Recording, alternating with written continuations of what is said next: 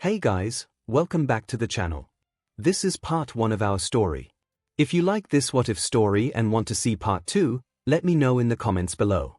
Before we start, don't forget to like, subscribe, and share this video with your friends. Also, check the description for more great content and my playlist. Now, let's start. Prologue. She heard the alarm ringing in her ears, rousing her from a dazed state. Even with her senses dulled, her vision blurry and her hearing muffled, she could tell something had gone wrong.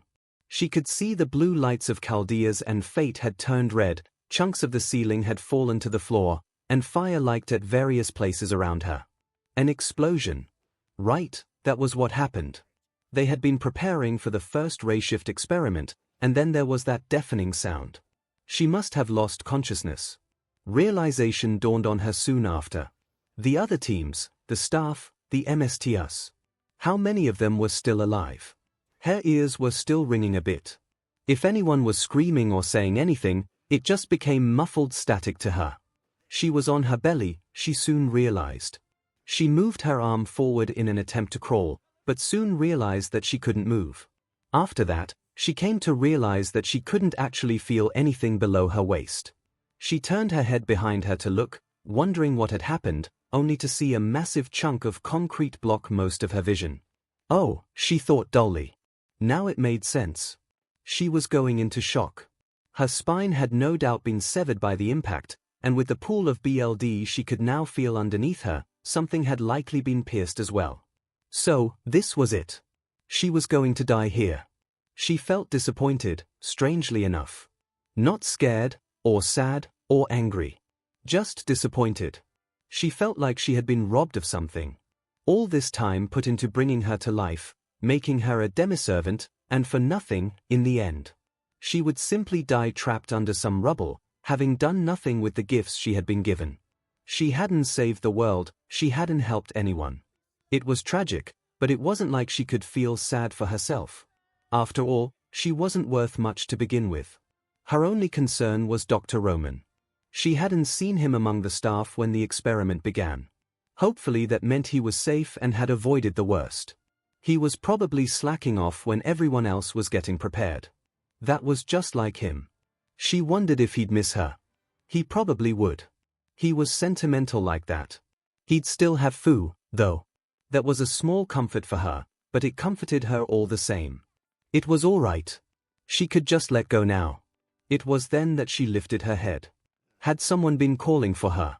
Her hearing was fading in and out, but she could have sworn she heard her name just now. She blinked behind her glasses, as a shape appeared just before her. It was a person, and as it drew closer, she had this nagging feeling that there was something familiar about him. Wait, she had met him before, hadn't she?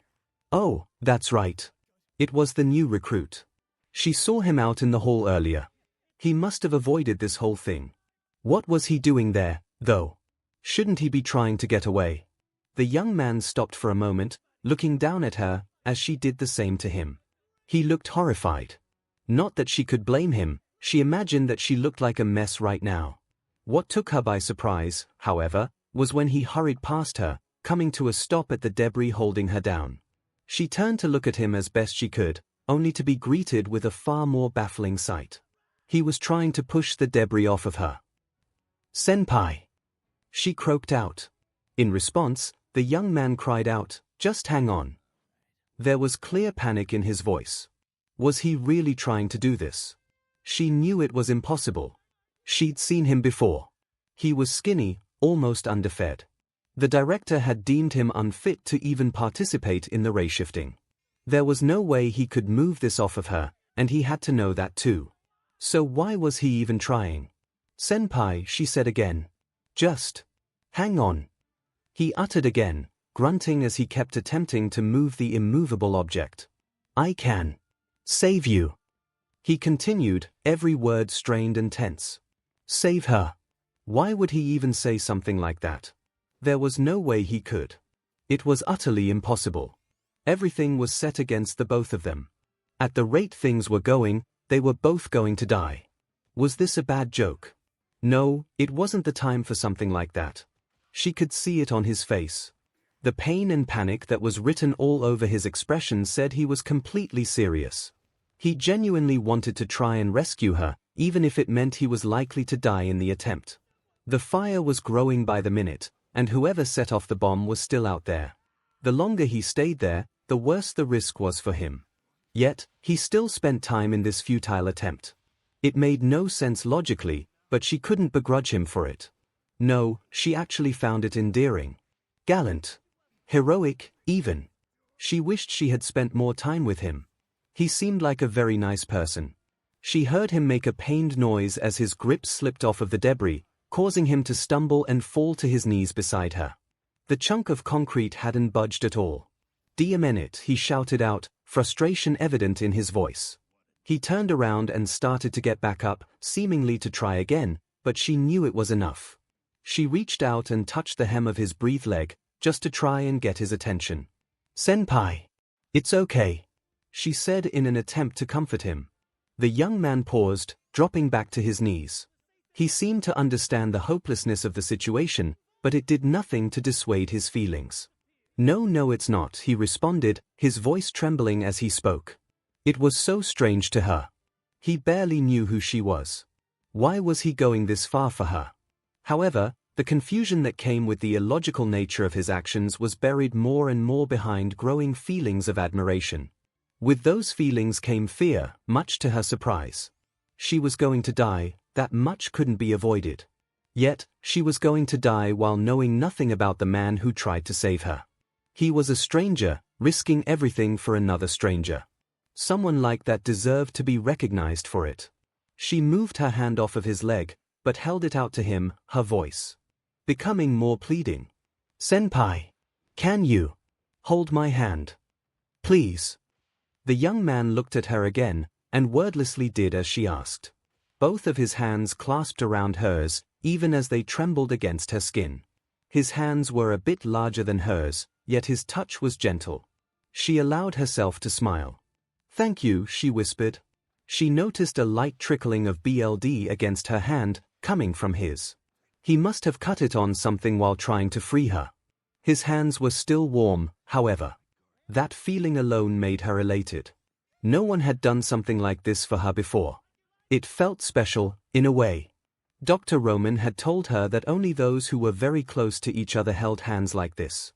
How funny it was that it was only at the end of her life that she met someone who would do this for her, then. "Thank you," she repeated. She lifted her head slightly to look at this person, only to be greeted with another surprising sight. This mysterious boy had tears trickling down his cheeks. His eyes had met hers, and the sorrowful expression was all she could see. Was he crying because he knew he was going to die? Was he just that scared? No, he had to know what he was doing coming in. Then, he was crying for her. She was going to die, and that made him sad. What a strange and wonderful boy. She wished dearly that they had spent more time together now. "I didn't get to tell you my name before," she whispered to him. She couldn't give him anything else but that. She hoped it'd mean something to him. "I'm Mash Kirilight."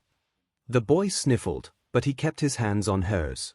He nodded slowly, acknowledging that she spoke, but unable to answer himself. "Can you tell me your name, please?" she asked him. It'd be the last thing that she heard, at this rate. She liked that idea, for some reason. The lights around them seemed to throb, but her vision was getting blurry again. She could hear the alarm, hear the computer saying something, but it was a muffled mess. She strained herself to focus, wanting to hear his reply. He sniffled again, and as her vision began to fade, she just managed to hear him. "Midoriya. Izuku." Hell on earth. Izuku felt like he was falling. A slow, weightless descent, deeper and deeper into a pool beneath him. Nothing lay before his eyes but darkness. Nothing reached his ears, only silence drifted through the abyss. Was this what dying felt like? His body felt listless, without any energy to speak of. He couldn't move anything, and frankly, he didn't see the need to. It was as if his concerns were suddenly much less important than they used to be. So, this was it. His life was over. Well, if one could even call it a life. Spent so much time pursuing an impossible dream, with everyone telling him he should give it up.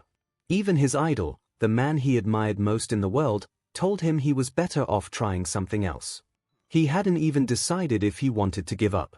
He just kept pushing forward like some idiotic robot.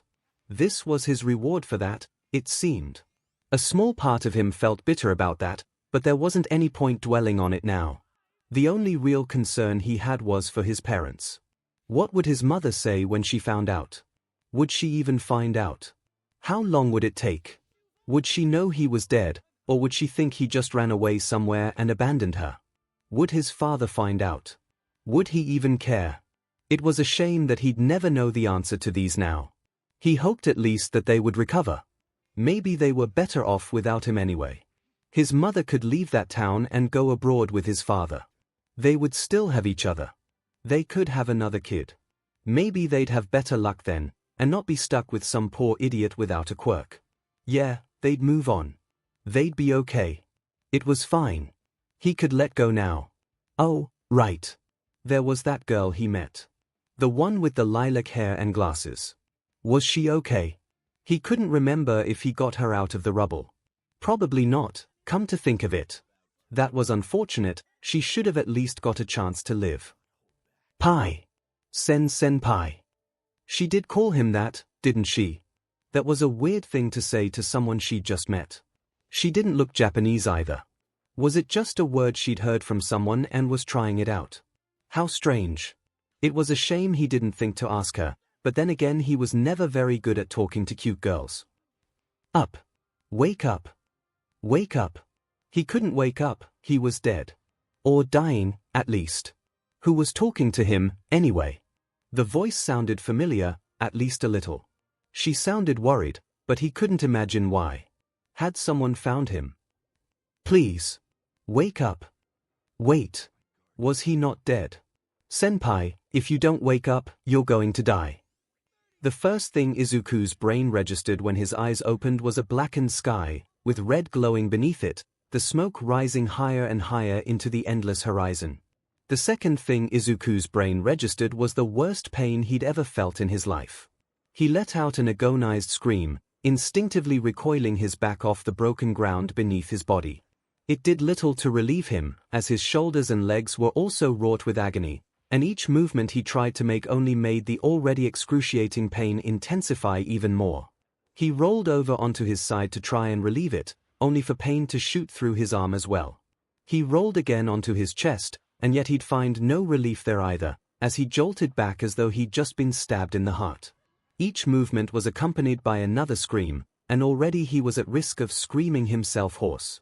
In the midst of this, his brain tried to make sense of his surroundings, but the sensations were so intense he could barely get his other senses to work. He saw buildings around him, or the remains of them anyway. He saw rubble close to him, chunks of concrete that had been blown up off of the ground and lay littered in random locations. He saw fire-consuming debris, threatening to approach him if he remained where he was. He tried to push himself to his feet, but even just resting on his knees sent waves of agony through his whole body. He felt what little strength he had leaving him with each passing second, and was growing far weaker and weaker in turn. The temptation to drop back on the ground and return to the bliss of unconsciousness was growing stronger in response. He could swear he heard someone calling to him, but he'd soon have a far larger problem on his hands. Within the line of his blurry and hazy vision, he'd see a shape slowly approach. As it drew closer, he wondered for a moment if he was in the middle of a harrowing nightmare. A skeleton. A literal walking skeleton, like something out of an old movie. Its bones were nearly black with age and decay, yet it could still walk around. Granted, it dragged its feet with each shift forward, its arms hung limply at its sides, and its head hung slightly to its left, but the fact that it was moving at all was a horrifying miracle. It shifted closer to Izuku, and its right arm lifted a sword that was as rusted and decayed as it was. Passing out again would have to wait, clearly, as Izuku had to move. Yet, as much as he tried to will his body to do so, each twitch just caused him to flinch and yelp in pain. His legs couldn't even move properly. This couldn't be it, right? He just clawed back from death, and now he was going to die for real. Senpai! There was that voice again. Who was calling out to him? Izuku would receive his answer when another figure dashed into his line of sight from behind him, diving in front of the skeleton before its swing could finish. He first saw the shield. It was round in the middle, but had 4 edges that stretched out to form a giant cross. It was easily bigger than its wielder, and yet she swung it forward as though it weighed nothing. The round middle clashed against the rusted blade, pushing it back and forcing the skeleton back a step. Before it could make another move, the bottom edge of the shield arced through the air, crashing against the skeleton's exposed neck, causing it to fall to the ground in a pile of bones. With the battle over as quickly as it began, Izuku was able to see who had saved him. She must have been a knight of some kind. She was even wearing armor. At least, it looked like armor. It was only when she turned around and knelt in front of him that he felt a slight twinge of surprise, mixed with recognition. "Senpai! I heard you screaming, are you hurt?" she asked anxiously. The lilac hair, with some of it covering her right eye. Didn't he see her before? His thoughts were getting fuzzier and harder to pick apart. Why was she calling him that? Her eyes swept over his body, her expression one of tense analysis. "I'm not seeing any injuries on you," she remarked, her hand reaching out and touching his chest. In response, he let out another cry of agony, a fresh sharp stab going through him. Her hand recoiled from him, panic sweeping over her face. Possible internal injuries. "Senpai, where does it hurt?" she continued, acting more like a medical professional than the knight who'd just slain a member of the undead. Izuku clenched his eyes tight, trying to think of how best to describe what was happening to him. He began, before giving a sharp cough. He didn't feel anything come up, so at least he wasn't bleeding internally. Where? He managed to utter, even though that barely covered it.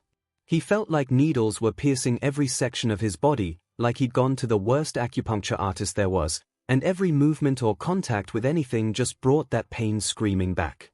The girl looked confused for a moment, but was replaced by a serious expression as she tried to take control of the situation. That may be the result of a head injury. A possible concussion, or worse.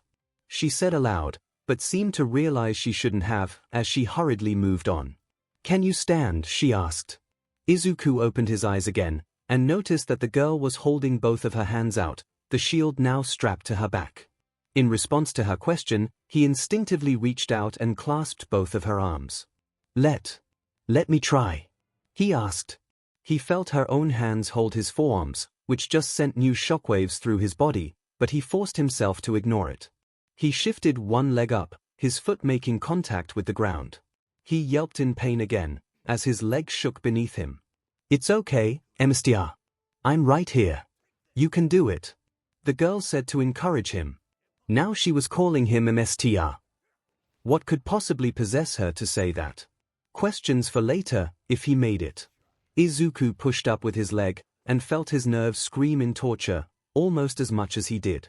He tried to force his own shout back, but it pushed its way through his clenched teeth anyway. He shifted his other leg, pressing his foot against the ground, and pushed up as well. Another growl of anguish, but he persevered, and he had managed to at last stand. The girl let out a grateful sigh. "Good, you did it. Now, we'll dash," she began to say, but Izuku didn't give her the chance to finish, as he suddenly fell forward, his head making contact with her shoulder and almost his entire weight pressed against her chest. She made a noise of embarrassed protest. "Senpai." Her only reply was Izuku's shaky and exhausted breathing. He felt his strength was nearly gone. He struggled just to stay conscious, for the moment unaware of the social faux pas he'd just committed. Which was good, because if he was aware he'd probably pass out anyway. The girl wrapped her arms around his back as gently as she could to keep him steady. She heard him make a slight grunt, as even that seemed to hurt him, but other than that he simply stayed there, trying to catch his breath again. "I'll be okay, senpai. You're going to make it." Izuku heard her say that, but could feel his senses drifting away again. Following that, he thought he heard the sound of static. There was another voice, a male this time. Did he know them? He heard the girl talking to him, but couldn't make out their entire conversation. The word "rayshift" was uttered, as well as "emissar" again. What was that? Why did she say that again? Injuries were mentioned too, no doubt his. Whatever it was that happened to him, he wasn't entirely sure he could recover from it. He hadn't felt so weak before, and he couldn't stand it. He must have faded in and out of consciousness, because the conversation seemed to go on for too long and ended too quickly at the same time. He felt the girl shift against him, as if trying to push him up again.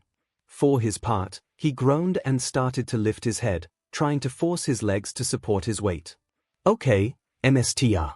We're going to have to start moving again. Please, try to walk. The girl asked. There was MSTR again.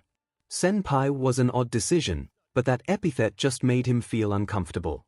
What the hell had he signed on for? He did his best to do as she asked, lifting his head a bit more to actually see again. Before he could even register what he'd done, he saw the shape moving behind her. His eyes widened and he started to force his throat to work. He started. Sir, I know you're in a lot of pain, but we have to move, she responded obliviously. Behind, he tried again. There was a pause, then the girl spoke with a slightly suspicious tone. Sir, were you staring at my dash behind you? Izuku finished, not giving her the chance to complete that accusation. The girl turned her head, and true to Izuku's word, another skeleton had wandered closer to them, a rusted sword raised. She pushed Izuku back, hoping for the moment that he could at least stand on his own, then reached back and drew her shield again. She moved it forward, the round middle clashing against the skeleton's chest, sending it stumbling backwards. Acting quickly, she swung the low edge forward, catching it against the skeleton's legs. They flew right off of the body, clattering against the ground a few feet away, sending the rest of the skeleton downward. For good measure, she lifted the shield up over her head, and with a cry drove the edge down, smashing it against the skull and causing it to shatter into pieces. As quickly as the combat began, it was over. Indeed, Izuku was still standing at the end of it, and his eyes were still wide, only now he wore an expression of awe. Whoever this girl was, she was amazing. The girl lifted her head and looked forward, a chill soon running through her. That one skeleton was just a scout. She could see many more ahead of them, and it wouldn't be long before they reached them. She couldn't hold against them forever, especially not with her newfound MSTR barely holding on. So the only option left was retreat. She propped her shield on her back again, then turned and walked over to Izuku. Before he could say anything, she suddenly scooped him up in her arms. Izuku let out a surprised yelp in response, and a brief blush ran across her cheeks. Sorry. Please excuse me, but we have to go. With that, she started to run, carrying him as if he weighed nothing. Izuku watched her with dazed awe, especially as she deftly and easily ran through the ruined city in search of safety. It was only now that things finally began to make sense for him. She was a hero, she must be. She was far stronger and faster than the average person, that much was clear. She saved his life too, even at the risk of her own. Who else but a hero would do that? The explosion that happened at that facility must have just been one in this city, wherever it was. She must be one of the local heroes. Although it was incredible she even was, since she looked to be close to the same age as him. Maybe the rules for becoming an official hero were different in this place. That didn't explain the usage of senpai and hisan, however. Why would she call him senpai when he wasn't a hero? He couldn't be a hero, after all. Had she just made a mistake? Was much more confusing, but he'd have to ask her about that later. As they ran, the scenery opened up more to Izuku, and the terror of the situation began to sink in more. The fire seemed to stretch on and on the further they went, with no signs of stopping or slowing down. A few times the girl had to stop in her dash and change direction, as the flames had spread out to block her path. The buildings looked to be modern, what remained of them. They must have been in the main district of the city, as the majority of them were stores and skyscrapers. The buildings that weren't surrounded by flame were crumbling and falling apart, with even the tallest ones having holes blown into them, and some threatening to fall over completely. What could have done this? It must have been a villain attack of some kind. That was the only explanation that made sense to Izuku. A simple terrorist bombing wouldn't reach this far. For the villains to go this far, however, was astonishing to him. Weren't there enough heroes to go around here? The damage was insurmountable. This city might not ever recover from this. If only All Might was here. He could have fixed this right away. Were they too far away for him to get to? The girl finally came to a stop after ducking behind one of the destroyed skyscrapers. She paused to listen for any signs of enemies. When she seemed satisfied, she knelt down. "Okay, 𝐴𝐵𝐷, I'm going to put you down now." True enough, she did just that. Izuku winced and hissed as his body made contact with the ground, but he didn't protest any more than that. The girl was very concerned as she watched him. "It still hurts?" she asked. "Why, yeah. But it's okay," Izuku answered. He turned his head to look at her again, allowing himself to tilt his head slightly in as good of a bow as he could manage right now. "Thank you," he added. The girl smiled softly, giving a slight shake of her head. "There's no need to thank me, 𝐵𝐻𝐻. It's my job to protect you. You being safe is all that I need." Izuku looked uncomfortable again after that. The statement was exactly what a hero would say, but what she called him. Before he could even think of how to word it, he was already saying it. "Why do you keep calling me 𝐵𝐻𝐻? It's really weird." The girl blinked, a look of slight surprise crossing her face, before she likewise looked uncomfortable. Do you not like it? Would you prefer I went back to calling you senpai?" Izuku shook his head slightly, but added, "Why are you calling me that too? Didn't we just meet? How am I your senpai at anything?" This earned another look of confusion, only mixed with slight hurt. Izuku winced, more out of guilt this time. He must have insulted her somehow without realizing it. Great way to treat the girl who saved your life. He quickly spoke up again. Sorry, I just really don't understand short-term memory loss," she interrupted, looking worried all over again. "If only I'd noticed while we had contact with the doctor," she added, admonishing herself for her mistake. This all only served to confuse Izuku further. Before he could ask anything, the girl leaned forward slightly. Instinctively, Izuku leaned back, although he regretted it as another twinge of pain shot through him. The girl stared right into his eyes, and Izuku noticed idly that her own eyes were almost the same color as her hair, just a bit of a deeper shade. She wore that concerned expression, and asked in a similar tone, "Senpai, do you recognize me at all?" It was a rather odd question, but come to think of it, he did a bit. They had met before, hadn't they? How had that happened? His head ached from the effort, but Izuku did his best to remember. Hours prior, Izuku wondered just how he had gotten himself into this mess. Well, he knew, but it wasn't like he could have predicted how it'd all go. He had decided after that fateful encounter to do something substantial, mostly just to make up for how rotten he felt. Fortunately for him, there was a BLD drive going on in town. It wasn't much, but knowing he was saving lives by donating did help him feel useful again. Being a typo meant that they desperately needed him, and on some small level it was nice to feel needed.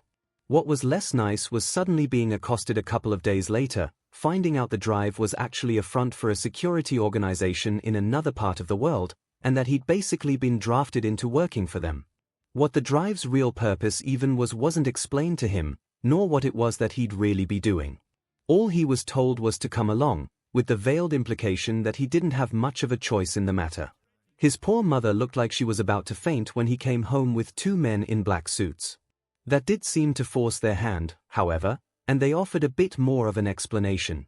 Chaldea was a government-supported organization that was more or less an observatory.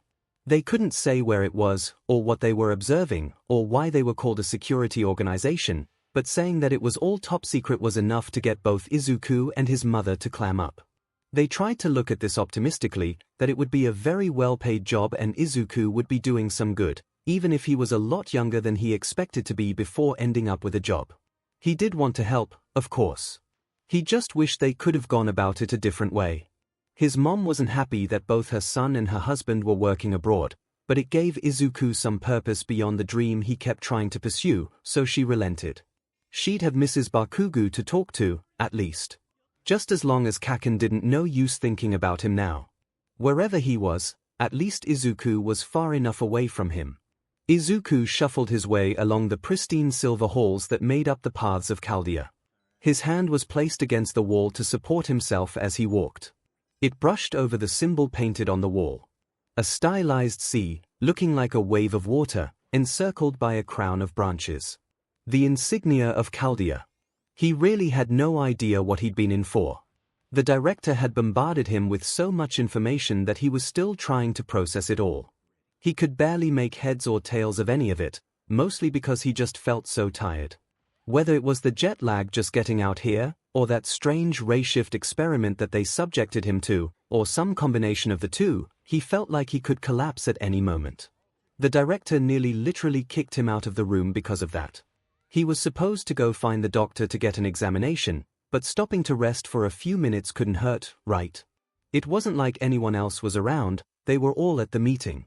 So he stopped and pressed his back to the wall, then slid down it until he was sitting, his legs splayed out beneath him. He gave a long exhale after he did, left to stare at the glass window across from him. Wherever they were, it was clearly very cold. All he saw since arriving was a snowy landscape, stretching as far as the eye could see. They were very high up too, and the director had said they were on top of a mountain. At least the sky was clear. What was he doing here? The director had referred to him as the extra recruit when she looked him over, after he displayed just how woefully ignorant he was of the situation he was in. So was he just there to fill a slot? Did he just get picked at random to have another body on board? So he went to a completely different part of the world for a job, and nobody actually expected him to be of any use. It figured. Nothing had changed at all. Phoo! That was a strange sound he'd just heard. It was a light, squeaky sound, sort of like an animal's cry. He turned his head to where the sound came from, and found that he was right. Only it was not like any animal he'd ever seen. If it was meant to be a dog, it was the smallest dog he could think of. It looked more like the size of a squirrel or a small rabbit. Yet it was covered in white luxurious fur, like it was taken care of by a professional dog trainer. The top of its head had yet more of it, and it draped back and over its head like long wavy hair. Its tail was much the same, a long puffy thing that swished back and forth as the creature stared at him. Its eyes weren't like a typical dog's, though. He was pretty sure they didn't have eyes of almost pure violet. Most dogs didn't have long pointed ears, either. That just drew the rabbit comparison again. Izuku stared at the creature for a moment, then without thinking replied, "Hi." It wasn't as if the creature could understand him, right? Well, so he thought, because it gave another squeaky bark in return. Phoo! Whatever it was seemingly pretty smart. Again, without thinking, Izuku held out a hand, inching it cautiously towards the creature. When it got close enough, it leaned forward onto his fingertips, rubbing its chin along them. Getting the message, Izuku lightly scratched under its chin, which it seemed to appreciate, its tail wagging faster. It let out another light cry, this one more of a kyaou, emphasizing its appreciation. Izuku smiled gently. "You're a friendly one, aren't you?" he queried. The creature responded by moving around his hand, only to hop up into his lap. It nestled down comfortably there, but after a second it turned its head to look up at Izuku expectantly.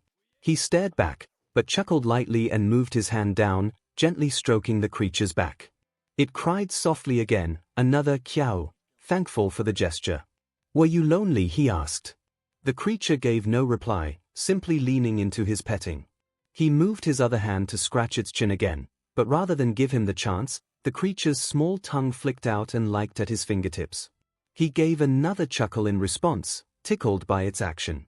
"Maybe you thought I was lonely." The creature stopped its licking at this question, turning its head to look at Izuku again. "Phoo!" it cried out. Was that meant to be a yes? Izuku noticed at this point that it had a cape tied around its neck.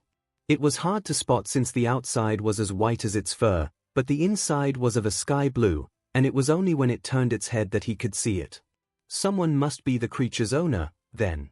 Guess he had to keep it company until the owner arrived. Not that he minded, of course. The creature moved so that it was fully facing Izuku, two of its paws placed on his chest as he stared up at him. Izuku was still smiling all the while, both of his hands now lightly rubbing the sides of its head. The creature closed its eyes and hummed gently, especially when Izuku started scratching behind its ears. Phoo was its only response. Izuku chuckled again. "So, do you have a name? Or should I just call you Phoo?" "That's what I call him, anyway." Izuku blinked when he heard the female voice. He looked up from Fu to see the owner, as the girl in question stood across from him, partially blocking the light from the outside window. He could see her lilac hair, part of it draping over her right eye, but it didn't hide the small round glasses she wore. Her outfit was a little unusual, some strange fusion of formal and ordinary. A black dress that ended in a slightly flared skirt, with black leggings beneath it, but with a collar and red tie, and a white and grey hoodie covering her top half. It was almost like she was trying to hide herself, or appear as nondescript as possible, but she wasn't sure how to. The girl leaned forward with a smile, then patted her own legs, getting Fu's attention. "Come on, Fu. You shouldn't bother others, you know that," she said softly. Fu let out a short cry of protest, before hopping up and landing on Izuku's shoulder. It turned its head and stared at the girl, crying out again.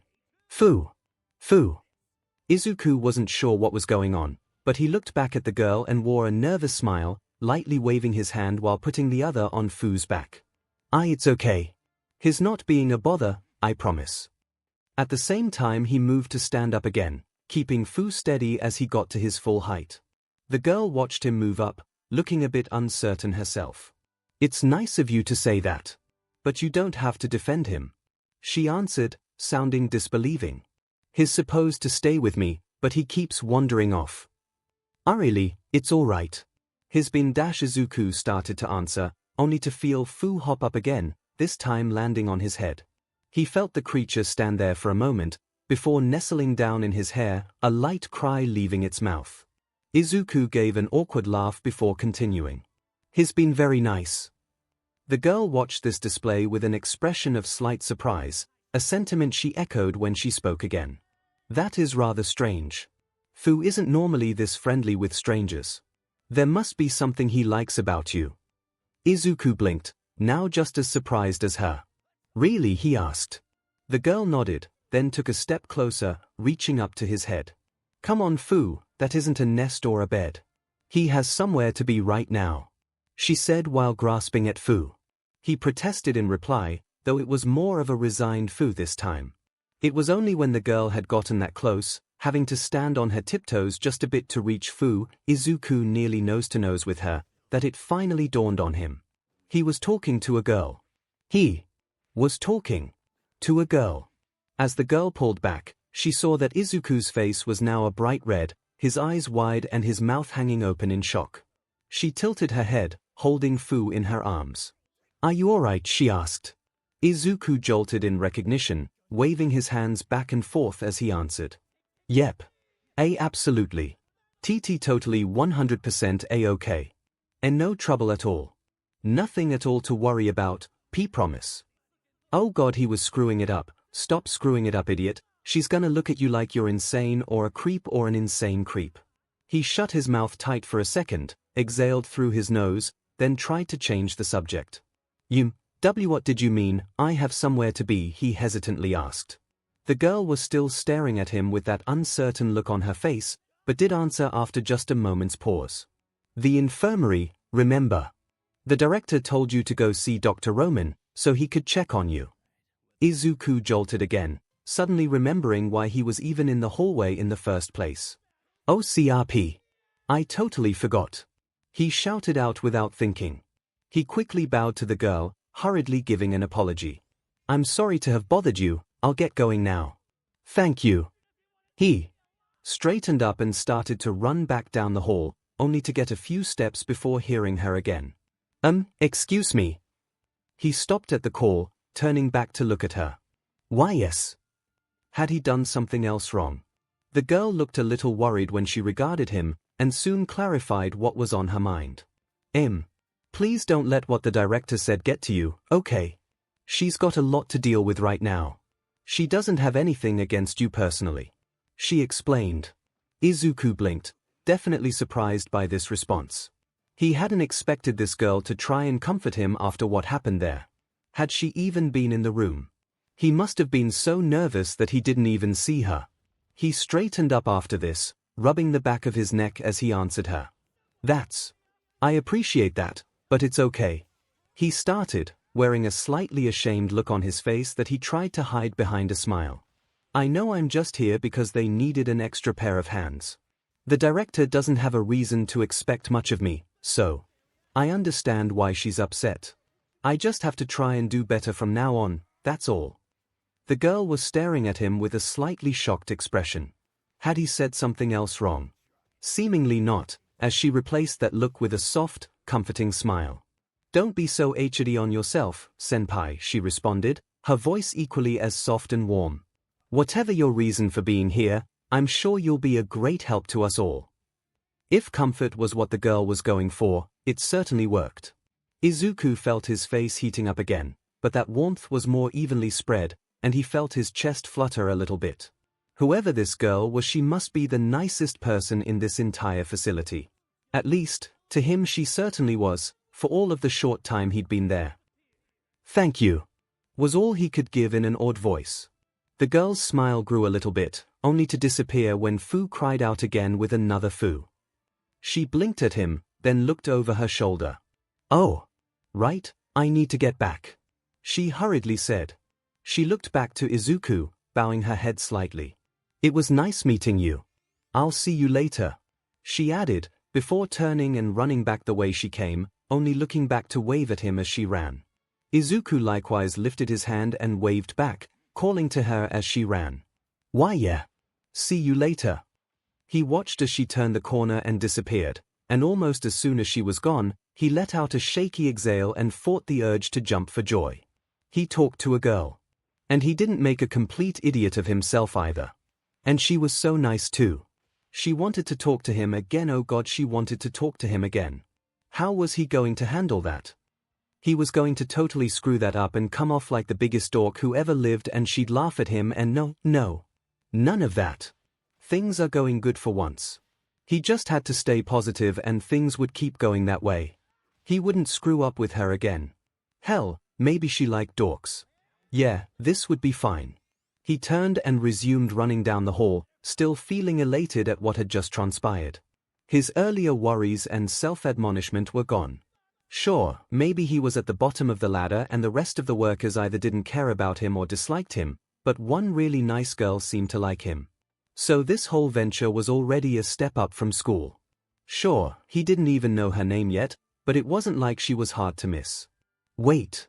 He stopped running again, something the girl said to him sticking out in his mind. Senpai, he uttered aloud. What a strange thing to call a total stranger. Now the memories slowly flowed back into Izuku's mind of that first fateful meeting. With that came what occurred after. The explosion in the meeting room. The fire and rubble everywhere he could see. Finding the girl among the wreckage. Trying in vain to free her. Holding her hand as death came for them both. He blinked a couple of times, not taking his eyes away from hers. Mash. Kirilight. He said hesitantly. Mash gave a clear sigh of relief, her eyes closing after. Thank goodness, you remember that much at least, she whispered. She opened her eyes again, giving Izuku that soft smile he now remembered from earlier. Yes, my name is Mash Kirilight. I'm an agent of Chaldea, originally assigned to Team A for the purposes of ray-shifting into the past to dispel any singularities that threaten humanity. She explained. Unaware of the baffled look on Izuku's face, she continued. And you are Midoriya Izuku. Or, well, Izuku Midoriya, as I'd say it. I'm glad to meet you properly, senpai. Even if the circumstances could be better. That was a lot to take in, to say the least, but Izuku noticed one important bit in the midst of all of that. It's nice to properly meet you too, but... He started, hesitating for just a moment, before adding, you didn't actually answer either of my questions. Mash blinked once, a small confused sound leaving her, before her cheeks flushed slightly out of embarrassment. Alright, sorry. I was just so worried about you, I didn't think. She admitted.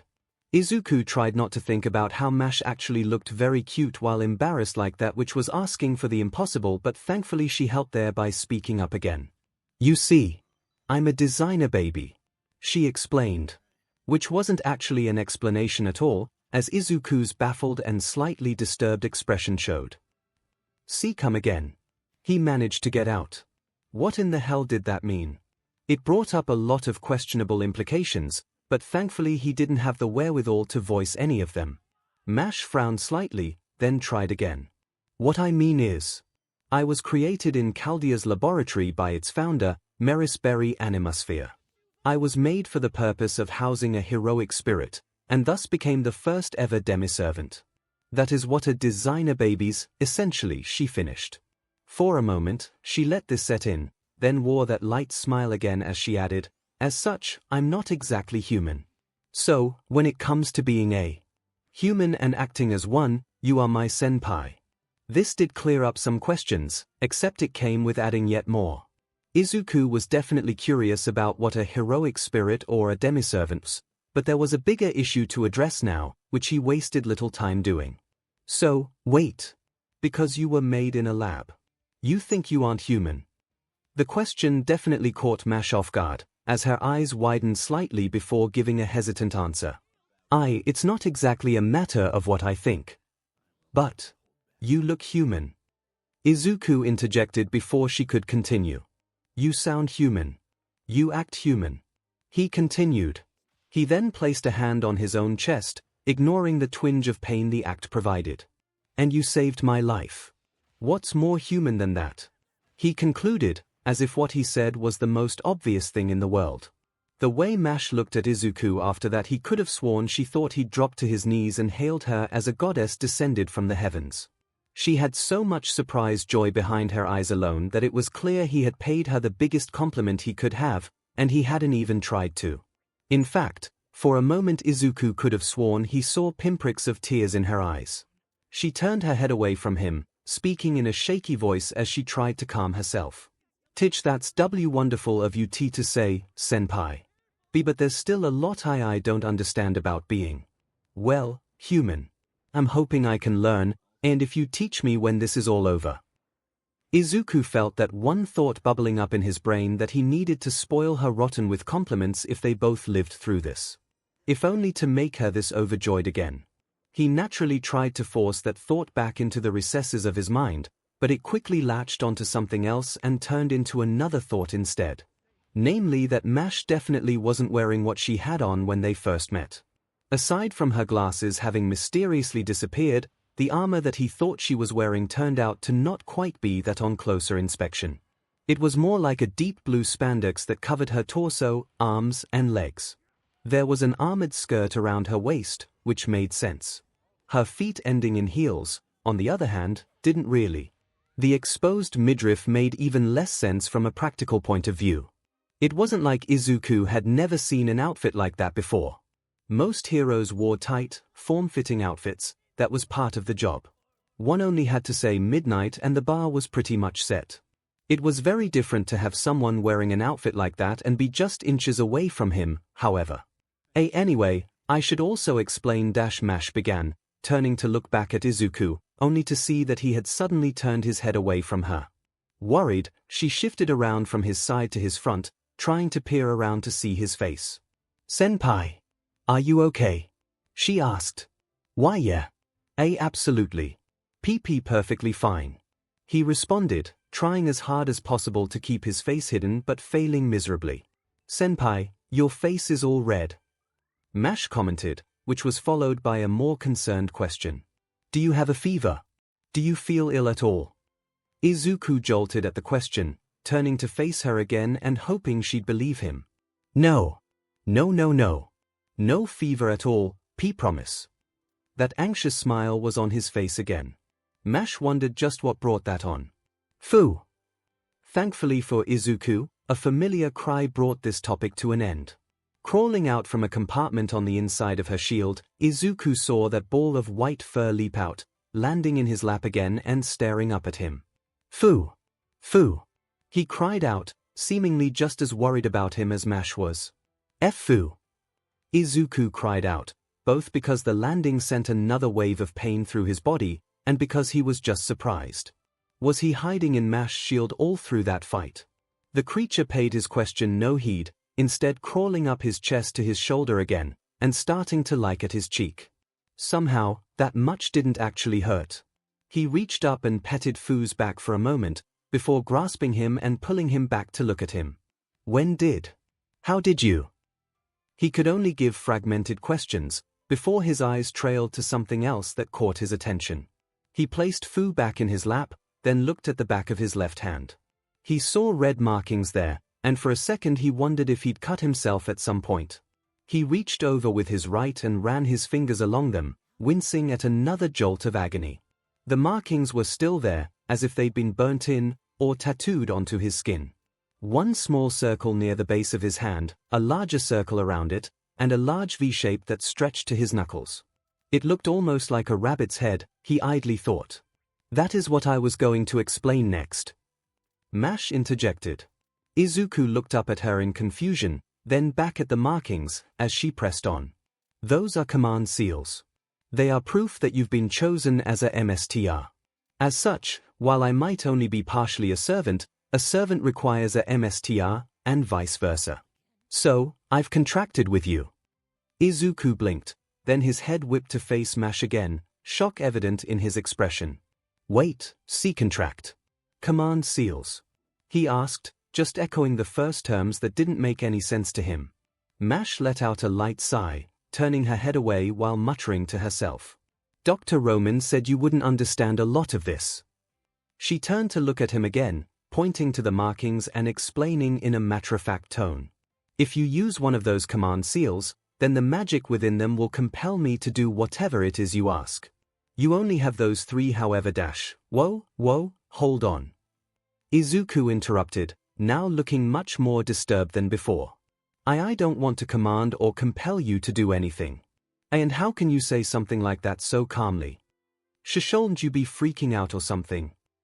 Mash blinked in confusion again, as if Izuku had said something totally incomprehensible to her. That's good of you to say, senpai, but it's not that. She started to explain, before she stopped and looked over her shoulder. She stared off into the distance for a moment, then looked back at Izuku, now more serious. There's a lot to explain there, but we only have so much time before we're found. There's a ley line approximately 2 kilometers from here. Once we get there, we'll be able to form a more stable connection with Chaldea. Dr. Roman and I will explain things more after then. More terms that Izuku couldn't wrap his head around, and Mash wasn't giving him the time to ask. She stood up after this, then held out her hand for him to take. For now. Just look at it as my job to protect you. Now, let's go. She concluded. Izuku, without thinking, took her hand and started to push himself up. However, as soon as he moved he felt his body scream in pain again, a low growl leaving his mouth as he settled back into place. Mash was kneeling in front of him once more, already worrying. Are you still in pain, senpai? Hang on, I'll carry you again. Before she could, however, she suddenly saw Fu pushed into her arms, the animal giving a confused cry to match the expression she was wearing. Senpai, she asked anxiously. Izuku's head was lowered for a moment, but when he lifted it again, he had a look of weary determination on his face. Take Fu and go. Mash stared at him after he said that, not sure she could actually believe it. What? She whispered. Izuku exhaled, followed by a rough cough, then he explained what he meant. There are other people around here, right? They need help. And at this rate, I'm only slowing you down. Senpai, no. Mash started to protest. I'll be okay. He countered, turning his head to look around him. I'm sure I can find somewhere to hide from. Whatever they are. I'm not leaving you, she protested again. Kirilight-san. You can find someone else who's better qualified for this MSTR thing. She started, but was cut off by Mash again. No, she shouted, catching him off guard, especially as she leaned in closer to him. Fu had leapt from her arms and to her shoulder, giving her hands the freedom to suddenly clasp his. I don't want to contract with anyone else. You're the MSTR I want, no one else. Izuku was so baffled and disturbed by this that he was left with even more questions, but the way Mash exclaimed that and stared at him with that expression of fright at the thought of what he proposed made it hard to argue any further. Even so, he couldn't comprehend it. But why? I don't understand anything here. I don't know what's going on, or half of the things you explained, or how I'm supposed to help you. There. There has to be someone who won't just weigh you down. He protested, just as worried for Mash's life as she was for his. She looked like she wanted to cry again, but for a totally different reason than before. She closed her eyes, took in a deep breath, then slowly rubbed her hands along his. Somehow, this gesture didn't hurt either. "You held my hand, Midoriya-senpai." She started, opening her eyes to look at their hands after. "Even with so great a risk, you tried to save me. When that failed, you heeded my selfish request and held my hands. And you cried for me. I was so moved by that." She lifted her head after this, her smile saddened, but present all the same. "What I wished then was that you would live. Someone as nice as you should live on, and not just burn up in that fire. Now, you're alive, and I can protect you." Her hands tightened just slightly around his. His hands still didn't hurt. "Whatever you might think about MSTRS and servants, I promise you, this is what I want to do. Even if you weren't my MSTR, I'd want you to be. I'd want to protect you with everything I have," she resolutely concluded. After a moment's pause, she lowered her head again, and added, "So, please, don't ask me to leave you behind." Now it was Izuku's turn to be moved. What he had done in that moment was something he didn't view as heroic at all. He foolishly tried to save her rather than get someone else to help. He held her hands because he was too weak to do anything else. He cried just as much because she was going to die as he did for failing to save her.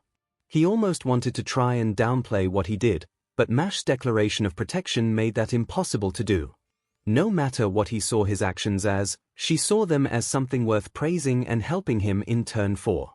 There was still a lot about MSTS and servants and this whole situation that didn't sit well with him, but her earnest longing to protect him wasn't something he could find fault in, or try to stop her from doing. "Okay," he finally said. Mash lifted her head and smiled widely at him. He couldn't help but smile back at her. "Thank you," he added. Mash nodded, sounding overjoyed when she spoke. "I won't let you down, senpai." "I don't think you ever could," he remarked without thinking. It did make Mash's eyes light up in happiness, so it wasn't a bad thing in the least. Mash moved to pick him up, but he held out a hand to stop her.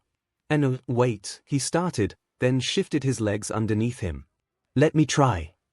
Mash moved back a little bit to give him room, as Izuku slowly and shakily got to his feet again. He grit his teeth as the waves of torturous pain shot through him, but he forced himself to ignore them. Bit by bit, he rose off of the ground, his legs trembling with each inch shifted. Finally, he stood as close to his full height as he could manage, Mash having stood alongside him. She watched him with a wide, admiring smile on her face. Then he took a step forward and nearly fell right over, Mash rushing to catch him before he landed face first on the ground. Izuku groaned in pain, hanging onto her as he tried to stand again. Sorry. Just need to get used to this." He felt Mash's arm wrap around his middle, while tucking his arm around her shoulders. Fu was now standing on his hand, watching carefully. "Lean on me for now, senpai," Mash suggested. "But if we run into danger, I'm going to have to carry you again." "Okay," she added, which Izuku couldn't really argue against. "Yeah. All right," he replied. "Thank you again, Kirilight-san." Mash looked up at him with that smile again, before they started to walk in step. The process was slow, and each step he took sent more jolts of pain up his legs. Worse, if what Mash said was right, they had a long walk ahead of them. He felt Fu run along his arm, then jump up and rest on his head again. He wasn't sure if it was just him being light or some sort of magic at work, but it didn't hurt him at all. Oh, right. Magic. That was apparently real now. There had been so much to try and process that hearing that magic was actually a thing barely registered with him. Something else he'd have to ask Mash about. As well as ray shifting, and more about this MSTR servant thing, and why he had to have command seals, and a lot more. Though, for now, they just had the trek ahead of them. "Oh, senpai?" Mash suddenly asked. Izuku turned to look, only to suddenly remember that her face was nearly right against his. Turning away as his face burned red again, he anxiously responded, "Weiss. You You don't have to call me 𝐤𝐬𝐬𝐿, she explained. It's a little formal. Oh, sorry, he replied. He didn't think he was, but then again they were from two different cultures. He still didn't even know where they were, come to think of it. Another question for later. Then, what would you like me to call you? He asked more hesitantly. Well, just Mash would be okay, came the answer, said without any worries and just a bit of hopefulness. Are you sure? Izuku sounded even more nervous when he asked this. Sure, it was less formal, but it felt way more familiar than he was ready for. If it's not a problem, she said, sounding like she was already expecting him to say no. Izuku really couldn't bring himself to dash her hopes, it seemed. Even if it was a little awkward. Oh, okay. Mash. He stuttered out. He had to remind himself again that they were from different cultures, she didn't view things the same way he did. He risked a glance over at her at this point, and saw that she was very happy with his reply, even if she wasn't looking right at him. So yeah, the light surge of embarrassment was worth it. If you like, why you can just call me Izuku too. That, on the other hand, was probably not worth it. Mash actually stopped in her tracks, now looking at him while her own face was heating up. What dash? Izuku tensed up, swiftly realizing he'd done something else he didn't quite catch. I am mean. It just doesn't seem alright for only one of us to use th the first name. So. I mean, you don't have to. He sputtered, trying as hard as possible to salvage this before it got worse. That's very nice of you to say. Mash sputtered back, having quickly looked away from him as her own face shone bright red. I might need tea to think about it. Why yeah. Oh, of course, I understand. Izuku hurriedly replied. Fu, the little animal emmed from atop Izuku's head. After this, they had got moving again, but there was definitely a bit more tension in the air. Izuku thought to himself that this was definitely not what he expected his new job to turn out to be. If he only knew. Life's magic. So. You're saying we've gone back in time. After a good distance had been covered since their initial departure, Izuku had insisted on trying to walk on his own.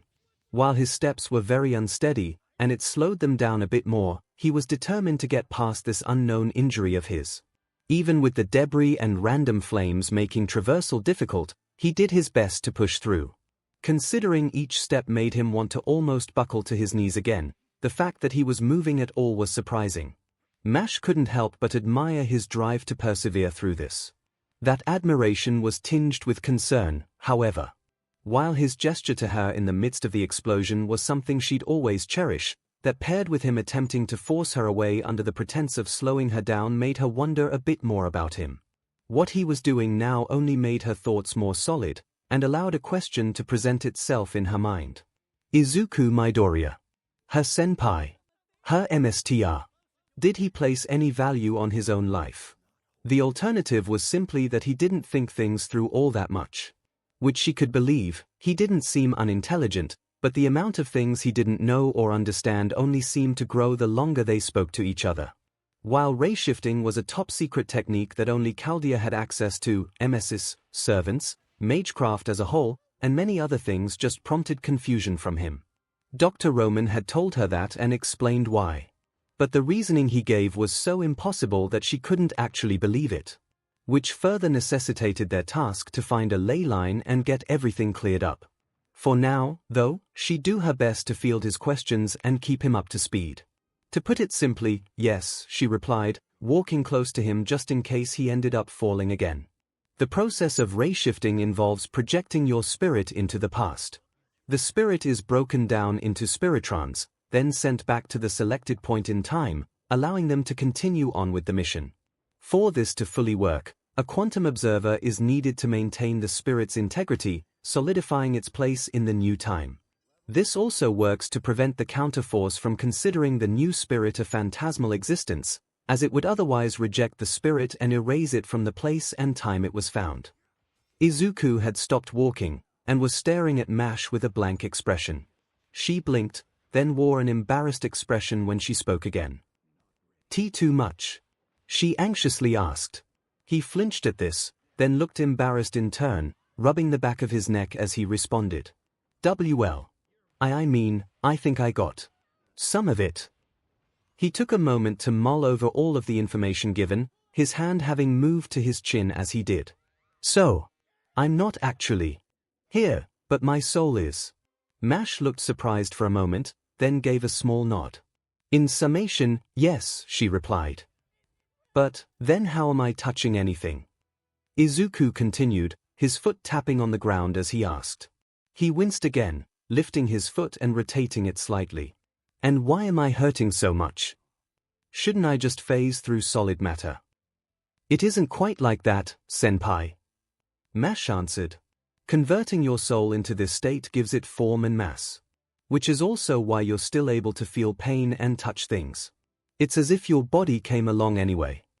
Izuku pondered this, humming as his hand returned to his chin. So, for that to work, the soul would have to have some sort of mass to start with. At least, if this is similar to the 3 states of matter in science. But wouldn't the body feel the extra mass of the soul? The fact that the soul is even a tangible thing to begin with is astonishing, but being able to manipulate its form like that just raises so many questions. If that was even possible, though, how hasn't science been able to detect the soul? Shouldn't we have made some sort of discovery about it by now? Unless that information has been kept secret, but to what end? What else could you do with a soul if you can have it separate from the body and solidify on its own? Does that do any damage to the body itself? If I can feel pain as if I had a body, then there must still be some sensory feedback done to the body. Unless this is just my mind telling me I should be in pain. If that's the case. Mash watched with a mixture of astonishment and bewilderment as Izuku continued to talk to himself, asking more and more questions in relation to this one piece of information.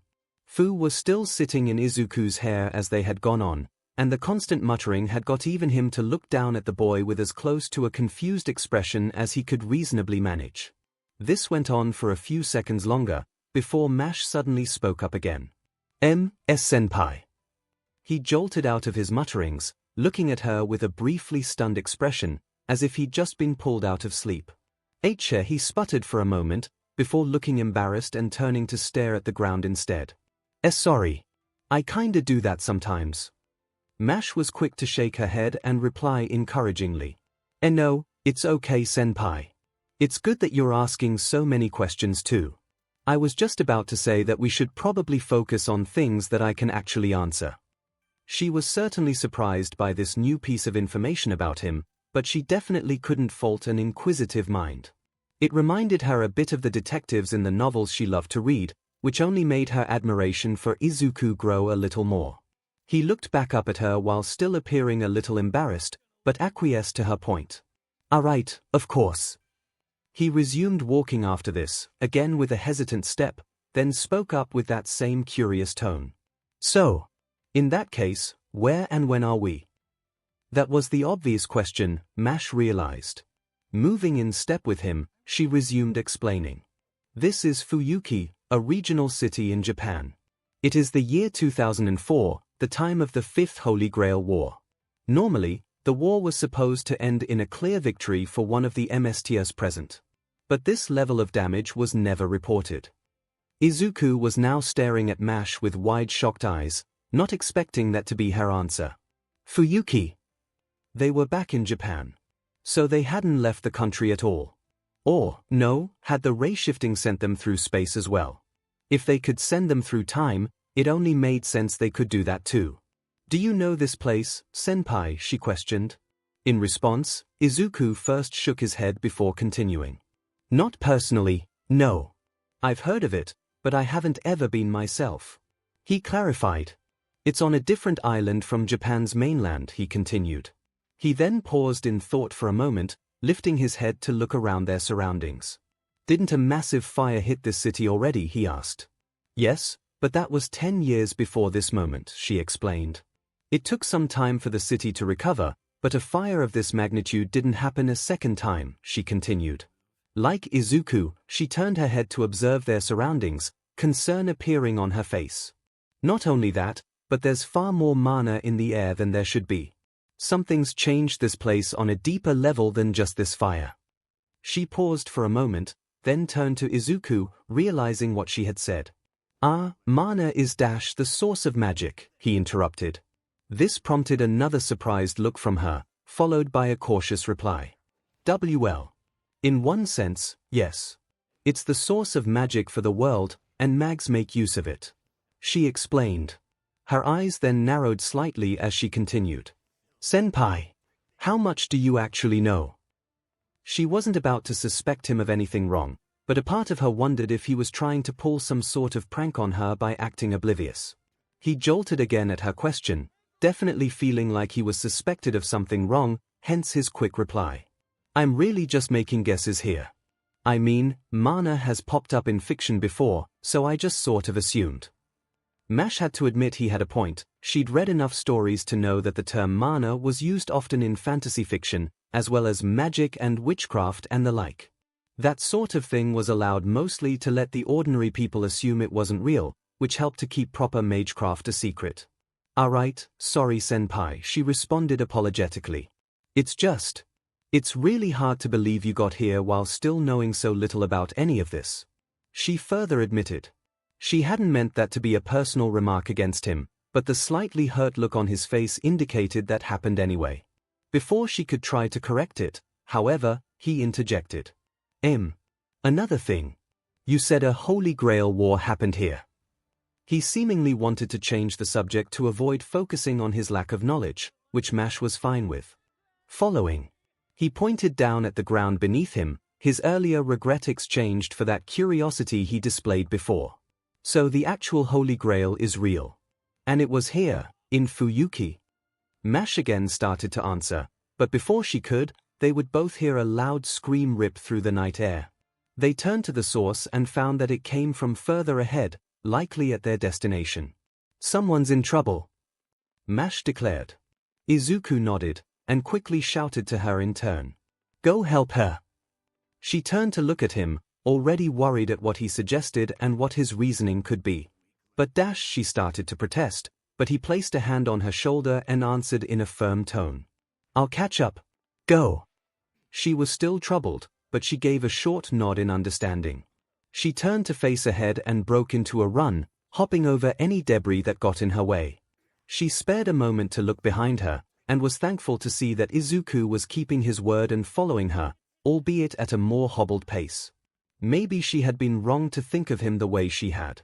He wasn't cavalier with his life, he just put other lives ahead of his. That was what heroes did, and she couldn't have been more thankful to form a contract with someone like him. She just hoped he could live long enough to realize that. The woman recoiled in horror as the skeleton approached her.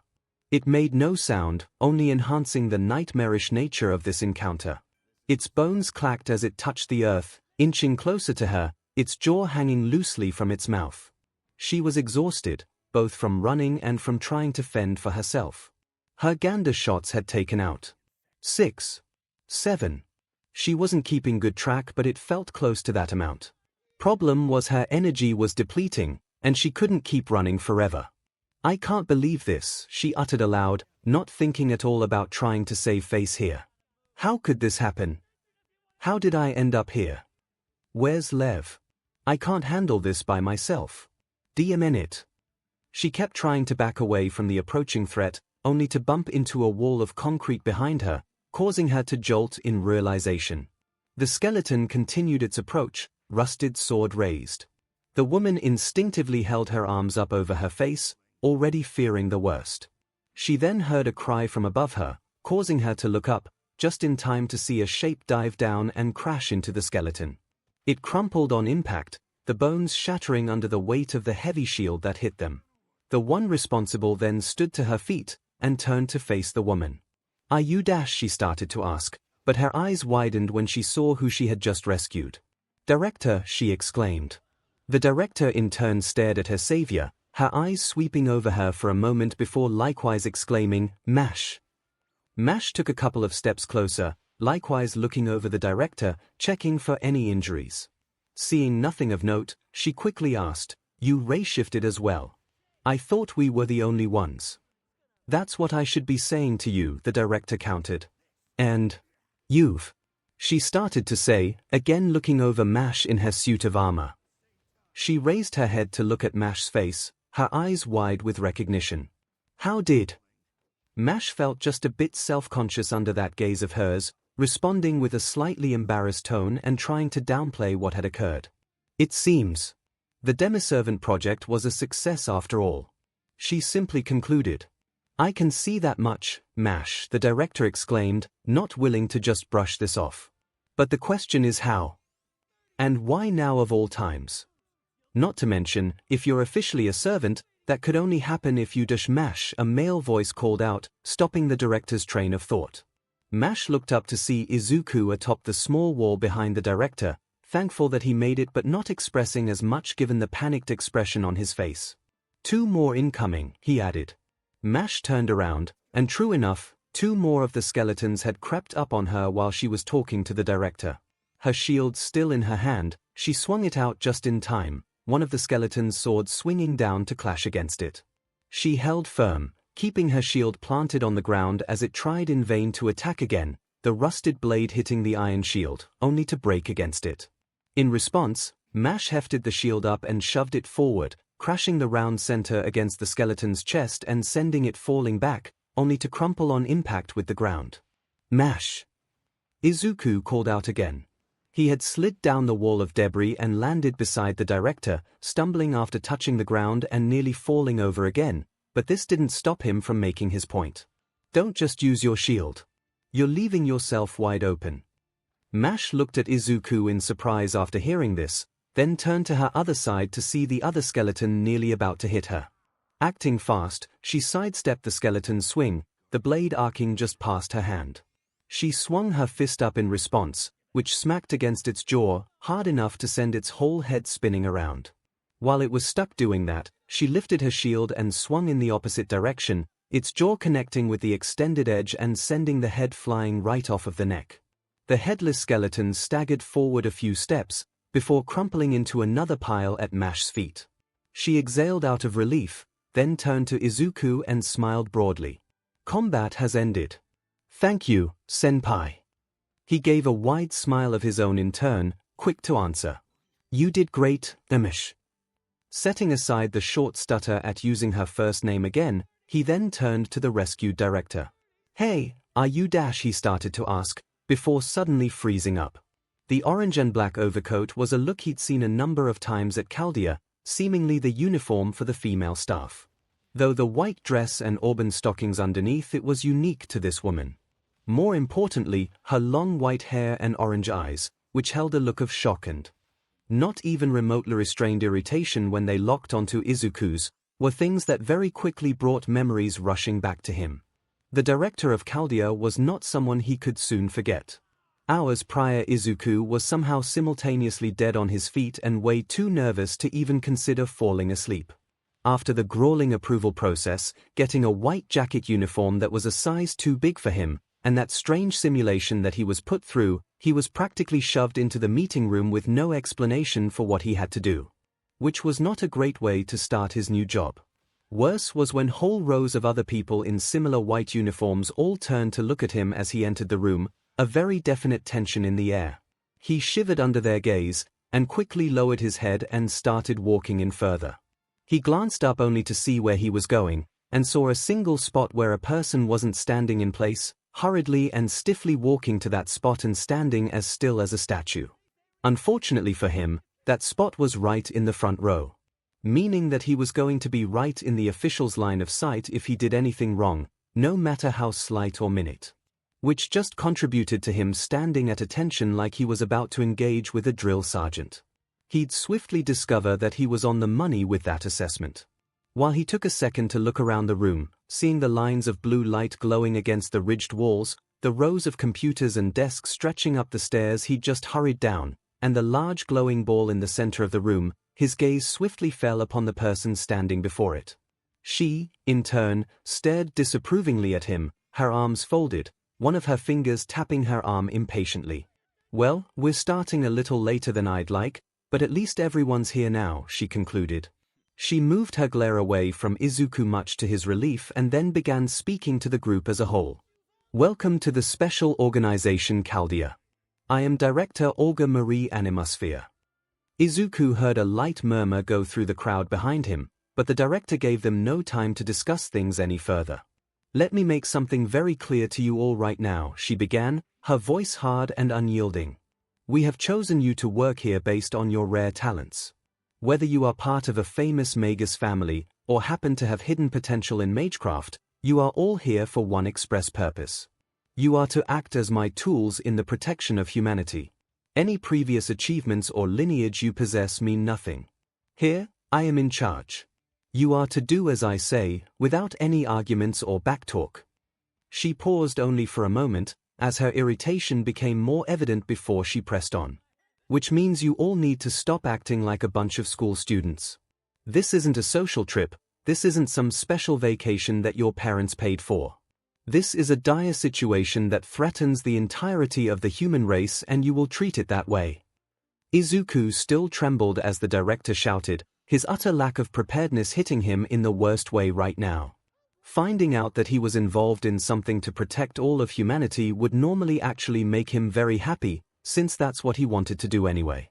Terms such as magus or magecraft being used, however, left him confused and increasingly worried. Mentions of lineage or special talents only worsened that, since the former did nothing for him in particular, and the latter was something he definitely didn't possess. Not that he had time to dwell on this, as a voice suddenly broke through the tense silence that followed the director's speech. "What the hell is wrong with you?" a girl from a few rows back demanded. "We came here because you requested our help.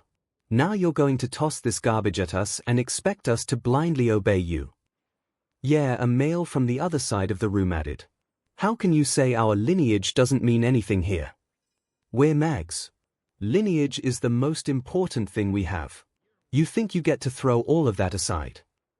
What followed was a rising din of more protests and complaints from nearly everyone else in the crowd. A few, much like Izuku, remained in bewildered silence, but the majority were making it quite clear that blind obedience was not something they were about to even try. For his part, Izuku couldn't take his eyes off the director, as he could see her face getting redder and her teeth grinding in frustration. It was only going to be a matter of time before she, "Shut the hell up," exploded. Izuku flinched at her outburst, even if it did do the job of silencing the crowd.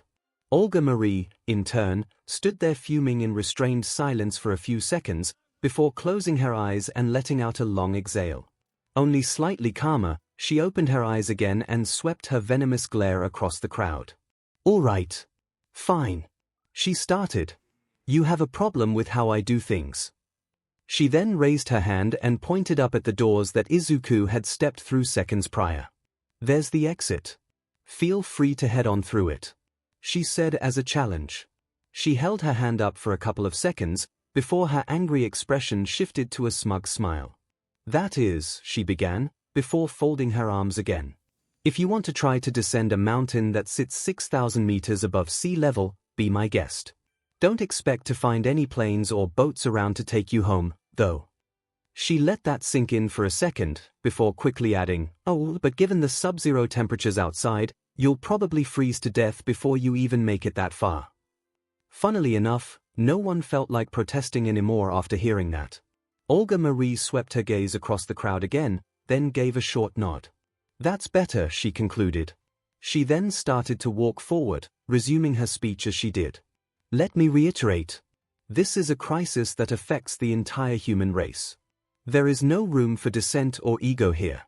We all have to be on the same page if we want to survive this. As I'm the director, I'm the one who has to make the difficult decisions around here, and you need to carry them out. If even one of you goes off for your own selfish reasons, we're all as good as dead." Izuku kept his eyes glued to her as she walked, only to realize far too late that she was walking right towards him. Which caused him to instead direct his gaze just about anywhere else he could, just in time for her to stop a few inches away from him.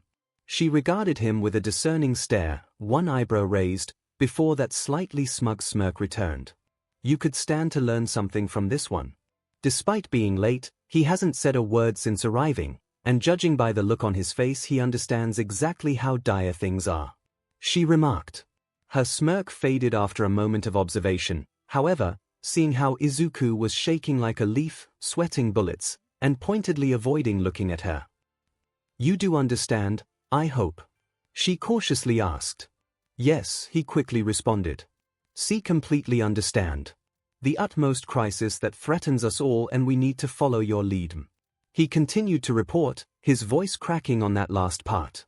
This earned him another raised eyebrow and a slightly bewildered look from the director. "I can't tell if you're actually being serious or if this is a poorly timed joke," she commented.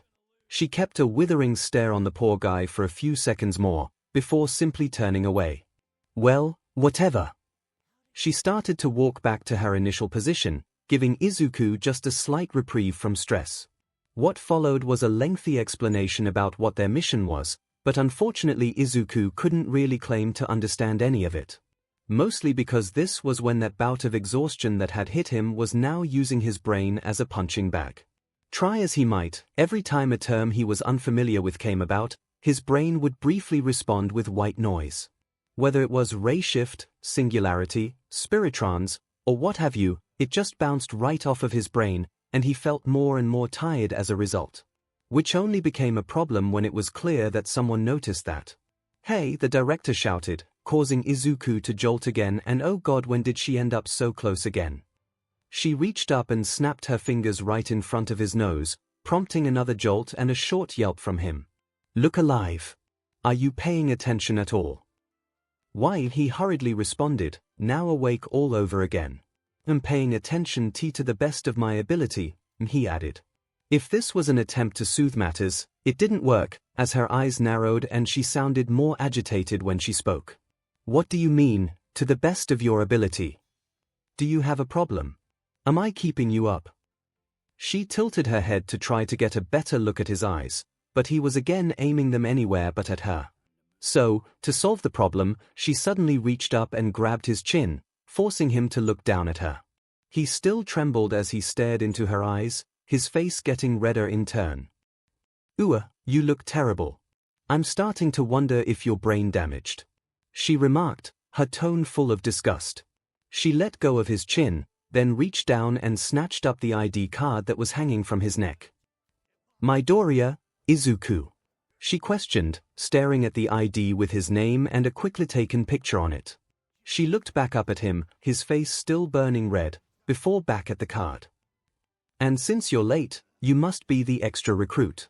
Of course, no one actually properly briefed you," she said, still thoroughly disgusted, but it seemed like she wasn't at him so much.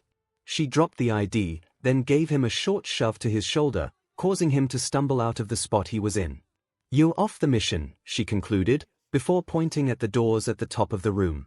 "Go to the infirmary and have Dr. Archerman examine you. Clearly something went wrong with the compatibility test, you're suffering from the effects of it. Once he's given you a full medical, head to your room and rest. I don't need you here if you're not 100%, got it?" she ordered. Izuku looked back at her in response, and for a moment he felt as ashamed as he could get, reflected in his expression. Not that Olga Marie had any reason to care.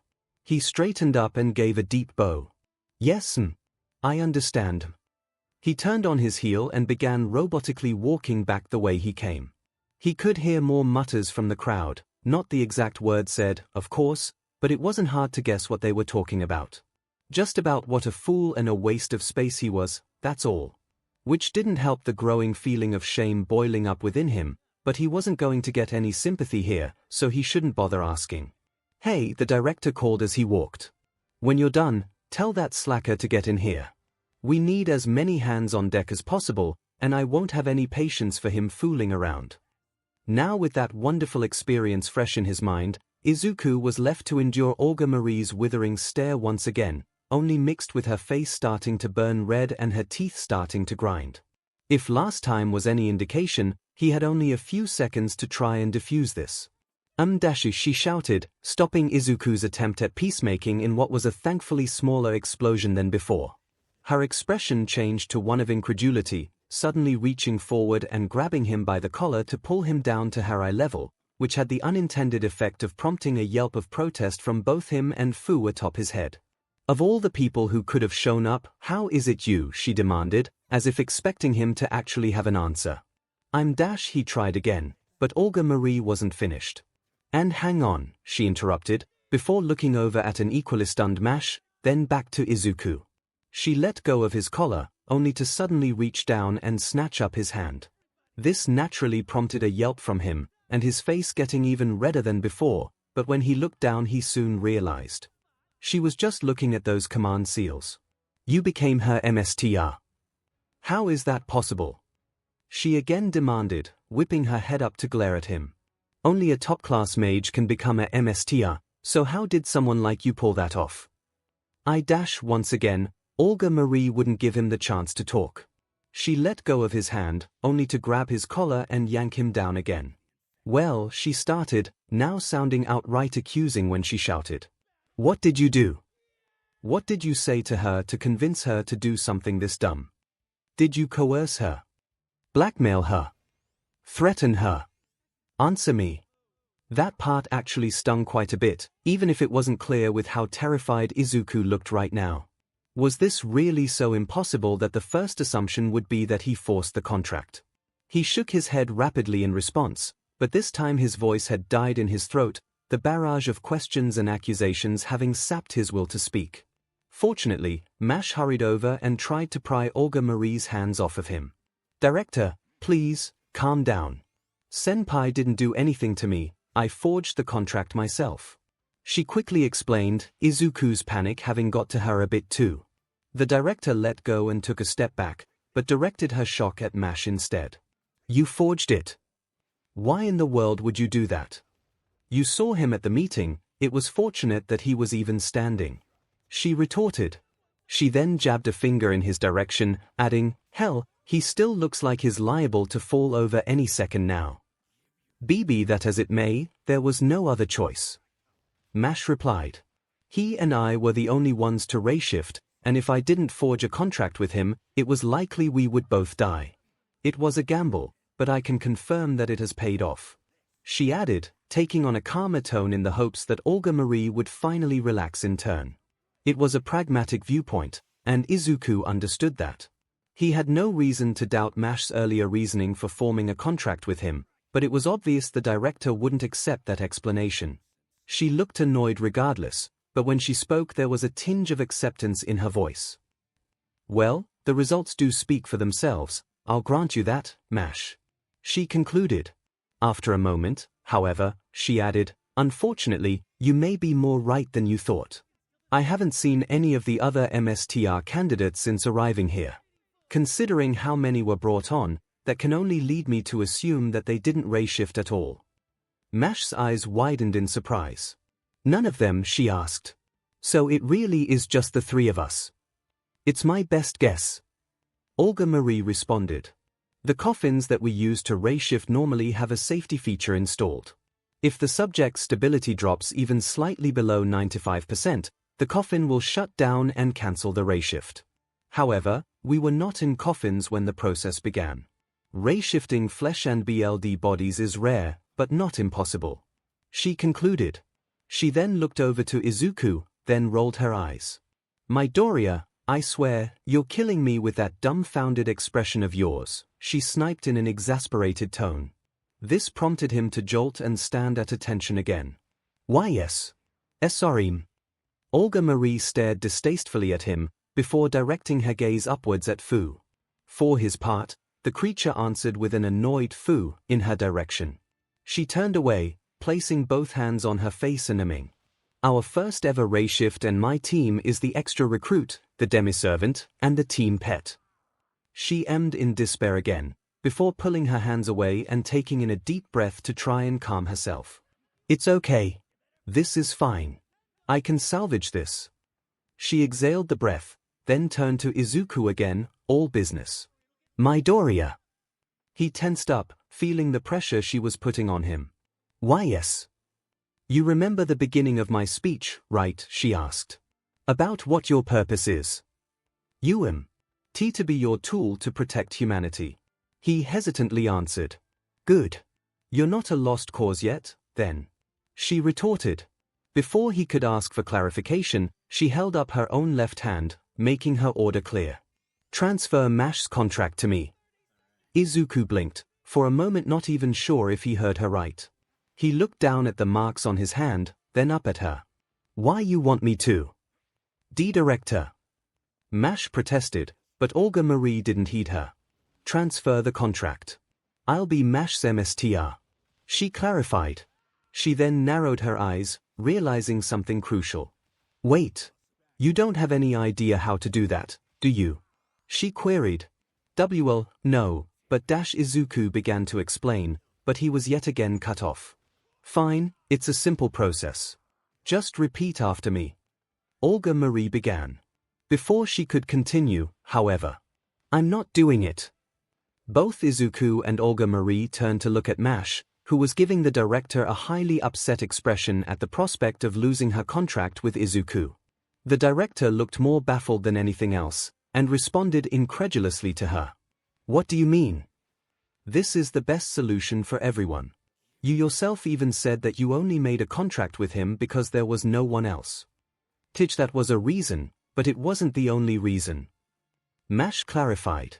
With all due respect, director, I chose Midoriya-senpai as my MSTR, and I'm not giving that up for anyone.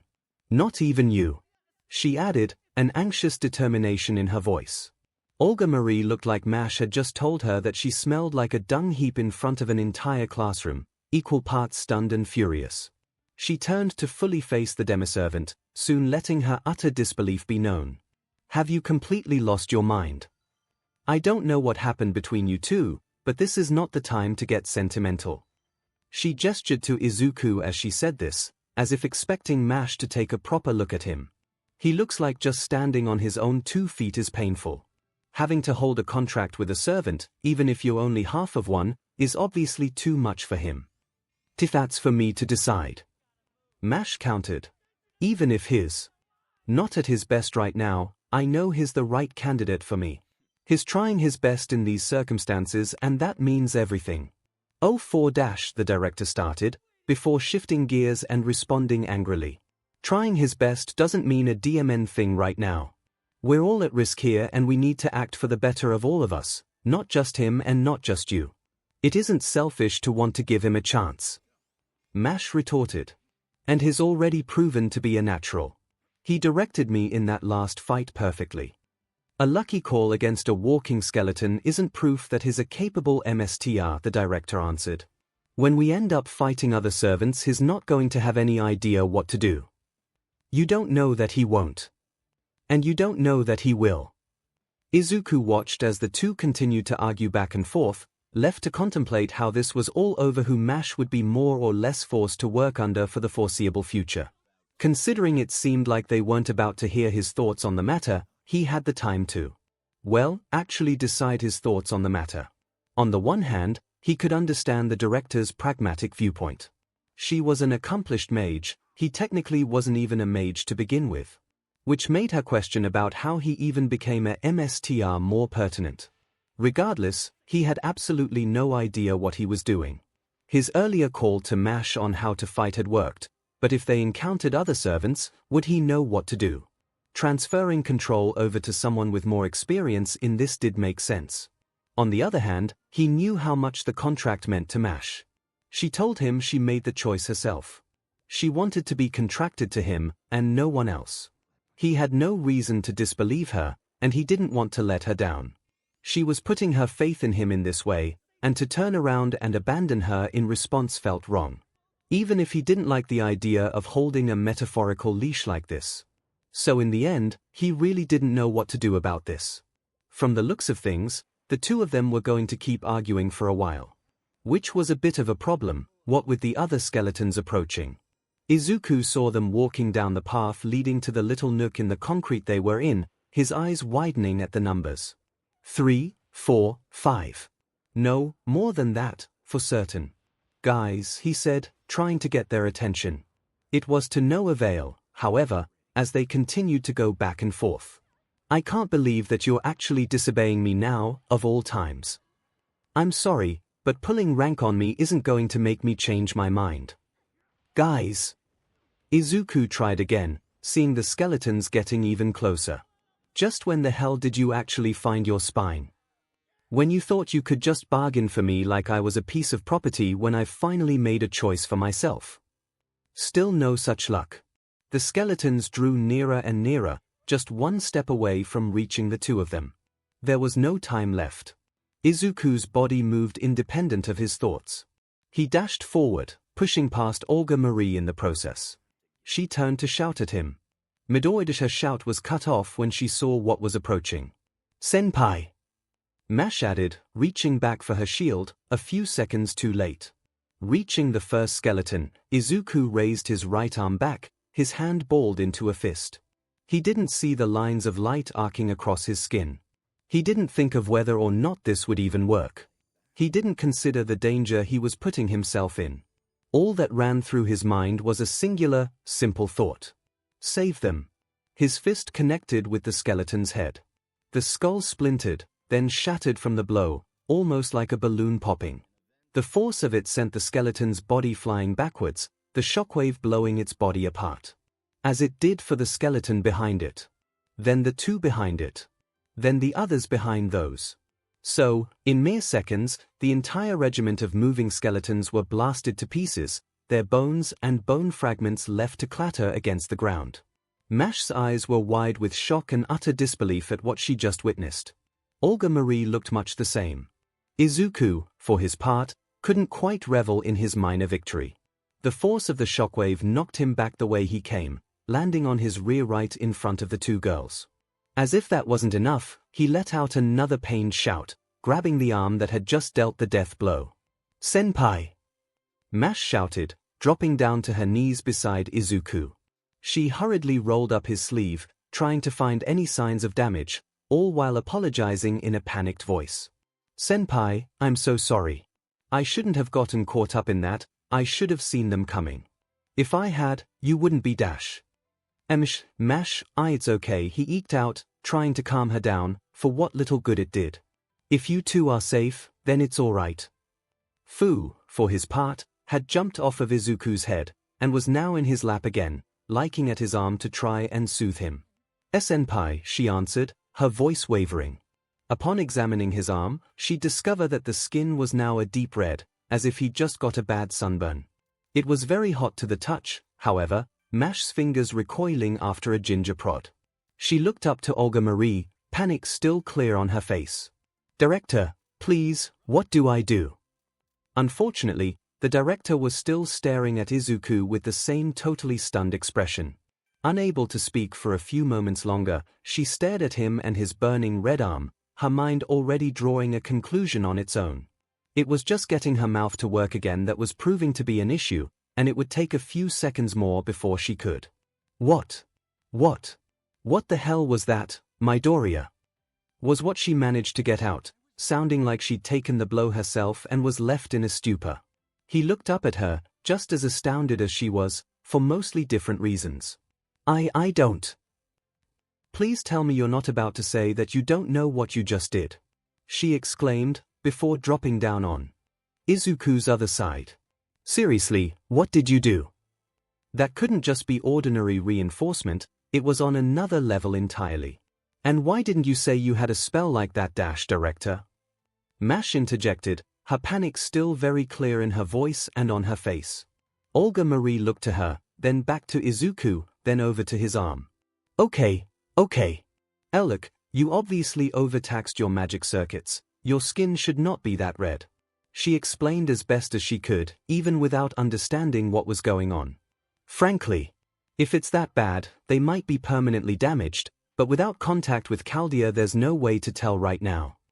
This did not help Mash's fright, as she looked to Izuku again, her eyes even starting to moisten at the prospect Olga Marie proposed. "Senpai, no," she quietly pleaded. It probably didn't help that Izuku looked even more lost in the midst of all of this, Mash's panic definitely rubbing off on him but his confusion not subsiding as he turned to the director. That was a spell. And what Midoriya, I swear, if the next thing you do is ask me what magic circuits are, I will slap you," she warned, cutting him off again. She stood to her feet after that, putting her hands over her face again and nervously exhaling. Okay. Just calm down. Think this through," she muttered to herself, trying to reassess the situation. She pulled her hands back down, then did her best to, direct. We need to get in touch with Chaldea ASAP.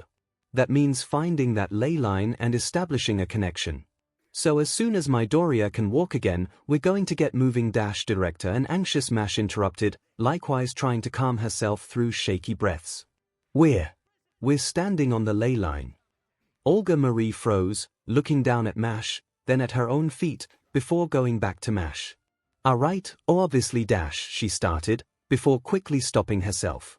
Getting angry again wasn't going to help anyone, least of all Izuku. She took another breath to steady herself, then tried again. Alright. Mash, I'm going to need you to place your noble phantasm on the ground. That'll be our conduit to establish the connection. Mash helped Izuku stand up again, Fu jumping onto his opposite shoulder while he held his wounded arm. Rather than do as the director said, all she could do was stare at her, her fear now mixed with clear disapproval. Olga Marie flinched at the stare, instinctively responding with, "What?" She still didn't say anything, instead turning to look at Izuku. He looked at her in turn, and setting aside how close she was to him, the expectant look on her face said it all. He looked over at the director, then back to Mash, rapidly thinking of a fitting answer. Is it safe for us to do that? He asked. Not a command nor a deferral of authority, but it was better than putting them at risk through not asking it. In response, both Mash and Olga Marie hurriedly looked around them, just to check and ensure more skeletons weren't sneaking up on them. After a brief search, Mash responded with, "It seems we're safe for now, Mstr." Alright, he nervously answered, then nodded to Mash. She let go of him after that, then reached back and pulled out her shield again. She placed it on the ground between Izuku and Olga Marie, exhaling to calm herself again. Establishing a connection to Chaldea now, she stated. Izuku noticed at this point that her shield had a piece of illegible writing in the center, surrounded by 12 circles, almost like the points on a clock. From each of those circles suddenly arose a ball of blue light. Along with it came what appeared to be a magic circle made of the same light, with designs and drawings Izuku couldn't even hope to understand. The ball spun around the center, soon moving fast enough to become a ring of blue. The ring then expanded, pushing past all three people there. With that, the ring shot up walls of blue, lines of light crisscrossing all around them like circuits. It was an impressive sight for Izuku, to say the least. What was more surprising was that he suddenly felt his arm start to lessen in pain. He looked down at it, and gradually the deep red color his skin had become was fading away. The aches and pains that were going through his body were subsiding as well. Mash, likewise, looked awed by the environment around them, but for a different reason. "This is just like the summoning chamber back at Chaldea," she said as she rose back to her feet. Just then, an unfamiliar voice crackled through a speaker. ''CQ. Hello. Can anyone read me? The connection's back on, right?"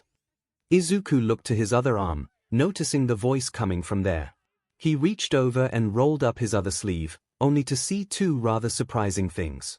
The first was the silver bracelet that was latched around his wrist, which he didn't remember putting on before. The second was the small hologram of a man staring up at him. The blue light made it hard to totally tell his appearance, but he looked to be a doctor of some kind, judging by the white lab coat over a smock and the white gloves over his hands. The long hair tied back in a ponytail was a bit unprofessional, though. "Ah, good, it did work," he exclaimed with a thankful smile. "Romani!" Olga Marie suddenly cried, hurrying to Izuku's side to talk to the hologram. "Why are you the one answering? Where's Lev? He's supposed to be next in line after me." "What dash?" the man yelled back, having turned to see the director. Director. You're alive. You're not even hurt. But how? What is that supposed to mean, Romani?" she demanded, but swiftly dropped that and moved on. "Answer my question. Where's Lev? If he's there, then put him on."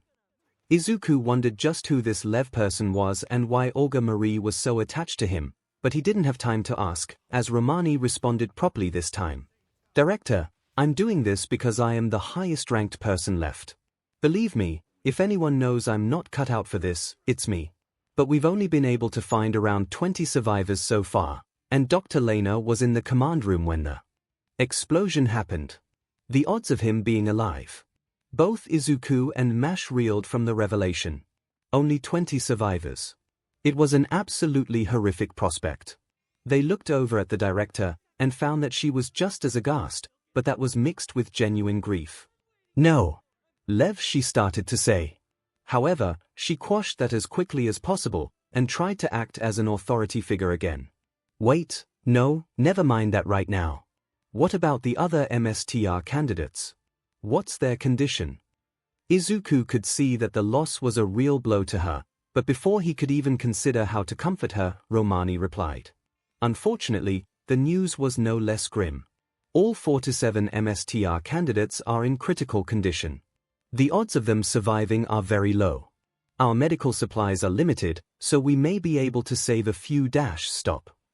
Olga Marie suddenly cried out. Don't even try that.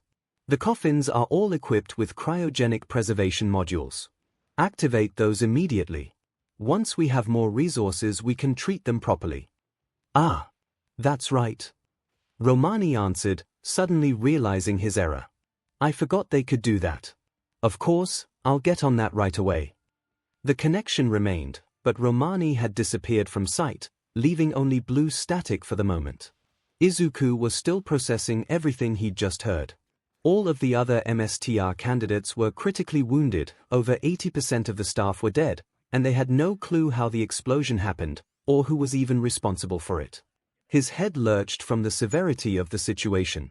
𝐼, on the other hand, had turned her attention to the director, a look of amazement on her face. Director. Cryogenically freezing someone without proper approval is a crime. This remark drew Izuku's attention as well, his head snapping up to 𝐼, then over to Olga Marie. I'm well aware of that, 𝐼, she responded firmly. Right now my priority is saving their lives if I can. If that chance is there, then I'll weather what comes after when it comes. Both MSTR and servant stared at the director in a new light. 𝐼 allowed a small smile of admiration to cross her face, while Izuku could only respond in an awed tone. Director. Olga Marie turned to Izuku and narrowed her own gaze. Don't look at me like that, Midoriya. I know of my reputation, but I'm not heartless. She looked back to the holographic image on his wrist, if only to look at something else. Never mind the fact that we've lost so many already. I can't possibly bear the weight of losing more on top of. She trailed off, then seemed to snap to attention, and the vulnerable girl was gone, replaced by the hardened director once more. Besides, if it gets out that I let all of these mags die, including the ones connected to the association, then the clock tower will want my head on a spike, she snapped. They'll no doubt try to claim Chaldea for themselves anyway, and I can't let that happen. If I can show that I acted to save their legacies, then I can use that for leverage. Again, Izuku couldn't argue against that, even if there was a lot he didn't grasp fully. However, he saw her front break for that moment. This was eating her up much more than she let on, and for whatever reason she seemed to think she couldn't let on what she was dealing with. Considering how tense things were in that moment, it was probably best not to touch on that right now. Later, though, he would try to talk to her. He didn't really know her, but it was obvious she needed someone to vent to. All right, the preservation process has begun. Romani suddenly announced, sliding back into frame. Once they're all frozen, we'll transfer the coffins into storage until we can begin treating them. He let out a tired sigh following this. That will no doubt take some time, however. With all the staff lost, Chaldea's operational ability has severely dropped. The remaining staff can't handle all of this ourselves. He paused for a moment, then continued with a serious tone. I've assigned them to focus on repairing the ray shift engine and getting it to complete functionality as fast as possible. That way we can get you back here sooner. Once that's finished, we'll work on restoring communication with the outside world and ask for repairs and supplies. Olga Marie nodded without missing a beat. Right. Good call, Romani. You did what I would have done in your situation, she said in a rare complimentary tone. That didn't last very long, however. While you're here, however, we have another situation to address. Wait, we do. Romani shouted. Izuku was about to say the same, only to look up and see that the director was giving that withering stare at him again. 𝐒𝐭𝐚𝐲 Midoriya, she said with a low, accusatory tone. Who are you? Who are you really? What dash, he responded, his eyes wide as panic started to take him again. What are you talking about? Don't play dumb with me, she snapped back. I told you at the start, we don't have time for egos to get in the way. You've obviously been hiding something this whole time, considering what you just did. So no more excuses. Out with it. W8, seriously, I don't know what you mean, he hastily answered. I haven't lied at all since coming here. I don't know what's going on, and I really don't know what just happened. Are you just that good at playing dumb, or are you actually this dumb? The director asked disbelievingly. Director, I don't think he's lying. Mash interjected. He really was in a lot of pain earlier, and you can see what's happened to him. Well, obviously I can see that, but wait, hold on. Romani jumped in, stopping the argument from escalating again. 𝐶𝐬, I'm sorry, I totally forgot about this. We do have something to go over, but first. The hologram spun and faced Izuku himself, Romani's frantic energy directed at him. Midoriya, how do you feel? What's your condition right now?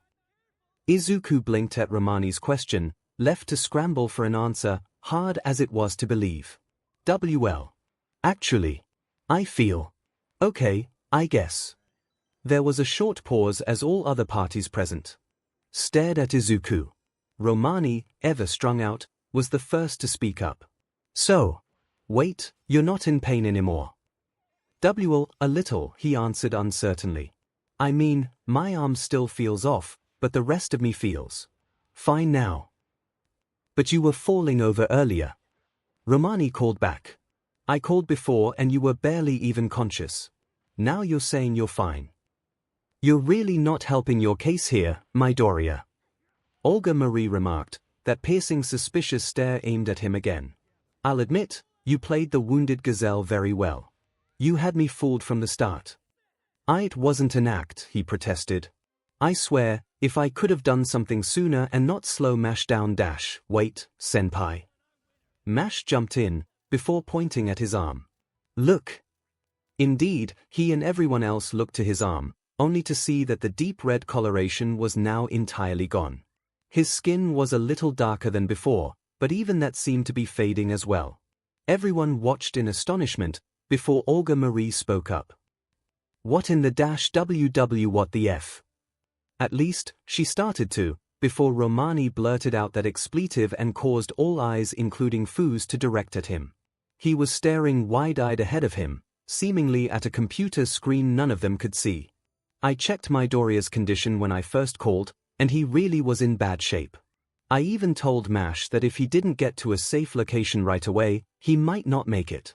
But he really has recovered. It's like he's almost in perfect health again. He did not let this set in, turning to Izuku again. When did this start happening? Izuku stammered, before quickly answering. Right about the time we opened the connection. He paused, then tilted his head at the doctor. You mean, you guys aren't doing this? Of course we're not doing this. We're not miracle workers for Romani started to respond, but stopped short. He leaned forward to stare at the invisible screen, then slowly leaned back, an expression of dawning realization on his face. Wait. That would explain it. But this. It's unprecedented. What is? Mash asked, starting to fret just a bit again. Dr. Roman, what's going on? This is just my best guess right now. He started, sounding tired all over again. But I think what's happening is that Midoriya's magic circuits are absorbing the mana around you on their own, just reflexively. They then use the mana to perform bodily functions at a higher rate. When you connected to the ley line, that just gave them more mana to work with. Right now what they are doing is focusing on healing him so that he's in ideal condition. He paused to take a breath, and to let that settle, before turning to Olga Marie. Director, you said he did something else. The director was still slowly understanding what she just heard, so at Romani's question, she wearily retorted, oh, yeah, he definitely did. He just decimated about a dozen Dragon Tooth warriors with a single punch. He what? Romani cried. Exactly, she responded, now awake and aware again. That's why I need you to double-check his record. Are you sure he's not connected to any notable families? This can't just be some no-name off of the streets like we thought. Izuku was likewise still comprehending what he was hearing, so he didn't think to say anything just yet. Romani took about 2 seconds, then read off some pertinent information. Midoriya, Izuku. Male. 166 centimeters tall. BLD type, O, born in Shizuoka Prefecture, Japan, July 15th. Weight. Olga Marie cut in. Shizuoka Prefecture. She pulled back a bit, a finger tapping her arm as she folded them again. Aren't there a high concentration of those people there? She started snapping her fingers as she tried to find the right term. What are they called again? Quirk users. Izuku's head snapped up to stare at her, his eyes wide with clear fright as he felt his heart drop through his stomach. Oh no. Oh God, please no, not this. Not now. Quirk users. Romani asked. You mean the metahumans? Yes, I think we reported there were far more of them there than mags. At this, Olga Marie gave a long sigh of relief. Finally, something that makes sense. She then wore a light smile on her face, turning her attention to Izuku. So, clearly, you're one of these quirk users. No wonder you were so secretive, you clearly didn't belong here. Obviously someone on our end screwed up and misread your unique ability as magic, so we can dash a no. The director stopped when Izuku suddenly interrupted. He just as quickly aimed his gaze down at the ground, though it did little to hide the shame in his voice. I don't have a quirk. I was born quirkless. The statement alone wouldn't have meant anything to anyone there, but how disappointed and depressed Izuku sounded when he said it quickly changed the mood again. Mash in particular stared at him with evident worry on her face. She didn't understand what this meant, but she wished she could find out why it upset him so much. It wouldn't be the case regardless, I don't think. Romani explained, then hesitantly continued. This is what I wanted to talk to you about when we could. He paused, then turned to Olga Marie again. Director. Right now, Midoriya has magic circuits and a crest. I can see it on his vitals right now. But when you had me examine him earlier, he didn't. Olga Marie looked at the hologram of Romani as if he'd just sprouted an extra head. She responded in the most dazed and stunned voice Izuku had heard since this day started. Excuse me. He didn't have a magic crest. He had no magic circuits. Romani clarified. He wasn't a mage. At all. The silence that followed for the next minute was nearly deafening. Izuku couldn't fully understand what this meant, but from all the reactions around him, this was absolutely impossible. Mash's expression was slightly more subdued, but she still seemed to have a hard time believing it. As for the director, she was still just staring at Romani, totally unable to function for that time. That soon changed, however, as Izuku could swear he felt the temperature around them drop several degrees when she slowly hissed out an answer. Romani Archerman. Are you telling me, right now, that when I assigned you to screen candidates, and told you to seek out people from outside the families to fill our ranks, you took that to mean that you should bring in an ordinary, totally non-magical human into my secret magical facility? I didn't know, he shouted back, looking like he was about to end up in a ditch in the middle of nowhere. I swear, when we did the BLD test with him, we got results. That's why we recruited him. That makes absolutely no sense, she yelled back. If he didn't have any magic capability whatsoever, the test wouldn't have worked. It would have come back completely negative, and we would have dumped it and moved on. I know, but I have the test right here, from before the examination, he replied. Well, then, tell me the results, she sniped. Romani looked hesitant for a moment, but looked to the invisible screen again. Well, his magical capability is almost nil. His ray-shifting aptitude, slightly above average. And he trailed off, the hesitation in his voice only growing. And what? The director demanded. The third component, Romani. What is it? All right, I'm just gonna say it. He admitted. His capability as a MSTR is off the charts. These numbers are even better than some of the members of Team A. He could have ended up with a higher ranking in the facility if not for his low magic potential. Olga Marie was again left to stare at Romani in utter disbelief, although Izuku was doing much the same. She recovered much more quickly this time. That has to be a mistake. You must have gotten his results mixed up with another and recruited the wrong person. Director, I took another BLD sample when he came to see me today, he answered firmly. It's a 1-to-1 match. There is no mistake. Impossible. She relented, her gaze drooping from Romani to the ground beneath them. Izuku was likewise left totally speechless. He started today as ordinary and human as they came, now he was being told that he could perform magic, had access to some unknown spell that no other mage present could understand, and was now in a completely different place and time to boot. His MSTR capability also left him feeling stunned and uneasy. He had no idea what being a MSTR really was, but apparently he was naturally gifted at it. What sense did that make? The director was right, there had to be a mistake. It isn't impossible for a mage to be born to a non-magic family. Mash finally weighed in, sounding and looking just as baffled as everyone else, but still trying to make sense of it all. It's very rare, but it does happen. Doesn't it, Dr. Roman? Well, yes, Mash. He started to answer. But there's a wide gulf of a difference between that, and going from not having magic circuits to suddenly having them after a ray shift. Are you sure there's no mistake, sir? Izuku meekly asked. I'm positive, Midoriya, he firmly replied. As utterly impossible and miraculous as it is. You can perform magecraft now. What is this? Olga Marie tiredly asked no one. What is my life? A non-mage slipped into my facility, was somehow better at being a MSTR than almost everyone else, then just grew magic circuits and can absorb mana without even trying to. She rambled on, sounding like she was slowly losing her grip on reality. What next? How did this even happen? Are we going to find out that the root just gifted him with this? Is that what we're heading towards? Izuku regarded the director, looking like her whole world was turned upside down, and tried his best to help her feel better.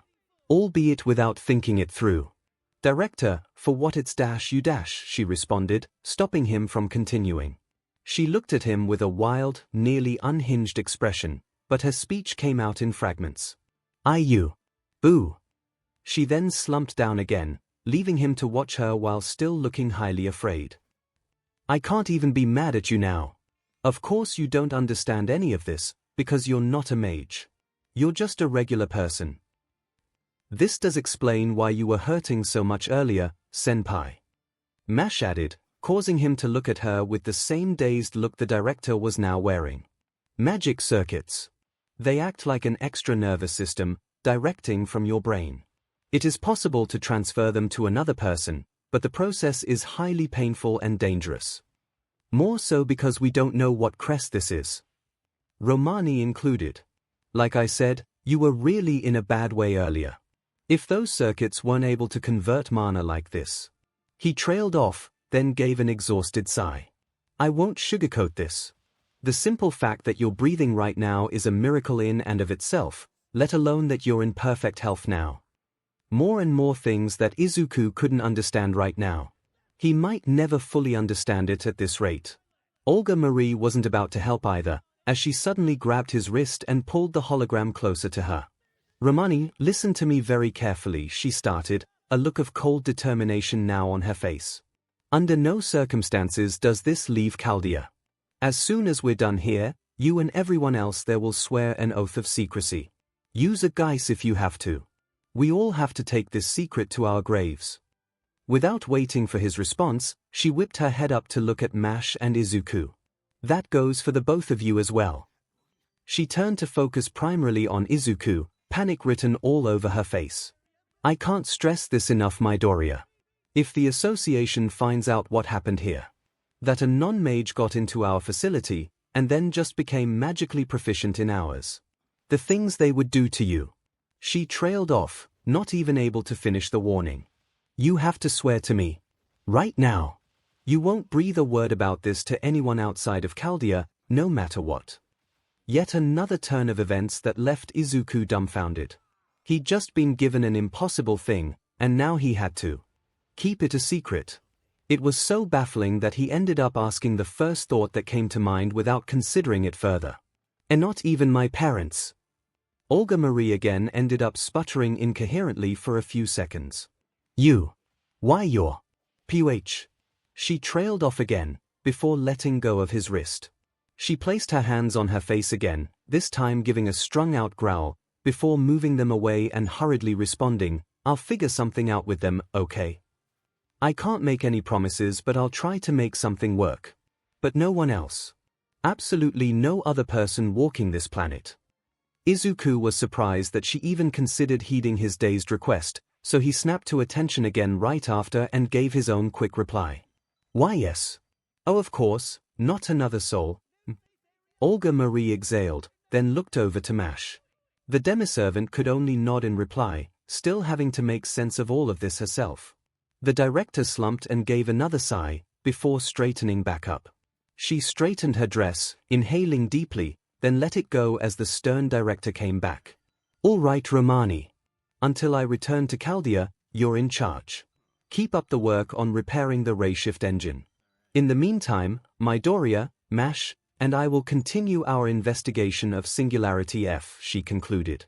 Roger that. Wait, what? Romani started to confirm, but blurted out his real thoughts once her command sank in. You're actually going into the field yourself, Director. Watch it, she snarled back.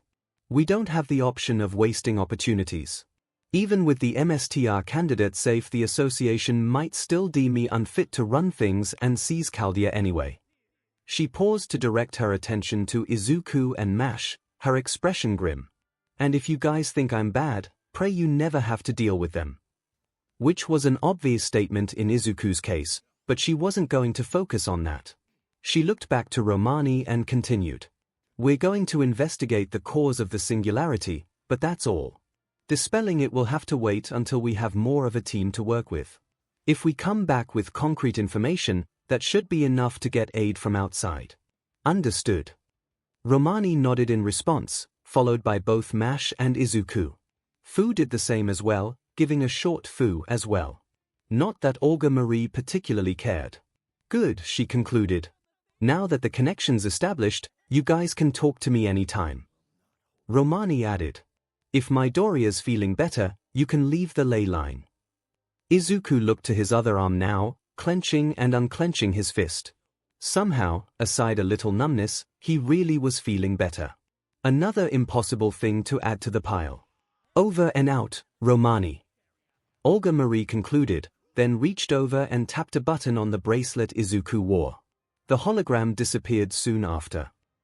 Director, are you sure you want to do this? Mash asked finally. If we wait a bit, we might be able to head back and recover before proceeding. You heard me the first time, Mash. Olga Marie retorted. We need concrete results if we want any help. We can't wait for this. So far we've only encountered weak enemies, and between you and... She trailed off, looking at Izuku again, who tensed up in return. Well, with you along we should be able to handle them. We'll retreat if something worse comes along and play it safe. She trailed off again, then looked from Izuku to Mash and back again. The disapproving look was back, but Izuku thought he noticed a twinge of jealousy in there as well. While I still don't fully agree with this, I'll approve of your contract, she concluded. She then stepped forward to jab a finger in Izuku's chest, which resulted in a light yelp from him as he leaned back. You, however, you've been handed something that could make all of the difference in this. So I'm keeping an eye on you. If you know what's good for you, you will meet my standards. Is that clear? Why yes, he quickly answered. Very clear. I'll do my best. Well, your best better be really dim and good, was all she had to say. It was a torrent of revelations that would require a lot of time to unpack, but at least for now they were on the same page. Izuku just hoped nothing else was going to catch him by surprise today. The investigation begins with the ley line successfully established. The makeshift party began their mission. At Olga Marie's command, they set out to investigate any locations that she deemed suspicious, in the hopes that it could help them narrow down the source of the singularity. The actual walk was filled with a very tense atmosphere, Izuku found. They were all still coming to terms with the revelations that came earlier, and he in particular had a lot of questions about what he was supposed to do with this. Problem was, any time he started to ask the director for advice or clarification on anything, he'd receive either an incomprehensible growl or a fierce glare from her, and that shut him up in a hurry. Any glances he gave to Mash for help only resulted in an uneasy shake of her head, as if to tell him to just drop it for now. So was the mood as their trek continued, which stretched on for quite a bit of time. They moved at a careful pace, thinking to change direction any time they spotted more dragon tooth warriors ahead. Olga Marie's idea was to avoid making too much noise, so as to not draw attention to themselves, whether it be from the skeletons or anything else that could be skulking about. Izuku did wonder why they were called that, since it brought something familiar to mind, but given the director's mood it was something he kept to himself. The group didn't come to a stop until they reached a large red bridge, stretching over their heads and stopping at another section of land, a large river separating the two parts. Mash's eyes widened in recognition as she began speaking. This is the famed Fuyuki Bridge. It helps connect both the Miyami and Shinto sections of the city together. It's undeniably the city's most famous landmark. She commented. Mash, we're not here on tour. Olga Marie finally remarked. Izuku and Mash both flinched at this, with the former looking worriedly at the latter. He turned back to the director and opened his mouth to talk, but stopped short when she spun around and fixed her hard stare at him. Well, Midoriya, she said, expecting him to infer her meaning on his own. Which he definitely could not, as the confused and frightened look on his face attested to. Sorry. Sorry. She growled back. Do you even know what you're saying sorry for? Or is that just your basic defense mechanism? That gave Izuku the idea that she was still mad over something he had done. Given that could be any number of things, most of which he wasn't even sure of, that just left the things he did know he did wrong. Sorry for disobeying you earlier. He attempted. This earned a blank stare from the director, left stunned by Izuku's actions for yet another instance that day. Which did little to help Izuku's growing stress levels. Ah! Mash suddenly shouted. She then turned to the director and bowed her head. Director, I should apologize for disobeying you as well. I shouldn't have gotten so heated like that, otherwise I would have seen those enemies approaching and not put us in danger. She then turned to Izuku and did much the same. Senpai, I'm sorry to you as well. If I hadn't done that, you wouldn't have risked your life for us and gotten hurt. Izuku jolted in surprise at this, but quickly responded in turn. It's okay, Mash, really. I completely understand why you did, and I wasn't helping by just standing there not saying anything. If I had just made a decision sooner No, came the response from a thoroughly exasperated director who was now tugging at her own hair in turn. She stopped after a second, then continued to rant at a surprised Izuku and Mash. I can't take much more of this. She moved a hand to gesture at Mash as she said this. It's bad enough that I have one person who apologizes over every innocuous thing, but two. I just. With that frustrated growl given, the director turned and stomped away, fuming the entire way, until she walked around the other side of the bridge's support and disappeared from sight. Yeesh. She's really in a mood right now, isn't she? The voice of Dr. Roman crackled through Izuku's communicator. He lifted it up soon after, showing the hologram appearing from the device. You guys should probably give her a bit of space right now. I'm still monitoring you all, so if she gets too far I'll let you know. Alright. Izuku responded, still left stunned and just a little unnerved after that outburst. Glancing at where she went, possibly to see if she was coming back, he then looked to the hologram and anxiously asked, What am I doing wrong here? I'm not trying to upset her or anything, but it's like me just being here is getting her mad. That sort of is the case, senpai. Mash explained with an uneasy face. Setting aside what we just discovered about you and your magic crest, the fact remains that you even being here was not part of the director's plan. She wanted to approach this with the best that Chaldea had to offer, while she monitored things from the command room. She clarified. She glanced back at where 𝐒𝐭𝐴 had gone to, before turning back and continuing with the same uneasy expression. Suffice to say, things have not gone her way. And she really isn't capable of dealing with it. Not to mention that you kinda represent her polar opposite in a number of ways. Dr. Roman added. She's from a prestigious mage family, you weren't even a mage until a couple of hours ago. She's connected to some of the most powerful people in the world, you're seen as basically nobody. Then there's that test I mentioned. Her results are exactly opposite yours. Her magical capability is incredible, but her ability as a MSTR. He trailed off, expecting Izuku to connect the dots himself. Which he did, though it did little to help him feel better. Izuku soon leaned against the support behind him and slid down, ending up sitting on the ground beneath him. Fu gave a slightly annoyed "fu" from atop his head, but otherwise remained comfortably seated. Izuku spoke in a defeated tone when he spoke again. More things that I don't understand and that I can't help. Mash watched Izuku the whole time with a highly concerned look, and soon joined him on the ground in turn. As I said in the facility, please don't take it too personally, senpai. The director doesn't actually hate you. She's just been dealing with a lot of pressure lately. She explained, before unhelpfully adding, at least, that's what I think. A lot of pressure is putting it mildly, Mash. Dr. Roman commented. Considering how much money the Animusphere family pumped into Chaldea, and considering they're one of the 12 governing families of the Mages Association, if this doesn't end well then she'll take the brunt of it. He turned to face Izuku in particular as he continued. She wasn't kidding about how ruthless they can be. It's gonna take a lot of work to cover up your whole secret, let alone everything else that's been going on. Even then none of us can guarantee this'll end with us keeping our jobs. Izuku grimaced at the picture that was painted. Whoever this Mages Association was, they sounded like the most vicious bureaucrats that existed. If they really were at all like the director or Dr. Roman described them, he got himself into a world he swiftly wanted no part of. He did want to ask more about them, but something else was sticking out to him. He furrowed his brow in thought, then turned to Mash again. Mash, the founder of Chaldea. His name was Animusphere too, right? Mash tilted her head slightly in confusion, but answered affirmatively. Yes, that's right. Merisberry Animusphere. He was Director 𝐒𝐭𝐴's father. Now things were starting to make a bit more sense. Izuku hummed in thought as he went over the details. With 𝐒𝐭𝐴 being the daughter of the founder, that explained why she was the one in charge now. Also, with Mash referring to him in the past tense. The founder. He began, looking at Mash with a worried expression.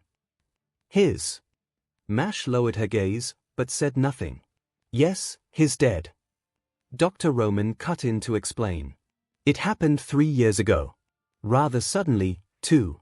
So as his only living heir, 𝐒𝐭𝐴 was made the new director in his stead. Before that she was a student at the clock tower, so you can imagine how unprepared she was when the news came. Since then she's been running herself ragged trying to keep Chaldea going, since it's her family's reputation that's on the line. If this all goes wrong, they could lose their status, their fortune. Everything her father built up would be taken away. Izuku stared at Dr. Roman in shock, the full weight of the burden on 𝐒𝐭𝐴's shoulders now apparent to him. He turned to look at where she had gone, and without a second thought he rose to his feet and started to walk. I'm going to talk to her, he declared. What, senpai? Wait. Mash was on her feet in a second, grabbing Izuku's wrist before he could get too far. Teach, that's a really bad idea. Yeah, you don't want to do that. Dr. Roman hurriedly added. Izuku looked at Mash in surprise, not at all expecting her to try and stop him. Why not? You guys keep saying she's dealing with a lot, wouldn't it be better if she got to talk about it? There was a small pause, only broken by Mash shaking her head, and Dr. Roman followed up soon after. Midoriya, your heart's in the right place here, but you really don't understand. Because of the position she's in, Director 𝐒𝐭𝐴 is convinced that if she shows any signs of weakness at any time, that'll be enough for either the association to condemn her, or someone else in Chaldea to try and overthrow her. He explained. After a moment, he gave a weary sigh and added, Believe me, I've tried multiple times to get her to come to counseling so she can get a reprieve, but she always refuses. Her pride simply won't allow it. That, and Mash began, before hesitantly looking away. You're not going to like this, senpai. But I think you saving her earlier only made things worse. That caused Izuku to jolt like he'd just been slapped. What? But I couldn't just stand there and do nothing. He exclaimed. I know, and I completely understand. Mash responded, turning back to him with an equally anxious expression. I'm not saying what you did was wrong, senpai. But for someone like the director, in her position, for a completely unknown non-mage to save her life, when she believes she has to be invincible. It's just a reminder of how she isn't. For a moment, the face of a certain blonde boy flashed in Izuku's mind as Mash explained this, which soon prompted him to place his free hand over his eyes and give a long defeated Not again. Aye. Mash responded, looking more confused than worried now. Again, senpai. Izuku flinched as he realized what he'd almost let on, lowering his hand and slightly shaking his head. It's a long story. Let's just say I've sort of dealt with this before. What, you make a habit of saving prideful girls from reanimated skeletons? Dr. Roman quipped. And not so much that, exactly. Izuku nervously answered. He privately hoped they'd just drop the subject. He really didn't want to remember all the grisly events of his past right now. Although the curious look Mash was giving him seemed to indicate he wasn't going to get off that easy. Well, at any rate. Dr. Roman weighed in. For now, just give her the time she needs. Once things cool down more, she might be willing to talk. I'm glad that you're willing to put yourself out there for her, especially since you've been dealing with the worst of her temper. He concluded, his voice carrying an impressed tone towards the end. Mash likewise smiled brightly at Izuku. It's just as I told you, Dr. Roman. My new MSTR is incredibly kind, isn't he? Izuku could only flush red in response, quickly looking away from her to try and hide his embarrassment. I wouldn't go that far, Mash, he said, while trying not to focus on how Mash hadn't let go of his wrist just yet. Sheesh, and so modest too. Dr. Roman commented. I'm not sure if you're pulling off some long con or if you really are this way. Either way, I'm a little annoyed for some reason. Dr. Roman, don't be mean to senpai. Mash responded, her smile gone and replaced with a mildly annoyed look aimed at the hologram. It's not his fault you're considered unpopular, that's entirely your own doing. Hey. That was uncalled for, Mash. He replied, sounding embarrassed in his own right. Don't pay him any mind, senpai. Dr. Roman has a tendency to. She began to explain, then trailed off, briefly confused. What's the expression? Put his fist in his mouth. Put your foot in your mouth, he corrected. And I do not. Not that often, anyway. Izuku couldn't help but smile a little bit at the back and forth between the two of them, even if it was a slightly awkward one. After such a stressful encounter earlier, a little bit of levity was helping his mood a bit. Oh. Senpai, you've already met Dr. Roman before, right? Mash suddenly asked. Do you remember that? Or are you still having short-term memory problems? Izuku blinked at the question, then looked at the hologram of Dr. Roman, who was now staring back at him. How did that first encounter go again? Hours prior, while Izuku was certainly in a good mood after having met that nice girl, he still had to get to the infirmary as per his orders. Which wasn't helped by his energy rapidly depleting again after that meeting, and so he had to get to his examination. There was just a slight problem. Once he made it there, he found that the room was empty. No sign of any doctors there.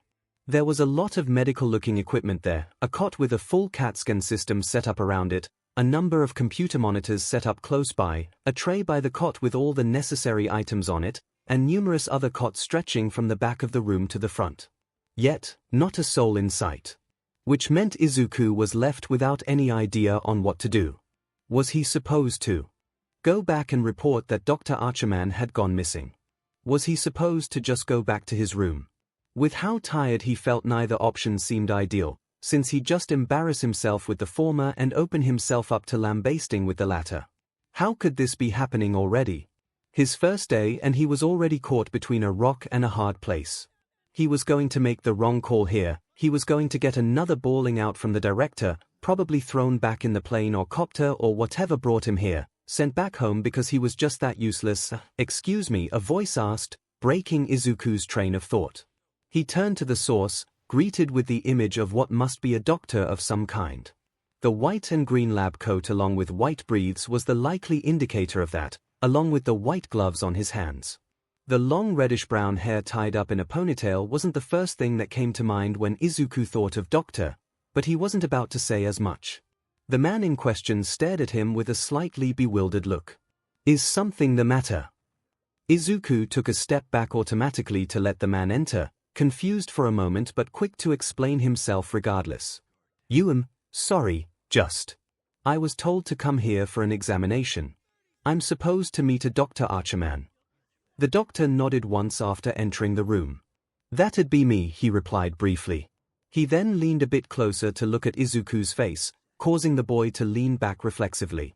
He hummed lightly while staring right into his eyes, mulling over some pieces of information that were apparent only to him. He then straightened up and shrugged. You look like you need a nap. Just head on back to your room, get some rest, and you should be right as rain. With that, he turned and resumed walking, heading to the back of the infirmary. Izuku stared at the retreating doctor, wondering if he'd made some sort of mistake. This was a pretty lax doctor, to say the least. Just to be on the safe side, he'd better press the issue a bit. Are you sure that's all? He asked nervously. The director was insistent I get a proper examination. Dr. Archerman jolted at that, turning to look at him with a frightened expression. She sent you, he sputtered out, before giving a heavy sigh. She is on the warpath today. He shook his head slightly, then motioned for Izuku to follow him. All right, come on then.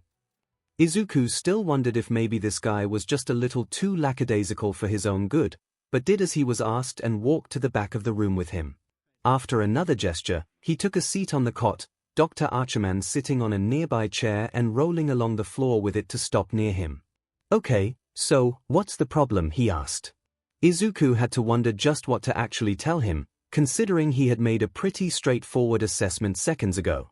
Well, I don't know if it's the jet lag, or whatever that simulation was, but I just feel exhausted. He answered. He still wasn't sure what the deal was with that, come to think of it.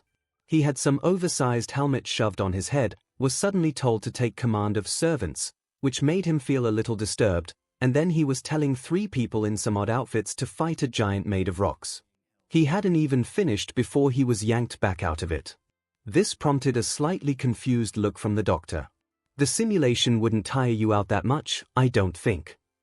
Izuku failed to see how that was true, but the doctor only reached down and pulled up his ID to examine it. Midoriya, Izuku. Oh, you must be the new guy. He looked up to Izuku's face after stating this, then frowned. Which means they just shoved you into the meeting without actually consulting me first, he remarked. With a shake of his head, he reached over and picked up a small flashlight from the tray. I get that we're in crisis mode, but this is just irresponsible. Hold still. Izuku closed one of his eyes while the doctor shone a light briefly in the other, then repeated the process for the opposite eye. Yeah, you look pretty drained, the doctor continued, lowering the light soon after. Do you have any BLD pressure issues? Anemia? Izuku shook his head in response. No, I don't think so, he added. That wasn't something his mom thought to check into. Not after that diagnosis. All right, then I'll have to take a sample in a bit, the doctor added.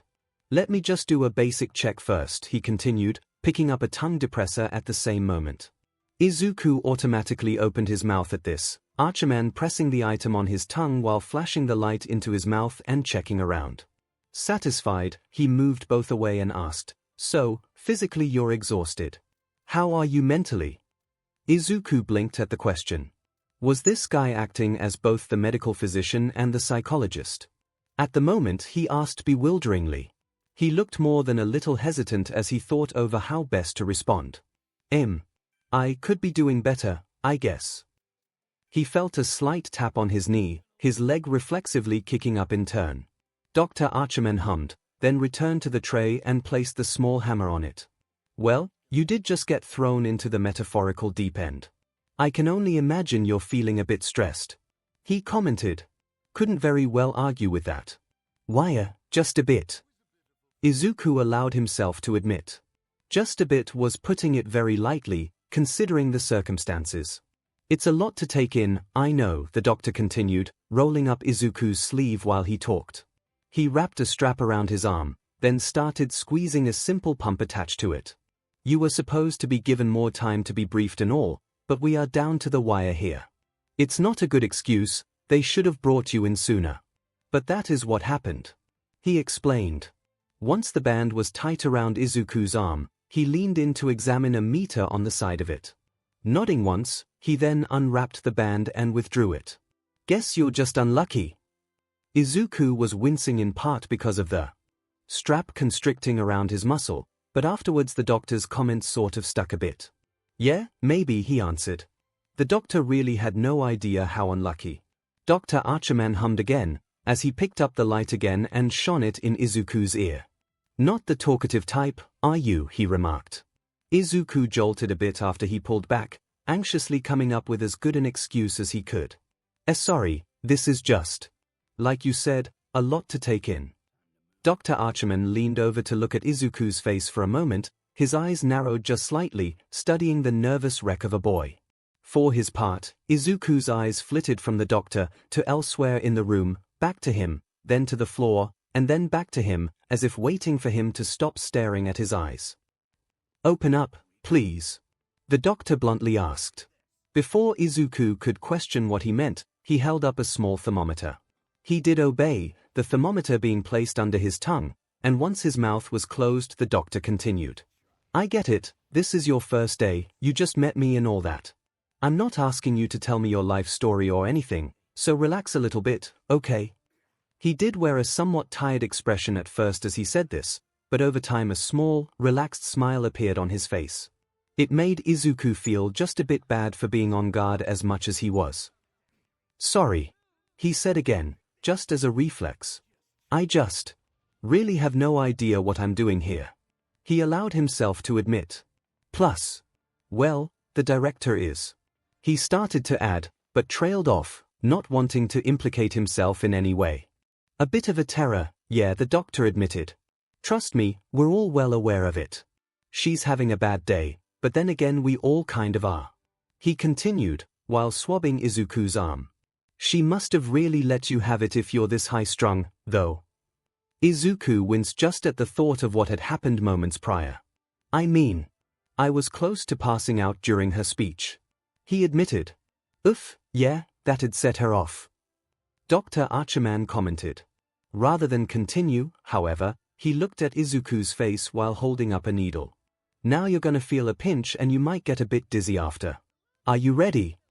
Izuku gave a quick nod and just as quickly turned his head away. He should probably get used to needles already, but that was not gonna happen today. He winced at the pinching feeling, and waited for the doctor to finish what he was doing. Alright, he said after a few seconds. Before Izuku knew what was happening, the needle was gone, and a fresh bandage was slapped on the spot it once was. The good doctor rolled away from Izuku, coming to a stop at the computer screen set up across from Izuku. Anyway, try not to worry too much about it. You're gonna be here a while, that's lots of time to get used to your new location, get to know everyone, maybe make a friend or two along the way, all that good stuff. He remarked. Izuku couldn't quite see what the doctor was doing behind the desk, only that he was soon rolling back across the room, a box of cookies in hand that he passed off to him. Here, eat up. For your BLD sugar. He added. Thank you. Izuku responded. Now that he thought about it, he was pretty hungry. So he wasted little time opening up the box and grabbing one of the thin mints inside. Though he did still only take a small bite, carefully chewing as the doctor retreated to the computer again. Come to think of it, I did make a friend already. Well, kind of. He added. Hey, there you go. Dr. Archerman exclaimed. Just gotta stay positive, right? Well, yeah. But I don't even know her name. Izuku admitted. Okay, baby steps, right. Dr. Archerman responded, trying to put a positive spin on this. He leaned over the computer screen, giving Izuku a teasing smile. Besides, you got a friend who just so happens to be a girl. That's more progress than a lot of people have made. Izuku jumped at the doctor's remark, nearly choking on the remainder of the thin mint in his throat. After a couple of coughs and a short smack to his chest, he managed to get it down, before giving the doctor a very flustered reaction. "Tich, that's not what I meant. We just talked for a few minutes before I came in. Tich, that's all." The doctor gave a light laugh as he turned back to the computer. "Oh, that's how young love starts, my friend. By this time next month, though, I'm willing to bet she'll be all." He trailed off mid-tease as he stared at the computer screen. Izuku watched him all the while, his flustered mood changing to a more anxious one, as the silence stretched on for much longer than he would like. "Dr. Archerman?" he cautiously asked. "This can't be right," he heard the doctor mutter. He leaned past the screens to look at Izuku again, then back to the computer. But that would mean Izuku wouldn't find out what he was getting at, as they would both hear the sound of a powerful explosion, the shockwaves causing them both to shake in their seats. The lights in the room suddenly turned red, and an alarm could be heard blaring across the speakers. What the hell?" the doctor exclaimed, getting out of his seat and tapping his wrist device. "Lev, come in. This is Romani." "What just happened?" he started to ask, but stopped as he looked up. "Hey," he suddenly shouted. Izuku was already on his feet and running for the door, throwing it open and dashing outside. As he ran down the hall, he heard the doctor call to him. "Where are you going?" "The exit is in the other direction." He paid it no mind. He knew where he was going, his body having already made the decision before his head could think about it. He had to get back into that meeting room. He had to make sure no one was hurt. He had to do something. Now Izuku's eyes widened slightly in recognition, only to be replaced with a slightly awkward smile. "Yeah, of course I remember you, Dr. Archerman." Dr. Roman smiled in turn. "Ah, good," he responded. After a moment, however, that look was replaced with a slightly suspicious one. "Wait, why did you say it like that?" he queried. Izuku tensed up a bit, glancing involuntarily at Mash for a moment as he remembered the conversation he and the doctor had, before looking back to him. Actually, I had a question, now that I think about it," he brought up, eager to avoid where this could go. "Where were you when I went into the infirmary?" he asked. Now it was the doctor's turn to jolt and avoid looking at anyone directly, his hand finding the back of his neck as he answered. "Well, you know. There are some things a man has to do, after all." That just earned a confused look from the new MSTR, but a disappointed Mash soon clarified. "Dr. Roman, you were shirking your duties to watch your net idol again, weren't you?" It was important." Dr. Roman protested. "Mayheimer's the only thing keeping me going on days like this." Izuku almost couldn't believe what he was hearing, not helped by Mash turning to him and continuing in the same disappointed tone. "Please don't judge him too harshly, senpai. Despite his irresponsible nature, Dr. Roman has a good side to him as well. Mash, don't make me look bad in front of the newbie." Dr. Roman protested. "And hey, if we're going to start asking personal questions, then I've got something for you, Midoriya," he then added. Izuku, still trying to come to terms with the fact that the one medical official he knew was slacking off and watching a net idol of all things, was he an otaku? Is that why Mash knows about senpai? Was unprepared for him to redirect his attention his way. Dreading what this could mean, he nevertheless cautiously responded with, "Why's?" There was only a brief pause, before Dr. Roman exclaimed in a tense voice, "What exactly are your intentions with Mash?" Nope, Izuku was not prepared for that either. He very noticeably tensed up, his face turning a bright shade of red before he sputtered out an answer. What are you talking about?" "Oh, don't play coy with me," Dr. Roman responded, echoing the director just a bit. "You walk into my office earlier, although I just met this nice girl but I don't even know what to say to her. Doctor, what do I do, and expect me not to assume the worst?" "Tich, that's not what I said. That's not even close to what I said." Izuku quickly retorted. "It's what you meant," he fired back. For all I know, you're the one who got her to wear that outfit she has on. Dr. Roman. Mash cut in, looking quite embarrassed herself. I already told you, the heroic spirit I was merged with gave me all of this. Senpai had nothing to do with it. A likely story, he answered, not moved by Mash's defense. He then gave a heavy sigh and looked away from them. Mash, I raised you to be smarter than this, and now you've fallen in line with some shady babyface stranger. I can feel my heart breaking just thinking about it. Doctor, this is not the time for jokes, she protested, looking at Izuku while she did. Senpai looks like he's about to pass out from the stress. Which was an accurate summation, as Izuku was no longer even looking directly at either of them, his head leaned back as his face only grew redder out of sheer embarrassment. The mention of Dr. Roman raising Mash and that he was acting as a father figure was not lost on him, and he most certainly did not take any of this as a joke. He was just so overwhelmed by these accusations that he didn't even know where to begin. Fortunately, though not really, Izuku would find a reprieve, as a familiar scream suddenly echoed from behind the other bridge support. Before anyone could question it, Olga Marie came running back, looking and sounding panicked as she ran right by the both of them. More skeletons. You two, do something. She shouted, before ducking behind the opposing support. Sure enough, when the two looked at where she had come from, more of the Dragon Tooth warriors had shuffled out from behind the bridge support, and were slowly making their way towards them. Mash reacted quickly, stepping in front of Izuku and readying her shield. I've got this, senpai, she declared. Izuku likewise snapped to attention, quick to respond to Mash. Okay, but be careful. We're in a tighter space than we were last time, you're not going to have as much room to move around. He assessed. So don't rush in, let them come to you. Mash nodded, planting her shield upright in front of her. Got it, MSTR. Sure enough, as Izuku surmised, the skeletons gradually approached, and a couple of them were at the forefront of the collective. One moved first, raising its sword in its typical slow, jerking gait. Mash got to it first, swinging the shield upwards, the long edge clashing against its arm, severing it and causing it to fall to the ground. Before the skeleton could react further, she jabbed one of the smaller edges at its head, the bone breaking under the impact and causing it to crumple completely. Two more were right behind it, and Mash wasted no time with them either. Before the first could even make a move, she swung the long edge of the shield out, clashing against its spine and slicing it in two, both halves clattering to the ground.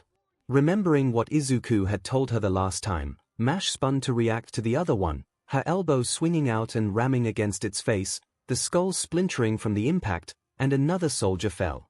Izuku couldn't help but be amazed at how quickly Mash was adapting to the situation. Keep it up, Mash. You're doing dash, he started to shout to encourage her, but stopped suddenly when he saw something. His voice then changed to a panicked one. Wait, Mash, look out. It was a hair too late, however, as Mash suddenly cried out, feeling something pierce into her. She looked to her shoulder to see a blade, not a sword, but the tip of a spear, sticking into it, blood starting to seep from the wound. Reacting quickly, she turned and swung her shield at the assailant, knocking it off of its feet entirely and sending it flying to the wall, only to plant her shield down in front of her right after. Mostly because the spear was still sticking into her arm, forcing her on the defensive. Mash! Izuku cried, panic setting in for him. He was already starting to move forward, only for someone to grab his arm. He turned to see the director had come back out from hiding, rapidly shaking her head at him. Don't you dare, she shouted. You still don't know how to use your magecraft yet. If you go out there again, you're just going to end up hurt. Izuku stared at her with an anxious expression, before looking to Mash, who was trying to protect herself as yet more skeletons struck at her shield with their spears. His eyes flitted across the battlefield, his mind running at full tilt, trying to think of a way around the problem Olga Marie proposed. His eyes fell on the one severed skeleton arm, still clutching a rusted sword. Midoriya, whatever you're planning dash, she started to say, but Izuku wasn't fazed. He reached up and plucked Fu off of his head, handing him off to her. Fu, stay with the director, he called, before breaking away and running for the broken arm. Fortunately, the bones weren't all that difficult to move, allowing him to retrieve the sword quickly. Midoriya, she shouted, but Izuku was already running into the fray. With a shout, he swung the rusty blade at the closest enemy to him, hitting the skeleton's spine, which stuck in the bone, leaving Izuku briefly immobile, as the skeleton in question slowly turned its head in his direction. Well, at least he got its attention. Thinking fast, he planted a foot on the skeleton's chest and pushed back, which sent it stumbling against its comrades, but also sent Izuku stumbling flat on his back. He quickly rose to his feet, lifting up the sword and hurling it at the one skeleton, which did hit, but stuck in its exposed ribs, not actually doing anything to hurt it. It wasn't a lot, but it did give Mash some reprieve, letting him run to her and try to help her up. "Mash, are you okay?" he asked, forgetting that would sound kind of stupid given she still had a spear in her shoulder. "I'll be fine, senpai," she responded, her legs shaking as she got back to her feet. "Just get back, I can handle this," she added, already stepping in front of him protectively. Izuku was pretty sure she could not, but he wasn't about to voice that. Instead, he put a hand on her undamaged shoulder. "Mash, step backwards with me," he asked. Mash looked at him in confusion, but did as he asked, taking a few steps backwards alongside him. "Now, turn your shield on its side," he added. Mash did just as he said, the long edge now parallel to the ground. Izuku grabbed onto this from behind, standing right beside her as he prepared his plan. It was a gamble if this would even work, but with Mash's shoulder hurt, he had to try it. He thought back to that moment when he swung that punch. If he could just recapture that feeling, even if for a second, it could make all the difference. He looked over to her, remembering the longing he had in that instance, changed just slightly. Save her. This time, he felt it. The lines lighting up across his skin, spreading across his whole body. He already felt it heating up, meaning they had to act fast. He saw the skeletons rising up again, beginning their approach. "Now. Ramming speed," he called to Mash. In unison, the two cried out and charged forward, crashing into the remaining horde of bones. They pushed across the width of the bridge above them, catching all of the skeletons in one movement. Before any of them had the sense to try and attack while caught against the shield, Izuku pushed off his part of the weapon. This allowed Mash to swing the shield in one large arc, sending half a dozen skeletons flying in pieces across the water, left to splash and sink to the river's depths. They both dropped to the ground right after, Izuku feeling the effects of his circuits turning back off. It was only for a couple of seconds, but he still felt off as he cooled down. He turned to Mash after a moment, getting up and hurrying to her side again. She winced as she knelt there, looking up to him after he approached. "Thank you, senpai," she said, although she sounded apologetic when she spoke. "I'm sorry, you shouldn't have needed to endanger yourself for me again." "It's okay, don't worry about that," he answered, still sounding anxious for very obvious reasons. He moved around to the wounded shoulder, looking up and down the spear, starting to fret a bit as he was having trouble trying to think of what to do. "Okay, first we need to get this out. Are you sure you're able to do that?" Olga Marie cautiously asked. She had approached after the battle was over, surveying the damage Mash had taken with a hesitant eye. "It's not like it'll just pop right out." I know, but we still need it out before she can heal." Izuku responded. After a moment's contemplation, however, he froze up. We need some kind of medical supplies." He turned to the director after declaring this, panicked all over again. "Director, did you bring anything like that with you?" The response was another blank stare from Olga Marie, before she closed her eyes and let a low growl out through clenched teeth. She then walked around in front of Mash. "Let me worry about that. You just get this thing out of her," she ordered. "Just make sure to pull it straight out." Izuku blinked in surprise at this, but nodded. "All right," he responded. He gripped down on the base of the spear, prompting a short involuntary whimper from Mash. He winced at this, speaking in as soothing a voice as he could manage, taking his own anxiousness into account. "Sorry, Mash. It'll be over in just a few seconds." Mash gave a slight nod, trying to put on a brave face. "It's all right, senpai. I'm ready," she concluded. Olga Marie grabbed both sides of Mash's shoulder to keep her steady, nodding up at Izuku. "Okay," he hesitantly said. He gripped down tighter on the spear, inhaling deeply to steel his nerves. He let the breath out after a second. 3, 2, 1. He counted down, and after a short pause, he pulled. The director was right, it didn't come out right away.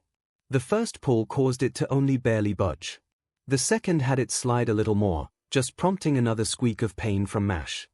"Come on Midoriya, pull!" Olga Marie shouted. With a strained grunt, Izuku pulled with all the might he could muster without using his circuits. There was a disgusting splattering sound, followed by Mash letting out a pained yell, but the spear was yanked free and tossed behind Izuku.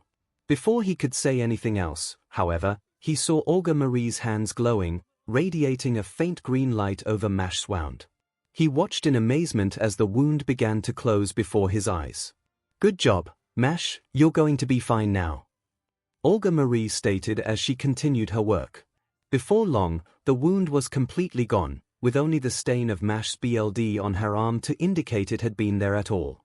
"Thank you, Director," she replied, the both of them standing up soon after.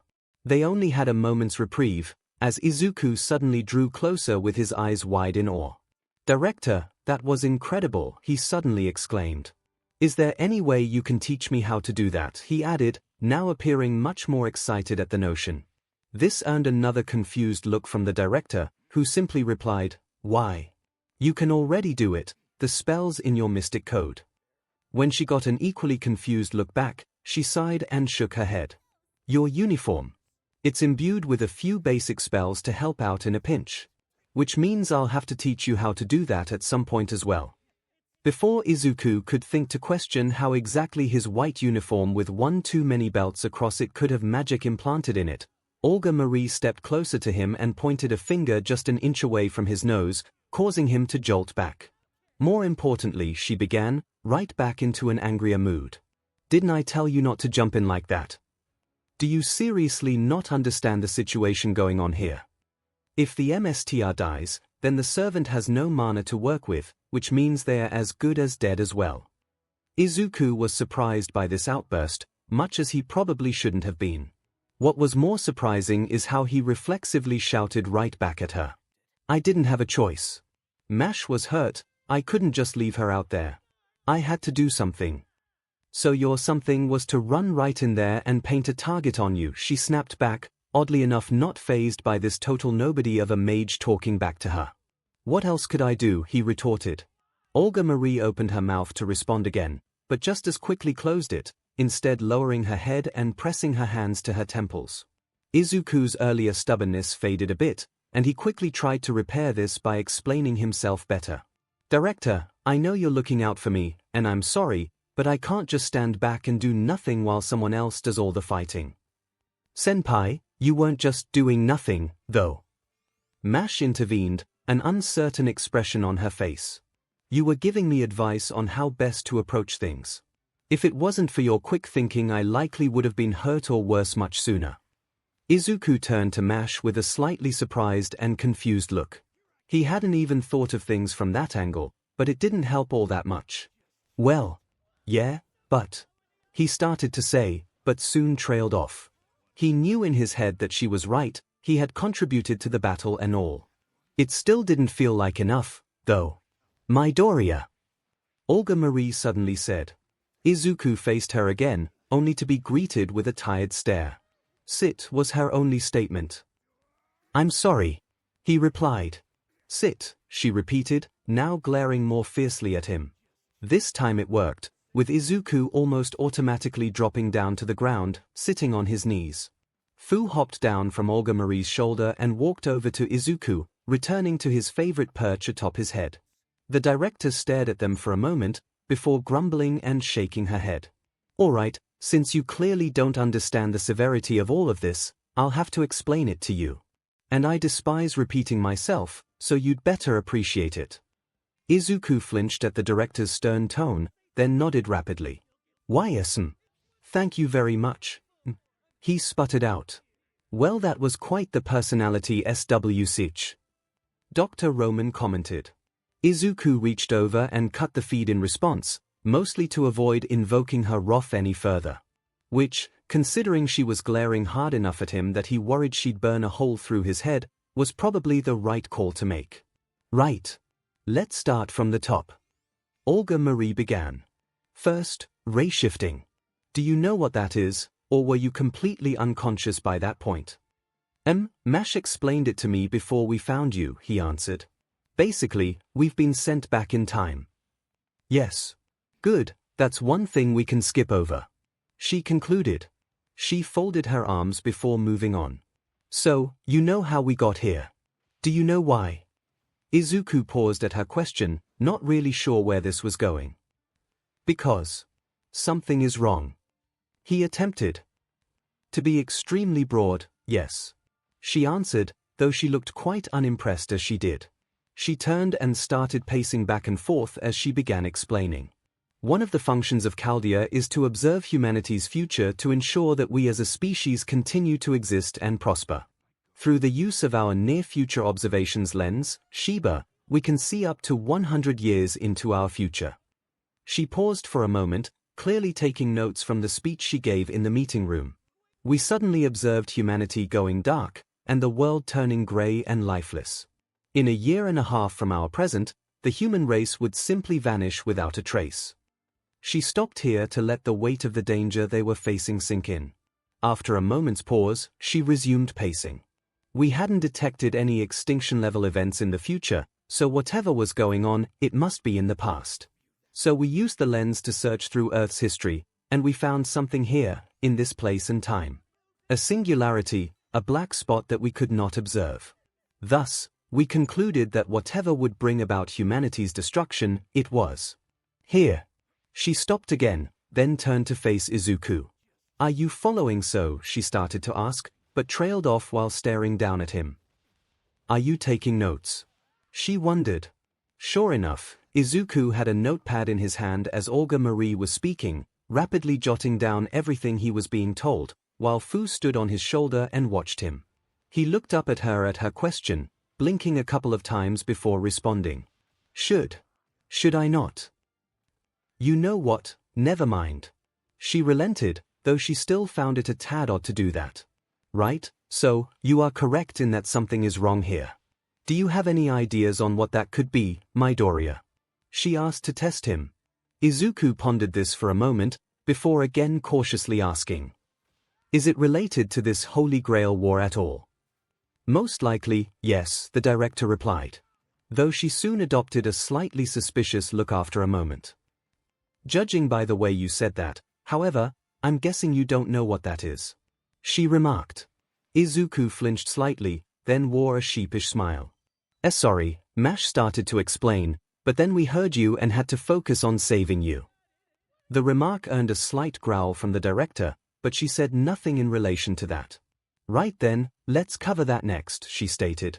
She then resumed pacing as her explanation began. A Holy Grail war is a battle between MSTRS and servants, for the right to claim the aforementioned Grail. Whoever claims the Holy Grail will be able to make a wish upon it, so long as all of the other servants are defeated first. She paused for a moment, glancing back at Izuku as he continued to jot down information, then pressed on. As I assume you don't actually know what servants are, I'll cover that too, she continued.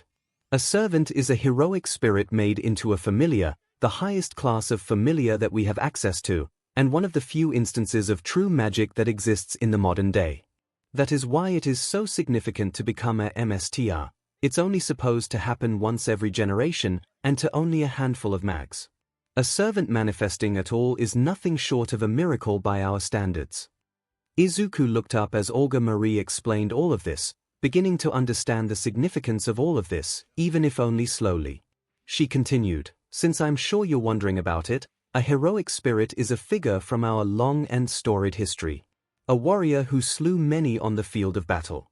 A king who ruled a nation and rose it to great prosperity. A mage who brought about miracles. A figure who changed the world as a whole. It is beings such as these that are added to the throne of heroes when they die, and through the ritual of the Holy Grail, can be summoned to aid present-day humanity. This definitely got Izuku's attention, his eyes widening and excitement briefly overtaking him. Heroes from human history, he exclaimed. So, you mean people like Miyamoto Musashi, or Sakamoto Ryuma, or Tomo Gozen, or Minamoto no Yoshitsune, he asked, just as a start. Both Olga Marie and Mash were staring at him in surprise after this sudden outburst. The latter found this excitable part of him a little bit endearing, while the former was more focused on trying to answer. Yes, I'm sure figures like those and many more are in the throne, she replied. She internally noted how typical it was that he'd list off Japanese names, but had the restraint not to say that aloud. However, it is impossible to summon a heroic spirit in its entirety, so a fragment of them is used instead to make a servant. This fragment is based on the skills they had in life, and thus they are placed into a class that best reflects those. She continued, opting not to focus on his fanboyism. Saber, archer, lancer, rider, caster, assassin, berserker. She listed off, certain he was writing those down. So, for example, Miyamoto Musashi would be a saber, since he is renowned for his swordsmanship. However, he wouldn't qualify for something such as rider or archer, since he never had anything to do with those feats in his life. Izuku nodded emphatically as he wrote all of this down, his mind running wild with all the possibilities this now brought up. For once he didn't end up descending into muttering frantically, instead directing his attention to Mash. So that means you're one of these two, right, Mash? Which one are you? He excitedly asked. Mash's face lit up with a blush at the question, though it was more one of embarrassment as she looked away from Izuku. Sorry, senpai. I'm not any of them, she admitted. More because of what else she wasn't, which she hoped he wouldn't ask her about. He tilted his head in clear confusion at this, to which Olga Marie sighed and stepped to Mash's side. I didn't want to get into this, but there are other classes besides the main 7. We'll worry about those later. In Mash's case, I can confirm that she is the first ever shielder servant. She explained. She then gestured to the giant shield that Mash was still carrying. As if that wasn't evident already. Izuku nodded in understanding, only for his eyes to light up again before he raised his hand like he was in class. Oh, Director, you said something about a noble phantasm earlier. Can you explain what that is? Didn't I ask you at the start of all this to not act like a student? The director snapped. Izuku's hand shot back down as he gave a short yelp, but Olga Marie simply continued. A noble phantasm is a servant's biggest secret. A crystallization of their legend. In most cases, a weapon that they're most known for using, or a skill they've developed over their lives. She paused after clarifying this, then looked over at Mash. What is your noble phantasm, anyway? She asked.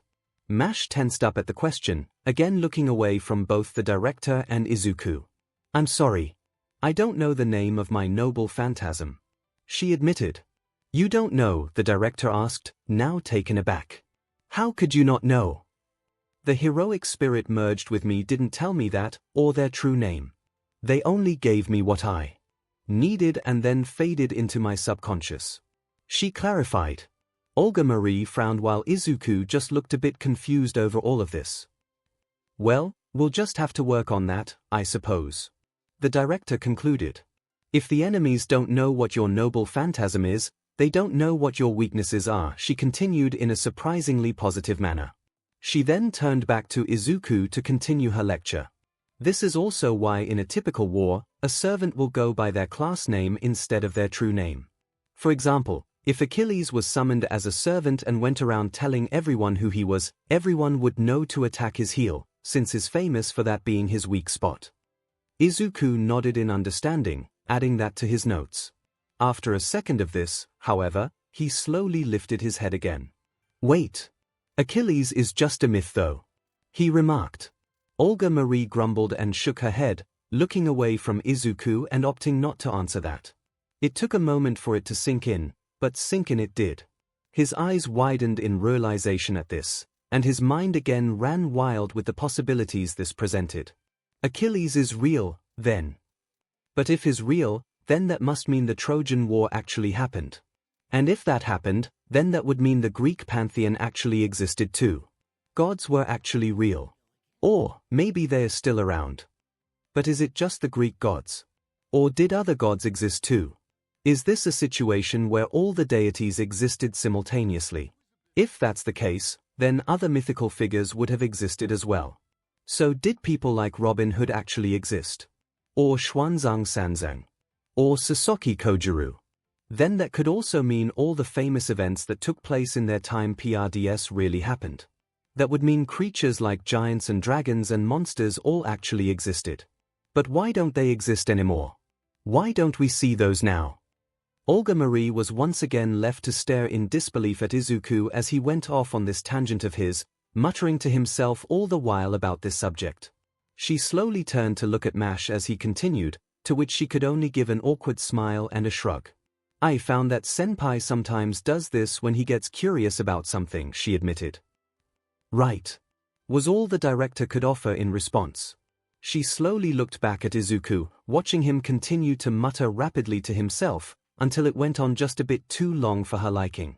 Midoriya, she called to get his attention. Dash. Which it did, snapping Izuku out of this state and causing him to nervously stare up at her. Alright, sorry, he squeaked out. The director stared at him for a second or two longer, unsure of what to even make of this, before shaking her head again and continuing. All of this to get to one very important point. Midoriya, she began. Whether it's here or in the future, odds are we will run into enemy servants at some point. After saying this, she stepped forward and poked a finger right between Izuku's eyebrows. If and when that happens, you will not engage them. A servant's strength is many times higher than that of a mortal being. If you even tried to fight one yourself, you'd end up a red stain on the ground before the first punch was ever thrown. Got that? She explained sternly. The thought of being taken down that quickly was definitely a frightening one, so Izuku quickly nodded in compliance. Wine, I understand, he answered. She slowly raised an eyebrow, an indication that she wasn't as willing to believe him. The eyebrow lowered. Repeat that back to me, she commanded. If we encounter enemy servants, I am not to engage. He nervously repeated. Good, she answered. She then withdrew her finger and turned away from them both. Now, the longer we stay in one place, the better chance we have of running into more danger. There's nothing here to indicate what the source of this singularity is, so we should find another landmark to investigate. She concluded. She then started walking while motioning for them to follow. Let's go. Sure enough, Izuku was on his feet and following behind Mash as they moved to catch up to her. He had a lot to mull over now. The existence of mythical beings, finding out that servants were all famous heroes from history, the truth of what a Holy Grail war was, what their mission here in Fuyuki really was, how the world was supposed to end in the near future, all of this and more whirled through his head.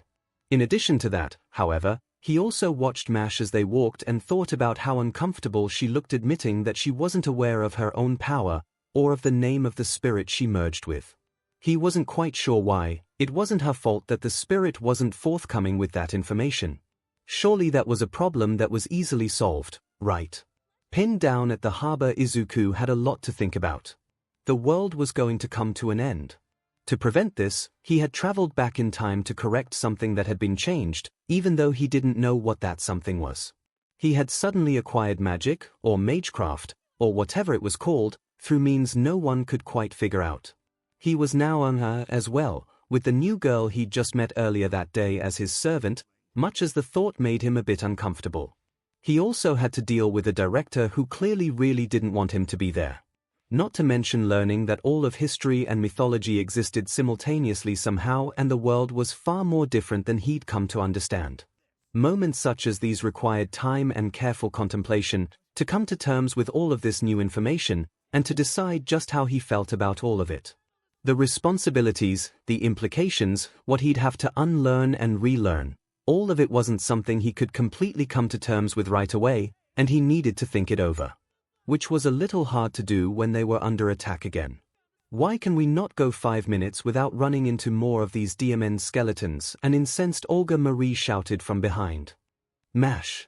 The group had made their way towards the harbor to continue their search for any signs of the anomaly that made up Singularity F. Naturally, with the legions of the undead covering the landscape, they were lucky to make it there without rousing trouble. Of course, that didn't last long, and after their search turned up fruitless, they found themselves under attack once more. Worse, all of the skeletons assaulting them were archers, forcing 𝐒𝐿𝐴 and 𝐒𝐿𝐵 to hide behind 𝐵's shield as they endured the attack. Director, it took us a lot longer than 5 minutes to get down here. 𝐒𝐿𝐴 commented, trying to put a positive spin on the situation. Comparatively speaking, we've been pretty fortunate to avoid danger until now. Well, it feels like it's only 5 minutes, the director replied, not willing to give in to his optimism. It's not like it was that far of a walk from the bridge to here. 𝐒𝐿𝐴 flinched as he heard the sounds of arrows clashing against 𝐵's shield, but he still ended up blurting out what was on his mind. Director, weren't you complaining about how tired you were before we got here? Midoriya, stop correcting me and do something useful, she snapped back. Clearly he needed to be more careful with letting his mouth run in a stressful situation. He waited for a second, his nervous expression shifting to a more focused one. He trained his ears attentively, trying to ignore the sounds of the ongoing fire close by, or the sounds of the director's fixed breathing nearly right by his head. He heard the arrows hit 𝐵's shield again, and quickly counted off the number of times the shield rang with the sounds of impact. There's at least 5 of them, he announced, before looking up at 𝐵. 𝐵, which one is the closest, he asked. 𝐵's eyes were focused entirely on what was before them, peeking up over her shield between volleys of arrows. Approximately 5 meters in front of us, senpai, she called back. I think they are trying to force us into the water, she added, sounding tense and anxious over the thought. Indeed, in their search for clues they had been placed very close to the edge of the concrete harbor. 𝐒𝐿𝐴 and 𝐒𝐿𝐵 were able to see their reflections in the darkened water, and a few more good pushes would send them tumbling into its depths, which would surely bring about an early end to their journey. So, 𝐒𝐿𝐴 had to act fast. Okay, when I say go, you charge forward as fast as you can and take it out, he called to 𝐵. The director and I will be right behind you. But won't I be leaving you exposed in that case, she responded in a frightened tone. Only for a second, he explained. If we stay close by, and if you plant your shield as soon as the enemy is beaten, we'll be fine. Probably, anyway, but he was careful enough not to actually say that. I'm not exactly on board with this idea, but we're low on options. The director added. But you're going in front of me, Midoriya, she then demanded, as if 𝐒𝐿𝐴 wasn't already going to do that. He simply nodded in reply, then listened attentively once more. A few seconds passed, and he heard the sounds of the arrows hitting the shield again. Now he called out. 𝐵 let out a cry and rushed forward, 𝐒𝐿𝐴 on his feet in seconds and following, and 𝐒𝐿𝐵 right behind as planned. Before the skeleton could finish loading another arrow, 𝐵 swung her shield upwards, the long edge crashing against its jaw, sending its skull flying up off of the body entirely. As the body crumpled to the ground, she immediately planted her shield in front of her, providing cover for them once again. One down, she declared. All right, 𝐵. 𝐒𝐿𝐴 called back in a supportive tone. Now, where's the next one? There was a brief pause as 𝐵 surveyed the area before them, before she answered. It's approximately 10 meters ahead and to my right. But there's another 5 meters behind that and to my left. If I rush in to attack the first, I don't think I can reach it before the second fires another shot. 𝐒𝐿𝐴 grumbled as he tried to think of a solution for this. If only we had some kind of long-range weapon right now, he muttered. He then looked over to the director, who was kneeling beside him again. Does my uniform have anything like that, director, he asked. The director frowned at 𝐒𝐿𝐴's question, seemingly contemplating something for a moment or two. She then shook her head and rolled up one of her sleeves. No, but I've got something we can do instead. To demonstrate this, an orb of red and black energy started to form in front of her fingertips, much to 𝐒𝐿𝐴's wide-eyed awe. She didn't dwell on this, however, instead calling to 𝐵. Get us a few meters closer. Right. 𝐵 responded. After another volley of arrows clashed against her shield, she lifted it and rushed forward, clearing half of the distance between her and the enemy. Another volley flew and hit the iron, and both 𝐒𝐿𝐴 and 𝐒𝐿𝐵 popped up over 𝐵's shoulders as the director aimed. Gander, she called out. The bolt of red and black arced across the harbor, quickly clashing with the skeleton's head, shattering the skull and sending the bones falling back into the water. Second one down. 𝐵 reported, both non-servants ducking back behind her. 𝐒𝐿𝐴 opened his mouth to say something, but Olga Marie quickly cut him off. "If you're about to ask me to teach this to you, Midoriya, save it," she snapped. "In case you've forgotten, you're not even supposed to know about magic in the first place." This both disappointed and shocked Izuku, considering that would be a really useful skill to have. Not to mention all the information she'd dumped on him shortly before now, and this was something she was going to hold her ground on. "Director, we're in a dire situation, isn't this a good time to make an exception?" he nervously asked. "That's no excuse. Mags don't just reveal all of their secrets at the drop of a hat, you know," she retorted. Mash hefted her shield and took a few strides forward to get closer to the next target, the others following her in turn. "Besides, even if I did want to teach you, it's not exactly something you can learn over the course of a few hours," she added, before peeking over Mash's shoulder and firing another shot. The third skeleton's skull likewise shattered on impact, more bones falling into the deep. "Third one down," Mash reported. "The next is 12 meters ahead, atop a part of the ruined road. Wait for the next volley, then move in closer," Izuku shouted. He then turned his attention back to the director, not about to let this go that easily. "Director, isn't there something else I can learn for situations like this? There must be something that's okay for me to know, even given the circumstances." "Especially given the circumstances," he thought. "When are you going to get it through your head that isn't your job?" she responded, as the three of them moved once more, now off of the harbor and back into the city itself. "Just stay back, keep giving commands, and be as adequate a magic battery for Mash as you can be," she continued, before peeking up and firing another gander shot at the fourth skeleton. Once it likewise fell, Olga Marie ducked back down and shouted again to Mash. "Okay Mash, where's the last one?" There was a pause as Mash quickly surveyed the landscape, only for her eyes to widen when they fell upon the last enemy. "It's 20 meters ahead. But it's atop one of the fallen buildings," she answered. The director flinched in realization, before peeking over Mash's shoulder, Izuku doing the same. Sure enough, the final enemy was perched atop a crumbling building, far above them. "That's not good. My gander shots can't reach that high," the director admitted, probably without meaning to. Both non-servants dropped back down, while Izuku quickly formulated a plan. It was a very risky one, but this was a situation that required a bit of risk. "Mash, how's your throwing arm?" he asked, looking back at her. Mash looked back at him with a slightly bewildered expression, not quite following where this was going. I think it's pretty good," she answered as best she could. "Wait," the director cut in. "Midoriya, you're not about to suggest what I think you're about to suggest, are you?" "It would work," Izuku responded. "If we get in close enough, and if Mash throws her shield hard enough, it should take the last one out." "And we'd be throwing away our one line of defense," she retorted. "If she misses, we'd have to immediately run for cover before it hits one of us." "What other option is there?" he shouted back. "You can't shoot that high, and I don't have anything to throw at him either. If we try to run, there's no guarantee he won't follow us or hit us anyway." Olga Marie grit her teeth in frustration, unable to think of an alternative to what Izuku was proposing. He, in turn, moved up slightly and placed a hand on Mash's shoulder, now encouraging her. "You can do this. Just imagine that your shield is a giant boomerang." "That's your analogy," Olga Marie cried out, but Mash actually seemed to be mulling it over. After a brief moment of contemplation, she looked at Izuku with a more confident smile. "Okay, senpai. If you believe in me, I'll do it," she exclaimed. Seriously, the director protested, but it was now out of her hands. The sound of an arrow smacking against the shield was heard, and Mash was on the move right after. Izuku was right behind, so naturally the director had no choice but to follow as well.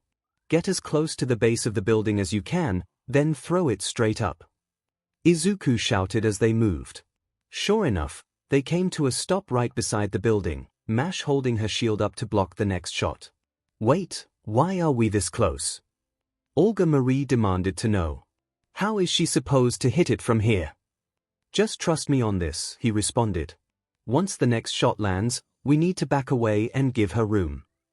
The director again gave Izuku a look of utter befuddlement at this idea, but there wasn't enough time to debate it. The next arrow clashed against the shield again, acting as the signal for his plan to unfold. Now, he called, grabbing the director's wrist and running a few paces back. At the same time, Mash hefted her shield up, grabbing the upper edge and holding the whole thing horizontally in front of her. Once the other two were clear, she began spinning in place, swinging the shield around in the same motion. Once, twice, thrice, and with a cry Mash flung the shield up into the air, watching it spin up the side of the building. The skeleton was already aiming another shot down at them, putting it in the perfect position. The shield swung up, the long edge hitting the side of its jaw, the force sending the whole body flying away and off of the building, the bones scattering on the ground soon after. It worked! Olga Marie cried out. "Senpai, it worked!" Mash shouted excitedly, looking over her shoulder to Izuku while pointing up at what just happened. Izuku, surprisingly, was less enthused, instead pointing up at the same general area himself while speaking hurriedly. "Okay, Mash, you need to get clear now." Mash wore a more confused look after that, not sure what Izuku was driving at. "Get clear," she uttered. She turned to look at her shield, which was now falling through the air. Right towards her. From over 50 meters up. "Ah," she said. "Oh okay, Mash, seriously, you gotta move." Izuku shouted, panic starting to take him. "If that falls on you well, it's really gonna hurt." He added. No, it's okay, I've got it," she responded, holding her hands up to try and catch the falling shield. "No, Mash, just get clear and then pick it back up." Olga Marie chimed in, starting to worry as well. "I've got it. I've got it." Mash kept shouting, seemingly to encourage herself as much as them. "Mash, please, move." Izuku yelled, seeing how close the shield was to hitting her. "I've got it." The shield fell closer and closer, before connecting with a resounding clang from the object. Both Izuku and Olga Marie had instinctively flinched away from the impact. After a second or two, they anxiously turned to face what had happened. They were rewarded with the sight of Mash holding the shield over her head like it was weightless, facing them with a proud smile on her face. "I got it, Senpai," she said triumphantly. "You did get it," he responded, actually jumping for joy once before running over to her, equally relieved and amazed by her efforts. "That was incredible, Mash. I knew you had it in you." "Thank you, Senpai," she answered, her face starting to blush at the praise she was receiving. "I couldn't have done it without you." Olga Marie was still stunned at the sheer audacity of the plan and how it unfolded, but it did work. She couldn't argue with that. She likewise approached the two as Mash lowered her shield. "I have to admit, I am impressed," she acquiesced. Although it would soon become clear that she was only talking about one of them. One really can't understand the strength of a servant unless they see it firsthand. Mash remained embarrassed at the compliment, although for different reasons than before. "Thank you, Director," she said while averting her eyes. "However, I am only half of a servant. And without knowing my noble phantasm or the name of the heroic spirit bonded to me, I can't even use the extent of that power." Following this, she looked to Izuku again, bowing her head slightly, much to his surprise. "I'm sorry, Senpai. Despite my insistence on forging our contract, I have actually burdened you with more trouble than you should have. Having to work with a weakened servant like me isn't at all fair to you." Izuku's initial response was just to stare at Mash in complete confusion, nothing that she was saying making a degree of sense. "Mash, what are you talking about?" he asked. He took a step forward and placed a hand on her shoulder, which caused her to jolt a bit and look up at him again. Not that this deterred him from continuing. "It isn't your fault the heroic spirit didn't tell you their name, or what your noble phantasm was." He then offered her a wide, encouraging smile. "You're doing the best you can with what you do have. That makes you a lot stronger than most, if you ask me. So don't be so HRD on yourself." He finished, while completely missing the irony of him saying that. Mash was again left to stare back at Izuku with a surprised and awestruck expression, hearing a version of her words to the director repeated back to her. She allowed herself a small, warm smile, nodding slightly after a moment's pause. "Thank you, Senpai. It means a lot to hear you say that," she said. The director, for her part, watched this exchange for a moment and slowly began to understand just why 𝐵 had gotten so attached to Izuku. Even so, it left her feeling divided. On the one hand, 𝐵 contracting with a MSTR who would encourage her to keep pushing herself was the best choice she could have hoped for. Considering she was coming into this metaphorically handicapped, someone who would look past that and see her for her strengths, as opposed to your typical mage who would ridicule her for her weaknesses, was the right one. On the other hand, the fact that said MSTR was Izuku Midoriya, someone who wasn't born a mage, someone who knew nothing about the mage world, presented a number of problems. Sure, it was probably because he was coming into this with no knowledge that he was able to be so accommodating to 𝐵, but his lack of understanding in so many other fields meant he was woefully unprepared for what lay ahead. There was also still the question of if he even should learn about these things. She told him about the singularities and the Holy Grail War because they were necessary details related to their current situation. Anything beyond that, though, meant further involving him in a world he shouldn't be part of. He may have a magic crest and magic circuits now, but frankly, he still posed a risk to all of them if he wasn't adequately bought off or silenced. If the Mages Association found out about him, he'd have every available enforcer on him right away, no questions asked. Even if the circumstances around him were an anomaly, they couldn't risk him telling anyone anything. In the end, she couldn't be sure of what to do. Ideally, she'd pull whatever strings she could to send him and his family into hiding with new identities. That was the bare minimum he deserved, especially since he did save her life once. The fact that the only thing he ever asked for from her was to find a way to include his parents in on the secret was a bit of a blow to her pride. Any other mage would demand riches or favor with the clock tower, or some family secret, and the thought seemingly never entered his mind. If anything, he was insistent on doing more to help. It frustrated her to think about it. Clearly 𝐵 wasn't going to let him go either, so it seemed like her hands were tied. Just who was this boy? Why would he go so far for two people he didn't know? That said, maybe we could just figure out who the spirit is ourselves. Izuku asked, breaking Olga Marie's train of thought. There aren't very many who are known for using only a shield, I don't think, he continued, staring at the shield 𝐵 was still holding. His eyes lit up and he snapped his fingers. What about 𝐼𝐺 from the Trojan War? He was known for carrying a shield so powerful that he never took damage in battle. 𝐵 seemed to think about this for a moment, humming carefully. After some brief contemplation, however, she shook her head.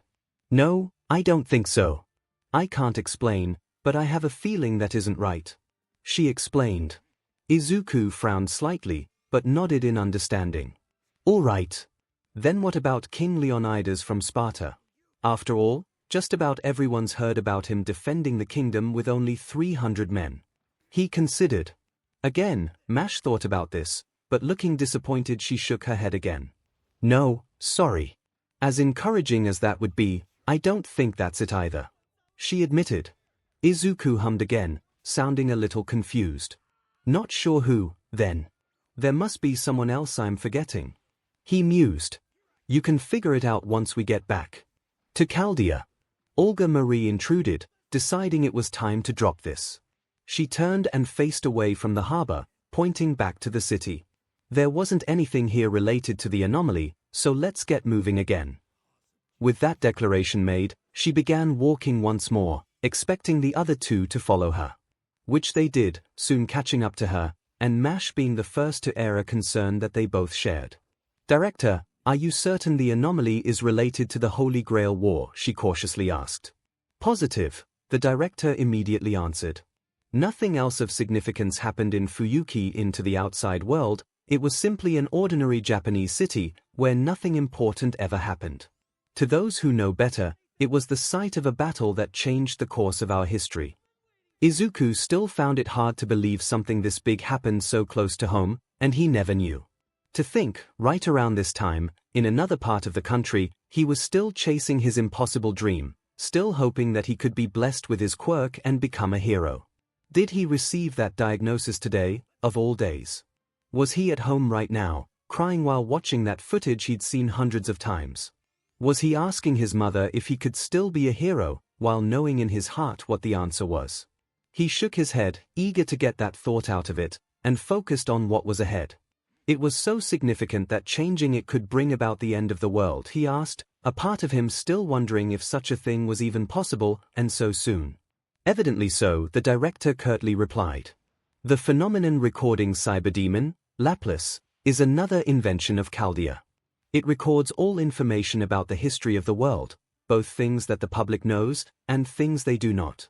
With that, we learned that the Fuyuki Holy Grail War was carried out in secret, and that the Saber Servant and their MSTR were the ones who were victorious. The simple fact that the city is engulfed in flames right now should indicate just how much things have changed. She explained. Mash was the next to speak again, still sounding uncertain about all of this. It's so strange to think that this one Holy Grail War was so significant. It wasn't even the first to occur here, was it? She asked. It wasn't, no. Olga Marie responded. It was the fifth. Even so, the servant summoning system they used was deemed important enough that Chaldea based our own fate off of it. That alone determines this place and time's significance. Was that how Mash was fused with this other heroic spirit? Izuku wondered. At this, Olga Marie stopped walking and looked back at him. For a moment, she seemed hesitant to answer, her eyes darting to the ground for a moment. Yes, though there were unique circumstances around that. She eventually replied. That spirit was the second that Chaldea had summoned through fate. The first, unfortunately, I know nothing about. Information on them is non-existent. As for the third. She trailed off, this time looking more exasperated than anything else. Well, you'll meet them soon enough. They're just a bit eccentric, to put it nicely. Don't be surprised if you get tired of them within the first conversation. That rather vague answer left Izuku puzzled, but he didn't have long to think it over before the director spoke again. Now, Midoriya, you keep your distance. I need your eyes and ears on anything approaching us from behind. Mash, you get up here with me. The orders were a little confusing, with Izuku and Mash looking at each other for a moment, unsure of what to do. Mash soon acquiesced and approached Olga Marie, and the two resumed walking. A few paces later, Izuku followed, glancing over his shoulder as they walked. After a bit, however, it soon became clear what the real reason was for the director's decision, as he heard them start to talk among themselves. Olga Marie must have thought he wouldn't hear them. Mash, are you sure about him? She said first, sounding more concerned than anything again. Director, please, don't. Mash started to protest. Just hear me out for a moment, okay? I get it, he's being really nice to you, and clearly he's your friend now. But he's still so ill-equipped for this environment. Not to mention, with his magic circuit still underused, he can't be giving you that much magical energy to work with.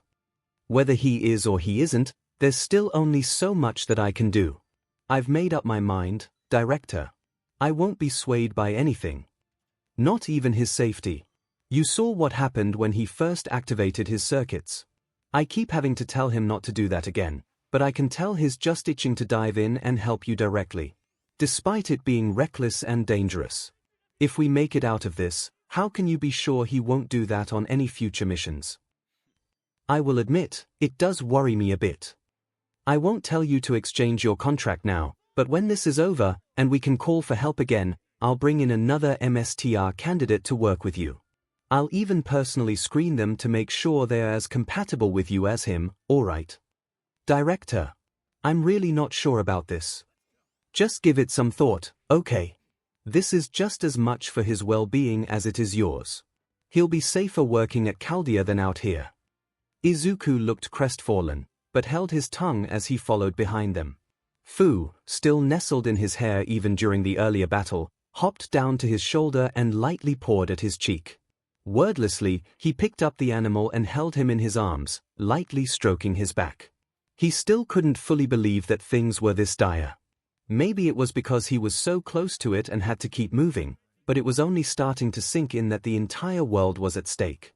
Even if the idea was so hard to visualize. Some sort of epic battle with villains, or a gradual decay of the world, he could understand that. Even a meteor hitting the Earth or some sort of natural disaster taking everything out. That all made sense to him. But the Earth just blipping out of existence in the blink of an eye. in a way that not even the people predicting it could make sense of. It just sounded totally incomprehensible, and he couldn't get his brain to imagine it. However, if things were that bad, what should he do? Shouldn't he focus on what the most optimal result would be, rather than what seemed emotionally right? Mash was insistent that the contract between them was maintained, and that did mean something to him. She was putting his faith in him to support her, and that meant a lot to him. But giving her orders and supplying only a minimum of magic wasn't enough, it seemed. What if at least part of the reason she couldn't remember anything about the heroic spirit connected to her was this? If she had more magic to draw from, or could work with a MSTR that could figure this out, she would be better off, wouldn't she? Even if it wouldn't make her happy, if it could make her as strong as he was certain she could be, wasn't that better? What was the right thing to do here? Trial by Fire Izuku had never thought of himself as the religious sort. It was never something that came up at home. His parents always had other things on their mind, for one reason or another, and he was far too wrapped up in his hero worship to consider worshipping God. He couldn't say he had any real attachment to organized religion in one way or the other, then. Even so, coming across a church left in such an awful state, in the wake of everything that was happening around them, was disturbing. It communicated that even a place that was meant to act as a safe haven was far from that. Nothing was sacred to what was behind this. It wasn't as if fire could discriminate, after all. The white walls that made up the exterior of the building were mostly blackened with soot and ash. One of the sloped roofs on the church's right side had started to cave in, a large hole having formed. What exactly could have made that was anyone's guess. The arch on the same side at the front had been caved in, rubble littering the pavement leading to the building. The painted windows had been shattered, the glass scattered all over, numerous shards left outside for them to step over. The large double doors that led inside were blasted inwards, one on the floor and the other hanging in a windowsill at the back of the church. The cross atop the building was gone, to where, no one could guess. Inside wasn't much better. What seats weren't thrown aside entirely were mostly broken, with only a handful still usable. The altar at the back of the room was left in pieces as well, the Bible that would normally be atop it nowhere to be seen. The white walls were just as soot-covered as the ones outside, if one could even notice that we're not looking at the craters and chunks of wood and plaster that had been torn out. Worse were the bloodstains. They were scattered haphazardly around the room, with no indication of what had shed them. The BLD had been dry for some time, meaning the church had been like this for just as long, with no signs of life anywhere. It was easy to deduce that a battle had taken place there, but between who and why was something Izuku almost didn't want to think about. As the trio stepped further into the church, the reality of what they had been involved with was gradually seeping in for him. This Holy Grail war had turned into an outright massacre.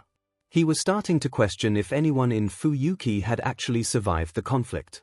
It painted a rather grim picture of the skeletons they had spent all this time fighting, one he didn't want to dwell on if at all possible.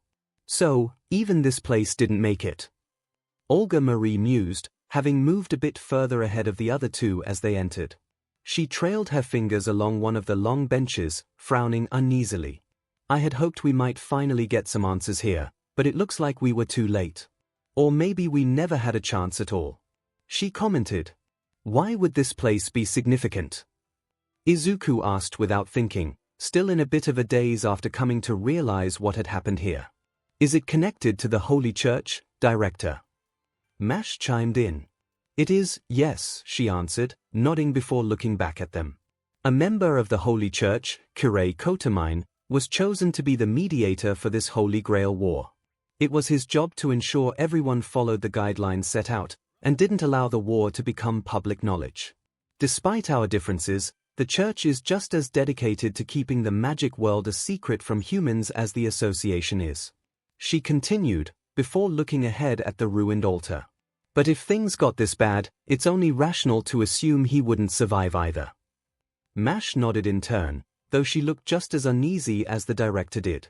After a second, she turned to a confused Izuku and quickly clarified. The Holy Church is another organization that has historically been enemies to the Mages Association. While the association wishes to preserve magic and mystery as much as possible, the Church seeks to destroy it, believing it to be better for all of mankind. In more recent years, they've entered an uneasy truce, so they are technically allies of ours. Technically being the operative word.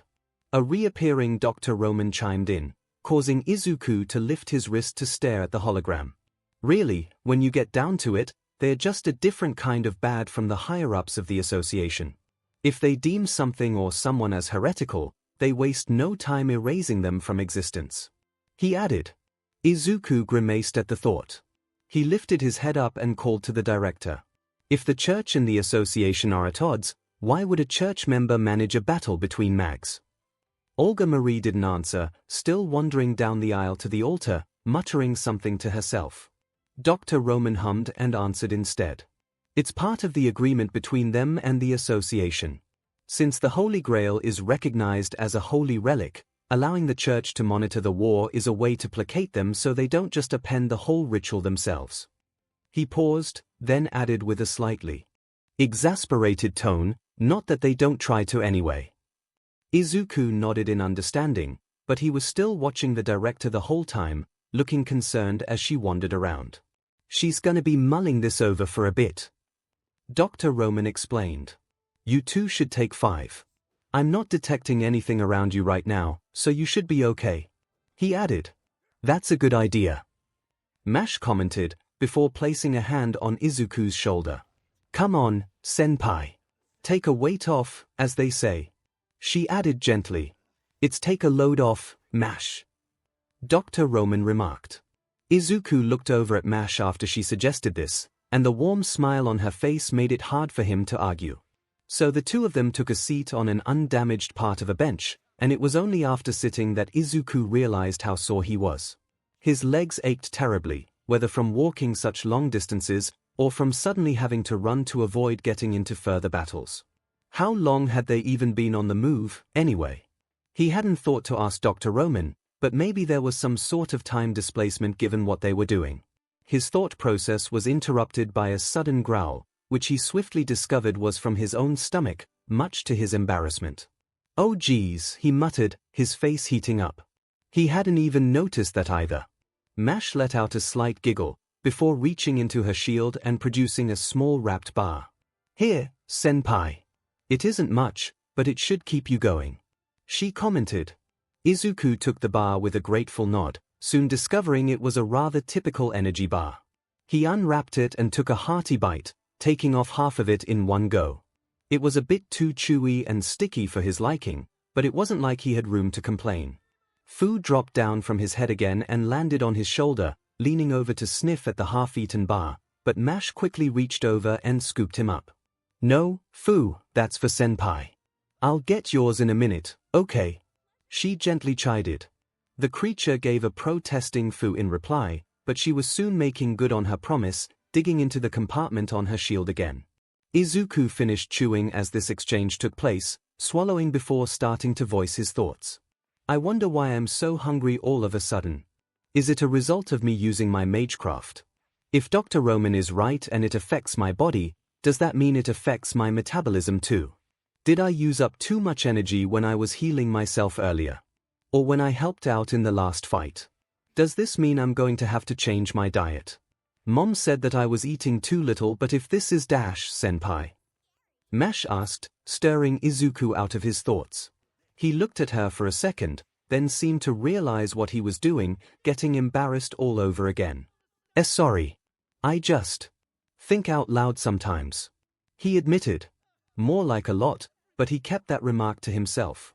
He quickly finished off the energy bar, not exactly satiated, but he wasn't going to ask for more. After a second, he blinked in realization, then looked back to Mash. Aren't you eating anything, Mash? He asked. Oh, no, I'm okay, senpai, she answered, quick to reassure him. I think I have the opposite situation that you do. As long as I have some magical energy, I can keep going. Izuku nodded slowly at this bit of information, but it didn't really do anything to put him at ease. His mind went back to that conversation he overheard between her and the director. He was apparently supplying her with magical energy, not that he could tell. He was left dwelling on all of the questions he was asking himself, and the troubled look on his face reflected that. Mash, he hesitantly asked. When she looked up at him from feeding Fu a small can of something, he continued in the same tone. How am I doing so far? As your MSTR, I mean. The words still sounded strange to him in this context. Mash looked surprised for a moment, before offering a wider smile to put him at ease. Senpai, you really don't need to worry. You've done an excellent job in my view. Your quick and unorthodox thinking has made a world of difference. She answered. She then looked slightly excited as she continued. I never would have thought to actually throw my shield until you suggested it. Clearly she was still proud of how that whole escapade had turned out. Izuku gave a slightly sheepish chuckle at that. Well, it just seemed like the best solution to the problem we had, you know, he responded. But the director is right, you shouldn't really make a habit of it, he added quickly, realizing her argument had merit. If you threw it at the wrong time, you'd be completely defenseless. Mash blinked and readopted the surprised look she had moments ago, then nodded slowly in understanding. Yes, you're right, MSTR, she admitted, before humming in contemplation. So when would be a good time to throw it, she asked. Now it was Izuku's turn to think this over. After folding his arms and humming in thought for a moment, he then suggested, maybe as a last resort. Like, when you know it's going to land and be the final blow. His eyes then lit up and he looked at Mash with an excited expression. Oh, that could be your finishing move. My finishing move. She responded with a curious tone. You mean, like a noble phantasm? Do you think mine is related to throwing my shield? Maybe, he answered. He then turned away again and placed a hand on his chin, a thought occurring to him. I can't think of many famous figures who threw their shields, though. But if all mythology actually happened, what else that we considered fiction actually happened? Are all heroes real, even modern-day ones? Maybe the superhero stories we know today are just embellished versions of existing stories. So then that could mean that someone like Captain America was real.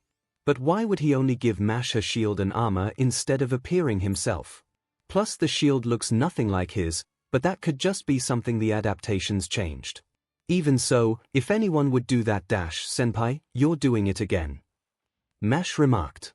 Izuku again jolted out of this mental state, his face flushing again in turn.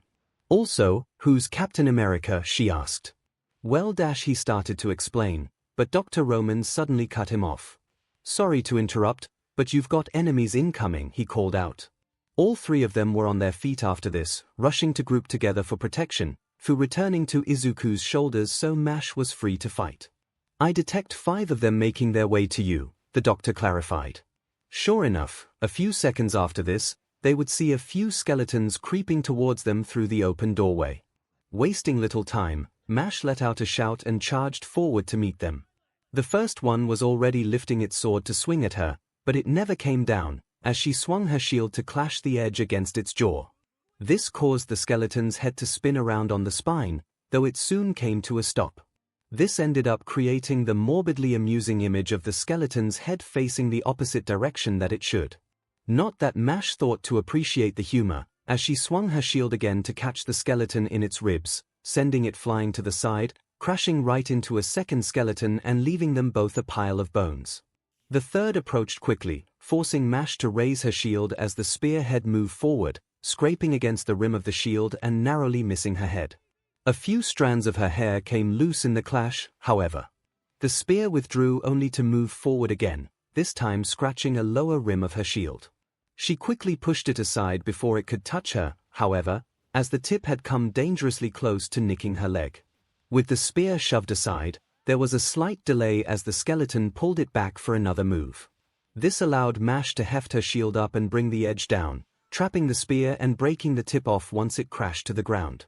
The skeleton lifted up the broken staff, and robotically moved to move again, but only hit the center of the shield again.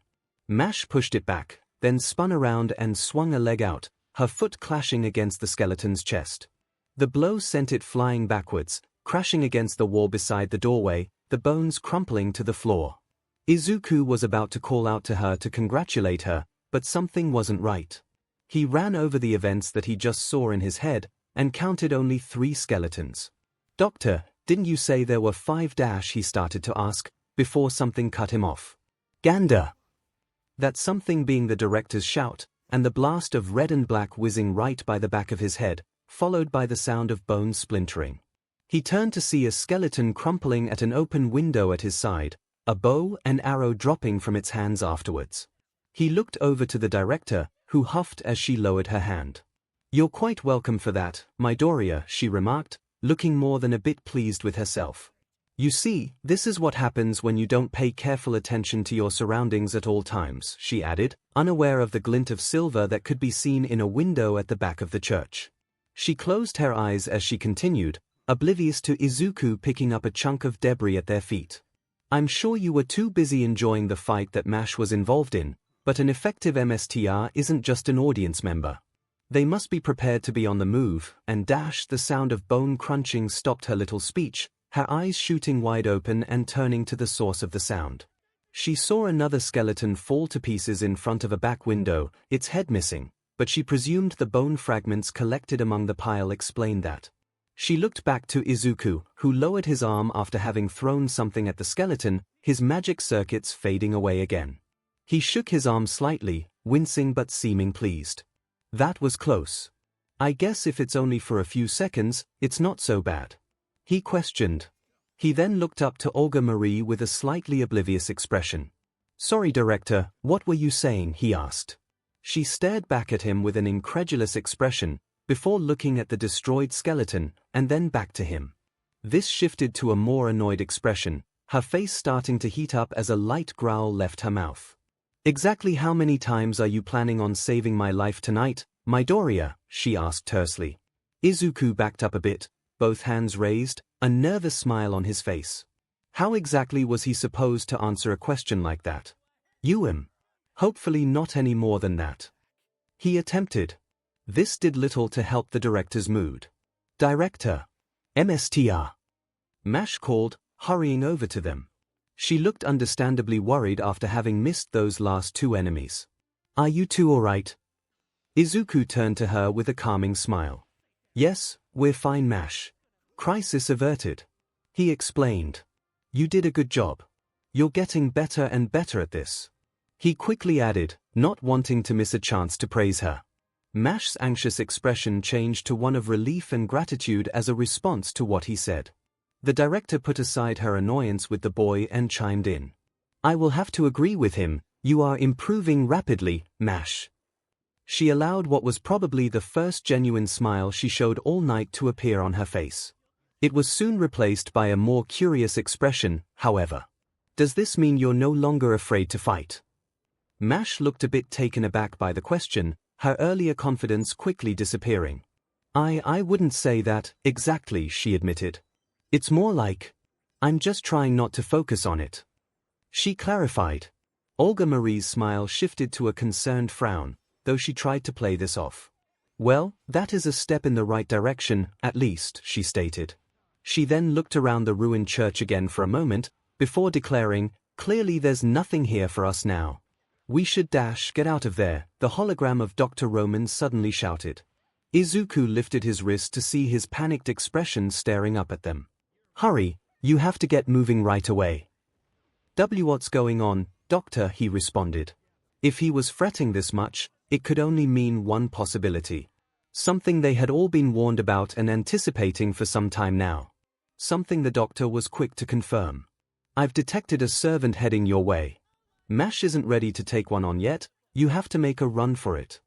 Before any of them could consider how exactly to escape, MASH turned her attention to the open doorway, as if she suddenly heard something. She then turned fully to face the doorway and rushed forward, raising her shield up as she shouted to the others. "Get down!" As soon as this command was given, a long black chain flew through the air, nearly as fast as a bullet. It clashed with the iron of MASH's shield, forcing her back a step with a shout. A second chain soon followed, this one wrapping around the upper edge of the shield and pulling her forward involuntarily. Izuku saw a mass of black suddenly propel itself forward through the entrance, its shape indiscernible, before it collided with the shield and sent MASH back further with a yelp.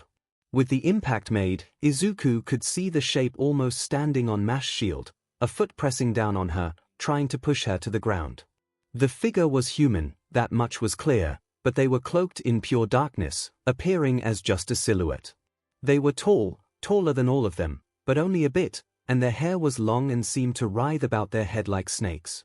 Anything else about them was nearly impossible to discern, the dark energy shrouding any further details from sight. Mash let out a cry and pushed back against the figure, forcing them off of her.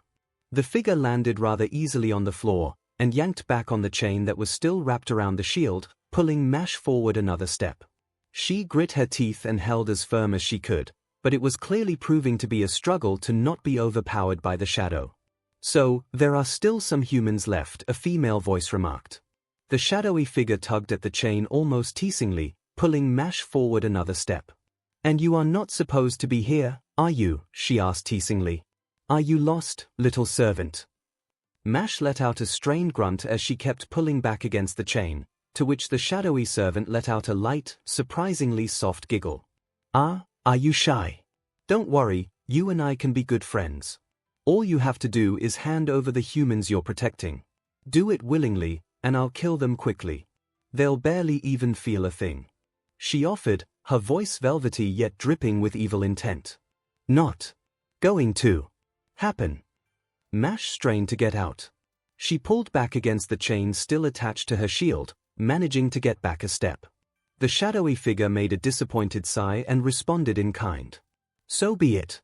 It's all right, we'll still be good friends once you've been beaten. But it's going to be a much more painful experience now," she responded. Before anyone there could prepare, the figure propelled forward again, her foot clashing with Mash's shield once more. This time, however, she treated her shield as more of a springboard, jumping off of it and throwing herself in the direction of the two non-servants in the room. With only seconds to react, Izuku grabbed Olga Marie's shoulders and leapt to the side, the shadow just narrowly missing them as they fell behind a bench. The shadow landed in the aisle and looked to where they fell, but before she could make a move, Mash let out a shout and yanked back on her shield again. "Don't you dare," she demanded, the shadow stumbling forward after another yank, the chain still attached to Mash's shield. Mash spun around as she approached, yanking the shadow further forward, and allowing her to swing the edge of the shield to collide with the back of their head. The sound of the shield reverberating echoed through the church, even after the shadow let out a pained yell. Mash wasted no time, swinging the shield in the other direction, this time clashing the edge against the shadow's jaw.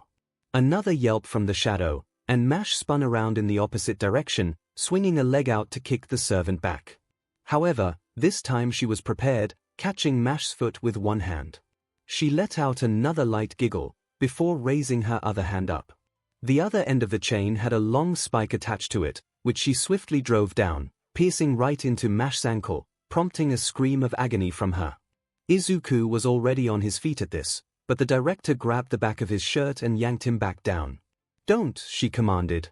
"Remember what I told you. Do not engage." "I can't just dash," he started to protest, but Olga Marie hurriedly cut him off. "If she's having trouble with her, then the servant will destroy you in less than a second," she hissed. "If we draw attention to ourselves, then we're done for." The shadow servant withdrew the spike from Mash's ankle as this argument was had, leaving the demi-servant to drop to one knee.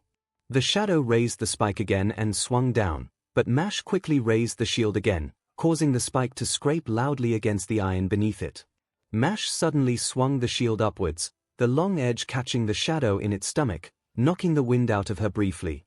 Forcing herself up to her feet, Mash then swung the top edge down, clashing against the shadow's forehead, another reverberation echoing around them. Throwing caution to the wind, she then launched herself forward, putting her entire weight into her charge, crashing her shield fully against the shadow and throwing them both to the floor. Mash left her pinned down for a moment, then carefully pushed herself back up. As soon as she moved her shield, however, the shadow struck. Her long legs move upwards, wrapping around Mash's neck and squeezing tightly, cutting off the shout she was about to make. The shadow then placed her hands on the floor to prop herself, before flipping backwards, letting Mash go and sending her flying across the room. Her body clashed against the altar, and with a shout she tumbled. Behind it, Izuku watched this transpire while practically shaking with anxiety. He knew in his head that the director was right, this servant was leagues above the minor skeletons they had clashed with up until now. If he tried to intervene right now, he'd surely end up dead before he even got close enough. In his heart, however, all he could feel was the pressing urge to help her before his first friend in years ended up dead. Olga Marie could see the conflict on his face and hurriedly spoke up. "If you want to help that badly, use a command seal already." He whipped his head to her with a shocked expression. "You want me to do what?" "Oh, for if you command her to do something she's already trying to do, you're not forcing her into anything," she responded, quickly figuring out why he'd be so against the idea. "All you're doing is giving her a magic boost." Izuku looked down at the markings on his hand, then up at Olga Marie, his hesitation still apparent on his face. "Even if I did do that, what do I even say?" he asked in a panic. Before the director could answer, they heard Mash let out another cry of pain and looked up. She had risen to her feet in the interim, but could see the shadow now behind her, and Mash holding her shoulder, blood dripping from a fresh wound. Izuku blinked. Suddenly, the shadow was in front of her again. She let out another shout, as a splash of blood flew from her waist. When had the shadow hit her? The shadow pulled the two halves of the chain in front of her. The shield flew from Mash's grasp and clattered to the floor, while the chain wrapped around her waist, trapping her arms to her sides. The shadow turned to face her, and with another light giggle, yanked the chain forward, forcing Mash closer to her. The director watched this with bated breath, before her eyes widened in realization. "Wait, your mystic code," she said, turning to Izuku again. "It has a spell in it that'll temporarily boost Mash's strength." That sounded like a much better alternative than making a vague command with a spell, so Izuku looked at her and responded nervously. "Okay, what do I do?" "Activate your magic circuits again," she ordered. Simple enough, Izuku did so. He quickly felt his skin starting to burn, and thankfully Olga Marie wasted no time in continuing. "Focus your attention fully on Mash, hold out your hand, and call out momentary reinforcement." Izuku did just as the director said, holding out a hand while watching Mash. She was getting pulled closer and closer, step by injured step, the shadow seemingly delighting in making her squirm. The urge to save her was not diminishing in the slightest, and so with no hesitation he called, "momentary reinforcement." He felt what was almost a blast of wind come off of his body, as the shadow looked over at him, then back at Mash. Mash's body glowed a faint orange, prompting the shadow to act. She leapt up into the air, somersaulting once, then dove down while swinging the heel of her foot down at Mash. Unfortunately for her, Mash suddenly let out a shout and flung her arms up, the chain expanding as it was forced off of her. She then raised her arms and crossed them, the heel clashing with them and causing her knees to shake, but she maintained her stance. For a moment she glared up at the shadow, before she uncrossed her arms, pushing the heel back. Quicker than any human could manage, however, before the shadow was flung too far back, she reached up and grabbed the leg above her with both hands, then swung backwards and slammed the shadow right into the same altar behind her, breaking the wood and throwing the servant against the wall behind them. With space given for just a second, Mash turned and picked up her shield, then lunged for the recovering shadow. With her shield in one hand, she moved the shorter edge at the top forward, like she was simply punching the shadow with it. The edge smashed against the shadow's face, a spurt of blood shooting out from what could be assumed was her nose. Mash didn't relent, rearing back and smashing it into her face again, knocking her back another step in the process. Then she did so a third time, prompting another cry of pain from her. With the shadow dizzy for a second, Mash turned the shield so that the longer edge was at the end of her arm, then swung the flat of the edge upwards, catching the shadow in the jaw and throwing her back against the wall. Not willing to give her even a second's rest, Mash shouted and dashed forward, shield in front of her, as she again threw her full weight behind the charge. The shield smashed against the shadow's body with enough force to crack the wooden plaster that made up the wall, and soon smashed through it, with the shadow falling backwards through the hole. Mash gave a tired exhale after this was done, breathing heavily as she turned around. She started to walk away and towards Izuku and the director, a tired smile on her face. "Battle complete, Master 𝐒𝐻," she started to say, only to let out a shout of terror.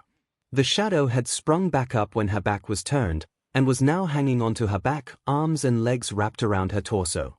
Before she could even hope to retaliate, the servant reared her head back and dove for her neck, fangs suddenly sinking into her flesh, prompting another, even more terrified scream.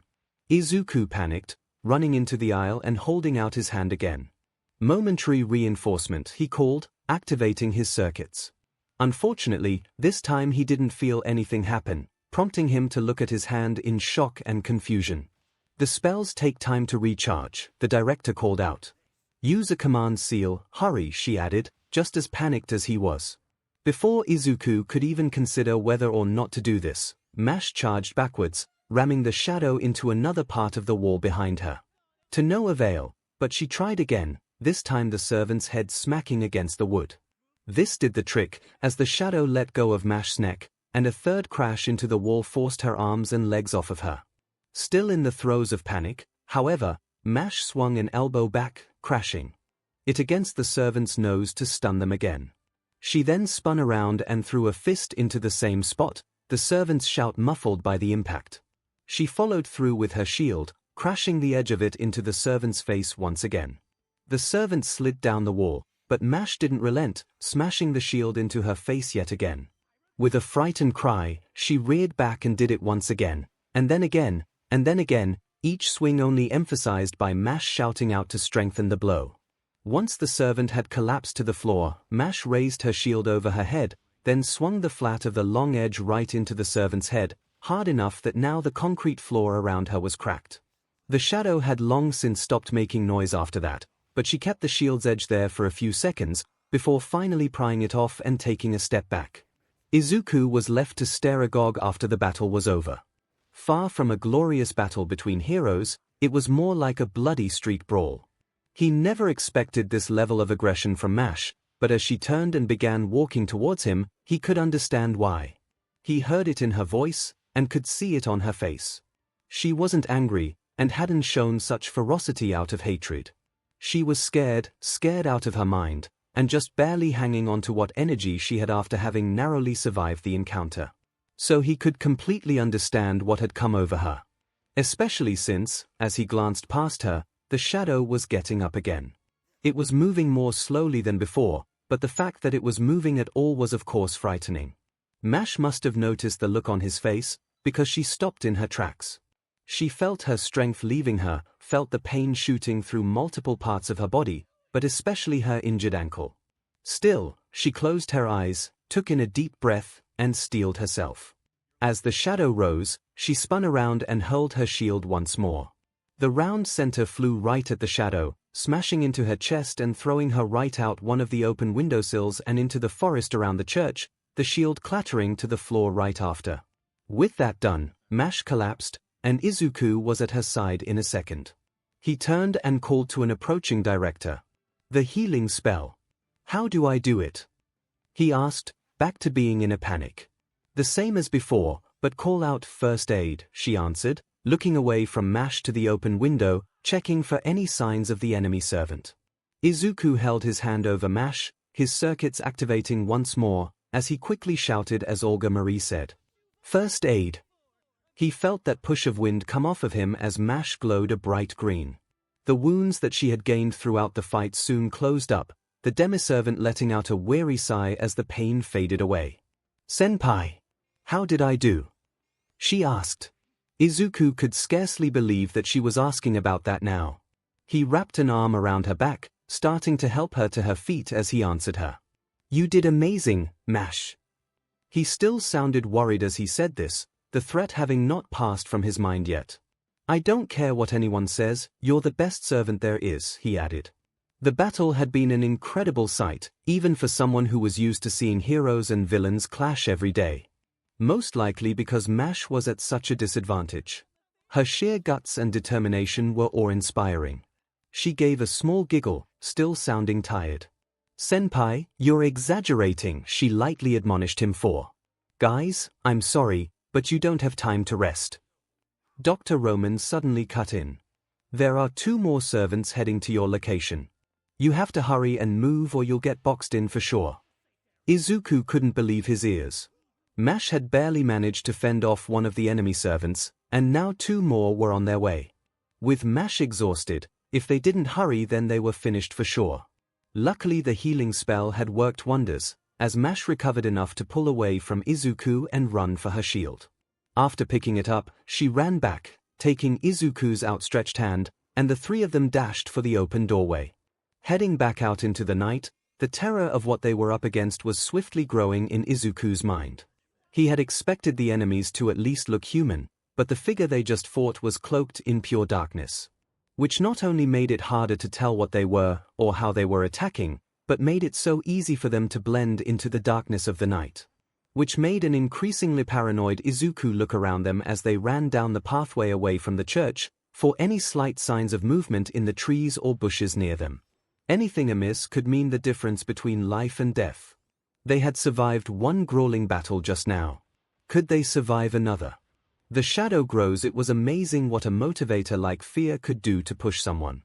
The group had trekked across the length of Fuyuki over multiple hours, to the point that Izuku couldn't really remember if a day had passed or not. Returning to where they had been would be way too much for them to do on so little rest. Needing to run for their lives proved that little theory wrong.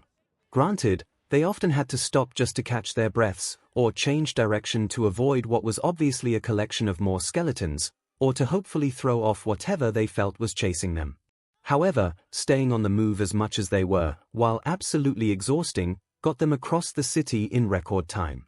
The really surprising part to Izuku was how quickly Mash was recovering her energy. He assumed that after just barely winning that fight with the other servant she'd be struggling to move properly, yet after about 10 minutes she was back to her old self. It was a pretty sharp contrast to him and the director, the latter of whom nearly twisted her ankle after they abruptly changed direction once they saw a suspicious-looking shadow looming from behind a building. Izuku offered to carry her for a bit, but she made it very clear that if he even attempted to touch her in any way he'd end up skinned alive. So that bit of chivalry was off the table. So how exactly was Mash back on her feet so quickly? It must have something to do with her being a servant. She's supposed to gather magical energy from him to power herself, so that would explain why she was up and about sooner than normal.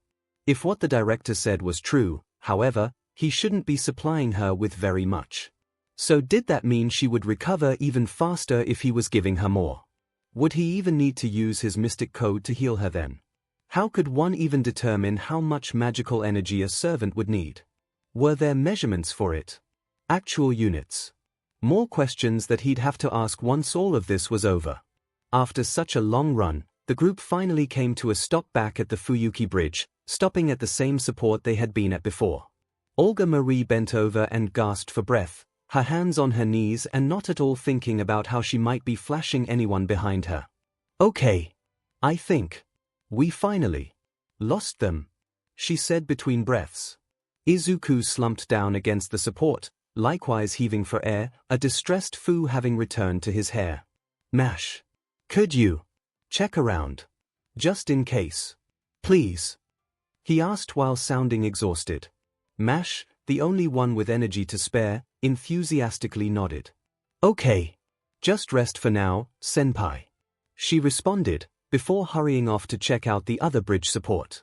After a few seconds, Olga Marie straightened up and walked over to where Izuku was resting, and soon plopped down beside him quite unceremoniously.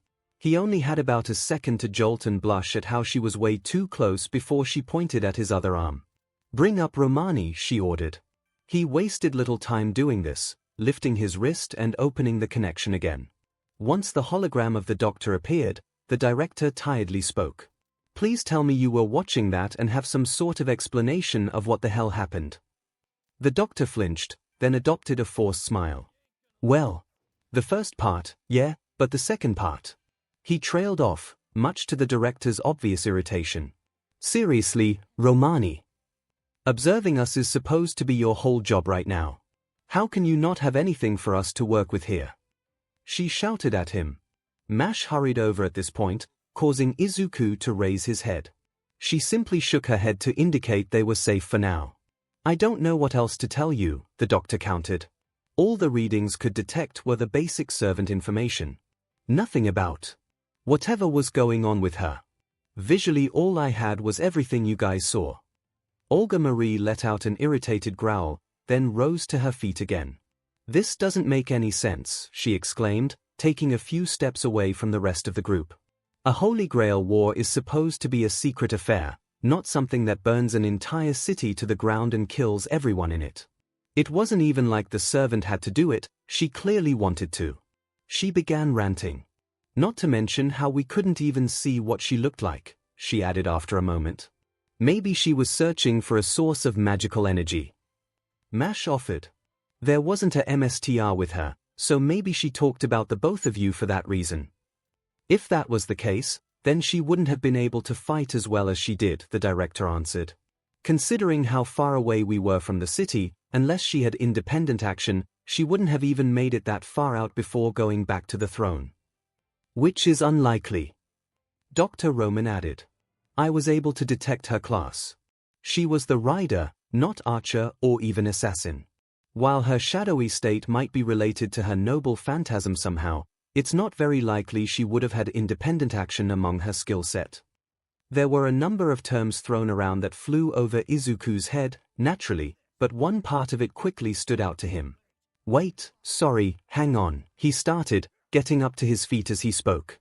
What does killing us have to do with the servant needing magical energy, he asked.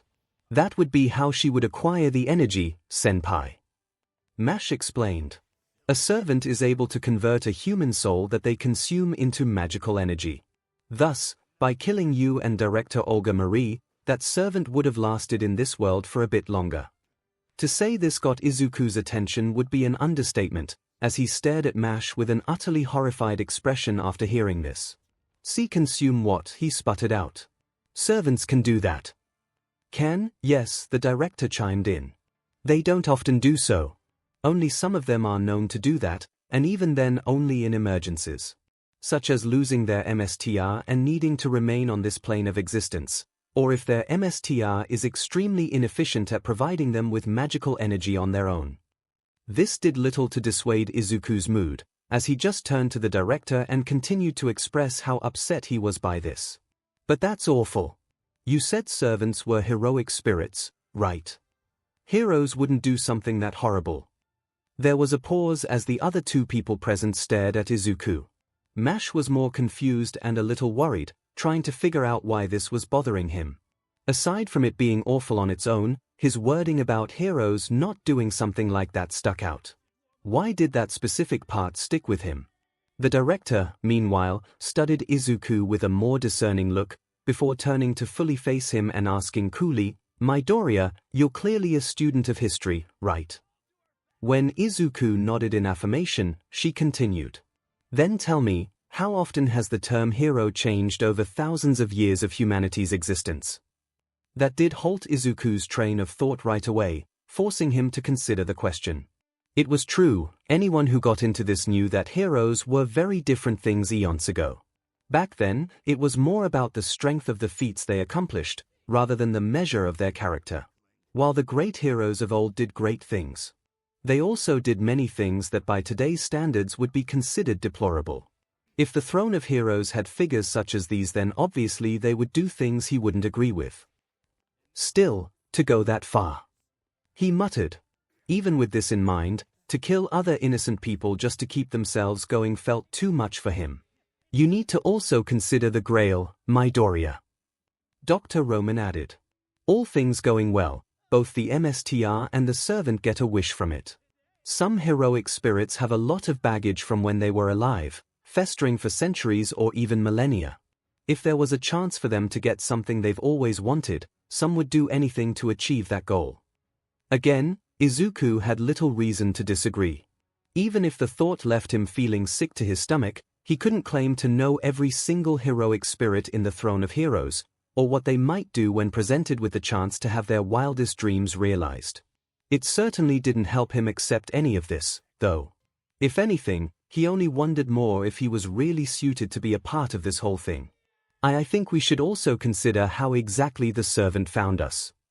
Mash spoke up, seeing just how much this was eating at him and wanting to get off of the subject. As the director said, we were far away from the rest of the city, so why would she go that far out from it? If she was hunting down any surviving humans, why would she look out there? Unfortunately, the answer to that one is a bit easier. Dr. Roman answered, sounding a bit grim. This is supposed to be the site of a Holy Grail war.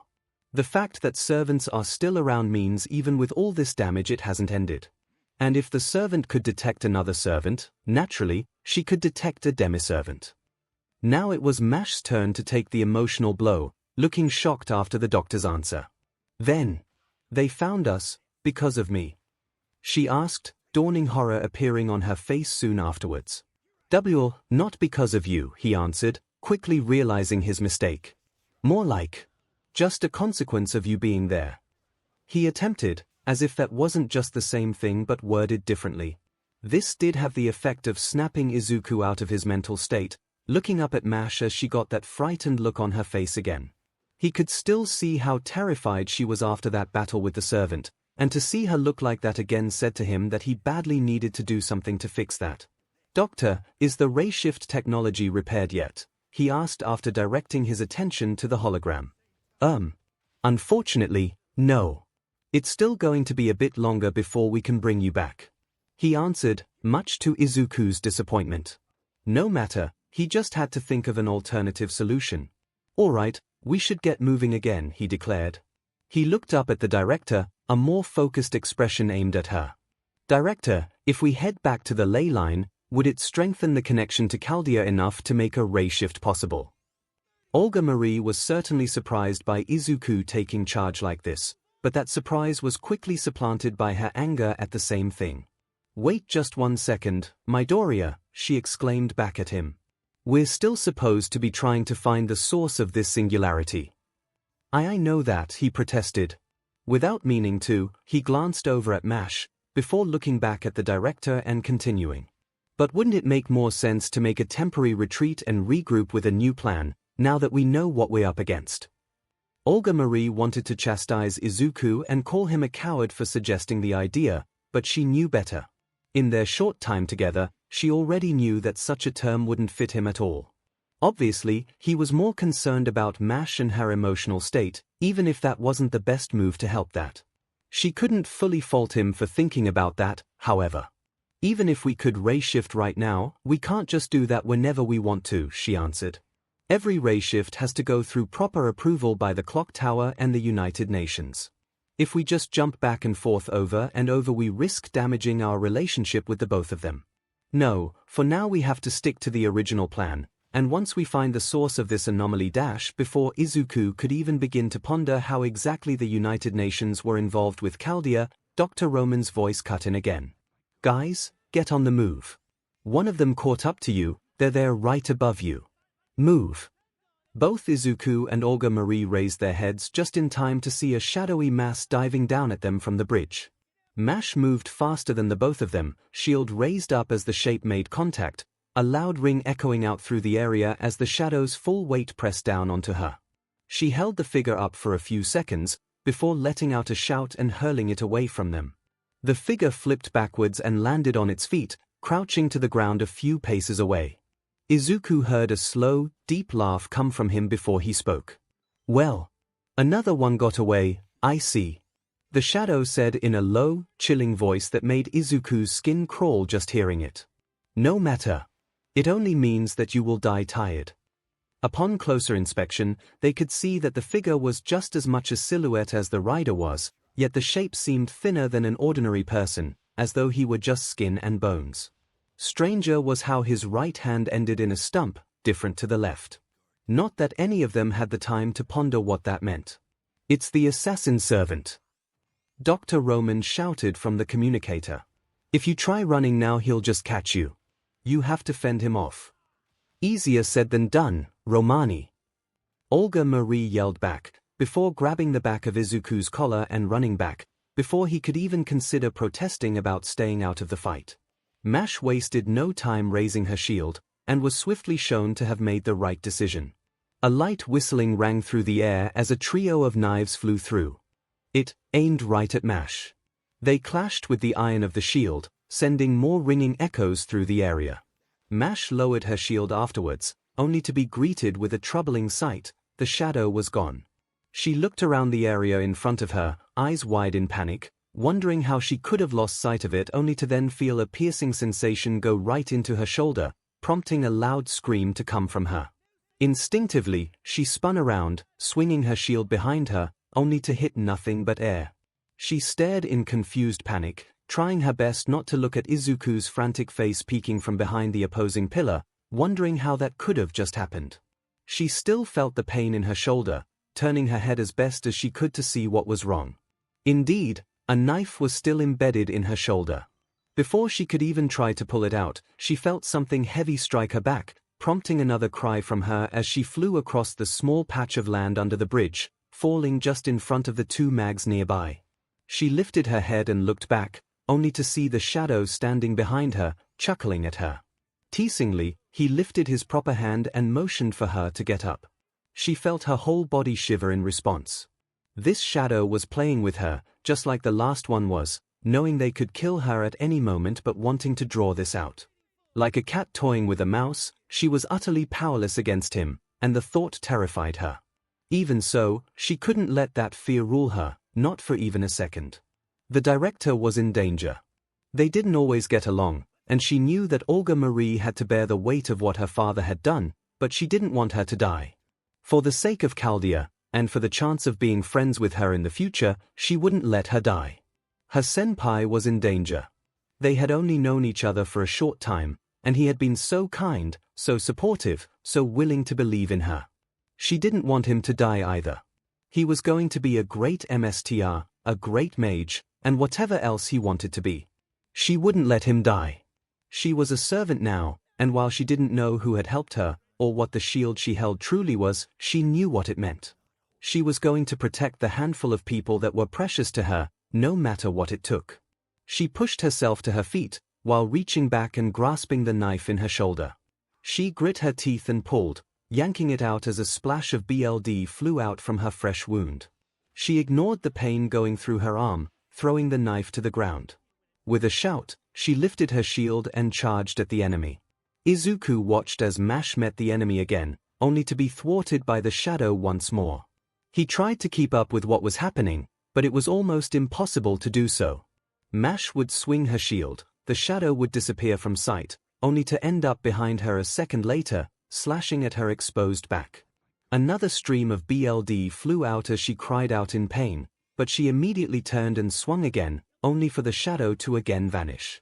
He tried to spy where exactly the shadow was coming from, but every time he so much as blinked, it would already have appeared and attacked again. He saw the shadow hit her from behind again, then it was throwing more knives, then it was behind. No, wait, it faked her out now, it was right in front of her. He started to call out, but the shadow had disappeared again just as Mash made another futile swing. More knives arced through the air to draw Mash's attention, and while she easily deflected them, it left her open for another dive and swipe to her back. Was this how servants really fought? Was it even possible for a human to keep up with them? He had seen heroes and villains who could move fast before, but trying to watch a fight like that and trying to help in a fight like that were two very different things. Mash dropped to one knee, still clinging to her shield, now bearing multiple cuts and stab wounds all over her body. The shadow clung to the underside of the bridge above her, his deep laugh echoing around them. How sad, he taunted. Is this the best you can do, little girl? Before Mash could answer, the shadow dove down again, only stopped by her hurriedly lifting her shield. The figure landed on it again, letting out another laugh at what he saw as a futile effort. The shadow jumped off of the shield, only to dive back down with a thunderous slam, the impact shaking the earth beneath Mash. She held as firm as she could, but when the shadow dove at her again, the blow elicited another cry from her, a sign that she could only hold out for so long. Anxiety overtaking him, Izuku knew that he had to do something fast, but what? Healing her would get her back at full strength, but it would only be prolonging what was to come. Boosting her strength might provide an advantage, but if she couldn't even catch the assassin, what good would that do? What else was there? Director, he whispered, not taking his eyes off of the battle as he spoke. Does my mystic code have anything else? Just one other spell, she answered, peeking out from behind him, just as uneasy about this as him as Mash kept getting pushed further into the ground. Emergency evasion. It'll let her dodge one attack, but only one. Izuku quickly formulated a last-ditch plan. It was risky, it was probably going to fail, but if there was even a slim hope it could pull Mash out of danger, he'd chance it. He watched as the shadow pressed down onto her shield, knowing he'd have to wait for just the right moment. The shadow leapt up again, and he quickly moved out of cover, holding his hand out as his magic circuits activated. Emergency evasion. Mash heard the call and lowered her shield just a bit, as all of a sudden, everything seemed to be moving in slow motion. She saw the shadow falling towards her again, less like a flying dart as it was before, and more like the gentle fall of a snowflake.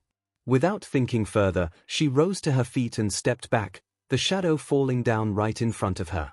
As soon as he made contact with the earth, the effect came to an end.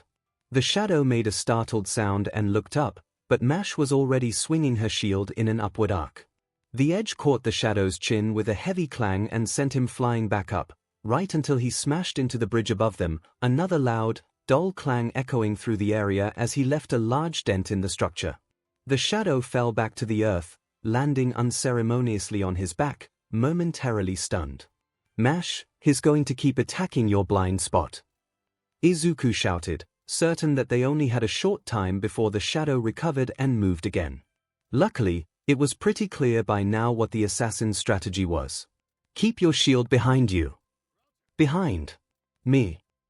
Mash asked, mostly because of how much the battle had left her dazed and drained, making it harder for her to focus.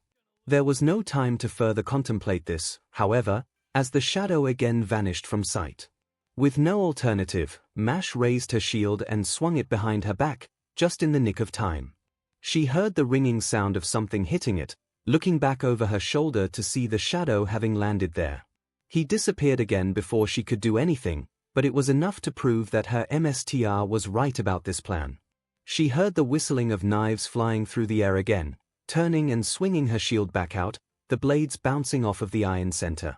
She then returned her shield to her back, another louder echoing of mass hitting it ringing out. This time, Mash spun around, her shield slipping away from the shadow's grasp, as she jumped and swung a leg out, her foot crashing against the side of the shadow's head. He let out a pained shout and flew through the air, landing in the water under the bridge with a heavy splash.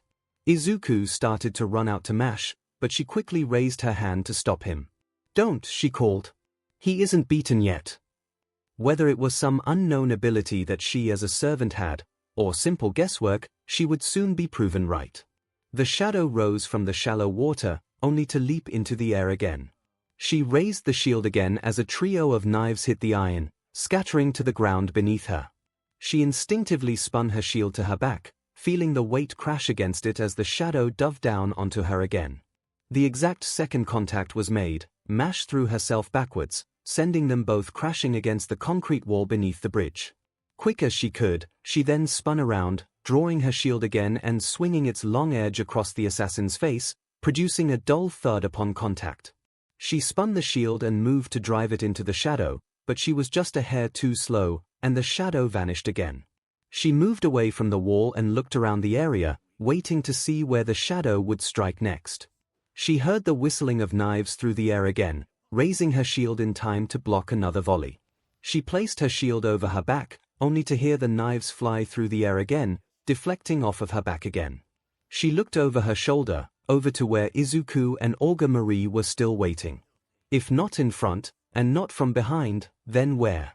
A second later, she realized her error and raised her shield over her head. Just in time, as the shadow dropped down onto her, his long stump of an arm crashing against the center of the iron. Not wanting to give him even a second to escape, she lowered her weight, then swung her leg out in front of her, sweeping the assassin off of his feet. Before he could hit the ground, she swung the long edge of her shield up again, catching it against his chest and knocking him away from her. Before he even hit the ground, she let out a cry and charged forward. "Wait, Mash, don't go after him," Izuku called out, but it was too late. Mash was getting desperate. Now that she had even a slight edge over such a terrifying opponent, she couldn't let it slide. She had to beat him as soon as possible before the tide of the battle turned again.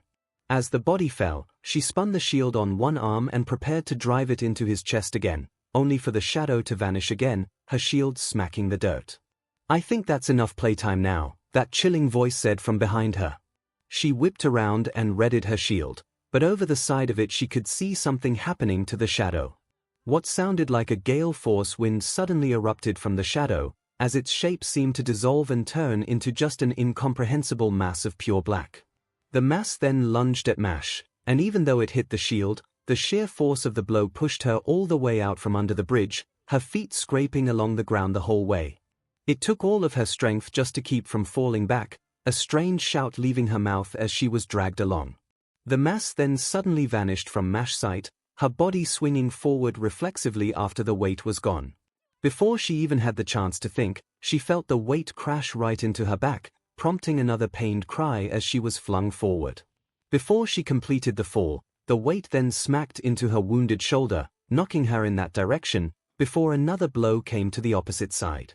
Each passing second, the mass hit her in another spot, knocking her around without even letting her touch the ground, the only saving grace being that they were blunt blows and not adding to the number of cuts already on her body.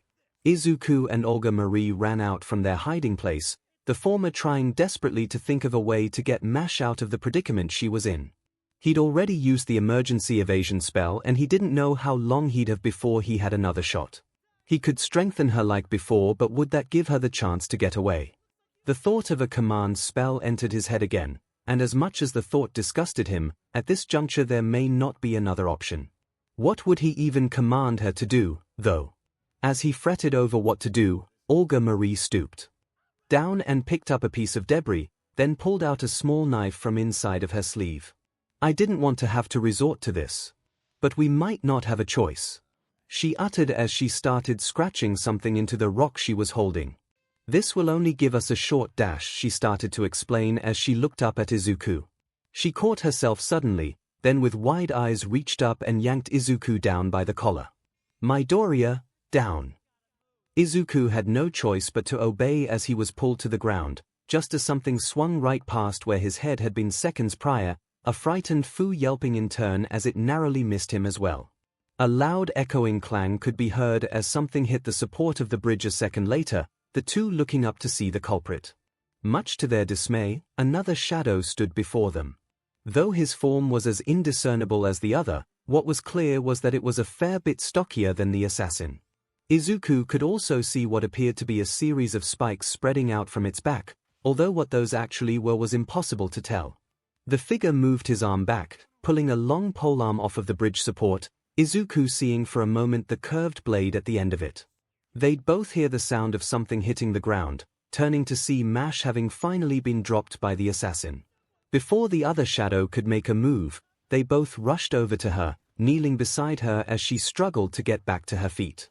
Lancer, the assassin uttered, reappearing beside the other shadow, back to his original shape. You are late again. The other shadow let out a low laugh of his own, before answering in kind.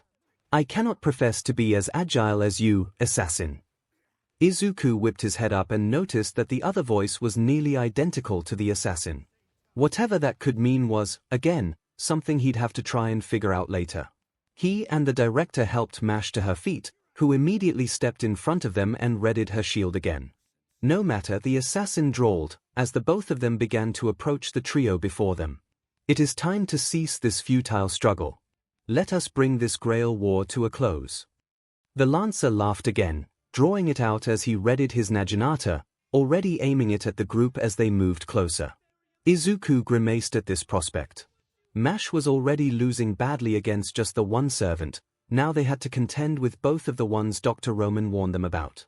There was no way they could hope to beat them at this stage, they had to make a retreat. Fortunately for him, Olga Marie was on the same page.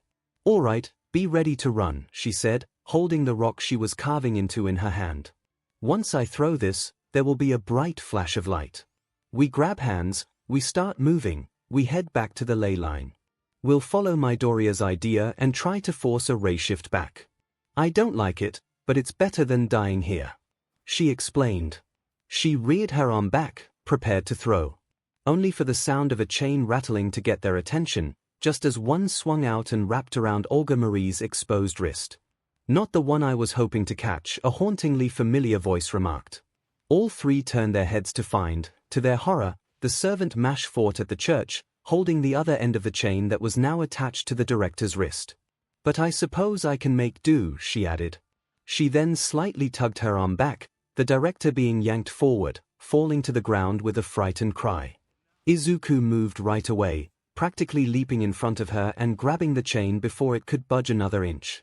This earned a light laugh from the woman. "Oh, did you want to go first, boy?" she asked, her voice a mixture of amusement and contempt. "Not many in your time are so eager to die. Do you envision yourself as a hero?" she wondered. The question made 𝐒𝐿 bristle, but he held his tongue, his thoughts only on saving the director's life. "Rider, you're alive," the approaching Lancer asked curiously. "We had thought you had somehow met your end at these children's hands." "The girl with the shield took me by surprise, but she made a crucial error," she responded. "Always check for a body," she finished, her voice still teasingly malicious. She then gave her chain a firm tug, intending to pull 𝐒𝐿 to his hands and knees as well. Seeing his defiant face shift to a frightened one would be a wonderful experience, before she froze that look on his face forever. She was surprised, then, to find that the boy didn't budge at all. Indeed, 𝐒𝐿's grip on the chain remained tight, and the shadow would see the lights of magic circuits arcing over what parts of his skin were exposed. Somehow, that alone was enough to keep her chain from moving. "What dash?" she started to ask, before 𝐒𝐿 shouted and yanked the chain his way. She was too taken by surprise to think, and found herself off of her feet, landing on all fours a second later. As soon as the chain went slack, 𝐒𝐿 dropped down and unwrapped the part of it still wrapped around the director's wrist, helping her to her feet soon after. "Director, are you all right?" he asked worriedly, his magic circuits shutting off. He felt the stinging sensation under his skin as the heat left his body, but he paid it no mind. Olga Marie, for her part, just stared at 𝐒𝐿 with wide eyes. For those few seconds after the chain snatched her wrist, she was certain that she was dead. Before she even had time to dwell on it, there he was again, standing in front of her to try and protect her. She didn't even have the time or the strength to tell him that he was being a fool, that he was doing exactly what she said not to do and facing off with a servant. Then he actually pulled the servant to the ground and saved her life again. Did he actually overpower a servant? Was this magic crest that some unknown force just threw at him making him that powerful? No, it had to be a mistake. The servant must have just been caught off guard. Of course he was far more concerned with her than the ridiculous feat he just pulled off, because he was stupid like that. Not that she could find the means to answer him either way. Mash, for her part, had been frozen by the decision to either try to save the director or keep her guard up so the other two servants didn't attack them. When 𝐒𝐿 moved instead, her heart nearly stopped, yet somehow he was able to rescue the director. Of course he could do that, he was her amazing senpai. If only she hadn't locked up and forced him to put himself in harm's way. The chain rattled along the ground as the rider rose to her feet, pulling the weapon to her grasp again. "That was quite the embarrassing display, Rider," Lancer commented, drawing Mash's attention as she held up her shield again. "Shut up," Rider snarled back. 𝐒𝐿 handed Fu off to the director, then immediately stood in front of her, his arms raised in front of him in a rather sad attempt at a defensive stance. "I was hoping to get my revenge on that shield servant, but you're beginning to irritate me, boy," she warned, twirling one of the spikes at the end of the chain idly. "If you're that eager to die, I'll be happy to grant your wish." "Such is the fate of fools and heroes," the assassin added. Mash could see him holding a fresh dagger in his one hand, while the Lancer still had his naginata aimed at them. "Do not think you can run this time. Your end has come." Indeed, it was clear to the director that they had no chance of escape, and none of them had a prayer against three servants at once. It was over. Her life was over. Everything she had worked for was now up in smoke. Their mission hadn't been completed, and they were going to die. Of course, why wouldn't they? None of them should have even survived that explosion, so why did she think they could make it through a singularity, handicapped as they were? It was hopeless from the start. "I won't let you," Mash suddenly shouted, breaking through Olga Marie's thought process. The shielder kept her weapon in front of her, trying to protect as much of the other two as she could. "I'm going to protect them. No matter what you try to do to me, I won't let them die." Olga Marie was not at all surprised to hear Mash say that, but she knew it was pointless. Mash could barely fight the assassin and failed to defeat 𝐼𝐸. She couldn't handle 3 servants by herself. What did surprise her was when she looked over at Izuku. His magic circuits were lit up again as he stared down 𝐼𝐸. He was actually going to try and fight a servant. Worse, he was smiling. Truthfully, Izuku was terrified. After everything that had happened today, he thought he wasn't able to feel surprised or afraid anymore. While it would be nice to say that he was more afraid for Mash and Olga Marie, he was scared for himself too. He had narrowly avoided death earlier, and despite how defeated he had felt then, he saw this as a second chance and he didn't want to lose it. If there was even a slight chance he could survive this and get back home, he was going to take it. Now, however, it became clear that even that would be taken away from him. He wasn't going to survive. His mom and dad would never know what happened to him. Katsuki would probably think he actually took his advice. The world would forget him. Then Mash went and said that, and it was like a bucket of cold water had been poured over him, snapping him out of it. What was he thinking? He couldn't just roll over and give up now. He knew even without looking at her the truth, because he saw her in the church. Mash was just as scared as he was, but she was stepping up and preparing to fight anyway. God, she was incredible. If he had the chance to become even a tenth of the hero that she was proving to be, he would have been very fortunate indeed. Right, that's what he wanted to be, right? A hero. Pretty words, girl. 𝐼𝐸 answered. What of you, boy? She asked him, sounding slightly amused again. Is that smile on your face a sign that you've gone mad? Realistically, there was no way they could live through this. Still, he could pretend that he could live his dream, at least for a little longer. You kind of have to be a little mad to be a hero, he responded. He didn't know where that even came from, but as far as last words went, he could have done worse. What he didn't expect was a reply to that. Took the words right out of my mouth, kid. A second later, a flash went off right in front of 𝐼𝐸. She let out a scream as flames suddenly engulfed her entire form, the shadow backing away a few paces out of instinct. Before she could even think of a counterattack, something shot out from the ground beneath her, sharpened to a fine point that swiftly pierced straight through her throat and out the back of her neck. Izuku's eyes were wide with shock, especially when he realized that the sharp implement looked to be made of wood. 𝐼𝐸 was left to stand there, frozen in shock, before her arms slumped to her sides. Izuku watched as her body dissolved into shadowy particles, the flames disappearing with her. The surprise of the attack left everyone briefly stunned, but the other shadow servants were the first to react. With a dual shout, they started to charge for the trio, but a shape suddenly leapt down from atop the bridge, landing in front of them and Mash in turn. Whoa, whoa, whoa, fellas. Can't have you ganging up on the little lady like that. A male voice called to the shadows, while reaching up and pulling back his hood. Izuku first saw from where he stood the length of slicked-back blue hair atop the man's head, tied back in a low ponytail. He saw the sky-blue robe that draped over his upper half, while the lower half was a mixture of the same color along with white. He aimed a wooden staff at the 2 other servants as he backed up, before turning to face Izuku, aiming his red eyes at him. A slight toothy grin appeared on his face. Yo, Bean Sprout. You're the MSTR, right? He asked. Izuku jolted at the question, still taking in everything that had happened up to this point. Why yes, he answered hesitantly. Why yes? Sheesh, what happened to the fire you were showing a second ago, kid? The mysterious man retorted, looking disappointed for a split second. Caster, the Lancer suddenly called out, or at least Izuku thought it was him. He still couldn't make sense of how he and assassins sounded exactly the same. You're siding with the humans. Yep.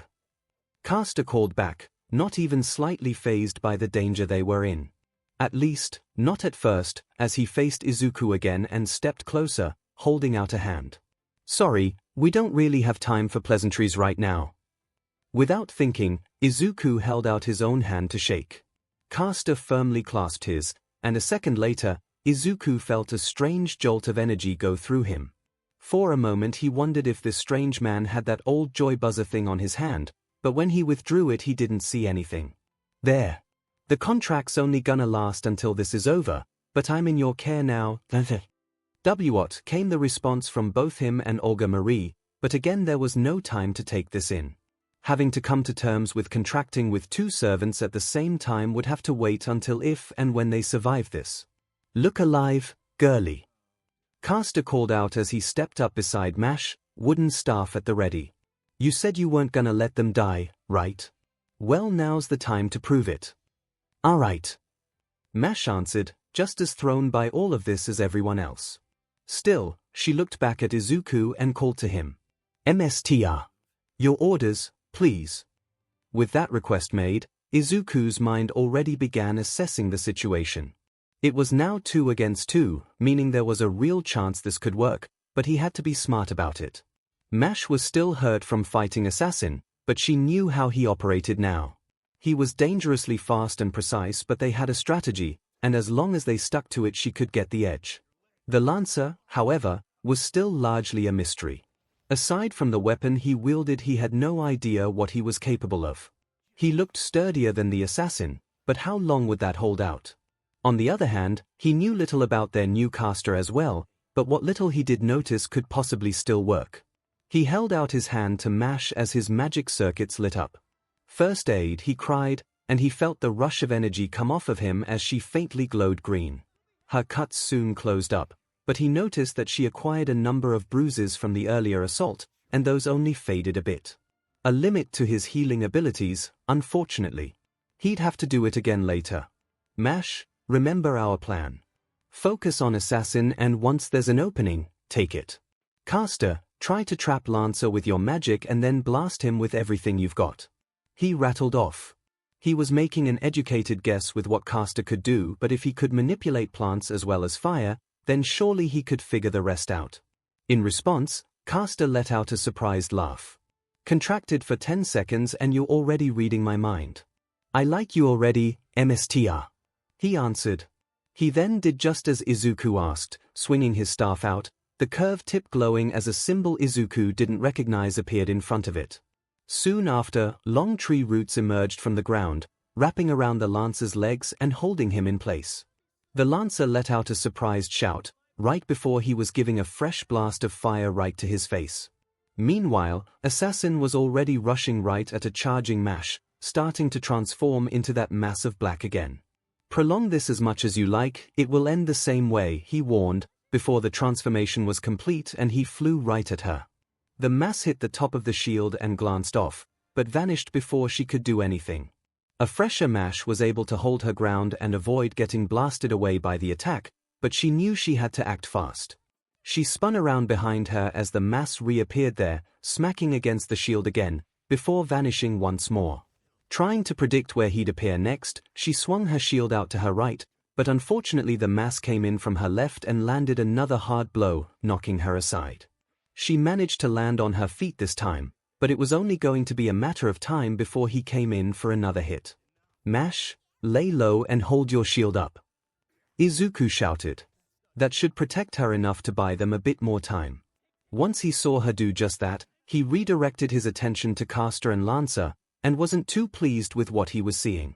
Not only had Lancer broken out of the roots binding him to the ground, he only seemed slightly fazed by the blasts of fire Caster was shooting from his staff. He watched as the Lancer let out a grunt and swung his Naginata down, Caster's staff blocking the blow but causing his knees to buckle from the force. Come on, you big bald silly. Caster shouted at him. You think you can just take my spot and then get all corrupted like this? Izuku obviously had no clue what he was going on about, but it was clear he was at a severe disadvantage like this. Caster, keep your distance. If you let him get in too close then he'll just overwhelm you. He called out. Easier said than done. Caster started to retort, but was cut off when Lancer swung a fist right into his gut, forcing the wind out of him and knocking him back a few meters. He gave a short cough, trying to catch his breath again, only to see the Lancer starting to approach again. Right, okay, got it, he coughed out, then raised his staff again. More roots started to grow from the ground, thorns poking out from the bark that encased them, grazing the Lancer's legs as he moved forward. If you think delaying me will make any difference, he started to say, only for Caster's staff to glow again. The roots then went ablaze, the flames already burning the Lancer's legs, as smoke swiftly rose to block his sight and make it harder to breathe. At least, in theory, as he was still stomping closer to Caster after a moment's pause. "All you are doing is making me dash," he started again, only to feel something pierce into his chest, stopping his momentum once again. He looked down to see a long wooden spike sticking out of it, his eyes following it until he saw Caster peeking through the smoke, the end of his staff having extended into a long point. "Quit talking so much and fight, prick," Caster taunted. He'd soon come to regret that, as Lancer reached behind his back to grab one of the spikes sticking out of it, only to hurl it like a lance, appropriately enough. Caster deftly sidestepped the throw, but it got the point across, as he withdrew his own weapon and started circling around, as Lancer broke through the smoke to further pursue. What little Izuku could observe from that exchange told him that Lancer was incredibly durable, something that was easy enough to guess, and that he didn't just have the one polearm at his disposal. Meaning that Caster could only keep his distance for so long before Lancer would neutralize that advantage he had. Izuku was also starting to have trouble dividing his attention between two separate fights, as he focused on Mash again to find her still pinned down by the assassin, who wasn't able to get through her defenses, but wasn't giving her any room to escape as he kept diving and slamming against her shield. "You cannot hide forever," the assassin declared. Izuku remembered how their previous encounter went. Had the spell he used recharged? If not, then he could end up drawing attention to himself, but he still had to try. He held out his hand towards Mash again, his magic circuits activating. Emergency evasion. Just like before, time slowed to a crawl for Mash, allowing her to peek past the shield that she was holding over her entire body. Again, Assassin was falling down at her in slow motion, giving her the chance to spring to her feet and back away. Assassin once more landed in the dirt in front of her, but this time she was already up and swinging her shield in a downwards arc. The long edge crashed against the side of Assassin's head, dropping him face first into the ground with a heavy thud. He started to lift his head again, only for Mash to bring the shield down again to keep him there. Izuku was thankful that the plan worked, and redirected his attention to the other fight. Sure enough, Lancer had closed the distance on Caster, swinging both his polearm and weight. Was that a sword? Were all of those spikes on his back different weapons? Caster was doing his best to jump back and keep away, but every time he got a bit too far away, Lancer would suddenly leap forward and swing another weapon from his seemingly never-ending collection. Caster was dodging most of the attacks, but one or two good hits could take him out of it. As Izuku mulled this over, Caster suddenly leapt a good 10 meters away from Lancer.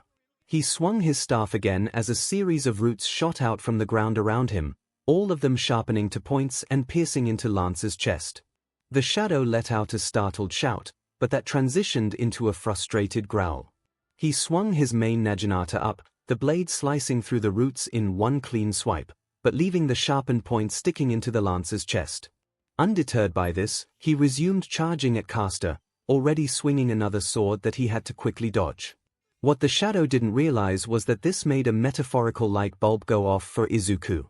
He glanced over at Mash, who was still battering Assassin with her shield, then back to Caster, then cupped his hands near his mouth and called out, "Mash! Caster! Group up!" Both servants looked over at him after he said this, confusion flitting across their faces for a moment. That moment passed quickly, and they both disengaged from their respective battles, running towards one another. Once they drew closer to Izuku and the director, they spun and faced the enemies. Assassin vanished again, only to reappear in the air, already diving at Mash once more. Lancer was charging full force at Caster, a roar of anger leaving his throat. Before either of them could meet their targets, however. "Now! SWCH!" Izuku shouted. Both servants' eyes lit up as they realized what the plan was, and did exactly as he ordered. Caster dove past Mash's back to reach her opposite side, pointing his staff out and firing off another blast of fire. The shot hit Assassin right in the chest, his entire body soon being engulfed in fire as he yelled and fell to the ground. Mash wove in the other direction, holding up her shield to block Lancer's swing, the blade of the Naginata clashing against the center and letting out another thunderous ring of metal against metal. Unlike Caster, however, Mash felt the impact but was barely fazed by it. She pushed her shield upwards, forcing the Naginata away, then swung the long edge of the shield into Lancer's face. He reeled back from the blow, but only for a moment. That moment was crucial, however, as 𝐼's eyes glanced at the pieces of wood still sticking into Lance's chest. Lancer swung another weapon down at her, but her shield clashed against it in another swing. Spinning her shield on one arm, she moved the edge forward, crashing it against Lancer's throat. He staggered back from the blow, forcing him into a coughing fit, giving 𝐼 her window of opportunity. Putting her shield directly in front of her, she dove forward, forcing her full weight against it. The shield smashed against Lancer's chest, and in doing so, forced all of the protruding roots deeper into his body, to the point that they went right through his back, earning a loud roar of agony from him.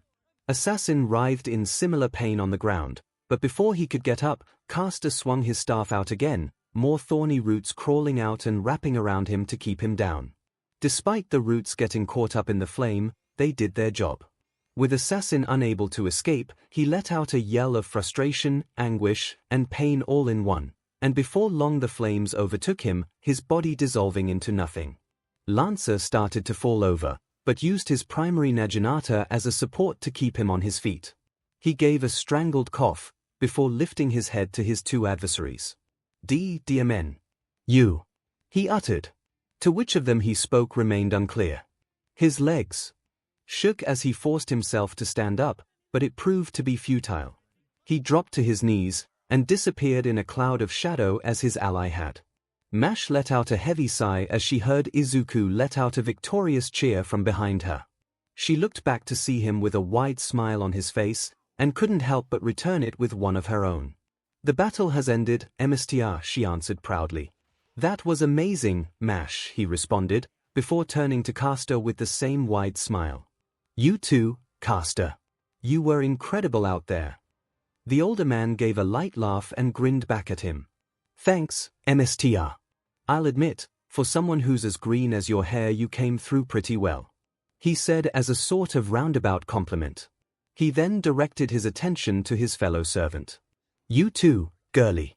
Although you've definitely got to work on protecting that ample backside of yours a bit more," he added, which he then emphasized by giving her ample backside a swift smack, prompting a yelp and an embarrassed blush to appear on her face.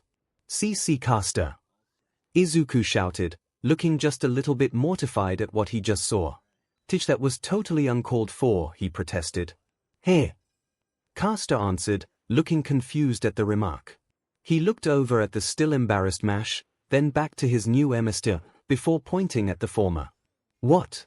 Did you call dibs first or something?" he asked, as if the impropriety of the question was totally unknown to him. "That's dash. You dash," was the string of sounds that came out of Izuku's mouth in reply, which only resulted in a confused look from 𝐼 and more laughter from Caster. Olga Marie, who was still hanging on to Fu as if he was somehow going to ward danger away, couldn't help but watch this display with more astonishment than she thought she would feel. Never mind how miraculous it was that a rogue servant would ally with them when the odds were so stacked against them. Never mind that he was a caster and thus would be much less of a strain on Izuku's magical energy to work with. Never mind that they actually pulled it off, and indeed despite his lack of experience Izuku's quick thinking had saved them again. What was really strange to her was that he was talking to his new servant completely normally. Most mags would regard a servant as just a tool, a means to an end, and simply coldly give orders and expect nothing else from them, nor care what they had to say. Some would throw their weight around and remind the servant that their orders were absolute. Some would go even further and have them do demeaning things just for the power trip, though it was obvious Izuku would never consider something like that. Some, mainly the ones who knew exactly who they summoned, would put on an air of false reverence to make the servant think they were in control. Izuku wasn't doing any of those things. He just spoke to Caster as he would any other person, albeit in his own way. She couldn't help but think back to the tests they all took, and Izuku's results against her own. Was this the secret? She tried to imagine how she would act if she had summoned a servant. She hadn't even thought of what sort she would want, or who she would want to summon, if anyone. Whoever she contracted with, how would she interact with them? Would she put on airs like she does with everyone else? Would she throw her weight around like a mage was expected to? Before, she would do that without question, but seeing Izuku act like this now made her question herself. something she found herself doing a lot during this whole adventure. After watching Izuku make more protests to Caster and him laughing them off, the director cleared her throat and approached them. All sets of eyes turned to her as she spoke up. As entertaining as this all is, now that we're out of danger, we have some things to clear up. She turned her full attention to Caster, who was watching her with a slight crook to his eyebrow. Thank you for assisting us, Caster. As you have formed a contract with Midoriya, I trust you don't mind answering a few questions. She asked as politely as she could. Caster looked around the area for a moment, before giving a satisfied hum and looking back to Olga Marie. Well, it looks like we're in the clear for now, so yeah, I can do that, he acquiesced. So then you'll tell us just what went wrong with this Grail War, she continued. Caster grimaced at first, his earlier confidence diminishing a bit. Right to the point, here he commented. Unfortunately, I only know so much. Basically, something went wrong with Saber. She suddenly started acting completely differently to how she was at the start of the war. After that, it all went to hell in a handbasket. She started taking out servants left and right, without any regard for the rules put in place. To make things worse, anyone that she killed got right back up as her minion. That's why those servants looked the way they did. He explained. He spread his arms out to gesture to the state of the environment around them, from the smoke blotting out the sky, to the flames still eating away at the buildings, to the rubble all over the place. Wasn't long before things got to this point, he concluded. This left the director with quite a bit to consider, but before she could, a disturbed Izuku spoke up. So, wait. If anyone she killed became a minion of hers, then the skeletons. The citizens of Fuyuki. Caster replied darkly. After seeing the horrified look on his MSTR's face, he quickly added, they have no consciousness. They're just bones stitched together by magic, given basic orders and left to wander around. The people have already been dead for a while, kid. It did little to comfort Izuku or Mash to hear that. Desecrating the dead wasn't something some could easily brush off. The knowledge that servants could consume human souls, as well, left them wondering if the people of Fuyuki really were at peace. What about the mediator? Olga Marie asked, thankfully getting them out of that train of thought. As soon as Saber started killing people out in the open, he should have organized the other MSTs and servants to focus on her. Yeah, he should have. Caster agreed bitterly. Which was probably why Saber took him out first. The director flinched, her teeth clenching at the answer. DMN, she thought that far ahead. Wait, the mediator had command seals left over from the previous war. Why didn't he use those to stop her? Hey, I already said I don't know all the details. Caster responded. All I know is that the priest was taken out and Saber started going on a rampage. I don't know what happened to her MSTR or anyone else, aside from the fact that my own MSTR got taken out some time ago. Since then I've just been trying to make it through this whole thing alive. Caster, are you the only servant left that isn't under Saber's control? Mash quietly asked. Got it in one, girly, he replied. I don't know how she managed to pull it off either. Berserker especially is a real monster this time around. But I guess having every other servant and an army of cannon fodder on your side helps. The director was still mulling all of this information over, when her own eyes lit up in realization. I see. So that's why you suddenly jumped in to help us. She remarked. Saber can't win the war or the Holy Grail until she defeats you. Without her MSTR, you aren't fighting at your full strength. So when you saw a few living humans and a servant, you saw an opportunity. Now you have a chance to turn this around in your favor.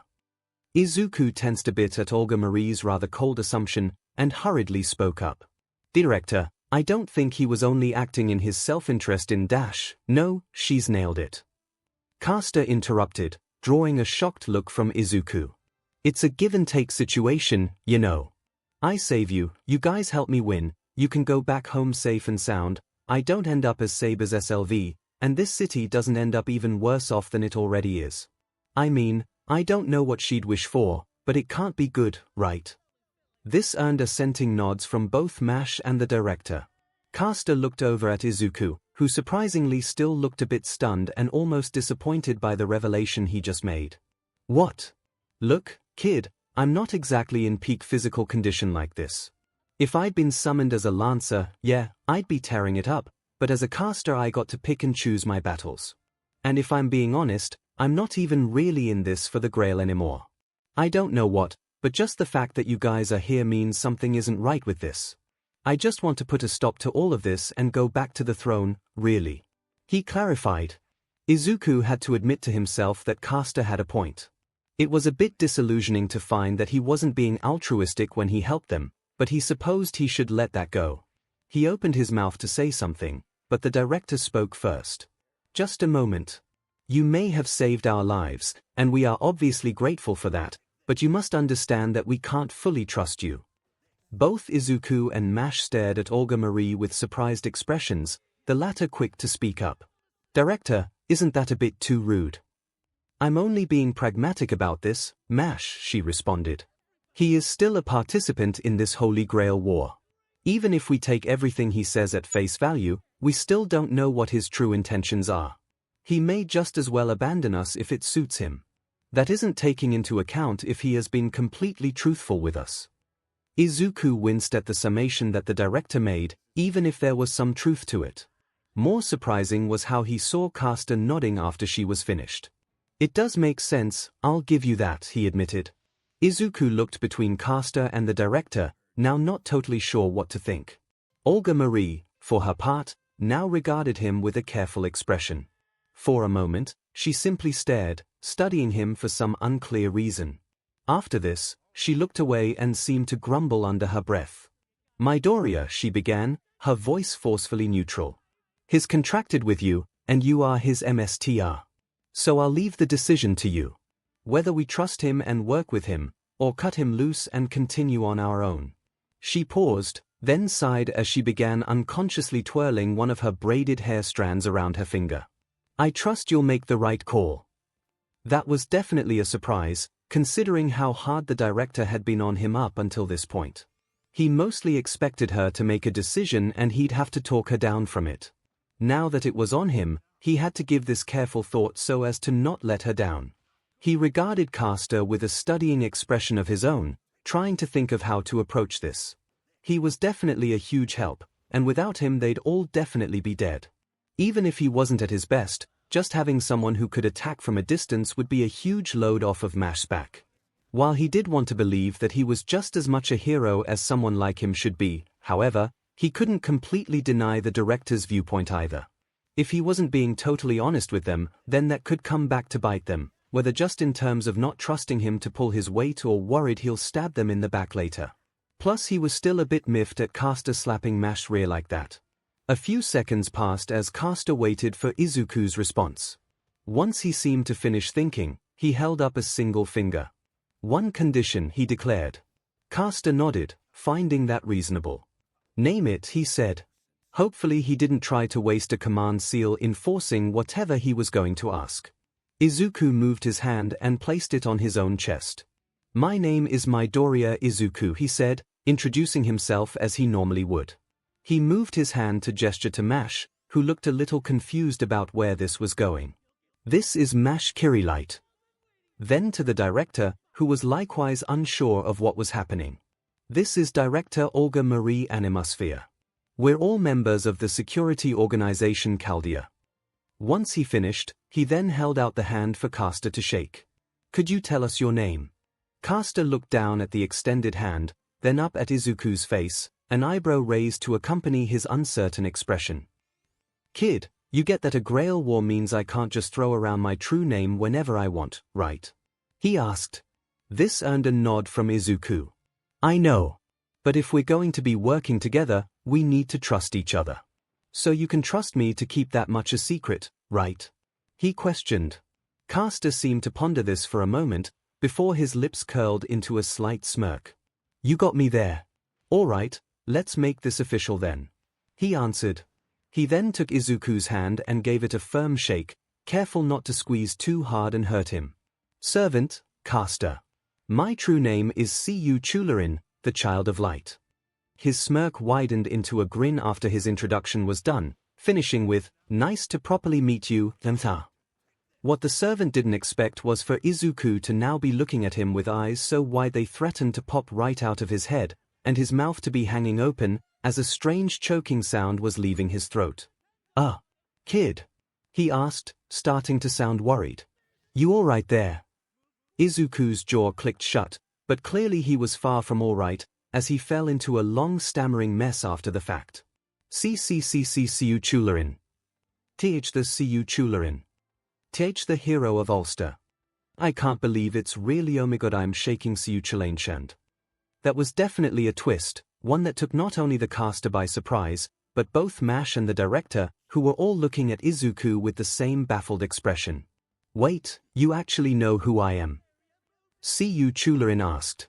"Not many people outside of my homeland talk about me all that much." "Oh, of course I know about you," Izuku shouted, letting go of 𝐒𝐬𝐽's hand while waving his arms animatedly. "You trained with 𝐒𝐽𝐽 in the Land of Shadows. You took on the army of Connacht almost single-handedly. You ate, that's why you mentioned wanting to be a lancer. You would have had the 𝐂𝐸𝐽𝐽." "Exactly," 𝐒𝐬𝐽 responded, now more than pleased someone actually got what he was going through. "I mean, sure, I learned how to use the primordial runes from my teacher, but they're not exactly my specialty, you know. Let me tell why, I'm really missing that thing right now." The mention of him knowing about runes got Olga Marie's attention, but before she could think to ask, Izuku surprised her yet again by pulling a notebook seemingly out of nowhere and holding it out for 𝐒𝐬𝐽. I know this is really sudden, but is there any chance I could get your autograph?" he nervously asked. There was a brief period of silence, as just about everyone present couldn't believe what they just heard. 𝐒𝐬𝐽 soon burst out into laughter, holding his side as the mirth overtook him. "Ay wow," he uttered between laughs. "Okay, I don't exactly remember my other summonings, but this has got to be a first. I can't imagine any of my other MSTs would have asked for my autograph." Izuku's eager smile started to fizzle a bit at this, and he started to retract the notebook. "Alright, yeah, of course. That is kind of silly," he admitted, but 𝐒𝐬𝐽 suddenly grabbed the book before he could completely take it away. Whoa now. I didn't say I wouldn't do it," he replied, still grinning widely at Izuku. "You just surprised me, that's all. Come here, I'll gladly sign this for you." This brought the joyous expression back to Izuku's face, and he happily stepped closer to open the book for him. Sure, he ended up signing in some language he couldn't understand, but he still got an autograph from a legendary hero. While MASH watched this exchange with a soft smile on her face, finding how quickly Izuku swayed to such a happy expression endearing, Olga Marie was again left baffled by it. Izuku was now talking to 𝐒𝐬𝐽 in a different way, but it wasn't the false reverence she thought of before. This was very genuine. Izuku really admired 𝐒𝐬𝐽 with such wide-eyed innocence that it was almost blinding to look at. Not that a figure of his stature wasn't admirable to begin with, but this was like he was meeting an idol of his for the first time. Maybe there was something to that assessment about his abilities after all. Maybe he really was going to be a great MSTR. She'd just have to wait and see. Crystallization of a wish when Olga Marie realized that Izuku's secret of being a good MSTR was to treat his servants with respect and admiration. She had figured that would be the extent of it. As she understood that Izuku was the type to admire heroes of all shapes, given the state of the world right now, most people outside of mage society did, she had assumed that the shock of meeting someone like 𝐒𝐬𝐽 would wear off. She was soon shown to be very mistaken. What about the Land of Shadows?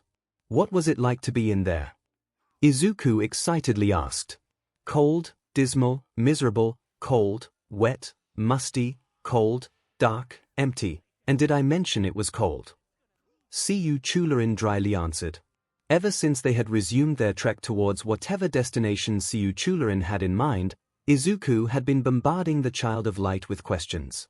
Questions about his life, his interactions with other heroes, the feats he had accomplished. It was almost never-ending. He kept up that wide-eyed excitable expression the whole time, too. It was utterly bizarre to watch, and she found her patience growing thinner and thinner as time went on. At least they weren't running into too many problems on the way. At worst they would find more skeletons, and at this point the combined forces of MASH and 𝐒𝐬𝐽 could wipe them out with ease. What about 𝐔𝐬𝐽? He pressed on. What was she like? An absolute witch of a woman. 𝐒𝐬𝐽𝐽 answered, before a shiver went through his body. He looked to Izuku, and for a moment the boy saw unmistakable fear in his eyes. Pray to whatever god you follow that you never meet her, Bean Sprout. She won't kill you, she'll just put you through your paces so hard you'll wish you were dead. Far from being afraid of this warning, Izuku looked more confused than anything. But didn't she teach you almost everything you know about warfare?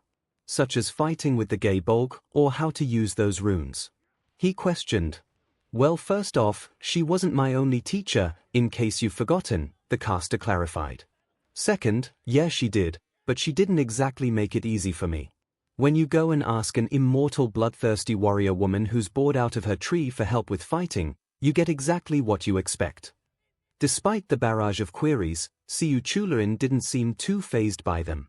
Most likely in part because Izuku was careful enough to avoid any sensitive subjects.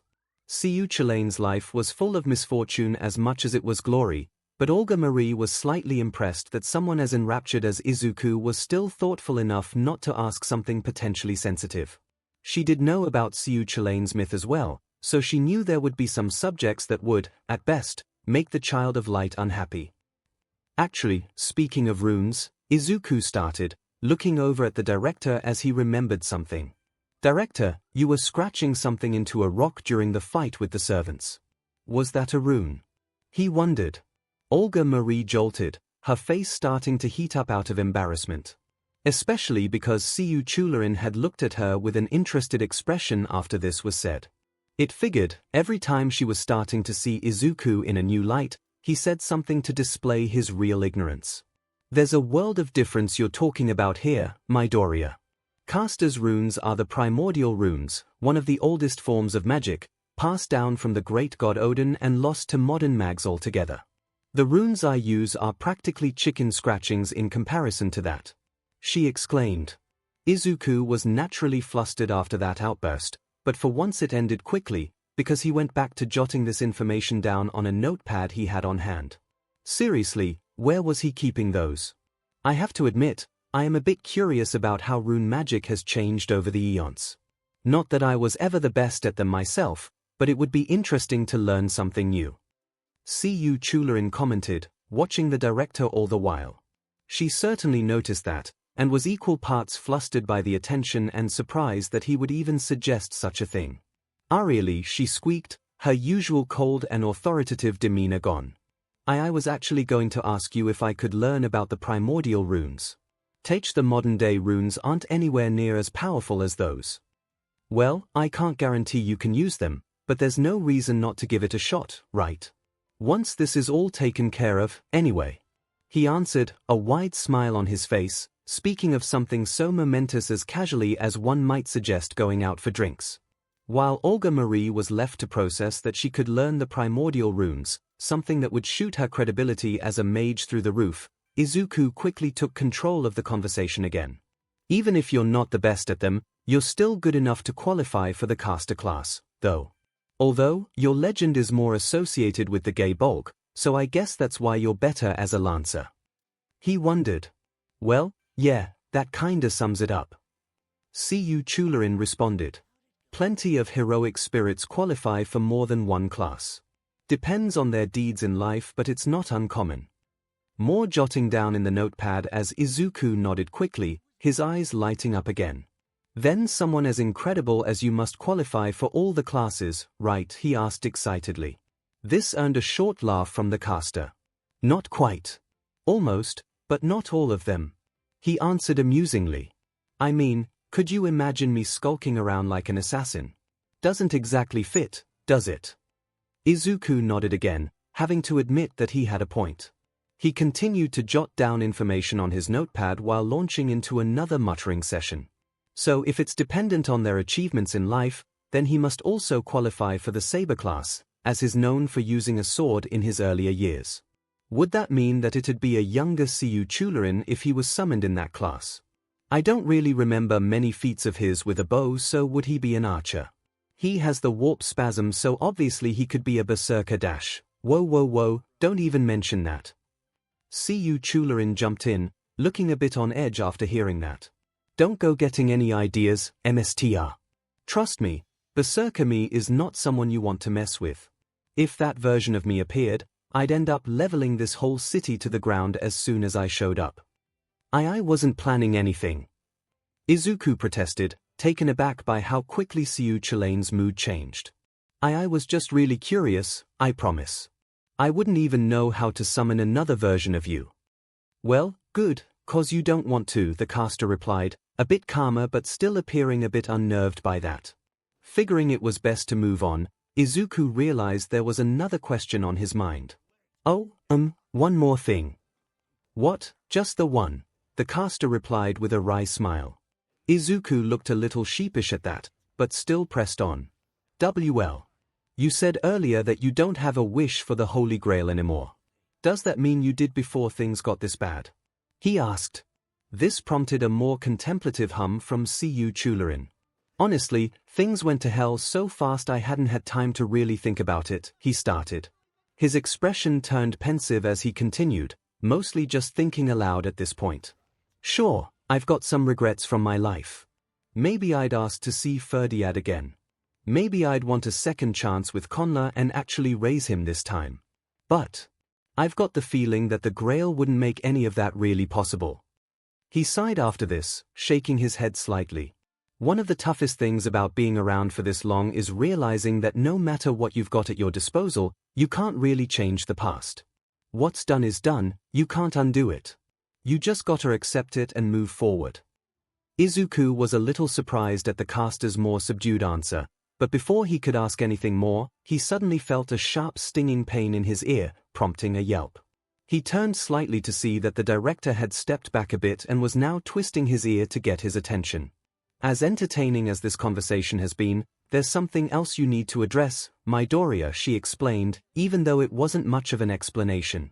Before Izuku could ask her to clarify, she let go of his ear, only to grab his chin and forcefully turn his head to look ahead. At the front of the group was Mash, who had been noticeably quiet this entire time. Her intended job was to act as the primary line of defense if they ran into danger, as was to be expected. However, she had a clearly troubled look on her face, her eyes aimed down as they walked, her mouth fixed in an uneasy frown. As you are her MSTR, whatever problems she has are your problems. Olga Marie clarified. So do something about this, she ordered. Not that she had to, as Izuku was already starting to fret over what could be on her mind. In fact, as soon as the director let him go, he nearly ran to Mash's side, worry very evident in his expression and his voice.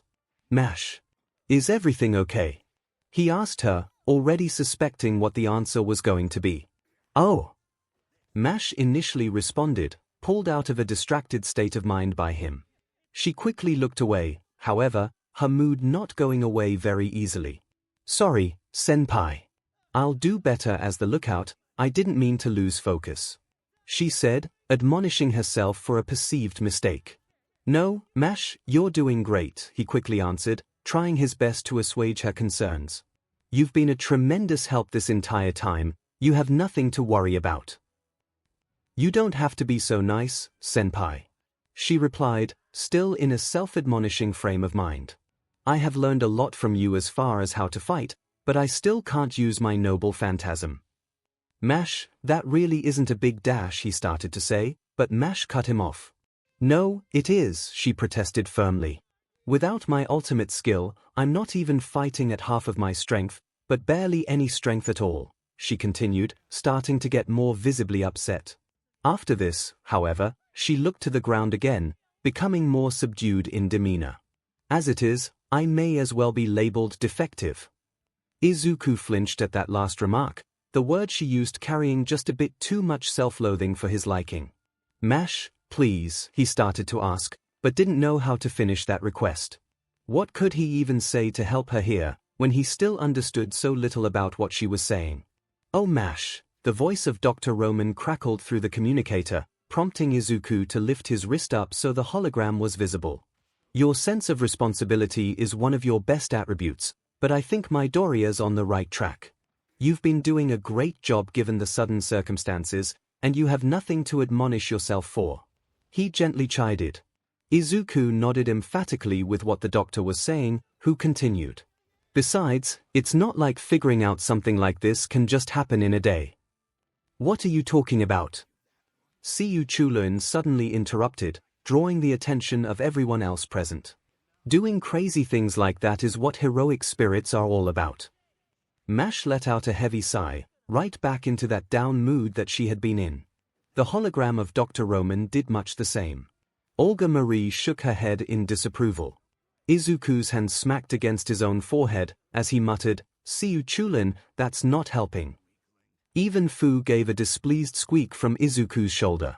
𝐒𝐬𝐴, not at all helpfully, ignored all of this as he approached Mash. Though that does explain a few things, he remarked as he gave Mash a somewhat analytical stare. I got the feeling something was up during the fight against the shadows, but you not knowing your noble phantasm clears that up. Why don't you, though? He wondered. Mash began, but Olga Marie suddenly cleared her throat, getting everyone's attention again. Is a question like that really relevant to solving the problem, caster? She asked, though Izuku noted she looked a bit nervous when she did. Which was strange. Why was she trying to avoid the subject of Mash's nature as a demi-servant now?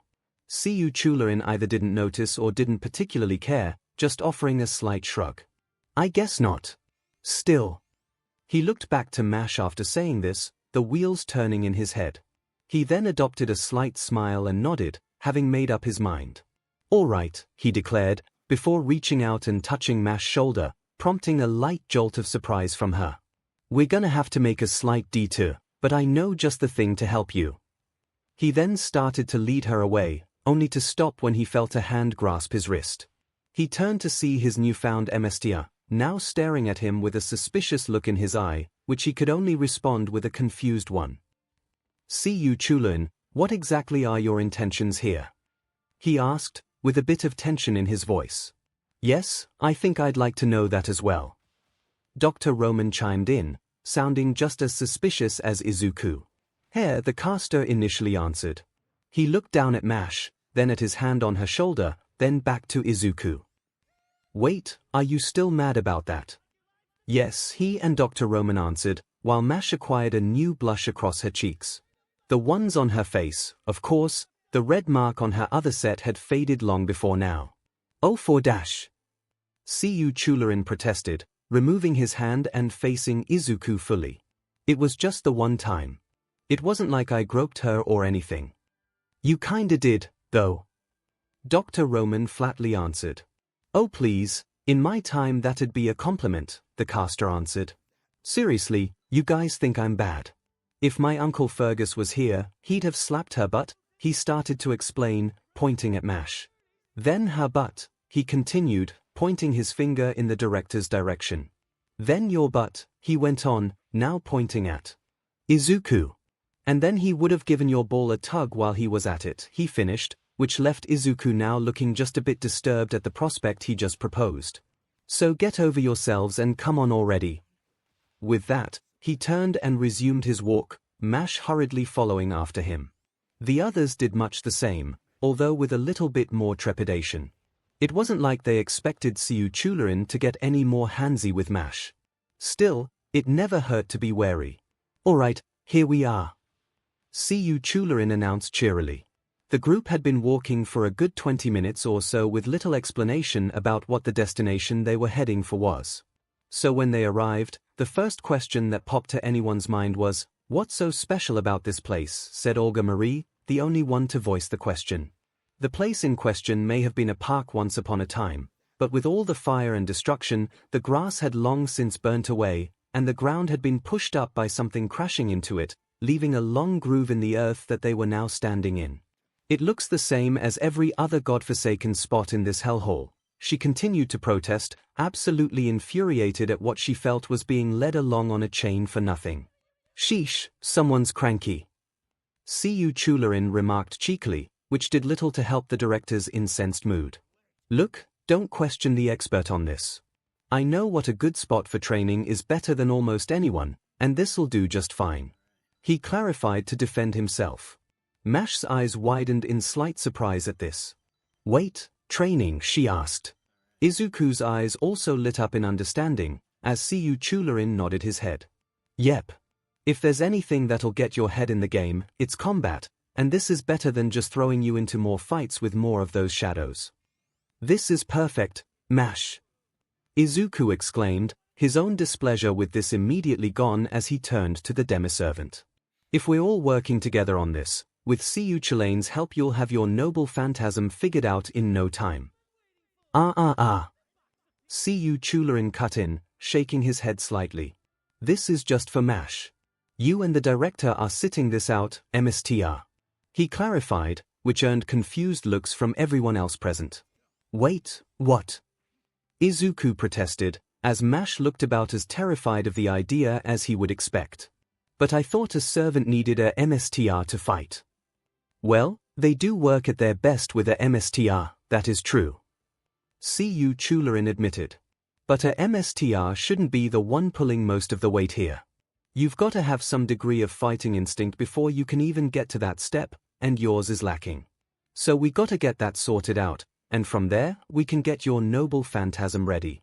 He continued. Think of it like swimming in a pool, but wearing floaters on your arms. They might keep you from drowning, but if you don't take them off sooner or later, you won't actually learn how to swim. Izuku could understand the analogy well enough, but he had to note the oddity of a Celtic hero bringing up swimming in a pool with floaters as if that was a completely normal thing to say. He looked to Mash with a hesitant expression, and while she still looked nervous, she soon voiced her opinion on the matter. I think 𝐒𝐬𝐴 is right, senpai. She admitted. I don't want to make things more difficult for you, and I want to be a better servant. If I can accomplish that, then. She continued hesitantly, before forcing a more determined expression. Then I'll endure whatever I have to. Mesh, Izuku started to say, wanting to again tell her that she hadn't been a burden in any sense. He was stopped when he felt a hand on his shoulder, looking over to see Olga Marie lightly shaking her head. It was clear that trying to argue here wasn't going to work, and that Mash wanted to do this. Reluctantly, he let his concerns go, giving a short nod. All right. I'm sure you can do this, Mash. He affirmed, to which she responded with a confident smile. Okay, so now that that's settled, you two take a seat somewhere nearby. 𝐒𝐬𝐴 instructed. The two humans walked back the way they came, finding a mostly undamaged bench nearby to rest on. And no shouting out advice, the caster called as they walked. Let me worry about that, not you. Izuku would have to make a concerted effort to do that, he realized. Once the two had sat down, 𝐒𝐬𝐴 tapped his staff on the ground twice, and the end of it started to extend into a wooden spear, much as it had during his fight with the shadow servant. All right, come at me, girlie, he called out, pointing the makeshift spear at the shielder. With a nod, Mash let out a battle cry and charged forward. The wooden spear extended even further as she approached, the tip shooting in her direction, forcing her to raise her shield just a bit so it would glance off of the center. With this blow deflected, she spun and swung the long edge of the shield with as much might as she could muster, only for 𝐒𝐬𝐴 to duck under it. Too obvious, he called out, spinning and ramming the blunt end of his staff into her stomach. She let out a strained cough and stumbled back, holding her stomach as he straightened back up. If you telegraph your moves from that far away, the enemy will have killed you before the blow even has a chance to land, he shouted, his voice hard and stern. Now, try again, he commanded. Mash winced, but gritted her teeth and nodded. The two clashed again soon after, and Izuku watched with anxiety written all over his face. Even with the knowledge that this was just for Mash's sake, and wasn't a sign that she was in real danger, it was hard to get out of that mindset. With every swing that she made, each one that 𝐒𝐬𝐴 dodged or countered with ease, he instinctively felt himself tense up, expecting the next blow to finish her. Calm down, he told himself. She's going to be fine. 𝐒𝐬𝐴 wouldn't really hurt her. This is what she needs. He closed his eyes and took in a long breath, trying to steady his nerves. As he let it out, he figured that maybe it'd be better to not focus on the training for too long. Especially since he had another issue to sort out.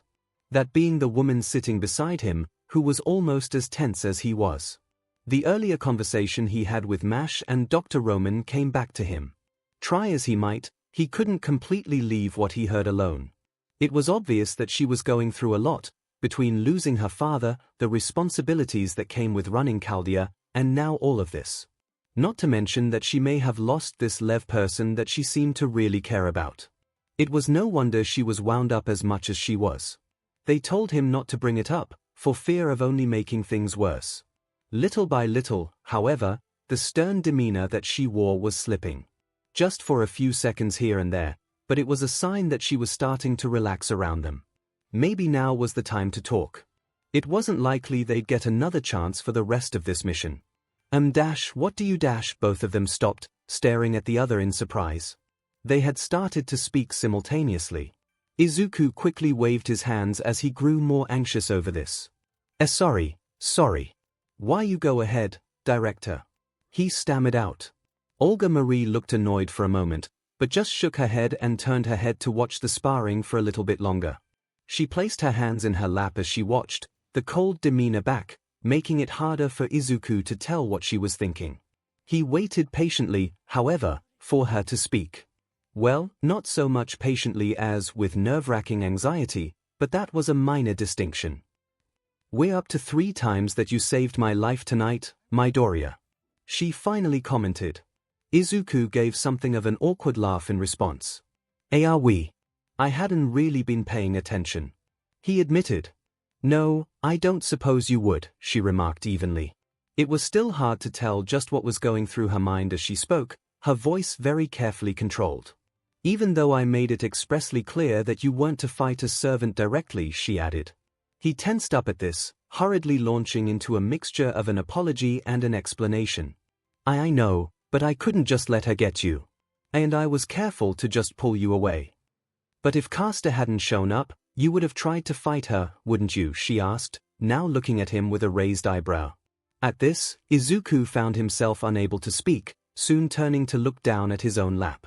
There was a slight pause as Olga Marie watched him, before she made another remark. The sensible thing would have been to leave me and run for it. Izuku's head snapped back up, looking at the director in shock. I would never do that, he exclaimed. Clearly not, was all she had to say to that.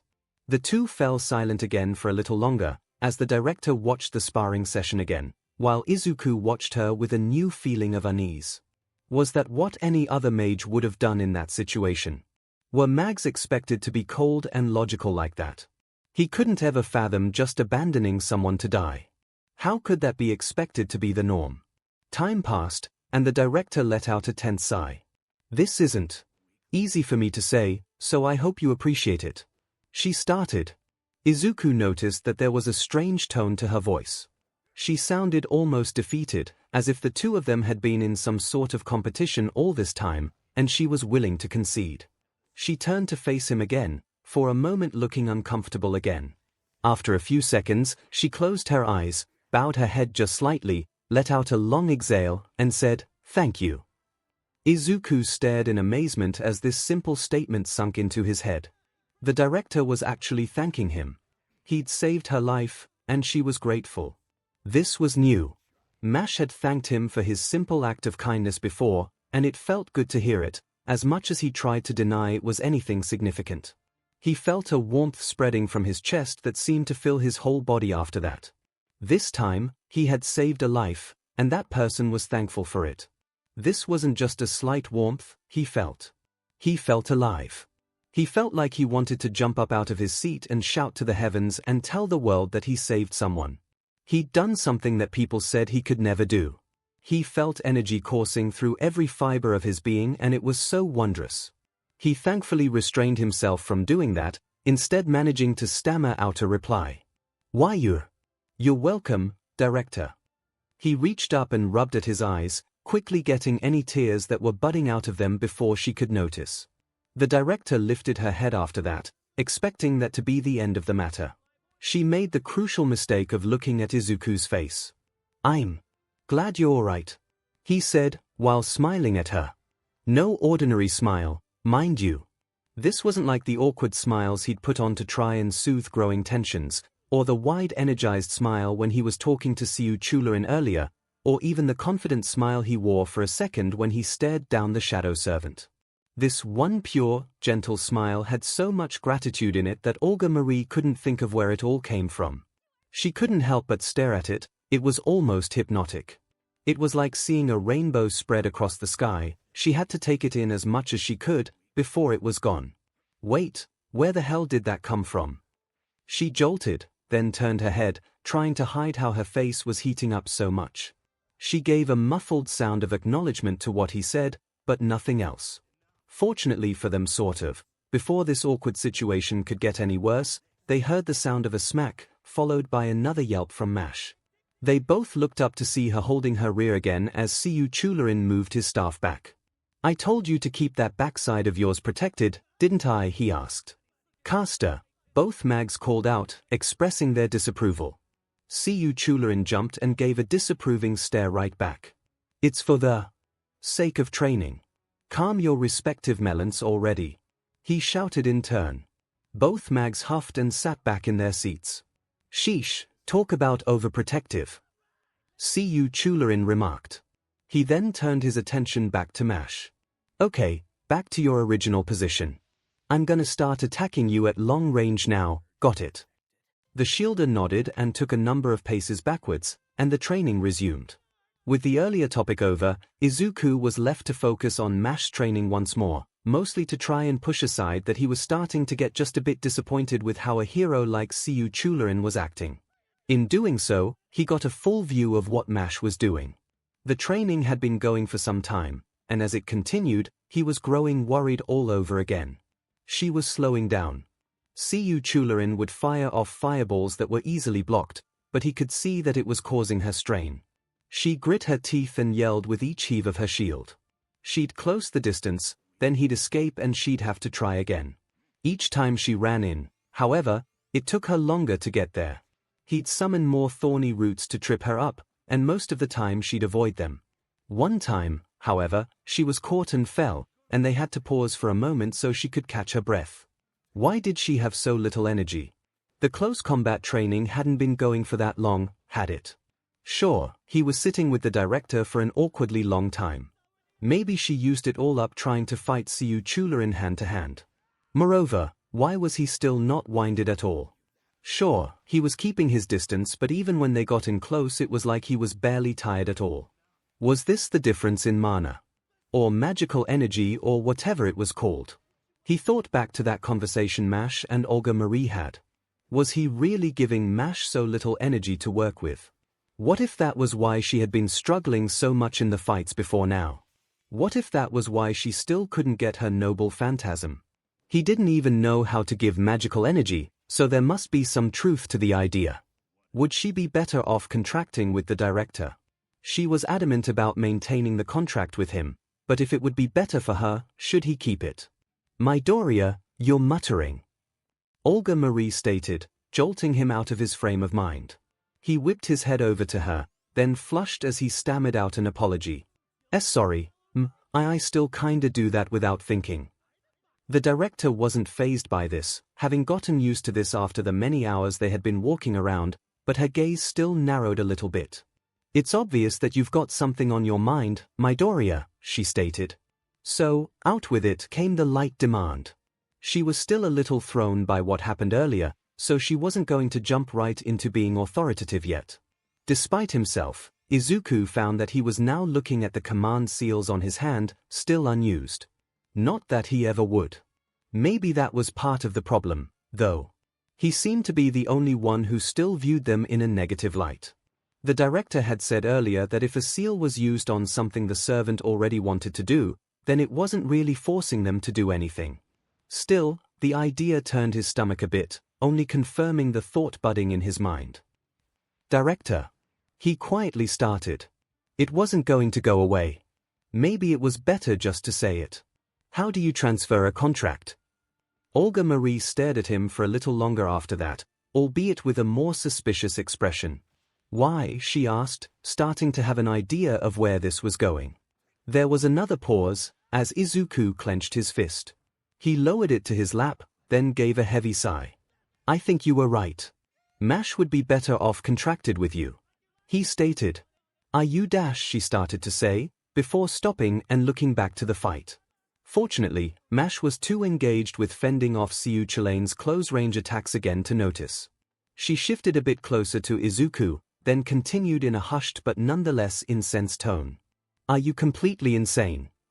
You want to just hand off 𝐼𝐻's contract to me? You know how against it she was before. Izuku naturally leaned back as Olga Marie approached, equal parts confused and anxious over how she responded to this. I know, but I get that she'll be upset with me, but isn't this better? How is this better? The director hissed. Midoriya, 𝐼𝐻 has never argued with me before. Not once, in all the time I've known her. She went to bat for you and I still can't fully comprehend why, but it's obvious she's attached to you. If you turn around and hand her off to me, you'll crush her. Is that what you want to do? She demanded. Of course I don't want to, he answered. He quickly looked to the fight as well, worried that he raised his voice a little too high. Fortunately, again, 𝐼𝐻 was too distracted by 𝐒𝐬𝐵𝐻𝐿aneyanking her off of her feet with the curved part of his staff to notice. It's just, if I'm not doing enough to help her, if I'm the reason she's having such a hard time right now. He trailed off as he watched 𝐼𝐻 struggle against 𝐒𝐬𝐵𝐻𝐿ane's strikes, her shield resolute but its wielder not so much. He saw how her knees shook, threatening to buckle under the weight. She had so much faith in him, so strong a belief that he could be a good MSTR. That single act of kindness meant so much to her that she would follow him wherever he went. Was that really best for her? I don't want to burden her, he declared, while his face wore a saddened expression. You're a better mage than I am. You'd be able to give her more magical energy than me, I'm sure. He didn't take his eyes off of 𝐻𝐻 the entire time he was saying this. If it means she'll be safer, then. More silence followed. Izuku was quietly preparing himself to have to explain this to 𝐻𝐻. He was trying to imagine the heartbreak and betrayal that her face would show. It hurt just to think about it. You're not a mage, the director said in a stunned voice. He assumed that meant she said yes, but as he turned to face her, she just kept going. I can't believe it. I keep expecting you to say or do something that finally tips off that you're really a mage, and then everything can start to make sense again, but you don't. The quiet confusion Izuku showed after that earned a shake of her head, then a more weary explanation from her. Midoriya, you really don't understand what kind of opportunity you have here. Most mags would kill for the chance to have a servant. A servant is nothing short of a miracle, one that can lead to an even greater one if you know what you're doing. And you have 2 of them now. And you want to just give one away? She asked incredulously. I don't want to do this, director, he repeated. I just feel like I have to. Well, you don't, and you're not, she answered firmly. Folding her arms, the stern director of Chaldea had returned, and wasn't backing down from Izuku's plan. For starters, you can't exchange the contract without 𝐻𝐻's permission. And she's made it quite clear that she won't hand it over. That was a lie. If Izuku had burned off his command seals, and used the last to nullify the contract, Olga Marie could swoop in and forge one with 𝐻𝐻 herself. It would be very easy to convince him to do so, and despite a part of her brain screaming at her not to miss the opportunity that she had wanted for almost her whole life, she ignored it. There was a bigger picture to consider here. Even if I could acquire the contract from you, I wouldn't, she continued. This earned a very surprised look from Izuku, considering just how insistent she had been about it earlier. You heard what Romani said, your capability as a MSTR far exceeds mine. It only makes sense for 𝐻𝐻 to stay with you. But you said the test could have been he starts, but she cuts him off quickly. Forget what I said before, focus on what I'm saying now. I'm choosing to put stock in what it said, and that's final. She affirmed. It made absolutely no sense for her to do this, but she had to. She just knew she did. I don't understand, Izuku admitted. She turned away from him for a moment, but rather than watch the sparring continue, she looked up at the blackened sky. Was it day or night right now? There was so much smoke that it was almost impossible to tell. How they weren't all choking on it was a mystery in and of itself. She remained silent for a time. When she does speak, the question seems to come from her independently of her will. Do you believe in the concept of destiny, Midoriya? That was not at all what he expected to hear from her. When she does turn to look at him, he gives a slight nod, but he still looks confused. It's actually a form of study for mags, she explains. There's a lot more to it than just what I said, but I'll explain it further some other time. She doesn't want to overload him with too much information. The simplest way to put it is that it's the idea that we're all here for a reason. We were born with a purpose, a reason to live. Finding out what that purpose is can be nearly impossible for some, but very easy for others. Sometimes, it's almost like everything just falls into place for some. She continues. There's a hint of envy in her when she explains this, feeling like things are set up just a bit too easily for him, but she keeps it back. Bigger picture, she reminds herself. It isn't something I normally put too much stock into, but after what I've seen today, I feel like I have to. She pauses here, watching Midoriya's befuddled look the whole time, hoping he's taking this in before she continues. Midoriya, you have a mage's gifts now, and you didn't at the start of the day. You have a contract with 2 servants when you shouldn't even be able to contract with 1. These are miracles, Midoriya. I think that means that you're meant to be here. You're meant to have this magic crest, you're meant to be Mash's MSTR, and you're meant to help Chaldea. I won't take any of that away from you. She couldn't believe she was even saying this. Everything she came to know about a mage's methods was to stab someone in the back at the earliest opportunity and take the glory for herself, if they weren't part of the family. Especially some no-name that no one would miss or care about. What difference did it make if Midoriya was meant to do anything? The Animusphere family name mattered more than that. She should be convincing him to transfer the contract with Mash, and maybe the one with 𝐒𝐬𝐽 as well, and then leave him behind and take all the credit herself when she got back to Chaldea. She was the type to focus on the grander scope, however. She had to be, given her job. She needed Midoriya, it seemed. If he really was as miraculous as she thought he was, then she needed him on her side. They needed to work together to save the world. There wouldn't be an Animusphere family if they didn't get that sorted out anyway. This was a pragmatic decision, that's all.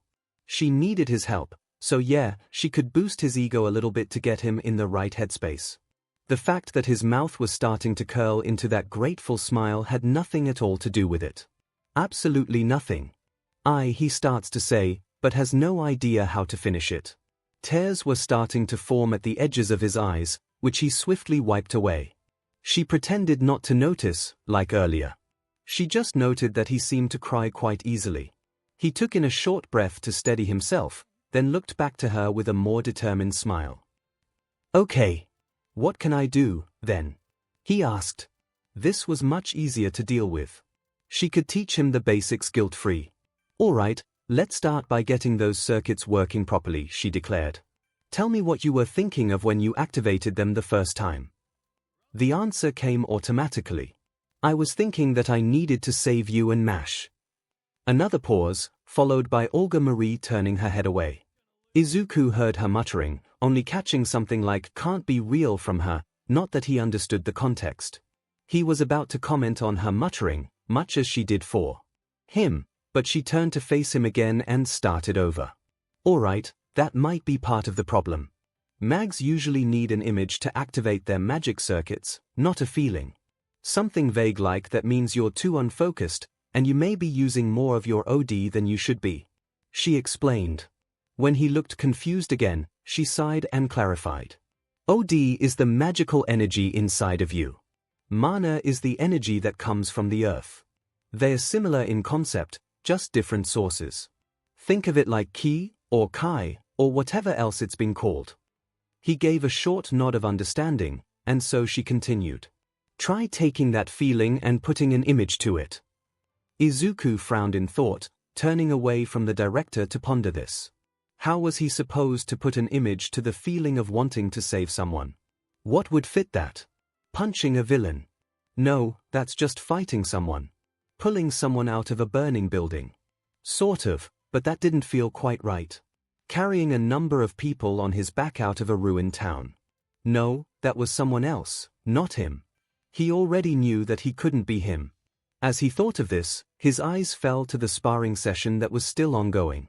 Mash was still standing, despite looking as exhausted as she was. She still held her shield in front of her, enduring another blast of fire to it, keeping her stance as firm as possible. His eyes slowly widened.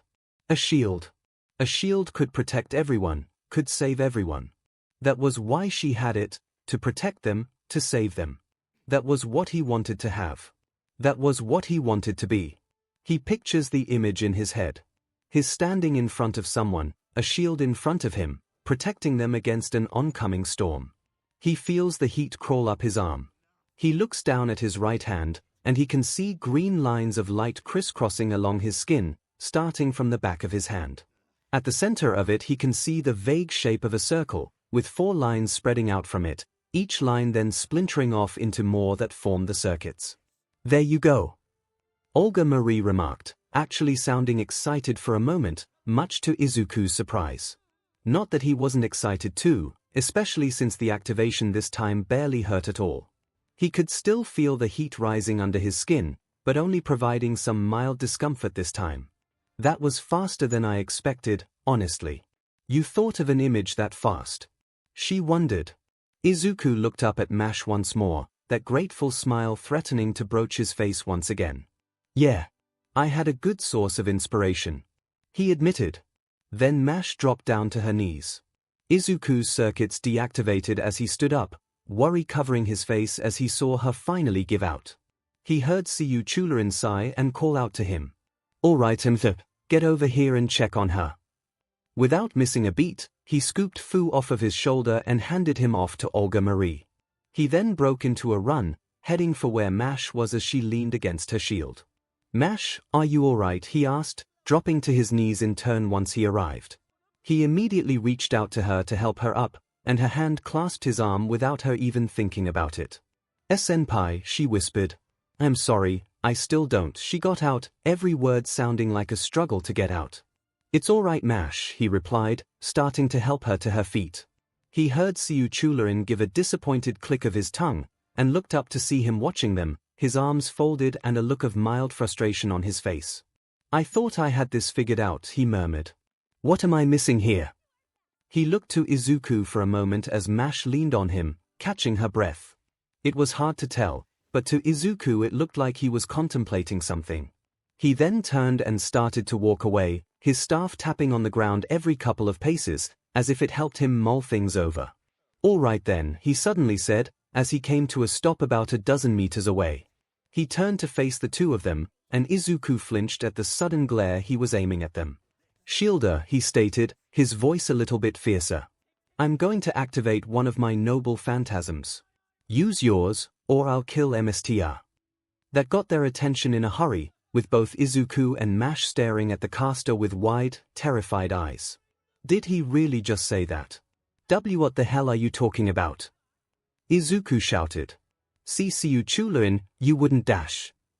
Mash started to protest, still leaning on her MSTR for support. "Do I look like I'm playing girl?" the caster retorted. "I've tried being nice until now, but clearly it isn't working. So we're doing this. If you can't find a way to stop it, then you would have only slowed me down anyway." Izuku opened his mouth to protest again, but 𝐒𝐿𝐴 had crossed his arms, his eyes closed. He heard him begin to chant. "Timber giant, eaten away by fire. Become a cage of flames." Izuku grabbed Mash's arm, about to pull her away. "Mash, come on, we have to run," he shouted. "Guys, hurry, he's going to start at any second now." Olga Marie cried out, just as panicked as them. Mash, for her part, couldn't budge. She could only watch as 𝐒𝐿𝐴 twirled his staff over his head, then pointed it at them. "Wicker Man." An explosion of fire erupted from behind the caster, smoke rising swiftly into the sky. From the flames, something rose up, far above the man's form. It moved up, up, up into the air, easily reaching 4 or even 5 stories high. The figure was made of wooden branches, bound and woven together into the vague shape of a man. In its chest was a door, leading into a cage for one to stand in. Flames already began to eat their way up its body. The Wicker Man. The famed method of sacrifice for ancient cults. It was moving and it was burning and it was coming for them right now. Mash reeled as this all happened. She heard Izuku shouting at her to run, felt him tug at her arm, but still couldn't move. She saw the giant take a large step forward, the ground shaking under its weight, flames blasting out from where it touched down. Just one more step and it would reach them. One more step and they would be engulfed by the flames. Her MSTR, her senpai, he would die here. She had to do something. Save him. She suddenly stepped in front of Izuku, and with a strained cry, hefted her shield up over her head, then slammed it into the earth in front of her, holding it ramrod straight. All doubts left her mind, all questions about what she was about to do gone. All replaced by the simple, burning longing to protect her dear friend. The giant lifted its foot and brought it down on them. It never reached them. The flames never reached them. Izuku saw something blocking the giant's foot. Not the shield itself, but a barrier between it and the giant, spread out far beyond the dimensions of the shield. The flames spread out over the barrier, blasting in random directions, but never getting past it. All while Mash yelled in strained focus, doing everything she could to keep the barrier up, using every bit of mental strength for this one task. The giant then fell backwards, seemingly having lost its balance. It never reached the ground, the flames consuming it completely, until only the ashes drifted down and disappeared. Izuku saw the barrier maintained for a few seconds more. It shone a light blue, a magic circle inside of the barrier, an 8-pointed star spreading out to its edges, with a 4-point star within that, and a cross in the very center. Mash gave a strained mmm, and the barrier disappeared. She lifted her head after a few seconds of catching her breath. She blinked once, seeing that the attack was over, and the giant was gone. She looked behind her, and saw that Izuku was safe. It worked. Some way or another, it worked. She protected him. I did it, she declared, looking back at where the giant had been. She looked back to Izuku, an excited look in her eye as what just happened sank in. Senpai, I did it, she exclaimed. Izuku's eyes were locked with hers, an awed look within them. A shield that could protect anyone. She had just done exactly what he had imagined, what he wanted to do. Amazing. He managed to get out. He turned to fully face her, excitement starting to take him too. That was amazing, Mash, he exclaimed, his hands finding her shoulders. You're amazing, Mash. I knew you could do something like this. You're absolutely incredible, Mash. I told you before and I'll tell you again, you're the best servant ever. Mash didn't even care that Izuku was probably exaggerating without meaning to. Her hands found his shoulders in turn as she practically hopped for joy at all of this praise. Thank you. Thank you so much, senpai. I only did it because I knew you believed in me. She joyously cried. As the two of them reveled in this excitement, 𝐒𝐭𝐚𝐲 approached, looking pretty pleased as well. You can't teach a bird to swim, and you can't teach a fish to fly. When you get down to it, Girlie's nature is protecting people. So, it only makes sense that her noble phantasm does that. We just had to dash. He stopped when he suddenly felt something tap against his forehead. He heard something hit the ground, looking down to see what it was. He stooped down, picked the object up, then stared at the guilty party. Kid, did you just throw a rock at me? He asked. Yes, a suddenly incensed Izuku shouted. What is wrong with you? You just suddenly pull out a giant flaming tree man and throw him at us. Why would you do that? You scared Mash half to death. Yes, she blocked it, because she's awesome, but that doesn't make it right. What the hell is your deal?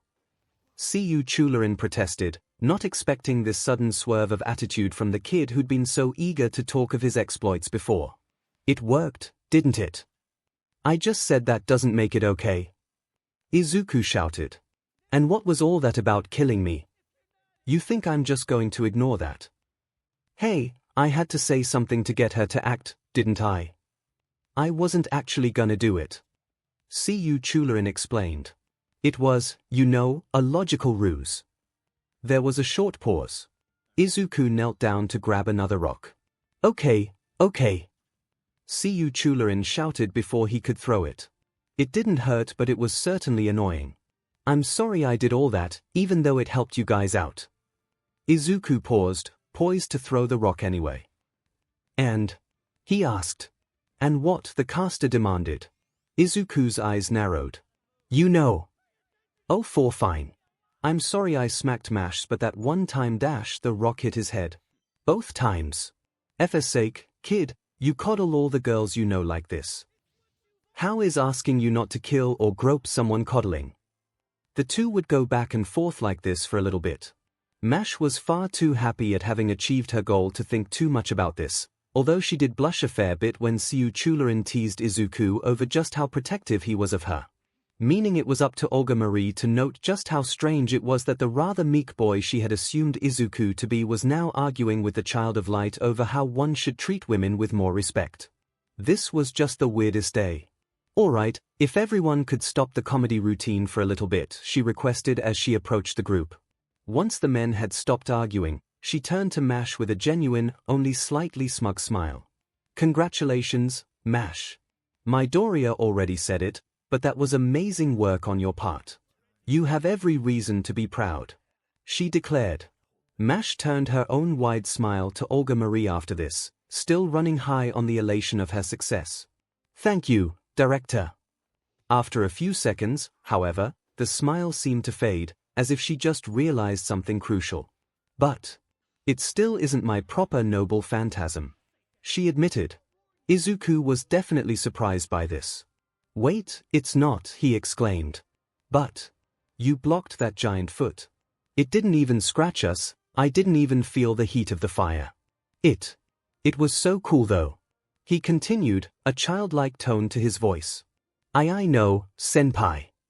Mash responded. But I still don't know its true name. I was only able to use a portion of its full power. Izuku blinked, looking to the spot where the barrier once stood. That was only a portion of what it could do. It seemed to work pretty well as it was, so what could the full version of it accomplish? Unfortunately, without knowing the name of the heroic spirit attached to you, this is as far as you can go. Olga Marie clarified. That should be fine for now, though. You'll pick up the rest of it over time. After explaining this, she then hummed slightly. You should give your version a name, though. It'll make it easier to use it from here on, she added. Mash nodded in understanding, then quickly started to think of a good name. Fu leapt from Olga Marie's arms to land on Mash's shoulder, leaning over to lick at her cheek as his own way of showing praise. She giggled, reaching up to pet him, as the name started to form in her mind. Lord Chaldea's, she answered. Olga Marie's eyes widened just slightly in recognition. That's a good choice. Any reason why, though? She asked. Well, the Chaldea's part is obvious, since I'm going to be protecting all of you. The Lord part, she started to explain, but trailed off as she tried to think of a good way to put it. It just felt right. It might have to do with the heroic spirit you're attached to. It could be a portion of the true name of your real noble phantasm. Dr. Roman's voice weighed in. Once Izuku lifted his wrist, the hologram smiled broadly at Mash. And of course, congratulations Mash. We're all so proud of you, he exclaimed. Thank you Dr. Roman. Mash responded, before looking at Izuku. Did you hear that senpai? We already have a clue, she said excitedly. This is great, Mash. Izuku answered, equally excited all over again. You'll have the real thing figured out before you know it. Mash nodded emphatically, and it wasn't long before they were gushing over what had happened yet again. As Izuku animatedly played out the whole event, 𝐒𝐿 watched with a mildly amused expression. Internally though, there was something about all of this that stuck with him. He had been running Mash ragged over as short a PRD of time as he could, but at no point did she prioritize her own safety. Protecting herself was never a concern. It was only when it came to protecting her MSTR that she stepped to the plate. That was a natural thing for a servant, but for a part of who she truly was to be connected to, that was a little worrying. A hero who stepped up to protect others was often a hero fated to die in that service. To die a hero was by no means a thing to be ashamed of, but death was rarely a welcome thing. For Mash to be so willing to do that had to say something about what value she placed on her life. It may very well be nothing, but it was something to think on. Deeper into darkness, even in the face of Mash's discovery, the group had a task to complete. So the celebration couldn't last for too long, and within minutes they were walking again. Even as Mash and Izuku still reveled in the excitement of her growth as a servant, and as a hero in his eyes, they were still in clear danger, so those feelings faded with time.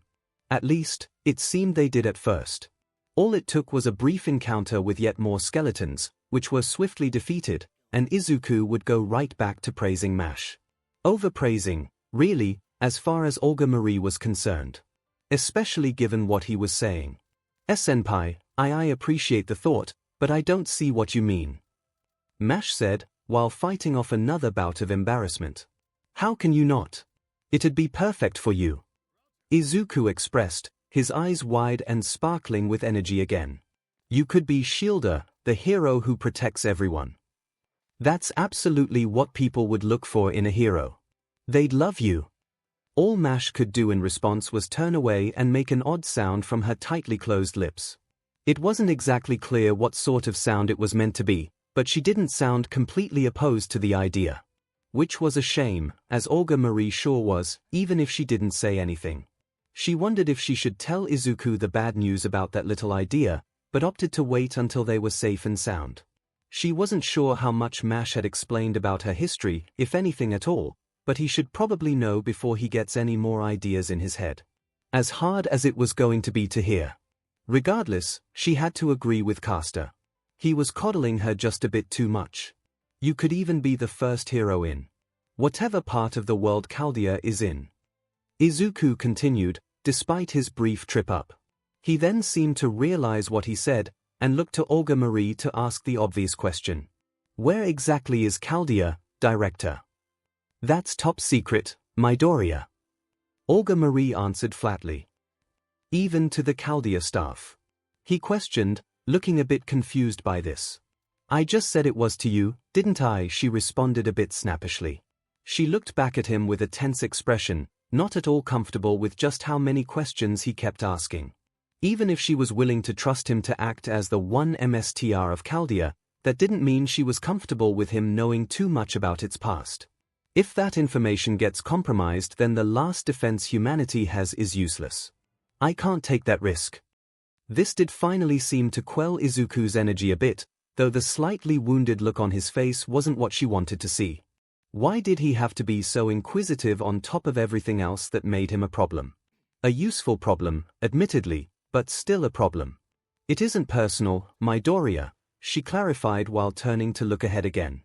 Perhaps one day you'll learn everything, but that's not today. With that said, the group was left to simply focus on where they were heading. After 𝐒𝐿 had given the park they had used for training a bit more of a thorough sweep, he made a disappointed sound and directed them to resume their walk. It had been mostly uneventful as they wandered through the town, only stopping for the occasional skirmish or to take a breather. Olga Marie assumed this was because they had taken out half of the enemy servants in one fell swoop, which a part of her still couldn't believe had actually happened. I mean, Caster? Mash suddenly asked, having gotten over her earlier embarrassment after the topic had died down. If I may ask, where exactly are we going? Yeah, sorry about that. 𝐒𝐿 replied, realizing his mistake. I'm taking you guys to the Greater Grail. There's supposed to be an entrance around here, I just mistook the park back there as its hiding place. The Greater Grail? Izuku naturally asked, another fresh tidbit of information now presented to him. Think of it like the real Holy Grail. 𝐒𝐿 explained, not slowing his pace and expecting the others to keep up as they walked along yet another ruined road. The grail that a MSTR receives for winning the war is just the receptacle for the wish. Once it's made, the Greater Grail is what uses the magic it gathered to grant it. So, Izuku began, starting to make sense of this. The physical grail is like a computer keyboard for inputting a command, while the Greater Grail is the actual brain that processes and executes it. Something like that, yeah. 𝐒𝐿 acquiesced. Olga Marie didn't let on that the comparison didn't make a whole lot of sense to her, personally.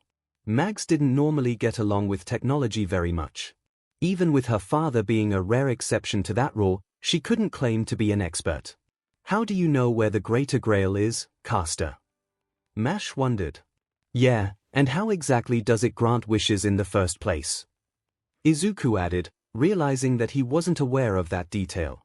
To answer the first question, it's because that's where Saber is. 𝐒𝐬𝐴 answered, his staff tapping on the ground as they continued to walk. Once I was the last servant left, she retreated to one spot and hasn't moved from there since. I happened to overhear from the shadows that she was guarding the Greater Grail. After that it was just a matter of digging up what info I could on the last Grail War, and I put 2 and 2 together. With that explanation done, he looked over at Izuku to continue. As for your question, the Greater Grail gathers the magic that forms a servant's body after they die. Once enough of them have been defeated, the Grail manifests. It's why there can only be one winner, there wouldn't be enough magic to actually grant the wish otherwise. Which is also why many MSTs tend to have their servants commit suicide to fully manifest the Grail. Olga Marie added. At Izuku's horrified expression, all she could do was shake her head and reply tiredly. I'm sorry Midoriya, but you might as well get used to the notion that a lot of mags are awful people by your standards. That isn't something I can just get used to, he protested. I don't understand how other MSTs would just treat a servant like that. It's because they typically view them as just familiars, which they technically are. Mash clarified. Many mags look at that and don't think about how they are made from the spirits of the deceased, or how they have their own wills, and treat them accordingly. Once she finished explaining, she offered Izuku a bright smile of encouragement. But the fact that you don't do that is a good thing, senpai, so please don't feel you have to change that. Yeah, it's actually nice to have a MSTR that doesn't treat me like an attack dog. 𝐒𝐬𝐴 admitted. A short pause followed as all 3 of them stared at him, before he jolted and smacked his own forehead. Ding, I can't believe I just said that. A light laugh went through the group after that, save for the director. It did help to ease the mood a little bit, but she was too focused to really allow any feelings of levity. So long as we're on the subject of servants, she began, directing her full attention to 𝐒𝐬𝐴. Caster, you seem to know a lot about Saber. Can you tell us their true name? They would have to be very strong to defeat all of the other servants. Mash remarked. Their noble phantasm especially must be quite powerful. Not to mention this ability to revive the servants under her control. Izuku added, before holding his chin and starting to ponder. But I can't think of many sword users who could also revive the dead. That part's something else at play, MSTR. 𝐒𝐬𝐴 responded, before sighing and looking at the rest of them. I do know Saber's true name, but I can tell you right now you're not gonna like it. This earned a nervous look from Izuku, with Mash not looking much different either. This Saber really must be a terror if 𝐒𝐬𝐴 seemed to balk at even mentioning her name. You are right, girlie. Her noble phantasm is powerful as all hell. He continued anyway. It's the sister sword to the sword in the stone, given to her by the lady in the lake. Izuku blinked as 𝐒𝐬𝐴 threw terms around that actually did sound familiar to him. A sword in a stone. Lady in the lake. He couldn't mean who he thought he meant, right? The sword of promised victory, Excalibur. 𝐒𝐬𝐴 continued, not reacting at all to his MSTR's or Mash's shocked expressions. Held by none other than Arthur, the King of Knights and the head of the Round Table of Camelot. Now even Olga Marie looked worried at this, though the other 2 were far more horrified at the prospect just proposed. King Arthur! Mash exclaimed first. King Arthur is behind all of this. But that's impossible. King Arthur is supposed to be a shining example of chivalry that all other knights are meant to follow. How could that person become evil? Exactly. Izuku added, looking to 𝐒𝐬𝐴 in the hopes that he'd suddenly turn around and say that he made a mistake somehow. Even if there is something else corrupting her, she should still be able to resist it. Anything being able to control King Arthur is just. It just can't happen, can it? I just said it did, didn't I? 𝐒𝐬𝐴 questioned, looking back and forth between the 2, unable to really get why this mattered to them this much. Look kids, every hero's got a dark side to them. Some aspects of themselves they don't like, something that could be twisted into evil. Even a legend like King Arthur. If she didn't, then she would be something humans just couldn't truly understand. Mash looked crestfallen at that, turning away from 𝐒𝐿𝐴 after he finished speaking. King Arthur, evil. Even with extenuating circumstances around it, it just didn't seem possible for her to believe it. It hurt to think about. She always admired gallant heroes that she read about, and King Arthur practically defined gallantry. Hearing that there was a version of King Arthur that was evil, she could only compare it to if someone told her that Izuku was evil. Except, no, it hurt worse than that. She felt incredibly sad at that notion, and she couldn't really figure out why. Izuku, for his part, was just trying to rationalize all of this with what information he had on hand. Which he did so quite audibly. If something could make King Arthur evil, then they have to be incredibly powerful themselves. But who, or what, could even do that? And what even is there for them to exploit or twist around? King Arthur was an exemplar of chivalry and, well, everything that's supposed to be good. Unless this is a case where the concept of order is taken to an extreme. Did they turn her into a totalitarian dictator? But this doesn't fit that dash. For once, he actually stopped himself on one of his rants, suddenly realizing something. Wasn't there a fact that he just overlooked? Caster? He asked, looking at him again as he slowly understood an important detail. You called Saber a woman, right? Yeah, he answered, not sure where this was going.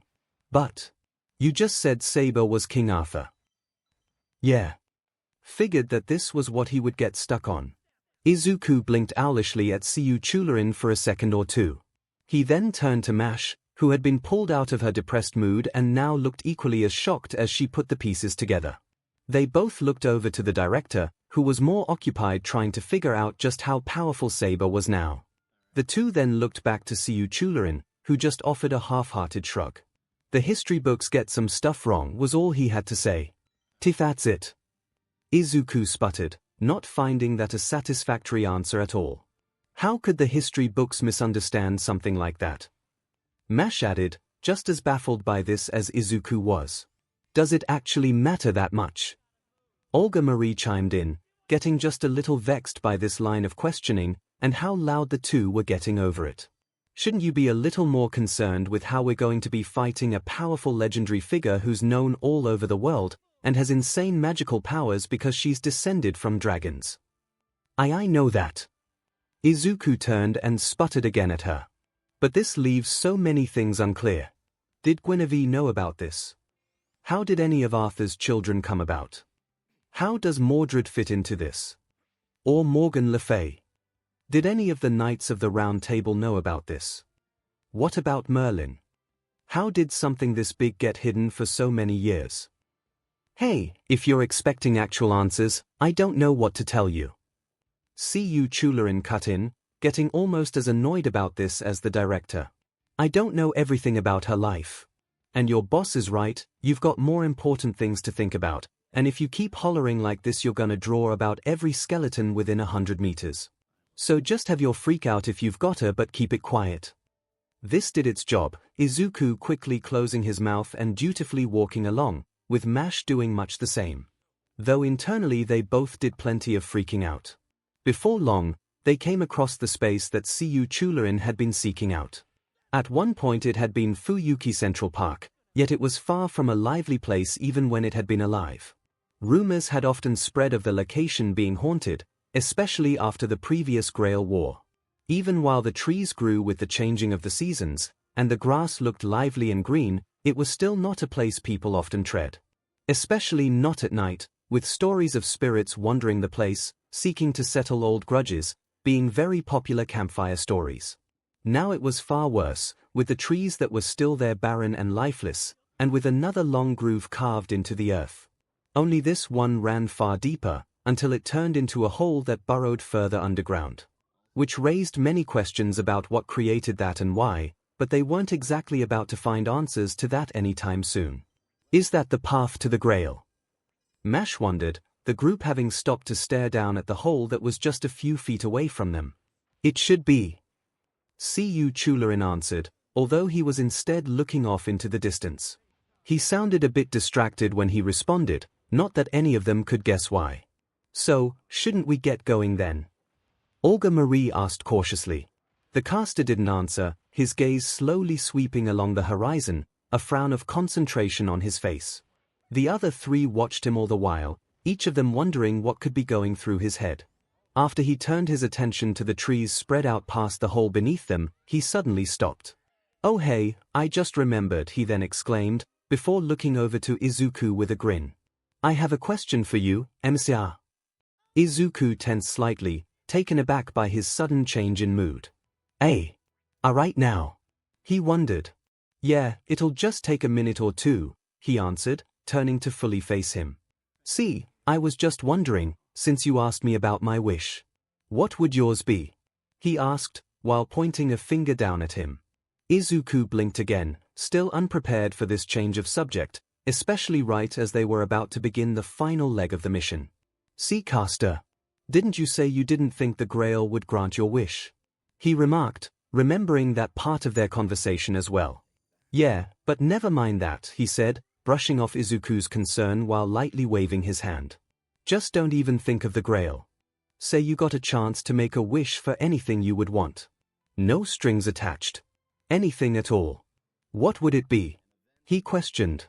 Izuku looked over to Mash, who looked as confused as he was. Then to the director, who simply tilted her head and waited for his reply.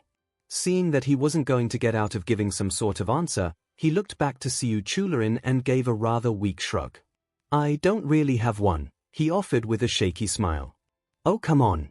You think you're getting off that easy?" 𝐒𝐿 answered, looking a little annoyed. "Not accepting that. You're young, you're alive, you must have something that you want." Figured that wasn't going to work. So Izuku had to stop and think for a moment. What was something that he actually wished for? Something that he wanted more than anything. Something that he had wanted for as long as he could remember. When it was put that way, the answer was obvious. "Well, Midoriya," Olga Marie suddenly said, grabbing his attention before he could finish his answer. Oddly enough, when Izuku turned to look at her, she was staring off to the side, twirling a bit of her hair around her finger, even as she spoke to him. "I also just remembered something. It's a bit of information you might find interesting," she explained. Izuku looked to 𝐒𝐿, who just shrugged, not sure where this was going either. They all looked back to the director, who continued. "Ever since quirks first appeared in the world, mags have tried to understand them, just as ordinary humans have. Did you know that in all of our shared recorded history, there has been no instance of a mage suddenly developing a quirk? Despite the metahumans rapidly growing in numbers over the last few generations." That was a bit of a surprise to Izuku, who stared wide-eyed at the director and shook his head. "No, I never would have guessed," he admitted. "I thought not," she commented idly. "Likewise, there hasn't been a single case of a metahuman born to quirk-having families suddenly developing magic circuits either. Many of the major mage families have studied this phenomenon, but haven't been able to think of an explanation for it," she explained. After a moment, she then looked at Izuku with a raised eyebrow. "I don't suppose you might have a theory?" So now he had a second question to answer, one that was less personal but more contemplative. He hummed, placing his hand on his chin as he questioned this internally. Why was there no person born who had both magic circuits and a quirk? "I can't really guess the actual reason, but it must mean that magic circuits and quirks are incompatible somehow," he pondered aloud. "That is what many have assumed, yes," she responded. There was far more to it, but she opted to leave it at that. "So, hypothetically speaking," she then said, shifting gears slightly to get to her real point. "If someone were to, say, use the Grail to grant themselves a quirk. Someone who had only just recently acquired magic circuits, and nearly died in doing so." Izuku jolted, whipping his head to look at the director. For her part, she kept looking away from him, soon untangling her finger from her hair. "Anyway, just something to consider. By all means, continue your conversation," she said with a slightly dulled tone. This was her attempt at being nice with him. If this topic had come up when she had only just met Izuku, she would have likely been more blunt. Knowing how he reacted when having to mention that he was quirkless, she would have pointed out that she knew he wanted a quirk, and how stupid an idea it was to even consider it and how it'd only get him killed. However, in the time they had spent together, 𝐒𝐭𝐚𝐲 opinion on Izuku had changed. He was foolhardy, certainly, but not foolish. He rushed headlong into danger, but he could also be clever if given the chance to. He may disobey from time to time, but never out of disrespect. He may be in over his head, but he was quick to give credit and praise to those who knew what they were doing. So, though she wasn't about to admit this aloud, there was a small part of her that felt Izuku had earned her respect. As such, she could afford to be a little nicer to him. There was also a much smaller part of her, much deeper down, that was a little jealous that he was so quick to shower praise and adulation onto Mash, but had yet to do the same for her. Unaware of her internal feelings on this, but recognizing what she was trying to say, Izuku was left to reconsider his stance. Not that it was much of a blow to hear this, he had long since gotten used to the idea that he'd never have a quirk. So if that couldn't be his wish, then there was only one other option. Yet, there was a problem there too. In that case, there's only one thing I could ask for. He began. He looked down at the command seals on the back of his hand. At first, he thought the design looked a bit like a rabbit, with the long V shape being the ears. On a second glance, however, there was another figure it brought to mind. Unfortunately, I can't ask for it, he continued. He clenched his hand into a fist, feeling a brief surge of bitterness that he quickly quashed. If I just asked for it to happen, then it'd become meaningless. It would be something I'd have to earn. Something I'd have to prove that I could do, and keep doing it every single day. It isn't something I'd just have, but something I would be. Something that he already knew he couldn't be, but he kept that to himself. So instead, he looked up to 𝐒𝐭𝐴 with that same shaky smile. So, sorry, I guess I don't have a wish after all. Senpai. Mash suddenly exclaimed, prompting him to turn to her and see the wide-eyed look of awe on her face. I really wasn't expecting that answer. I knew that you were clever and kind, but I didn't think you'd be so honorable and diligent too. That's really amazing. She continued to express, each adjective used to describe him accompanied by her inching closer, seemingly out of reflex. Which in turn caused Izuku to lean back, his face heating up bright red as he tried not to look directly at her. Because she was too close. That's just a bit much, don't you think? Oh, so now the shoe's on the other foot then. 𝐒𝐭𝐴 grumbled, thankfully out of earshot of either of them. I don't know. 𝐒𝐭𝐴 commented, watching the MSTR and demiservant pair with a more thoughtful expression. Sounded more like a riddle to me. Problem is the clues are way too generic. It really wasn't meant to be. Izuku retorted, still in the midst of dealing with how much Mash was admiring him in that instance. You sure? Because 𝐒𝐭𝐴 started, before suddenly snapping his head to look ahead of them. Chaldea, get your guard up. Snapping out of her state, Mash suddenly dashed forward and whipped her shield out, just in time for something to fly forward and strike it, the iron of the shield ringing from the impact. The item that hit her flew over her head, landing on the ground behind Izuku. He turned to look, only to see a sword sticking in the earth, before suddenly dissolving into a bluish light. What just dash? 𝐒𝐭𝐴 started, before moving beside Izuku as they hid behind Mash. 𝐒𝐭𝐴 made a noise of disgust as he also shifted to stand behind Mash. I knew it, he growled. Archers guarding this place. As if in response to that, there was the sound of something flying through the air, followed by another object hitting Mash's shield. She remained steadfast as the sword fell to the ground, and Izuku looked over her shoulder to see another sword laying there, before it too disappeared. If his archer, then why is he throwing swords at us? 𝐒𝐭𝐴 shouted, airing the same thought that Izuku had running through his head. Hey, I don't know everyone here. 𝐒𝐭𝐴 responded, tension rising in his voice. Even if this guy really sees me off for some reason. Another object sliced through the air and clashed against Mash's shield, as the group saw a thinner sword clatter to the ground and disappear. Questions about Archer's identity would have to wait until later, as Izuku's eyes looked up to the line of trees before them, trying to find any signs of something not meant to be there. Girlie, keep your shield up. 𝐒𝐭𝐴 ordered. I need a clear shot at him, and I can't get one if I get skewered. Mash only gave a quick nod, having no intention of lowering her guard in the first place.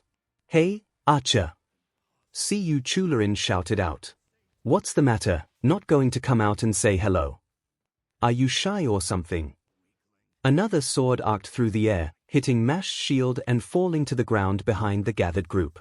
If you think that's going to work, you must be a fool, caster, a male voice intoned. The group kept scanning the trees ahead of them, trying to guess where the voice came from before he struck again. Hey, can't blame a guy for trying. Caster answered, although he was growing more annoyed by the second. "A minute, where is he?" he growled under his breath. Another sword flew through the air, this one smaller and lighter than the last, moving much faster than the others. 𝐼 easily deflected this one, of course, but it seemed as though Archer was closing the distance between them. "He's moving around," Izuku whispered, to which 𝐒𝐬𝐴 nodded in agreement. "So we just gotta try and predict where the next shot is coming from," he muttered, his eyes still searching the trees for anything amiss. Another sword arced through the air, clashing against 𝐼's shield and scattering behind them. She didn't react to it at all, simply keeping her shield firm in front of her. Fortunately, this time the group noticed that the last shot had come from their left, 𝐒𝐬𝐴 already turning to the right to retaliate. "Okay, BT, this time you're mine," he growled quietly, as the others waited for the next volley. Izuku counted the seconds in his head.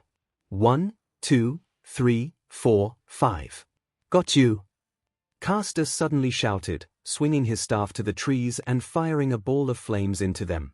The flames only hit a tree branch, and another sword flew from the left to hit 𝐼's shield. "Did you really think I was going to be that predictable?" the voice asked, sounding somewhat disappointed at 𝐒𝐬𝐴's assumption. Though he quickly added in a taunting tone, "Or are you trying to burn the forest down? Why you dash?" 𝐒𝐬𝐴 snarled, turning to aim his staff at the other set of trees. Before he had the chance, however, another blade flew and clashed against 𝐼's shield. Then another suddenly flew out to join it. And another. And another. "How is he dash?" Olga Marie started to ask, ducking behind 𝐼 completely as she held firm against a steady barrage of blades. At least, she held firm for a little longer. However, as the swords flew at her faster and faster, she felt the strain starting to get to her. The swords moved as fast as bullets, each one ricocheting off of the center of her shield, adding more and more pressure onto her. Against her will, she took a step back, trying her best to resist the onslaught but starting to weaken. "𝐼, keep it up," Izuku shouts, seeing how she's losing ground and wanting to encourage her. "Just hold on, we'll stop him," he added, placing his hands on her shoulders in some poor attempt to help. I know," 𝐼 responded, wanting badly to keep it up but starting to feel her body cry out in protest. "A minute, was he just playing with us before?" 𝐒𝐬𝐴 shouted, trying to find an opening to return fire, but the blades were now flying at them too quickly. If only these trees weren't in the way. Izuku kept holding onto 𝐼's shoulders, even as the barrage continued, and he heard her yelp in pain as her arms strained. He felt her step back again, forced to do the same, as he tried to think of a way around this. He could use his magecraft to help reinforce 𝐼, but that would only last so long before one of them burnt out. 𝐒𝐬𝐴 was right, if only the trees weren't wait. Izuku suddenly shouted, his eyes widening in realization. "Oh my god, I'm an idiot." He then added, prompting a confused look from the others as he turned his attention to 𝐒𝐬𝐴. "Caster, the trees." "Hey!" Caster shouted back. "Yeah, the trees, they're a huge pain in the butt." "What do you expect me to dash?" he started to shout back, but noticed that Izuku was pointing very animatedly at his staff. He looked at it, then back to him, then likewise jolted in understanding. "Okay, this is why I'm better as a lancer. This strategy SHT doesn't work for me." Without wasting a second longer, 𝐒𝐬𝐴 lifted his staff up and slammed the end of it into the earth. A brief green glow spread out from where the staff landed, fading away as it moved out past the group's feet. The reaction came soon after. Even though the trees were long since dead, roots burst out from beneath them, the trees themselves turning and tilting from the shifting they were making. Like a wave, the trees all bent in random directions, and as more and more of them shifted, the barrage of blades came to a stop. 𝐼 gasped and lowered her shield just a bit to catch her breath, as the others watched the trees for any signs of a shadow out of place. "Did we get him?" 𝐒𝐿𝐵 demanded. In response, they heard Archer's voice again, except this time he wasn't talking to them. Grunting. "Mash, shield up." 𝐒𝐬𝐴𝐺 yelled, and Mash did just that in the nick of time. Another blade flew at them and hit the rim of her shield, whizzing right past them after the glancing blow. "Grunting!" Izuku shouted, after the arrow had just narrowly missed them. "But that's one of Beowulf's swords." "But Beowulf was never an archer," 𝐒𝐿𝐵 retorted, the both of them equally confused and freaked out over what was going on. Before they had the time to contemplate what this meant, Izuku heard the whistling of something flying through the air, and turned to look in the opposite direction. His eyes shot wide open. "It's coming back." Indeed, somehow, the sword Grunting had turned in midair and was flying back the way it came, right at a vulnerable 𝐒𝐿𝐵. Without thinking further, Izuku dove at her, tackling her and getting them both out of its path. Fortunately, Izuku's warning had been given in the nick of time, as Mash spun around and deflected the returning blade, sending it away into the forest. Only after a few seconds it came back again, flying through the trees and right at her. She held the shield firm this time, but once the blade crashed against it, the force actually knocked her shield back, the sword disappearing soon after. "Stay together!" 𝐒𝐬𝐴𝐺 shouted, his attention turned to Izuku and the director on the ground. However, before either of them could think about where they were or to do as Caster asked, they looked up and saw the shadow finally appear. The man leapt from one of the bent trees, a bow aimed squarely at them. Izuku's eyes widened as he saw the arrow glow with bright blue energy.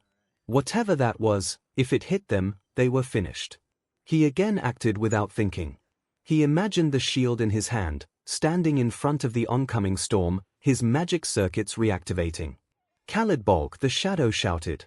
Izuku scooped up the director in his arms. "You son of a dash!" 𝐒𝐬𝐴𝐺 started to curse. Izuku jumped off of the ground, the circuits running through his legs, sending both him and the director further into the forest than he expected. It wasn't enough. Izuku heard the explosion behind him, felt the blast of wind hit his back and push him even further into the darkened forest. He was spinning around, no longer in control of where they were going to land, but he held onto the panicking director the whole time. Then his back crashed against something, prompting a yell of pain from him, and contact with the ground beneath them. He fell into darkness again. Thankfully for Izuku, the fall didn't last long this time. He felt something lightly smacking against his cheek, prompting a pained groan from him. His ears were ringing from the explosion, and in the darkness of the forest it was hard to tell just who was leaning over him. 𝐿𝐵, Midori. He groaned again, seeing the vague shape move as he started to sit up. His vision came into focus, and he was surprised to see just who looked so worried about him. "Midoriya," the director gasped. "Director." He weakly answered, earning a relieved sigh from her as she shifted her hand back from his face. "Good. The last thing we need right now is you dying on us," she muttered. There was a slight rustling sound from nearby, and both of them turned to where it came from, Izuku now fully awake. Without another word, 𝐒𝐿𝐵 dove behind one of the upturned trees, with Izuku not far behind. He grit his teeth to force back a yell of pain as he dropped down beside her, his back aching after that impact.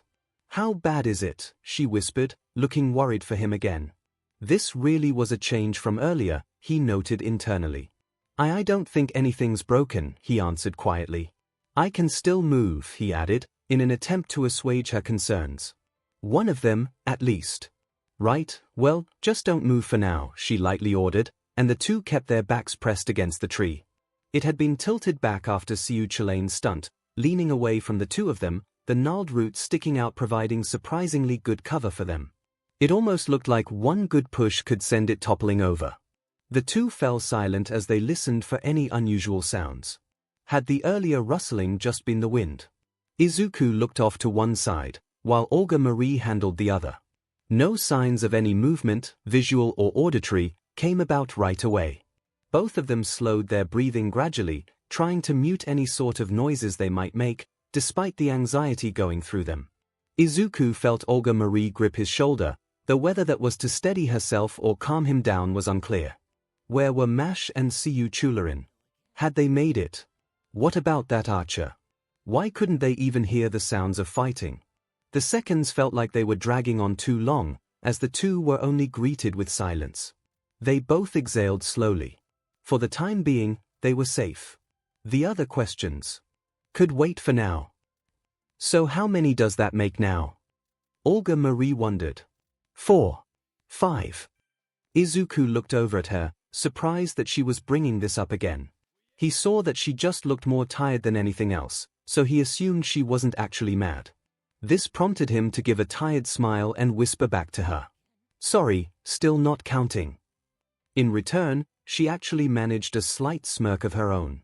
Not quite as smug as usual, but still with small hints of that feeling. You must really be trying to get on my good side, Midoriya, she remarked. Is it working? He asked. Why he thought it was a good idea to say that right now was probably because of the blow to his back. Or his head. He wasn't sure which was going on at this point. He was far more surprised to hear her give a short giggle, placing a hand over her mouth for just a second. She soon lowered it, and for a moment Izuku got to see a more genuine smile of appreciation on her face.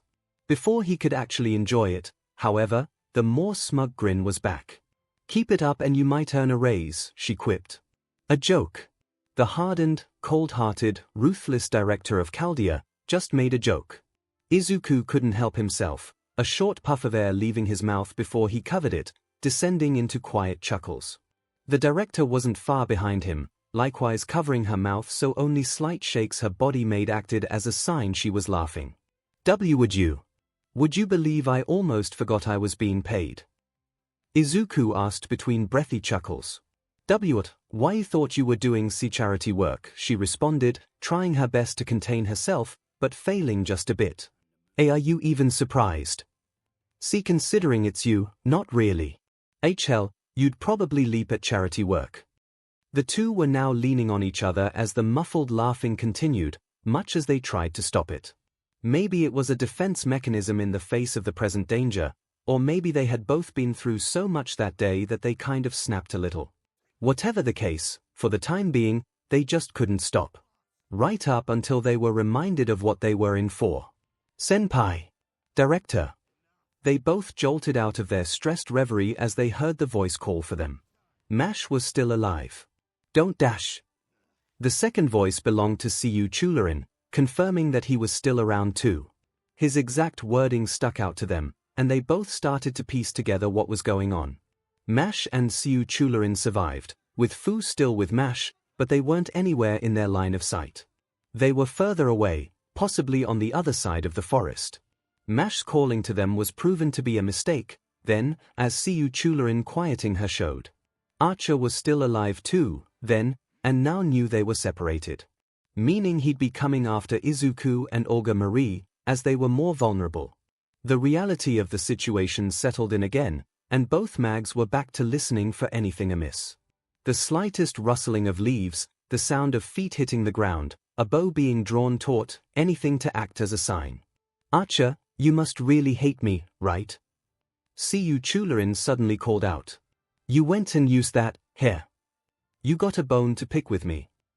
Even if Izuku could tell this was an attempt at drawing Archer's attention, the anger in Caster's voice was palpable. He couldn't very well blame him, either. Caladbog was the sword of Fergus MacRoich, one of the men who helped raise 𝐒𝐿. The fact that he called him Uncle Fergus before only solidified that. To have someone else use it on him must have 𝐒𝐿 seeing red. More importantly, who was this archer? He used the swords of both Beowulf and Fergus MacRoich, but he shot them from a bow. He couldn't think of any heroes he knew of who acquired both of those blades, especially since Beowulf himself broke hunting. Not to mention all of the random unnamed swords that had been flying their way.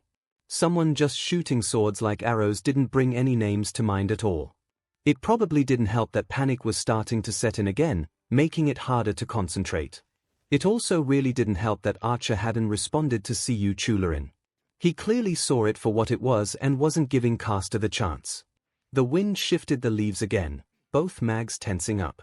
Izuku felt the director's hand clench his sleeve even as she tried to keep watch. A footstep. Both of their breaths caught in their throats. They wondered if they had misunderstood what the sound was. Perhaps a branch had fallen and hit the ground. Perhaps a creature, somehow still alive in the midst of this madness, had gone by. A second footstep. No mistaking it this time. The sound had echoed from further behind them, past the tree they were hiding behind. Worse, it was getting closer. Olga Marie tugged on Izuku's sleeve, drawing his attention.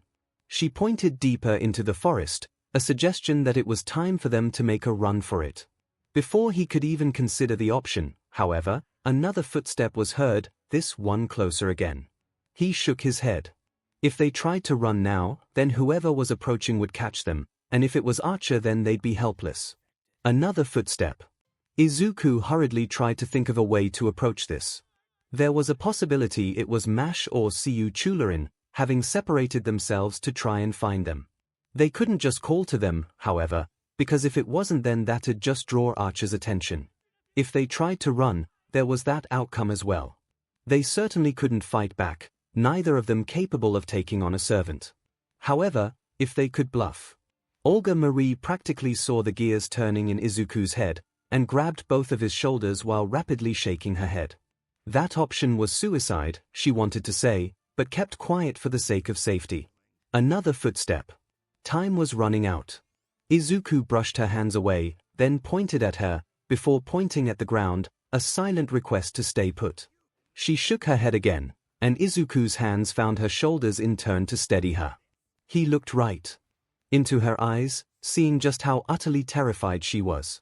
He thought she was scared for her own safety, understanding completely what he had to do. He smiled. A wide grin, full of forced confidence. He hoped that it put her at ease. He didn't see the shocked expression on her face. He pulled away, jumped out from behind the tree, and hoped luck was on his side. It wasn't. So, you must be the MSTR. Archer said. Izuku froze in place, keeping his gaze locked fully on the shadow. He was taller than Izuku by a fair bit, his head only reaching the man's chest. He couldn't see any sort of clothing on the man, but he assumed he must be wearing some. He was a number of paces away, but that wouldn't make any difference. One arrow and he was done for. He couldn't even turn his head or flick his eyes in another direction, as that would only draw Archer's attention that way. If he wanted to even try to save the director, he couldn't budge. You abandoned both of your servants. Rather cold of you, don't you think? The shadow asked. Izuku's teeth grit. He didn't abandon them, he had to save the director. He knew that, but the fact that he did leave Mash behind hurt him. He kept all of these thoughts to himself, not answering the shadow, only keeping up a defiant glare. Well, he continued. Aren't you going to run, he wondered. That wasn't an option. If he ran, he'd be killed, and the director would be killed. Likewise, if he took a step forward, he'd be killed anyway. So there was only one choice left. Izuku raised his arms and balled his hands into fists, taking that amateur fighting stance again. He didn't activate his circuits yet, but he kept that idea in mind as he stared Archer down. Really, he responded disbelievingly. You actually want to fight me? You're quite the fool yourself, it seems. So I've been told. Izuku answered automatically. Of course, it wasn't like anyone back home could imagine that he'd be doing something like this when saying that to him, but that wasn't really the point. The archer readied his bow again, aiming it at Izuku. A glow of blue light covered his free hand, and from it, a sword appeared. He clasped the hilt, then brought the sword to the bow, drawing it back in the string.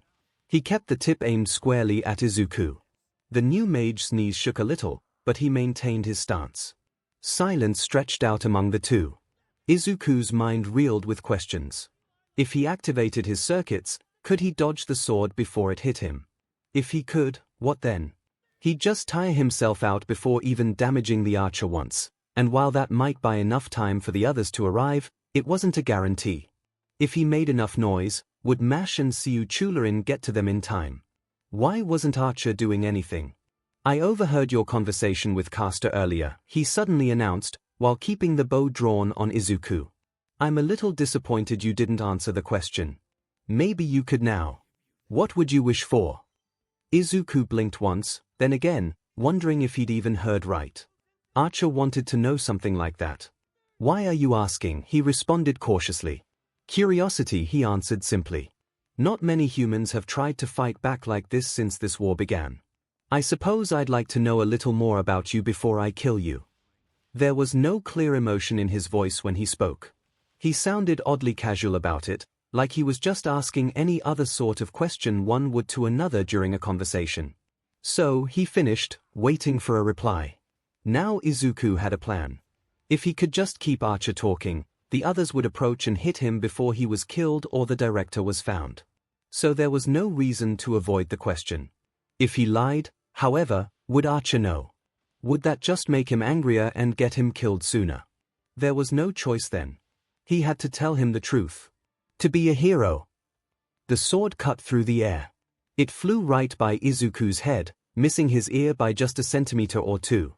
He winced, thinking for a second that it had hit him, but no pain shot through his head or his shoulder. He thought that Archer had just wanted to get a rise out of him, his wince turning into a glare. The shadow remained still, his arms still hanging in the air after having let go of the sword. "What did you just say?" he then asked. Izuku was surprised to hear that there was shock in his voice. His eyes moved to the arm hanging in the air. The fingers on his hand were twitching. The shot went wild. He hadn't meant to take it. Izuku had stumbled onto something that would further distract Archer. He had to leap on it. "To be a hero," he repeated, his voice carrying a bit more strength to it. "One who saves people with a smile. One who people can feel safe around just by their presence." He continued, repeating the wish he had held onto even when so many told him it was impossible. "I've wanted to be someone like that for almost my whole life." Silence returned to the forest. Archer's arms lowered to his sides, the bow still in one of them.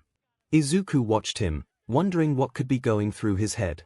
Why was this something that affected him? Who was he? Archer's head lowered.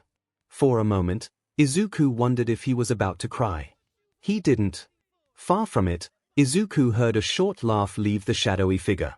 This was followed by another, and another, gradually growing in volume. Archer leaned back and continued to laugh, the sound echoing through the forest and the dead city around it. The laughing only grew louder, almost becoming unhinged. Archer took a step backwards as he continued, his free hand landing on his chest, as if he was struggling to breathe. Someone laughing at his dream was nothing new to him, but this was something different. Archer had no idea who he was, so why would he automatically assume his dream was impossible? It was easy, he didn't exactly have a lot going for him. That wasn't it, though, at least that wasn't just it. There was a tone of bitterness to his laugh, one Izuku couldn't miss, and that just brought up more questions. After this continued for a little longer, Archer leaned forward again, his hand moving up to his face. The laughter died down, and when it finally stopped, Archer sighed. They had to have been heard by now, and Izuku really hoped Mash and 𝐒𝐿 would show up soon.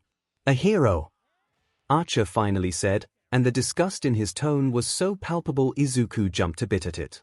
He straightened back up, his hand returning to his side as he regarded Izuku. "That's your wish," he wondered, the bitterness having returned to his voice. "It is," Izuku simply answered. If Mash and 𝐒𝐿 just suddenly ran over, then Archer would quickly shoot them. He might kill Izuku before they get to him. He hoped that they realized this and were approaching slowly.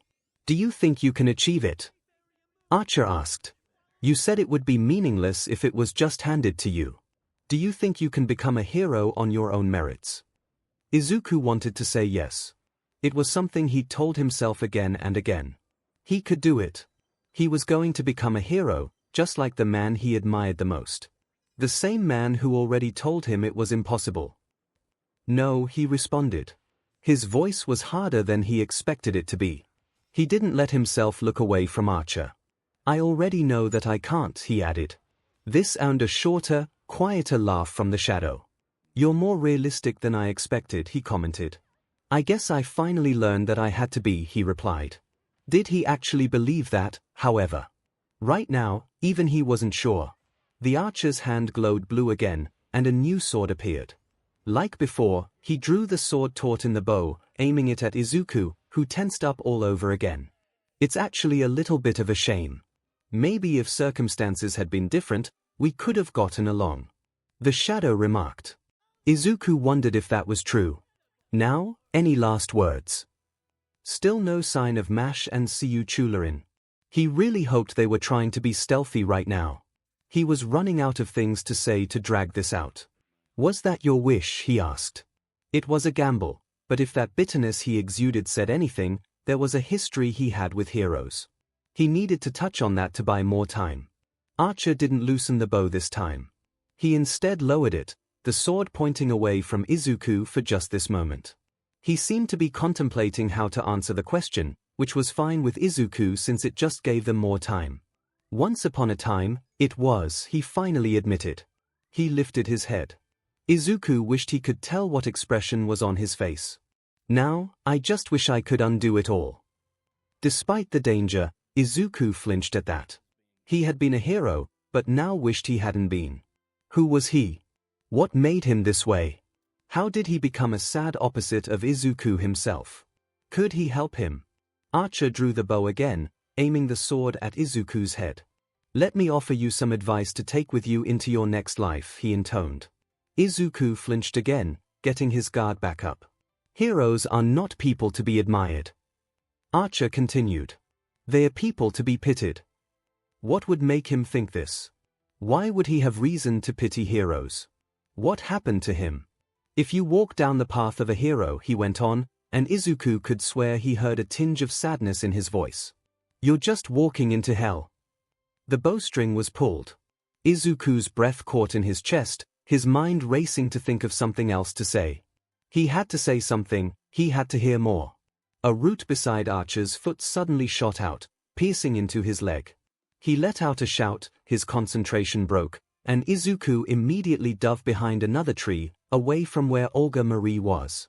Not that Archer saw either way, as 𝐒𝐿𝐴 ran out from behind him and into his line of sight.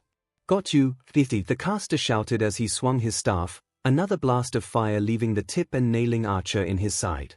Before he had the chance to retaliate, Mash broke out through the forest on his opposite side, crashing into him and knocking him off of his feet, sending him flying past 𝐒𝐿𝐴 and into a nearby tree. Senpai! Director! Mash called out, Archer slumping to the ground for a moment. In response, both Izuku and Olga Marie dashed out from their hiding spots and ran over to her. She wore a wide, pleased smile as they moved behind her. Thank goodness. Are you two all right? A little bruised, but I'll be okay. Izuku answered, already putting a hand on Mash's shoulder. Worry about us later, focus on him. Olga Marie shouted, right back to the authoritative director role. In turn, Izuku activated his magic circuits. Momentary reinforcement, he called, and with that rush of magic, Mash's body glowed faintly orange, and she wasted no time charging at a recovering Archer. She crashed into him seconds later, the force sending Archer back into the tree he had been resting against. The tree groaned from the impact, soon falling backwards and sending Archer tumbling back. He struggled to stand up again, with the piece of root still sticking into his leg, not that Mash was about to give him the chance to. Stay with her! 𝐒𝐿𝐴 shouted, and Izuku and Olga Marie ran after Mash, who swung her shield to crash against Archer's chin as he struggled to stand. Archers are no good at close range, so she can dash, he started to explain. However, as Mash swung again, there was a brief flash of blue, and a curved blade clashed against her shield. A second one manifested in his other hand, hitting the shield to try and push her back, as he grit her teeth to push back against him.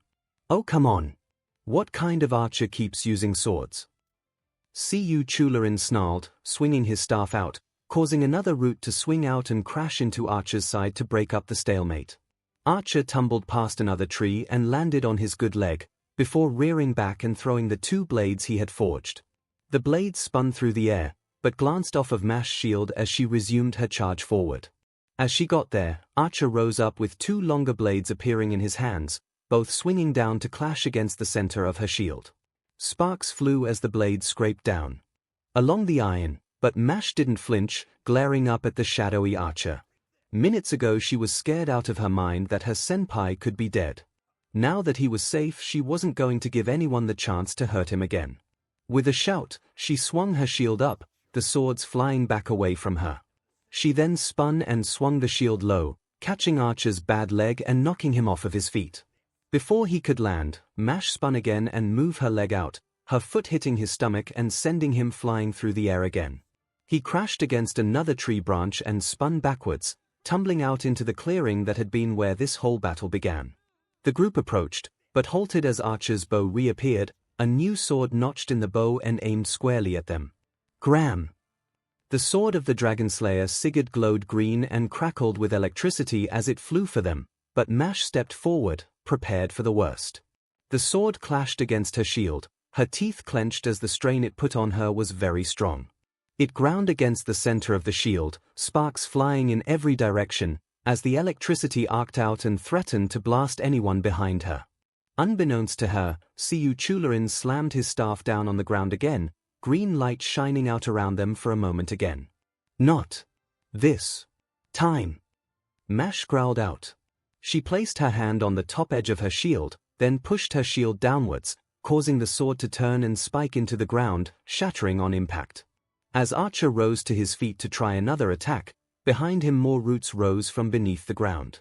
They elongated and moved up over his head, before suddenly shooting down at his exposed back. One by one, the sharpened points pierced into him from behind, each one prompting a shout of surprise and pain. Before long, over a dozen wooden spikes were sticking into his back, his movements now halted. Not that he didn't try to step forward, a grunt of pain leaving his mouth as he attempted to move. With the spikes in his back holding him and his bad leg, however, that was swiftly shown to be impossible. His bow dropped to the ground and disappeared, and he slumped, defeated. Mash let out a sigh, ready to declare the battle over. She was surprised, naturally, when Izuku suddenly stepped forward. "Senpai," she uttered, wondering if he was going to approach the shadow. To her relief, he only stayed right beside her. The regretful look on his face was one that she couldn't really understand, however. She had only caught a snippet of the conversation between the two of them, and even then just the shadow's last speech. What had actually gone on between them? Up to this point, it was easy to regard the shadow servants as something akin to ghosts, almost nightmares brought to life. There was nothing to them, just shapes made out of pure darkness. They spoke, but up until this point they just said generally threatening things. There was nothing to them beyond that, and so it wasn't hard to feel nothing for them when they disappeared. With this one, Izuku had stumbled upon something human. It was still negative, but it was based on pain. Not hatred, but regret. Something that he could actually understand, but do nothing about. It was a strange feeling, watching this shadow slump before him, acting human but no longer really being one. He felt like he should be upset, but it was a very muted feeling, and he couldn't fully process it. "Who are you?" he asked suddenly. A part of his brain had to know. Who was this person who wanted nothing to do with heroes? Maybe it made no sense, he was as good as gone and it did them no good strategically. Even so, if he could at least remember his name, maybe this slowly growing feeling of guilt would be eased. The shadow lifted his head to look at Izuku. He wished he could see his face. The shadow gave a weak laugh. "No one." The shadow's head dipped again, and the body dissolved into nothing. The roots remained where they were, the only reminder that he had ever been there to begin with. Izuku looked no less regretful afterwards. There was a light tapping against the side of his head, drawing him out of this as he looked up to 𝐒𝐭𝐴, who retracted his staff from him. "Let this be a lesson to you, kid," he uttered. "Don't leave your servant's side. I know you were trying to save your boss, but this is what happens when you guys get separated. If things had gone just a bit differently, you'd be dead for sure. So be more careful from now on, got it?" He admonished, his voice firm but not too harsh. Temporarily distracted from the conflicting feelings going through him, Izuku lowered his head and gave a small nod. "Why yes. Sorry," he quietly responded. 𝐒𝐭𝐴 then turned his attention to a worried Mash. "As for you, girlie, keep this in mind," he went on. "Your job, your purpose, is defense. That's why you carry that shield. As long as you have the will to protect someone, you'll succeed. So don't lose any belief in yourself, and you can't lose. Understand. Mash blinked at 𝐂𝐭𝐚𝐲 advice, before nodding and wearing a more determined expression. All right, she shouted. She had every intention of following through on that idea. She would protect her friends and allies with everything she had from here on, no matter what it took. Satisfied, 𝐂𝐭𝐴 nodded and started to walk away. All right, let's get back to that cave. It's only gonna get tougher from here on, so stay together this time. Olga Marie swiftly followed him, but as she passed by she looked back at Izuku. Their eyes met, and Izuku felt that the expression on her face was hard to read. It was as if she was trying to figure something out, but was it about him? It was only after she turned away that he realized she must have heard the entire conversation with Archer. Not something he really intended, but it wasn't like he could do anything about it now. She was safe, that was what mattered. Awkward discussions could be dealt with later. There was a short cry of protest as Fu poked his head out from the compartment inside of Mash's shield. He swayed from side to side, seemingly dizzy, answering Izuku's earlier question of if she fought with him inside or not. Sorry Fu, it was a dire situation and there wasn't time for you to get away, she apologized. She then looked up at Izuku and lightly patted his shoulder. Are you sure you're okay, senpai, she asked, while starting to follow the others. Izuku took the hint and fell in step with her, while offering a slightly shaky smile to her question. I'm a little sore when I hit my back, but I'll be okay, he clarified. Maybe this mana-absorbing magic crest or whatever will fix that soon. You shouldn't be so cavalier about injuries, senpai, she lightly chided, before offering a light smile to him. We'll just push on a little further, and then we'll finish our mission. Then you can get back to Chaldea and rest up, alright? Yeah. Izuku replied, though he was a little distracted when he did. After they walked a little further, he couldn't help but look over his shoulder. His eyes fell on the sharpened roots as they slowly shrank from his field of vision. Heroes were to be pitied, he said. That to walk the path of a hero was to follow the path to hell. Despite his optimism, Izuku knew that the life of a hero was not an easy one. It was a dangerous, life-threatening job that forced people to confront the darker parts of the world. To be able to face that and come out the other side still wanting to protect others and save people, that took incredible strength of character. That was why he admired heroes so much. Yet, he knew that such a life inevitably took its toll. To come out the other side, feeling as though you were DMN'd forever. What kind of life would one have to live to end up like that? To want to be a hero and do good, only to end up convinced that it would have been better if you had done nothing. Was that the path he had wanted to walk? The quest for the Grail, the atmosphere remained quite tense as the team descended into the cave. Perhaps it was simply due to the mood that had been left after the battle with Archer, or perhaps it was because they were wandering through a cold, musty tunnel. Most likely, it was both. Cold was a very broad description for the tunnel as well. Freezing was probably a bit more apartment. How they weren't all shivering with each step taken was a mystery to Izuku. He suspected that it was some feature of his uniform mystic code, but he didn't think Olga Marie would be very forthcoming with information at the moment. As for Mash and 𝐂𝐭𝐴, the former really seemed like she should have been affected, given she was wearing the least out of the four of them. Something he had to force himself not to dwell on. It likely had to do with them being servants, but again he'd have to ask to check. If it wasn't for the fact that things were so uneasy, he probably would do that. Problem was, Izuku could just feel the tension in the air. Especially from the director of Chaldea. Ever since they had grouped up again, he could just tell she was staring at him the whole time. It was that same discerning stare she had worn earlier that day, and he had hoped she no longer had a need to aim it his way. Clearly such hopes were misplaced, as now she couldn't stop looking at him like she was trying to understand something. It had to do with the conversation he had with Archer. Had to. The question was, why? What difference did it make to her whether he thought he could be a hero or not? That had nothing to do with his ability to be a MSTR.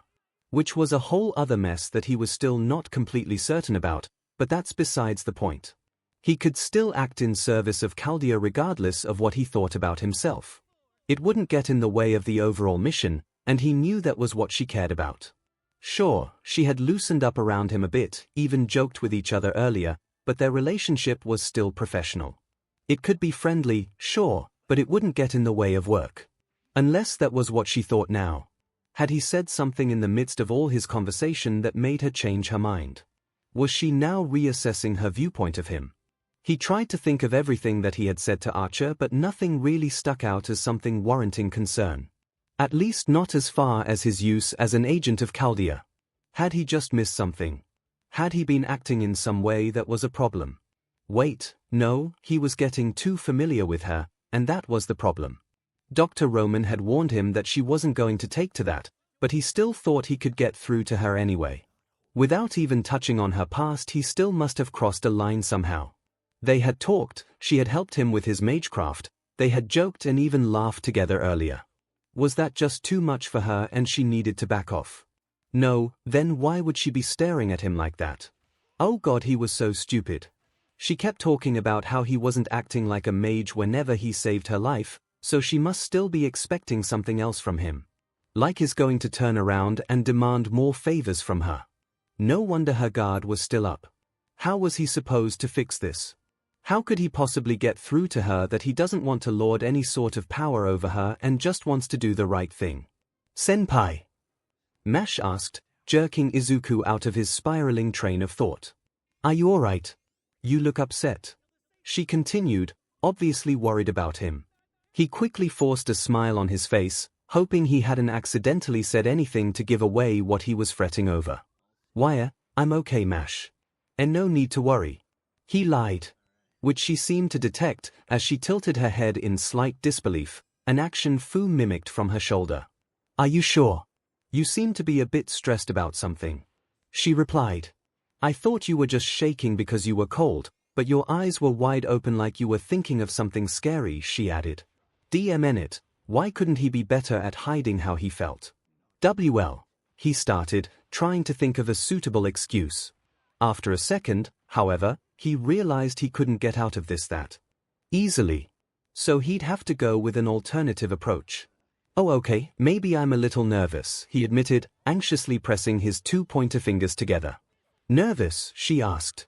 She took a moment to think over what could be the cause of this, before her eyes widened in shock. Senpai, are you claustrophobic? She yelled, her worry turning into brief panic. W8, no, I'm not, really, he protested, waving his hands to try and calm Mash down. I'm just thinking about the battle ahead, he explained. Although he couldn't really blame her for the misunderstanding. The tunnel they were traveling through wasn't really cramped, they had plenty of space. That said, having walls of rock on all sides, including the ceiling, could certainly be nerve-wracking if one thought about it. Still, having the green light coming off of all of it helped battle that. How was the cave brightly lit, though? Speaking of the battle ahead. Olga Marie started, thankfully removed from her own train of thought and giving Izuku a degree of relief. Caster, how much longer are we going to be down here? She asked him. It's gonna be considerably longer, sorry. 𝐒𝐿 responded airily, not as concerned about their current situation as them. We're basically walking the length of the Fuyuki Bridge right about now, so better get used to seeing damp rocks for a while. Olga Marie grimaced at the prospect, grumbling something under her breath. Why exactly is everything all lit up, anyway? Izuku interjected. Is there some sort of luminescent moss on the walls? He wondered, although it didn't quite make sense. The tunnel was too bright for that to be the explanation. I'm sensing a lot of magical energy flowing through here. That may be the actual cause. Mash explained. Girlie's got it. 𝐒𝐿 answered. The place we're heading to is built right on top of a ley line, and these tunnels help spread the mana from that ley line across the city. Why, I can't imagine, but it is what it is. Which is why that spot is where the Greater Grail has manifested. Olga Marie remarked. Pretty much, the caster agreed. I might even go so far as to guess whoever was behind the setup for this Grail War built that place for that reason. Maybe even dug these tunnels themselves so they had more places to draw mana from if needed. That does sound like the 𝐼𝐴𝐵𝐵𝐼n's work, the director commented. Izuku was tempted to ask who the 𝐼𝐴𝐵𝐵𝐼n's were, but given the uncomfortable air between them at the moment it was probably better not to. Regardless, we should probably have a plan of attack before we encounter Saber, she continued, having something new to focus on. I can tell you right now that she's not gonna be like the shadows. 𝐂𝐬𝐤𝐴N stated, looking back at the others with a grave face. She is extraordinarily powerful. One swing of Excalibur could level an entire squadron, let alone a single person. He then pointed directly at Izuku, who tensed up in surprise. So this time you really gotta do what your boss has been telling you, MSTR. Stay back, and let us handle it. I still can't believe the enemy is King Arthur. Mash said, looking down at the ground with a saddened expression again. Privately, Izuku still couldn't believe King Arthur was a woman all along, but that would have to be addressed later. He reached over and put a hand on Mash's shoulder, hoping he could be at least a little supportive, even if he wasn't sure why this was bothering her so much. Not that Mash fully understood herself. Mash, whatever is going on with her, I'm sure she isn't herself, he offered. This is King Arthur, after all. King Arthur would never be a villain. How can you be so certain of that? Olga Marie wondered, drawing the attention of both MSTR and Demiservant. We talked about this before, Midoriya. Hero means something different now than it did back then. You can't hold the figures of old to the standards that we carry these days. I know that, he responded weakly, but quickly continued with more emphasis to his voice. But even so, King Arthur is virtuous even today. I mean, she worked tirelessly to provide for her kingdom and protect it from all enemies, no matter how powerful they were. She embodied everything people admired about knights, and some even said she was the perfect king. And Camelot still fell. 𝐒𝐬𝐤𝐴N bluntly remarked, drawing a flinch from both Izuku and Mash. He came to a stop as they reached a wider opening in the cave. The space spread out before them, with stalactites and stalagmites peppered at random spots around them. Izuku was one of the few in his class that could tell the difference between the two, not that anyone ever asked him. 𝐒𝐬𝐤𝐴N turned to face the two fully, giving a sigh before he spoke. Look, I never became a king myself, but I've known my fair share, he stated. It's not an easy job, by any means. Hell, Uncle Fergus was a king, and he walked away from it because he knew he wasn't suited for it. You have to be a certain type of person to be a good king, that's why so many of them ended up unmemorable aristocrats at best, and outright tyrants at worst. You've got the pressure of an entire kingdom, every single life within your walls watching your every move and expecting the world of you. Every action you take can either result in adulation you may not feel you really deserve, or criticism that could evolve into outright hatred and revolution if you're not careful. I don't know what the right thing to do in that situation is. I don't think anyone really does. He explained. He took a moment to let that settle, before pressing on to an even worse reality that had to be conveyed. It's like they say, heavy is the head that wears the crown. So imagine how heavy the crown of the perfect king would be. Take all that pressure that I just talked about and multiply that by. I can't even imagine how much. Every subject in your kingdom sees you as perfect. Every knight under your banner sees you as the ideal they all strive to be. If you screw up just once, even a little, it all comes crashing down.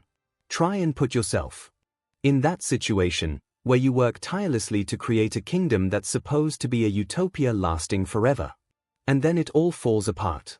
Your people turn on you or are killed. Your knights betray you, die, or both. You've done everything you felt you could do and you still failed. Both Izuku and Mash were left staring wide-eyed at 𝐒𝐬𝐤𝐴N, both slowly realizing just how grim the situation surrounding the King of Knights had been. He watched them both digest the horror he described, and then asked his final question. Can you two really look me in the eye and tell me that, if it had been you in that situation, you wouldn't end up becoming something you thought you wouldn't? That you wouldn't end up going down a path you'd consider villainous? Never! Izuku blurted out, surprising even Mash with how fast it came. I'd dash. I wouldn't dash. I could never. The denial died as quickly as it was formed, however. As much as he wished otherwise, he simply couldn't give an answer that he knew for certain was true. Mash, for her part, watched her MSTR with brief awe at his initial defiance, but it vanished as his confidence did. She didn't voice any thoughts, instead simply looking sadly to the ground again, an act Izuku soon followed. Neither of them could really know how they would act, much as they would like to think they'd remain resolute and not give in to despair. Neither of them had ever experienced something that awful before. How could anyone be completely sure of how they would respond in a given scenario unless they'd lived it themselves? Even if they were both morally upright people, any villain wasn't born a villain. The two were left to dwell on this, and they just found themselves more conflicted and uneasy over it all. 𝐒𝐬𝐴 had initially been taken aback by Izuku's refusal to accept that he could have turned out that way, but he was glad that they were at least able to understand the reality of it.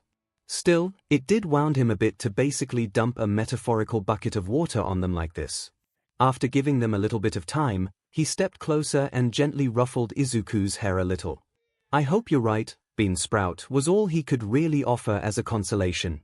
Seeing how neither of them were looking any better despite 𝐒𝐬𝐴 trying to reel it back, Olga Marie piped up with a change of subject.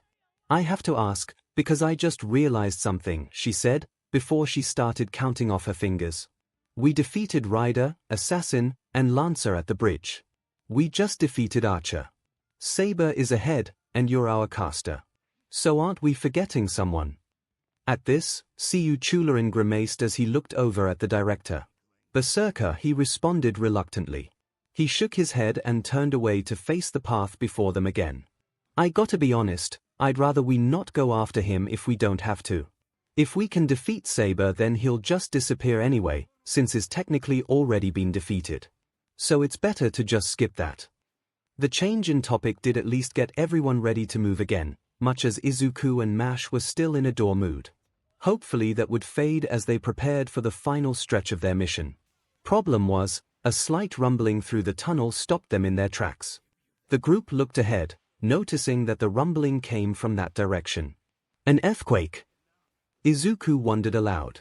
That was all they needed right now.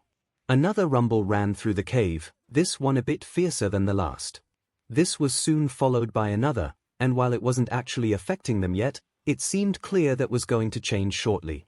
As if to prove this, another rumble shook them, this one happening faster than the last. "Should we run back to the surface?" Olga Marie shouted, the tremors only increasing in frequency with each second. "No, that's not gonna make a difference." 𝐒𝐬𝐴 shouted, his eyes glued on the tunnel opening ahead. "Damn it, I just had to go and jinx it, didn't I?" "Jinx it?" Mash asked, now watching the tunnel as well, dawning horror creeping onto her face. "Seacaster, do you mean Dash?" "Get against the wall," he shouted, waving at them to move back. "Get against the wall, hurry," he repeated, panic surging through his voice. The four of them did just that, running to the nearby wall and pressing themselves as flatly as they could against it. The tremors only grew in strength and frequency, yet after a moment or two, Izuku noticed that they were just short thumps and not full-on quakes. His eyes widened as he started to realize what this meant. They were footsteps. A shadowy mass suddenly rushed out from the darkened tunnel, Izuku only able to tell it was there once it stepped into the lit space they were in. It dashed forward, before skidding to a halt right in front of them. The figure was easily over 7 feet tall, had what looked like a long menere of hair going down its back, was built like a Greek god, and was carrying what Izuku assumed to be either a giant sword or some sort of club. The shadow turned its head to them, and though he couldn't see the eyes, he could feel it staring at them. The worst part was that it didn't speak. It roared. It reared its head back and let out a savage, beast-like roar, with such volume and force that the whole room shook because of it. Izuku's hands had clamped over his ears just as a defensive response, and he still felt it. "That's Berserker," he shouted, partially out of the expected shock, but mostly to try and make sure Caster actually heard him. "Okay, we're doing this apparently." Caster shouted back, which was the closest thing to a yes that Izuku could get at the moment. Berserker had already started to charge at them, sword club raised over its head to swing down at them. Reacting in turn, 𝐒𝐬𝐴 grabbed Olga Marie's wrist and dove to one side, while Mash did the same for Izuku in the opposite direction. The club swung down at where they once stood, swiftly embedding itself in the rock with a thunderous clash and sending chunks of it flying in random directions. Not that it slowed the shadow down at all, as it quickly removed the weapon from the wall, then turned its head in Izuku and Mash's direction. "Fu, get to the tunnel," Mash called out, and the white beast swiftly jumped off of her shoulder to run. Wasting no more time, she prepared her shield and charged forward just as Berserker ran at them. He lifted his weapon up and swung down again, and she held out her shield to meet it. The two weapons clashed with the loudest ring that Mash's shield had made that night, the weapon shaking in her grip, which she was just barely keeping, as the blow almost knocked her legs out from under her, instead pushing her into the rock beneath her feet, small grooves made where her boots were. She didn't even have the chance to recover before Berserker lifted its weapon and swung again, another bone-shattering clash sending her deeper into the ground. A third soon followed, and it was taking everything she had just to keep standing, her legs shaking with each impact. A fourth swing, and she cried out in pain, her body begging her to stop fighting back and just get this over with. Momentary reinforcement. She heard Izuku's spell being cast and felt the surge of energy in her body, her strength increasing yet again. When Berserker went for another swing, she swung her shield up to try and push back against him. The two weapons clashed again, and for a moment they struggled against one another, Mash putting everything she could into forcing Berserker away. Unfortunately, she soon found that all she could do was keep him from pushing her further back, even with the spell empowering her. Berserker pushed down against her, keeping her from attacking, until it let out another mighty roar right in her face. The force of the roar nearly pushed her down again, and when that wasn't enough, Berserker reared back and swung again. The weapon clashed against her shield, thankfully not pushing her down again, but it was taking every effort she could make just to keep her arms up. Worse was that the swings were coming in faster and faster now, Berserker wildly whipping his arm up and down from random directions, trying to get her to move as if he just had to prove he could. Even as each blow from him shook her body, she held as firm as she could, but she knew it wasn't going to last for long. Izuku watched in shock as Berserker continued to batter away at Mash's shield. He had seen the spell he used save her more than once before, so why wasn't it working now? Just how strong was this guy? Caster, he called, as 𝐒𝐿 ran from where Olga Marie was over to him. Summon some tree roots to keep him from moving. I can't. 𝐒𝐿 replied. We're under the Fuyuki River right now, there's nothing down here to work with. Izuku did a double take at this revelation, having been trying to focus on Berserker's attacks but now was presented with a new problem. Where, he shouted disbelievingly. I told you we were walking the length of the bridge, didn't I? What did you think that meant? I didn't think that meant we were underwater. They both heard one last clang of iron against whatever it was Berserker was holding, before it suddenly stopped. Both Izuku and Caster looked over to see something they probably really didn't want. Berserker was now facing them. Oh! 𝐒𝐿.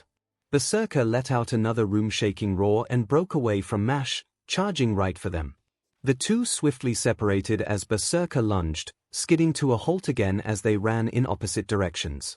Initially it turned its head towards Izuku, but a blast of fire against the side of its head caused it to growl out in pain and annoyance. It turned to look at Caster, who quickly followed up with another blast right square in its face. It shook its head after and let out another roar, already starting to charge at a retreating Caster. Izuku, meanwhile, ran to where Mash was and helped her out of the crater that had started to form beneath all of Berserker's blows. What if we retreat? Olga Marie shouted from her position, far away from the others. Or try to go further in, she added. Berserker stopped and whipped his head to her. No go. 𝐒𝐿 answered. If we don't stop him here, he could bring this whole cave down just swinging around like this. We wouldn't make it far enough. Berserker whipped its head back to 𝐒𝐿, only to be greeted with another blast of fire to the face. Another frustrated roar, and the chase was back on. None of this went past Izuku's notice, and a pattern started to emerge. 𝐒𝐿 was right, they had to hurry and beat Berserker here and now. There might be a chance to do that, but it was insanely risky.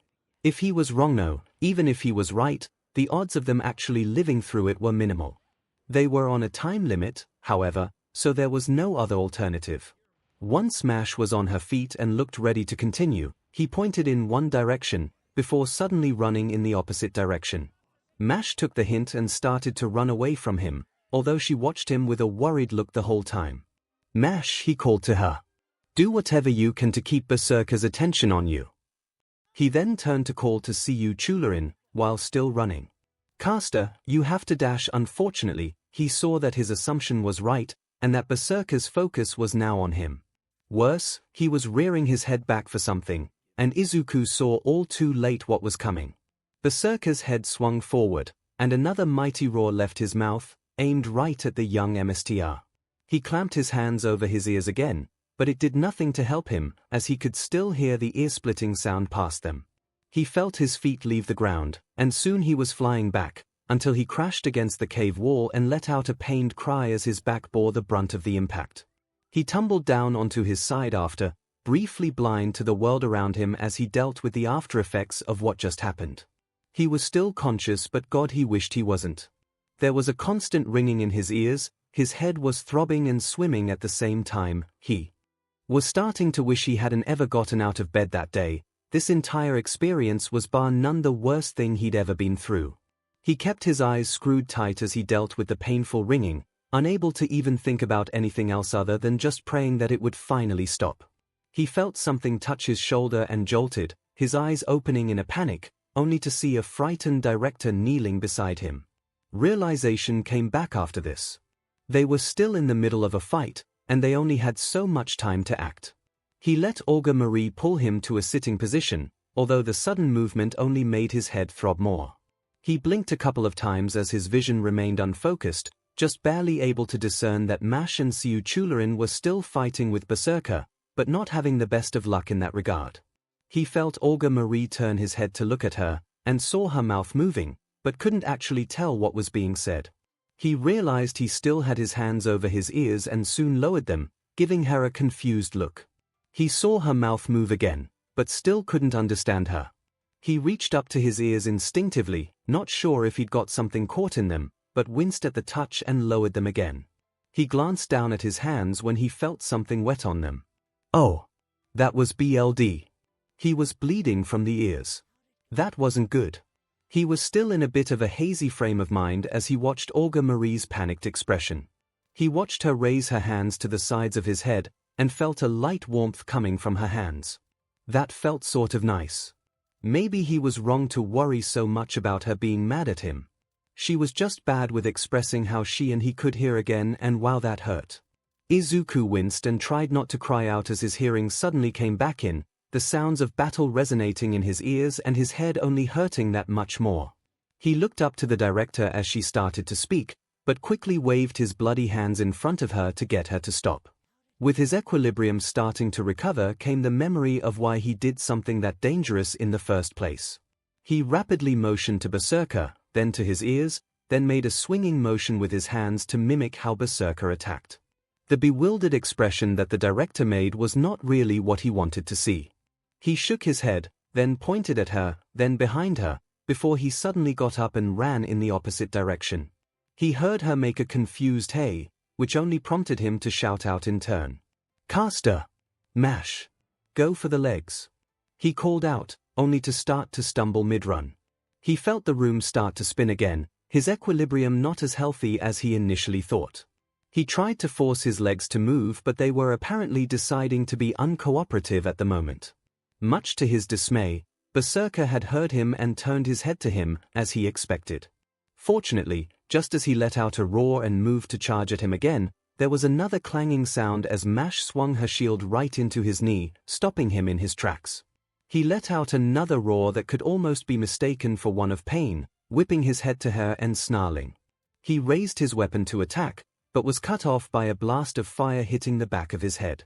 He turned his head to try and swing at Caster, but another blow to his knee from Mash drew another roar from him. This time he did swing his weapon out in front of him, but Mash swiftly ducked under the blow and weaved so she was standing directly in front of him. Again, before he could strike at her, 𝐶𝐬𝐵 blasted the back of his head, earning another roar and him turning his head in his direction. Izuku couldn't help but grin as he watched this back and forth between the servants. Thank God Mash and 𝐶𝐬𝐵 had caught on to what his plan was. If they could just keep Berserker's attention divided, he wouldn't be able to do too much damage to one of them and they could eventually take him down. Considering it seemed like his attention was very easily swayed every time one of them made enough noise, it was the most logical course of action to take, and it would surely be able to bring down even one as insanely powerful as this Berserker. At least, that's what Izuku liked to think. He was swiftly shown that it wasn't going to be that easy, as after another blow to his knee, Berserker suddenly reached out and grabbed Mash's head with just one hand, then whipped her behind him, right into Caster. They both flew back and tumbled along the floor, letting out cries of pain and disorientation as they fell in a heap a few meters away. Mash! Izuku yelled, before slapping his hands over his mouth, realizing what he just did. Sure enough, Berserker whipped his head towards Izuku, another snarl leaving his mouth. Izuku prepared to run again as Berserker began his charge. Gander! The magical blast caught Berserker in the side of his head, which caused him to let out another roar and turn to the source, Izuku doing the same. Sure enough, on the other side of the cave was Olga Marie, nervous and trembling but still holding out her arm for another shot. Berserker prepared for another charge in her direction this time, but Izuku acted first. Hey! Hey, look over here! He shouted, hopping up and down while waving his arms wildly. Berserker paused for a moment, then turned to look over at him. He kept jumping and waving, despite how the motions made him feel dizzy and sick again. Yeah, look at me. I'm the one you want. Berserker seemed to consider this for a moment, but before he could take another step, another Gander shot landed right on his ear. He roared in agony, whipping his head to Olga Marie, but Izuku's shouting didn't stop. Hey, over here. I'm the MSTR here. I'm the one you want dead. He demanded, his voice growing in intensity. Another Gander shot fired out, landing on Berserker's jaw. Come on. Do it. I'm here. Another Gander shot, this one to his ear again. Come on. Kill me. I'm here. Berserker reared back his head and roared again, displaying what could likely be seen as frustration or irritation over the constant peppering of distracting shots. Before he could decide which of the annoying humans to kill, he received a new volley of fire blasts at his exposed back, cutting off his howl. He looked over his shoulder to see that 𝐒𝐿 was back on his feet, and without missing a beat he swung his arm out, smacking his fist into his chest and throwing him to a wall, the caster letting out a choking cry as he hit the rock, blood flying from his mouth before he fell to the floor. What Berserker missed was Mash diving between his legs and rolling to his front, meaning that he was unprepared for her to wind up her shield and swing for the same knee again, earning another pained roar from him. Reacting much more quickly this time, both of his large hands gripped his weapon as he spun and drove it down onto Mash. She got her shield up in time, but the mighty blow that landed on it instantly took her off of her feet, driving her down to the floor and creating another crater from the impact. It was only because of her shield that she wasn't squashed into a pulp, but the shout she gave would easily lead one to think that she had anyway. Berserker quickly lifted his weapon up, going for another swing. Emergency evasion. Time slowed to a crawl for Mash once again, and though she was certainly sore from the attack, she still had the means to continue. So she quickly rolled to the side, time resuming its flow as soon as the weapon smashed into where she once was. Before Berserker had the chance to try again, Mash dove forward, throwing her whole body weight behind her next charge, crashing into Berserker's knee and finally forcing it back out from under him. With another shout he dropped to one knee, while Mash rolled to her feet behind him. He turned his head to her, but as he was getting back to his feet, another blast of fire hit the back of his leg, sending it up in front of him. At the same time, as he began to fall back, Mash leapt up and drove the long edge of her shield down, right into his knee. Once they made contact with the ground, there was a sickening crunch, and Berserker let out another roar as his kneecap was now concave. Guys, hurry, group back up. Izuku called out, as he stumbled on his way to the center of the cave. Olga Marie quickly rejoined him first, followed by a weary Mash. 𝐒𝐿 came last, holding his side as he staggered over to where they were, blood still dripping from his mouth. He moved as fast as he could manage, but even as he came over, Berserker was trying to push himself back up on just one good leg. Once Caster was with them, Izuku placed a hand on his shoulder and wasted little time. First aid, he called, and with his circuits active, 𝐒𝐿 was awash in green light, his internal injuries swiftly healing. He turned to say something to Izuku, but his MSTR was already pointing at the still-moving Berserker. Caster, start blasting him and don't stop until he does, he hurriedly ordered. Read my mind again, MSTR. 𝐂𝐬𝐴 replied with a grin. As such, he swung his staff out and fired another volley of fireballs at Berserker, nailing him in the face one after the other. Each blast earned another shout from him as he reared his head back, but it was only brief, as if he was getting pelted with snowballs instead. 𝐂𝐬𝐴 didn't relent, however, firing blast after blast to his face, then to his hand as he tried to block the shots. Berserker roared in protest, but Caster continued his attacks. Unfortunately, as Berserker began to rise up, it seemed as if even a bad leg wouldn't keep him down long. "Damn it, I'm nailing him over and over but he just won't stop," he shouted, even as he continued to fire away, but his exhaustion was becoming more evident with each blast that didn't finish the job. Izuku quickly tried to think of a solution, while Mash stepped in front of 𝐂𝐬𝐴, shield at the ready in case Berserker managed to get to them in time. He had already used all 3 of his Mystic Code spells, so he couldn't strengthen 𝐂𝐬𝐴's attacks like usual. He could tell him to keep firing, or to change targets, but at this rate 𝐂𝐬𝐴 was going to run out of magic before that did any good. Izuku was starting to feel more exhausted himself, he only now realized. Whether that was because of 𝐂𝐬𝐴 draining so much magical energy or him trying to recover from his earlier blow wasn't clear. Either way, it was clear they had to do something to end this now. He looked down at the red marks on his left hand. He didn't want to go this far. He really didn't want to have to resort to this. He forced himself to remember what Olga Marie said, about how if he and the servant were in agreement, it wasn't forced servitude. He hoped that was true as he looked to 𝐂𝐬𝐴. "Caster, I'm sorry, but I think this is all we have left," he said while showing him the back of his hand. 𝐂𝐬𝐴 looked over his shoulder at Izuku, then gave a distracted nod before looking back at the Berserker. "It's fine, just do it," he shouted, continuing to fire away at the slowly recovering behemoth. "I'm trusting you to make the right call," he added. Izuku had no time to ask how to do this properly, so he just went with what made sense. Placing his left hand on 𝐂𝐬𝐴's shoulder, he activated his magic circuits and called out, "Caster! By the power of my command seal, I ask of you, finish Berserker off." He felt his hand suddenly burn, as if someone stuck a hot lamp right onto it, a sharp hiss leaving his mouth. At the same time, 𝐂𝐬𝐴's eyes widened, as the shots suddenly stopped. He felt the fresh surge of magic flow through his whole body, like lightning coursing under his skin. He lifted his staff up and spun it over his head, before aiming the tip at Berserker again, a ball of fire forming there. "Burn, goddamn you," he roared. From the ball came an explosion of fire, which flew out into a long stream of heat and flame, swiftly engulfing Berserker entirely. The monster let out a roar as he was soon covered in the fire, but he didn't drop right away. He attempted to get up on his only good leg, but the force of the fire pushed him back, falling on his back.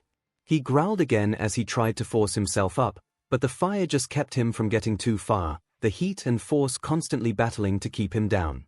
He rolled backwards, propping up on one knee with his weapon used as a crutch, but he couldn't get himself up any more than that. Finally, he reared back and let out another defiant roar, but the flames soon cut that off as well. Soon, the body of Berserker dissolved into shadowy particles, the flames consuming those too. After a few seconds more, the fire finally died off, leaving a few remnants flickering on the stone floor where Berserker once was. The group stared at that spot for a little longer, as if expecting him to just pop back up again and resume the fight. When that didn't happen, all 4 of them swiftly dropped to the floor, a collective sigh of exhaustion and relief leaving them. "Battle complete. MSTR. Mash heaved out, kneeling against her shield while trying to catch her breath. "Oh my god!"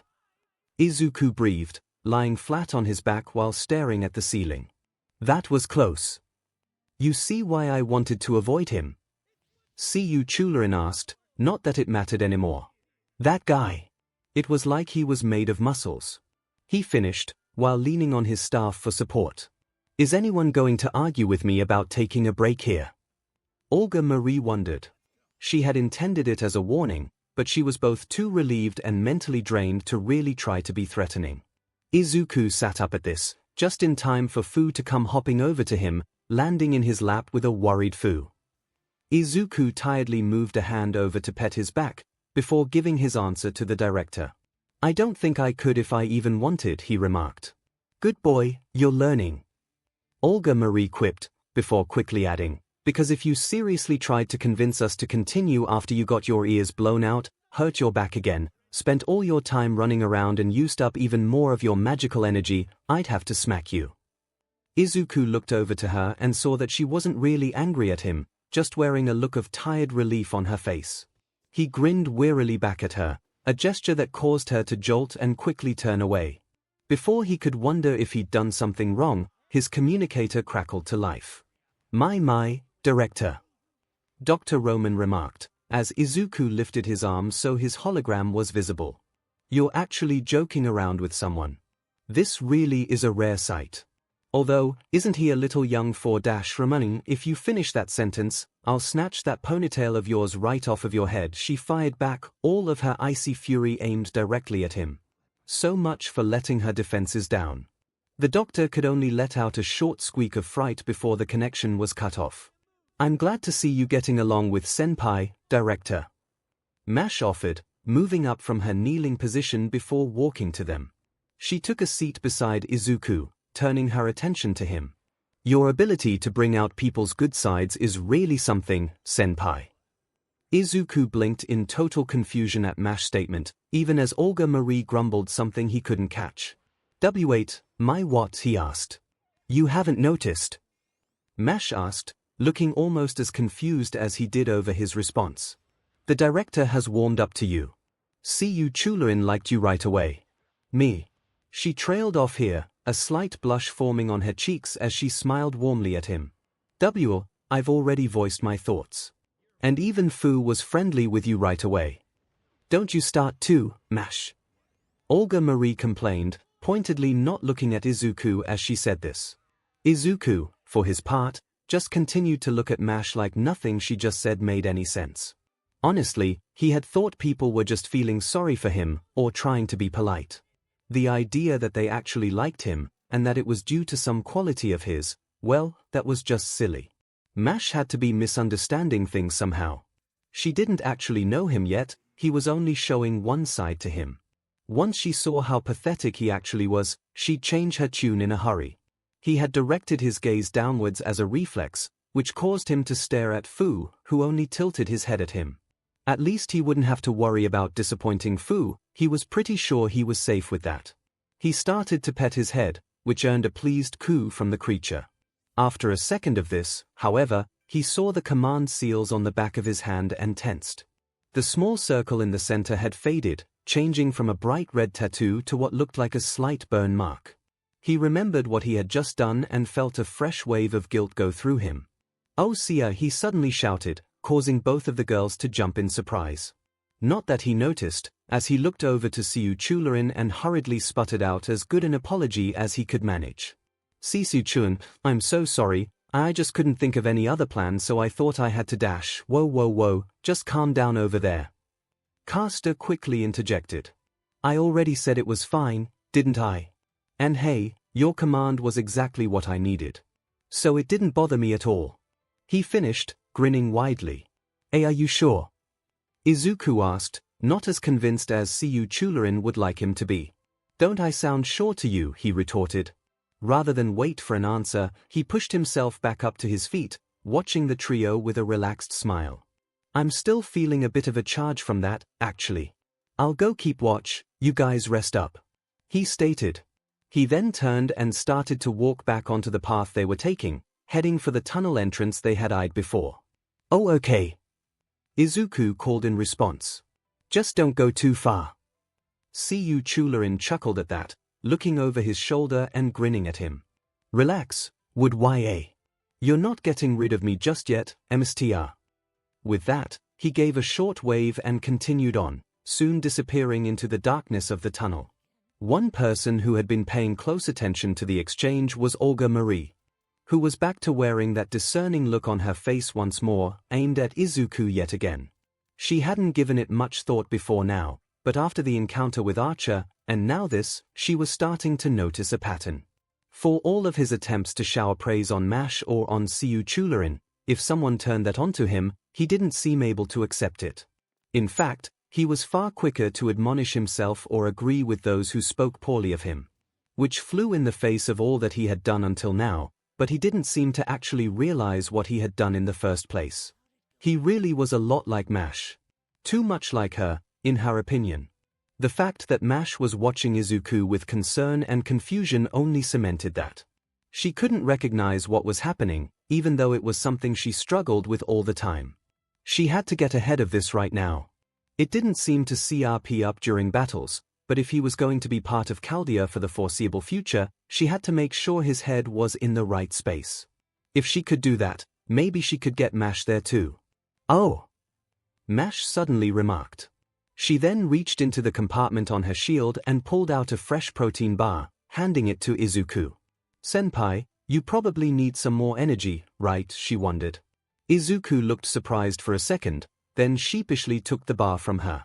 "Why, after that last fight I should probably refuel a bit," he admitted. "Something I should know about?" Olga Marie questioned. Mash jumped slightly at Olga Marie's question, before answering in a straightforward, almost militaristic manner of speaking. "Ah. Well, Senpai has a theory about his new magic crest. He felt that using mana to amplify his bodily functions also sped up his metabolism." Meaning dash, she began to explain. However, shortly afterwards, they both got a visual demonstration as Izuku downed the whole protein bar in one bite. They both watched with surprise and odd fascination as he somehow managed to chew the whole thing in a matter of seconds, then swallow it without even a tiny bit of difficulty. He let out a light sigh, before getting the feeling he was being stared at. He looked over to Mash, then to Olga Marie, and then quickly lowered his head as his face turned a bright red. "Hungrier than I thought," he muttered. "All right then." Olga Marie responded. Not wanting to embarrass Izuku any further, she reached behind her for the pouch she had around her waist. She pulled out a surprisingly ordinary plastic bag, then nudged Izuku's shoulder and handed it to him. "Dried fruits. Should help with that, and any sort of headaches you're dealing with. What with the combination of temporary deafness and you using your magic circuit so much tonight," she explained. Izuku simply nodded and offered a mumbled thank you, before starting to eat at the dried grapes and apricots much more carefully than the earlier protein bar. A fact that was not lost on the director. "That said, if there is some truth to your theory, we may have to readjust the meal plan when we get back to Chaldea," she remarked. "Although, that may be difficult if we can't replenish our supply." In truth, this was a test. If Izuku said what she thought he was going to say. "Wait, why you don't have to do that," he sputtered out. "If we have limited resources then we shouldn't divert more just to me." Just as she thought. Even when there was a valid reason to do just as she suggested, he balked at the idea of receiving what he felt was special treatment. It wasn't exactly hard to figure this out, but this just confirmed what she could already tell. Izuku's self-esteem and self-worth were in the toilet. She wasn't a psychology expert by any stretch, neither was Romani, but he was all they had, but it was plain to see. Which, again, by itself wasn't a dire threat, but in specific scenarios it could come back to hurt them in the worst ways. At the very least, he would no doubt be the type to burn the candle at both ends when motivated. Which wasn't healthy nor efficient, so she had to start nipping this problem in the bud. Solely for pragmatic purposes, of course. She was only concerned as far as his worth as a member of Chaldea. Nothing further than that. Surely. "All right, we need to clear something up," she stated. This only served to make Izuku more nervous. Had he done something wrong? What had he said? He thought she would prefer not to give him any sort of special treatment, so why did she suddenly look so serious? "Mash, I'm going to need you to pay attention too, this is important," she added. Which prompted a confused but nonetheless curious look from Mash. Which also only made Izuku more nervous. "Director, what is this about?" he asked, hoping that she'd consider relenting from whatever was about to come. Instead, she turned that cold stare his way, and simply asked, "Do you want to explain why you said what you said to Archer, then?" Oh no, he thought. It was exactly what he had first expected it to be. This was going to be very painful and he really wanted no part of it. He had to squirm out of this somehow. Which part of it, he asked. It didn't do him any favors. Olga Marie's eyes narrowed slightly, before she turned to Mash. He acted as a distraction for Archer until you and Caster arrived. He did so by telling him what his metaphorical grail wish would be. She explained. Okay, this was backfiring fast. Director, wait, you don't have to dash. He started to protest, but she simply ignored him and continued. He said that he wished to be a hero. Izuku jolted and quickly looked away again, focusing on Fu unintentionally. The creature just tilted his head at him again, not any more aware of why he was starting to panic than the girls nearby. Mash, for her part, just watched Izuku with growing appreciation for him again. That's exactly what I'd expect of you, senpai. You clearly admire heroes greatly, so it only makes sense that you'd want to emulate them. Her attempts to build him back up didn't do anything, however, and she could only grow concerned all over again when he seemed to tremble in front of her. There's a problem there, however, the director continued. Izuku snapped his head up and resumed frantically pleading with her. Director, please dash. He said that he felt he couldn't achieve it. That he wasn't capable. Izuku's head dropped back down, feeling more than a bit exposed right now. Mash, in turn, looked to him even more confused than before. Not capable. Senpai, why would you say that? Were you just trying to distract Archer more? She wondered. He gave no response, so she looked up to the director. She simply shook her head, causing Mash to jolt and look back to Izuku worriedly. Senpai, why? You've done so much just today alone that anyone would see as heroic. Why would you think you couldn't be a hero when you're already acting as one? I'm pretty sure my running tally of how many times you've saved my life tonight would be enough of a qualification by itself. Olga Marie added, which Mash enthusiastically nodded in response to. Izuku didn't lift his head, clutching the bag he was holding so tightly the director thought he might end up ripping it. His only response was, just because I'm acting heroic doesn't mean I'm a hero. That only got the two girls to look at each other with complete befuddlement. A feeling Mash was quick to voice as she looked at him again. Senpai, I really don't understand the difference. When I was trapped in the fire in Chaldea, you came to me and tried to save me, and then held my hand despite the fact that you could have tried to escape. What is that if not heroic? She asked. She didn't notice Olga Marie's surprised look at discovering what had been what bonded them. In turn, Izuku slowly lifted his head, only to look away and rub the back of his neck. Just being a decent person.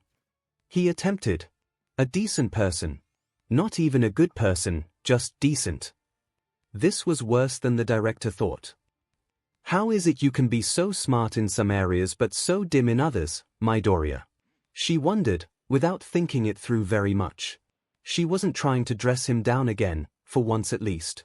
Naturally, he responded by looking to her with that awkward smile back in full force. Isn't that everyone, more or less? He tried.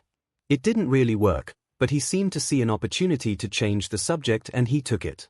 Anyway, weren't we talking earlier about how the term hero has changed so much over time? Don't try to throw my words back at me, Midoriya, she warned. By your modern standards of dash, she stopped herself as the metaphorical light bulb went off. His modern standards of what a hero was. What had been popping up frequently over the past few decades. Heroes that stood out in the spotlight, performing great feats while ensuring everyone had their eyes on them. Heroes with these things called quirks. He had said something about that, hadn't he? What made him stand out from those beings? She stared at him in slow understanding, while he watched her with mild confusion. Midoriya, does this have to do with you being quirkless? The reaction was much harsher than she thought. He flinched like she had reached out to slap him. There was a brief flash of hurt and betrayal on his face, then he seemed to realize his error and went back to looking at his lap. Worse, his hands moved to grasp at his arms, as if he was starting to curl into himself. Senpai? Mash asked, starting to fret over how rapidly his confidence was deteriorating.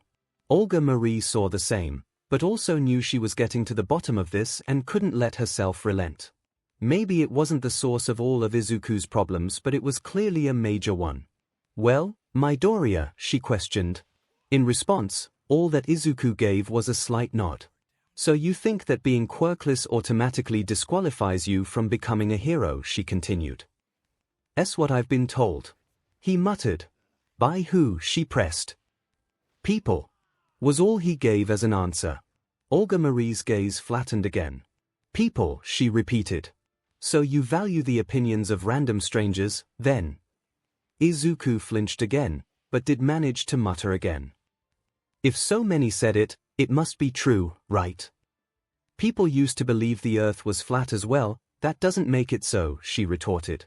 In truth, the situation with the planet was much more complicated than any ordinary scientist knew, but that was beside the point entirely. So you think that these people's opinions outweigh, for example, mine, she tested. His head snapped up and she could see that he was almost on the verge of a panic attack with how stressed he looked. And no, I wouldn't say dash, he started to respond, but she cut him off. Good, there's still hope for you, she stated flatly. Because as someone who clearly idolizes heroes as much as you do must know, it isn't the special gifts or talents that made the heroes of old into heroes. It was their actions that dictated as much. Nikola Tesla wasn't gifted beyond his mind, but what people remember him for is his drive to harness electricity, a power once thought to be exclusive to the gods. Francis Drake was gifted with tenacity, but is remembered for circumnavigating the world and living to tell the tale. Would you tell me now that they can't be considered heroes because they didn't have a quirk? No, of course I dash, he started to reply, but she cut him off again. She couldn't give him any room to self-deprecate if she wanted this to sink in. Precisely. So then there's no reason for you to consider yourself unworthy or incapable of becoming a hero yourself. She pointed out. She leaned in slightly, staring right into his eyes to make absolutely certain he understood this. You've saved my life multiple times tonight and asked for nothing in return. You were willing to die just to comfort someone you barely knew. You've reacted to dangerous situations with the longing to save as many as you could, even if they were already dead. You've shown the drive, the mind, and the will to be a hero already. As far as I'm concerned, you're capable of being one. You don't need permission from some bystanders or however your hero organizations are structured for that. If they feel you don't deserve it simply because you didn't win the genetic lottery, then they're imbeciles. Simple as that. Without giving him the chance to answer again, she simply looked away from him. Now I won't hear any more nonsense about your capability or lack thereof. You've proven it, and you will continue to prove it. Are we clear? There was a palpable silence after she finished speaking. No doubt he was in shock after what she had just dropped on him, and he needed a moment to process. That was fine, but he better show some gratitude. She couldn't remember the last time she defended anyone this strongly. Do you really mean that? She heard him ask in a daze. Have I come off as the type to lie, Midoriya? She tested him. Keep things from him, yes, but she hadn't outright lied to him. Okay, there was that little white lie during the training, but that was for his own benefit. What she didn't see was the utterly stunned expression on his face as he was trying to make sense of what he just heard.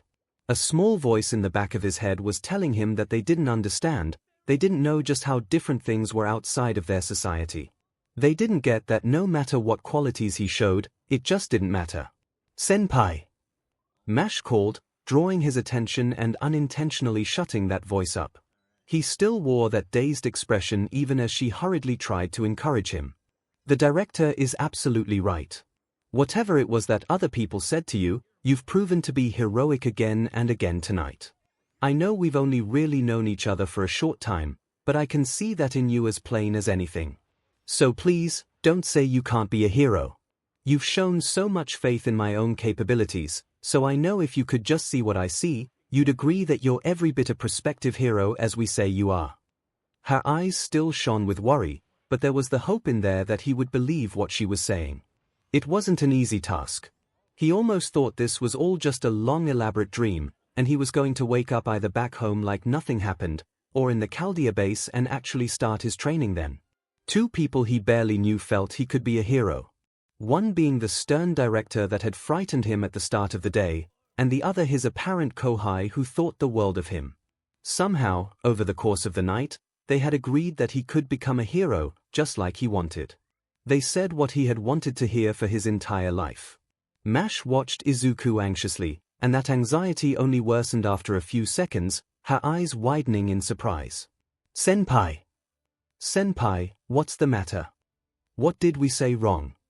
She suddenly asked, drawing the director's attention as well. What, he asked, still dazed. Why you didn't say anything wrong? I actually really appreciate that you'd say that. But then, why? She started to wonder, watching him all the while. Midoriya. Olga Marie interjected. He turned to look at her, and saw that the mask had fallen, with actual worry visible on her face. You're crying. He reached up and touched under his eyes, and pulled his hand away to see the wetness there. Oh. He blinked a couple of times, his vision starting to get blurry again. Even so, a shaky smile grew on his face.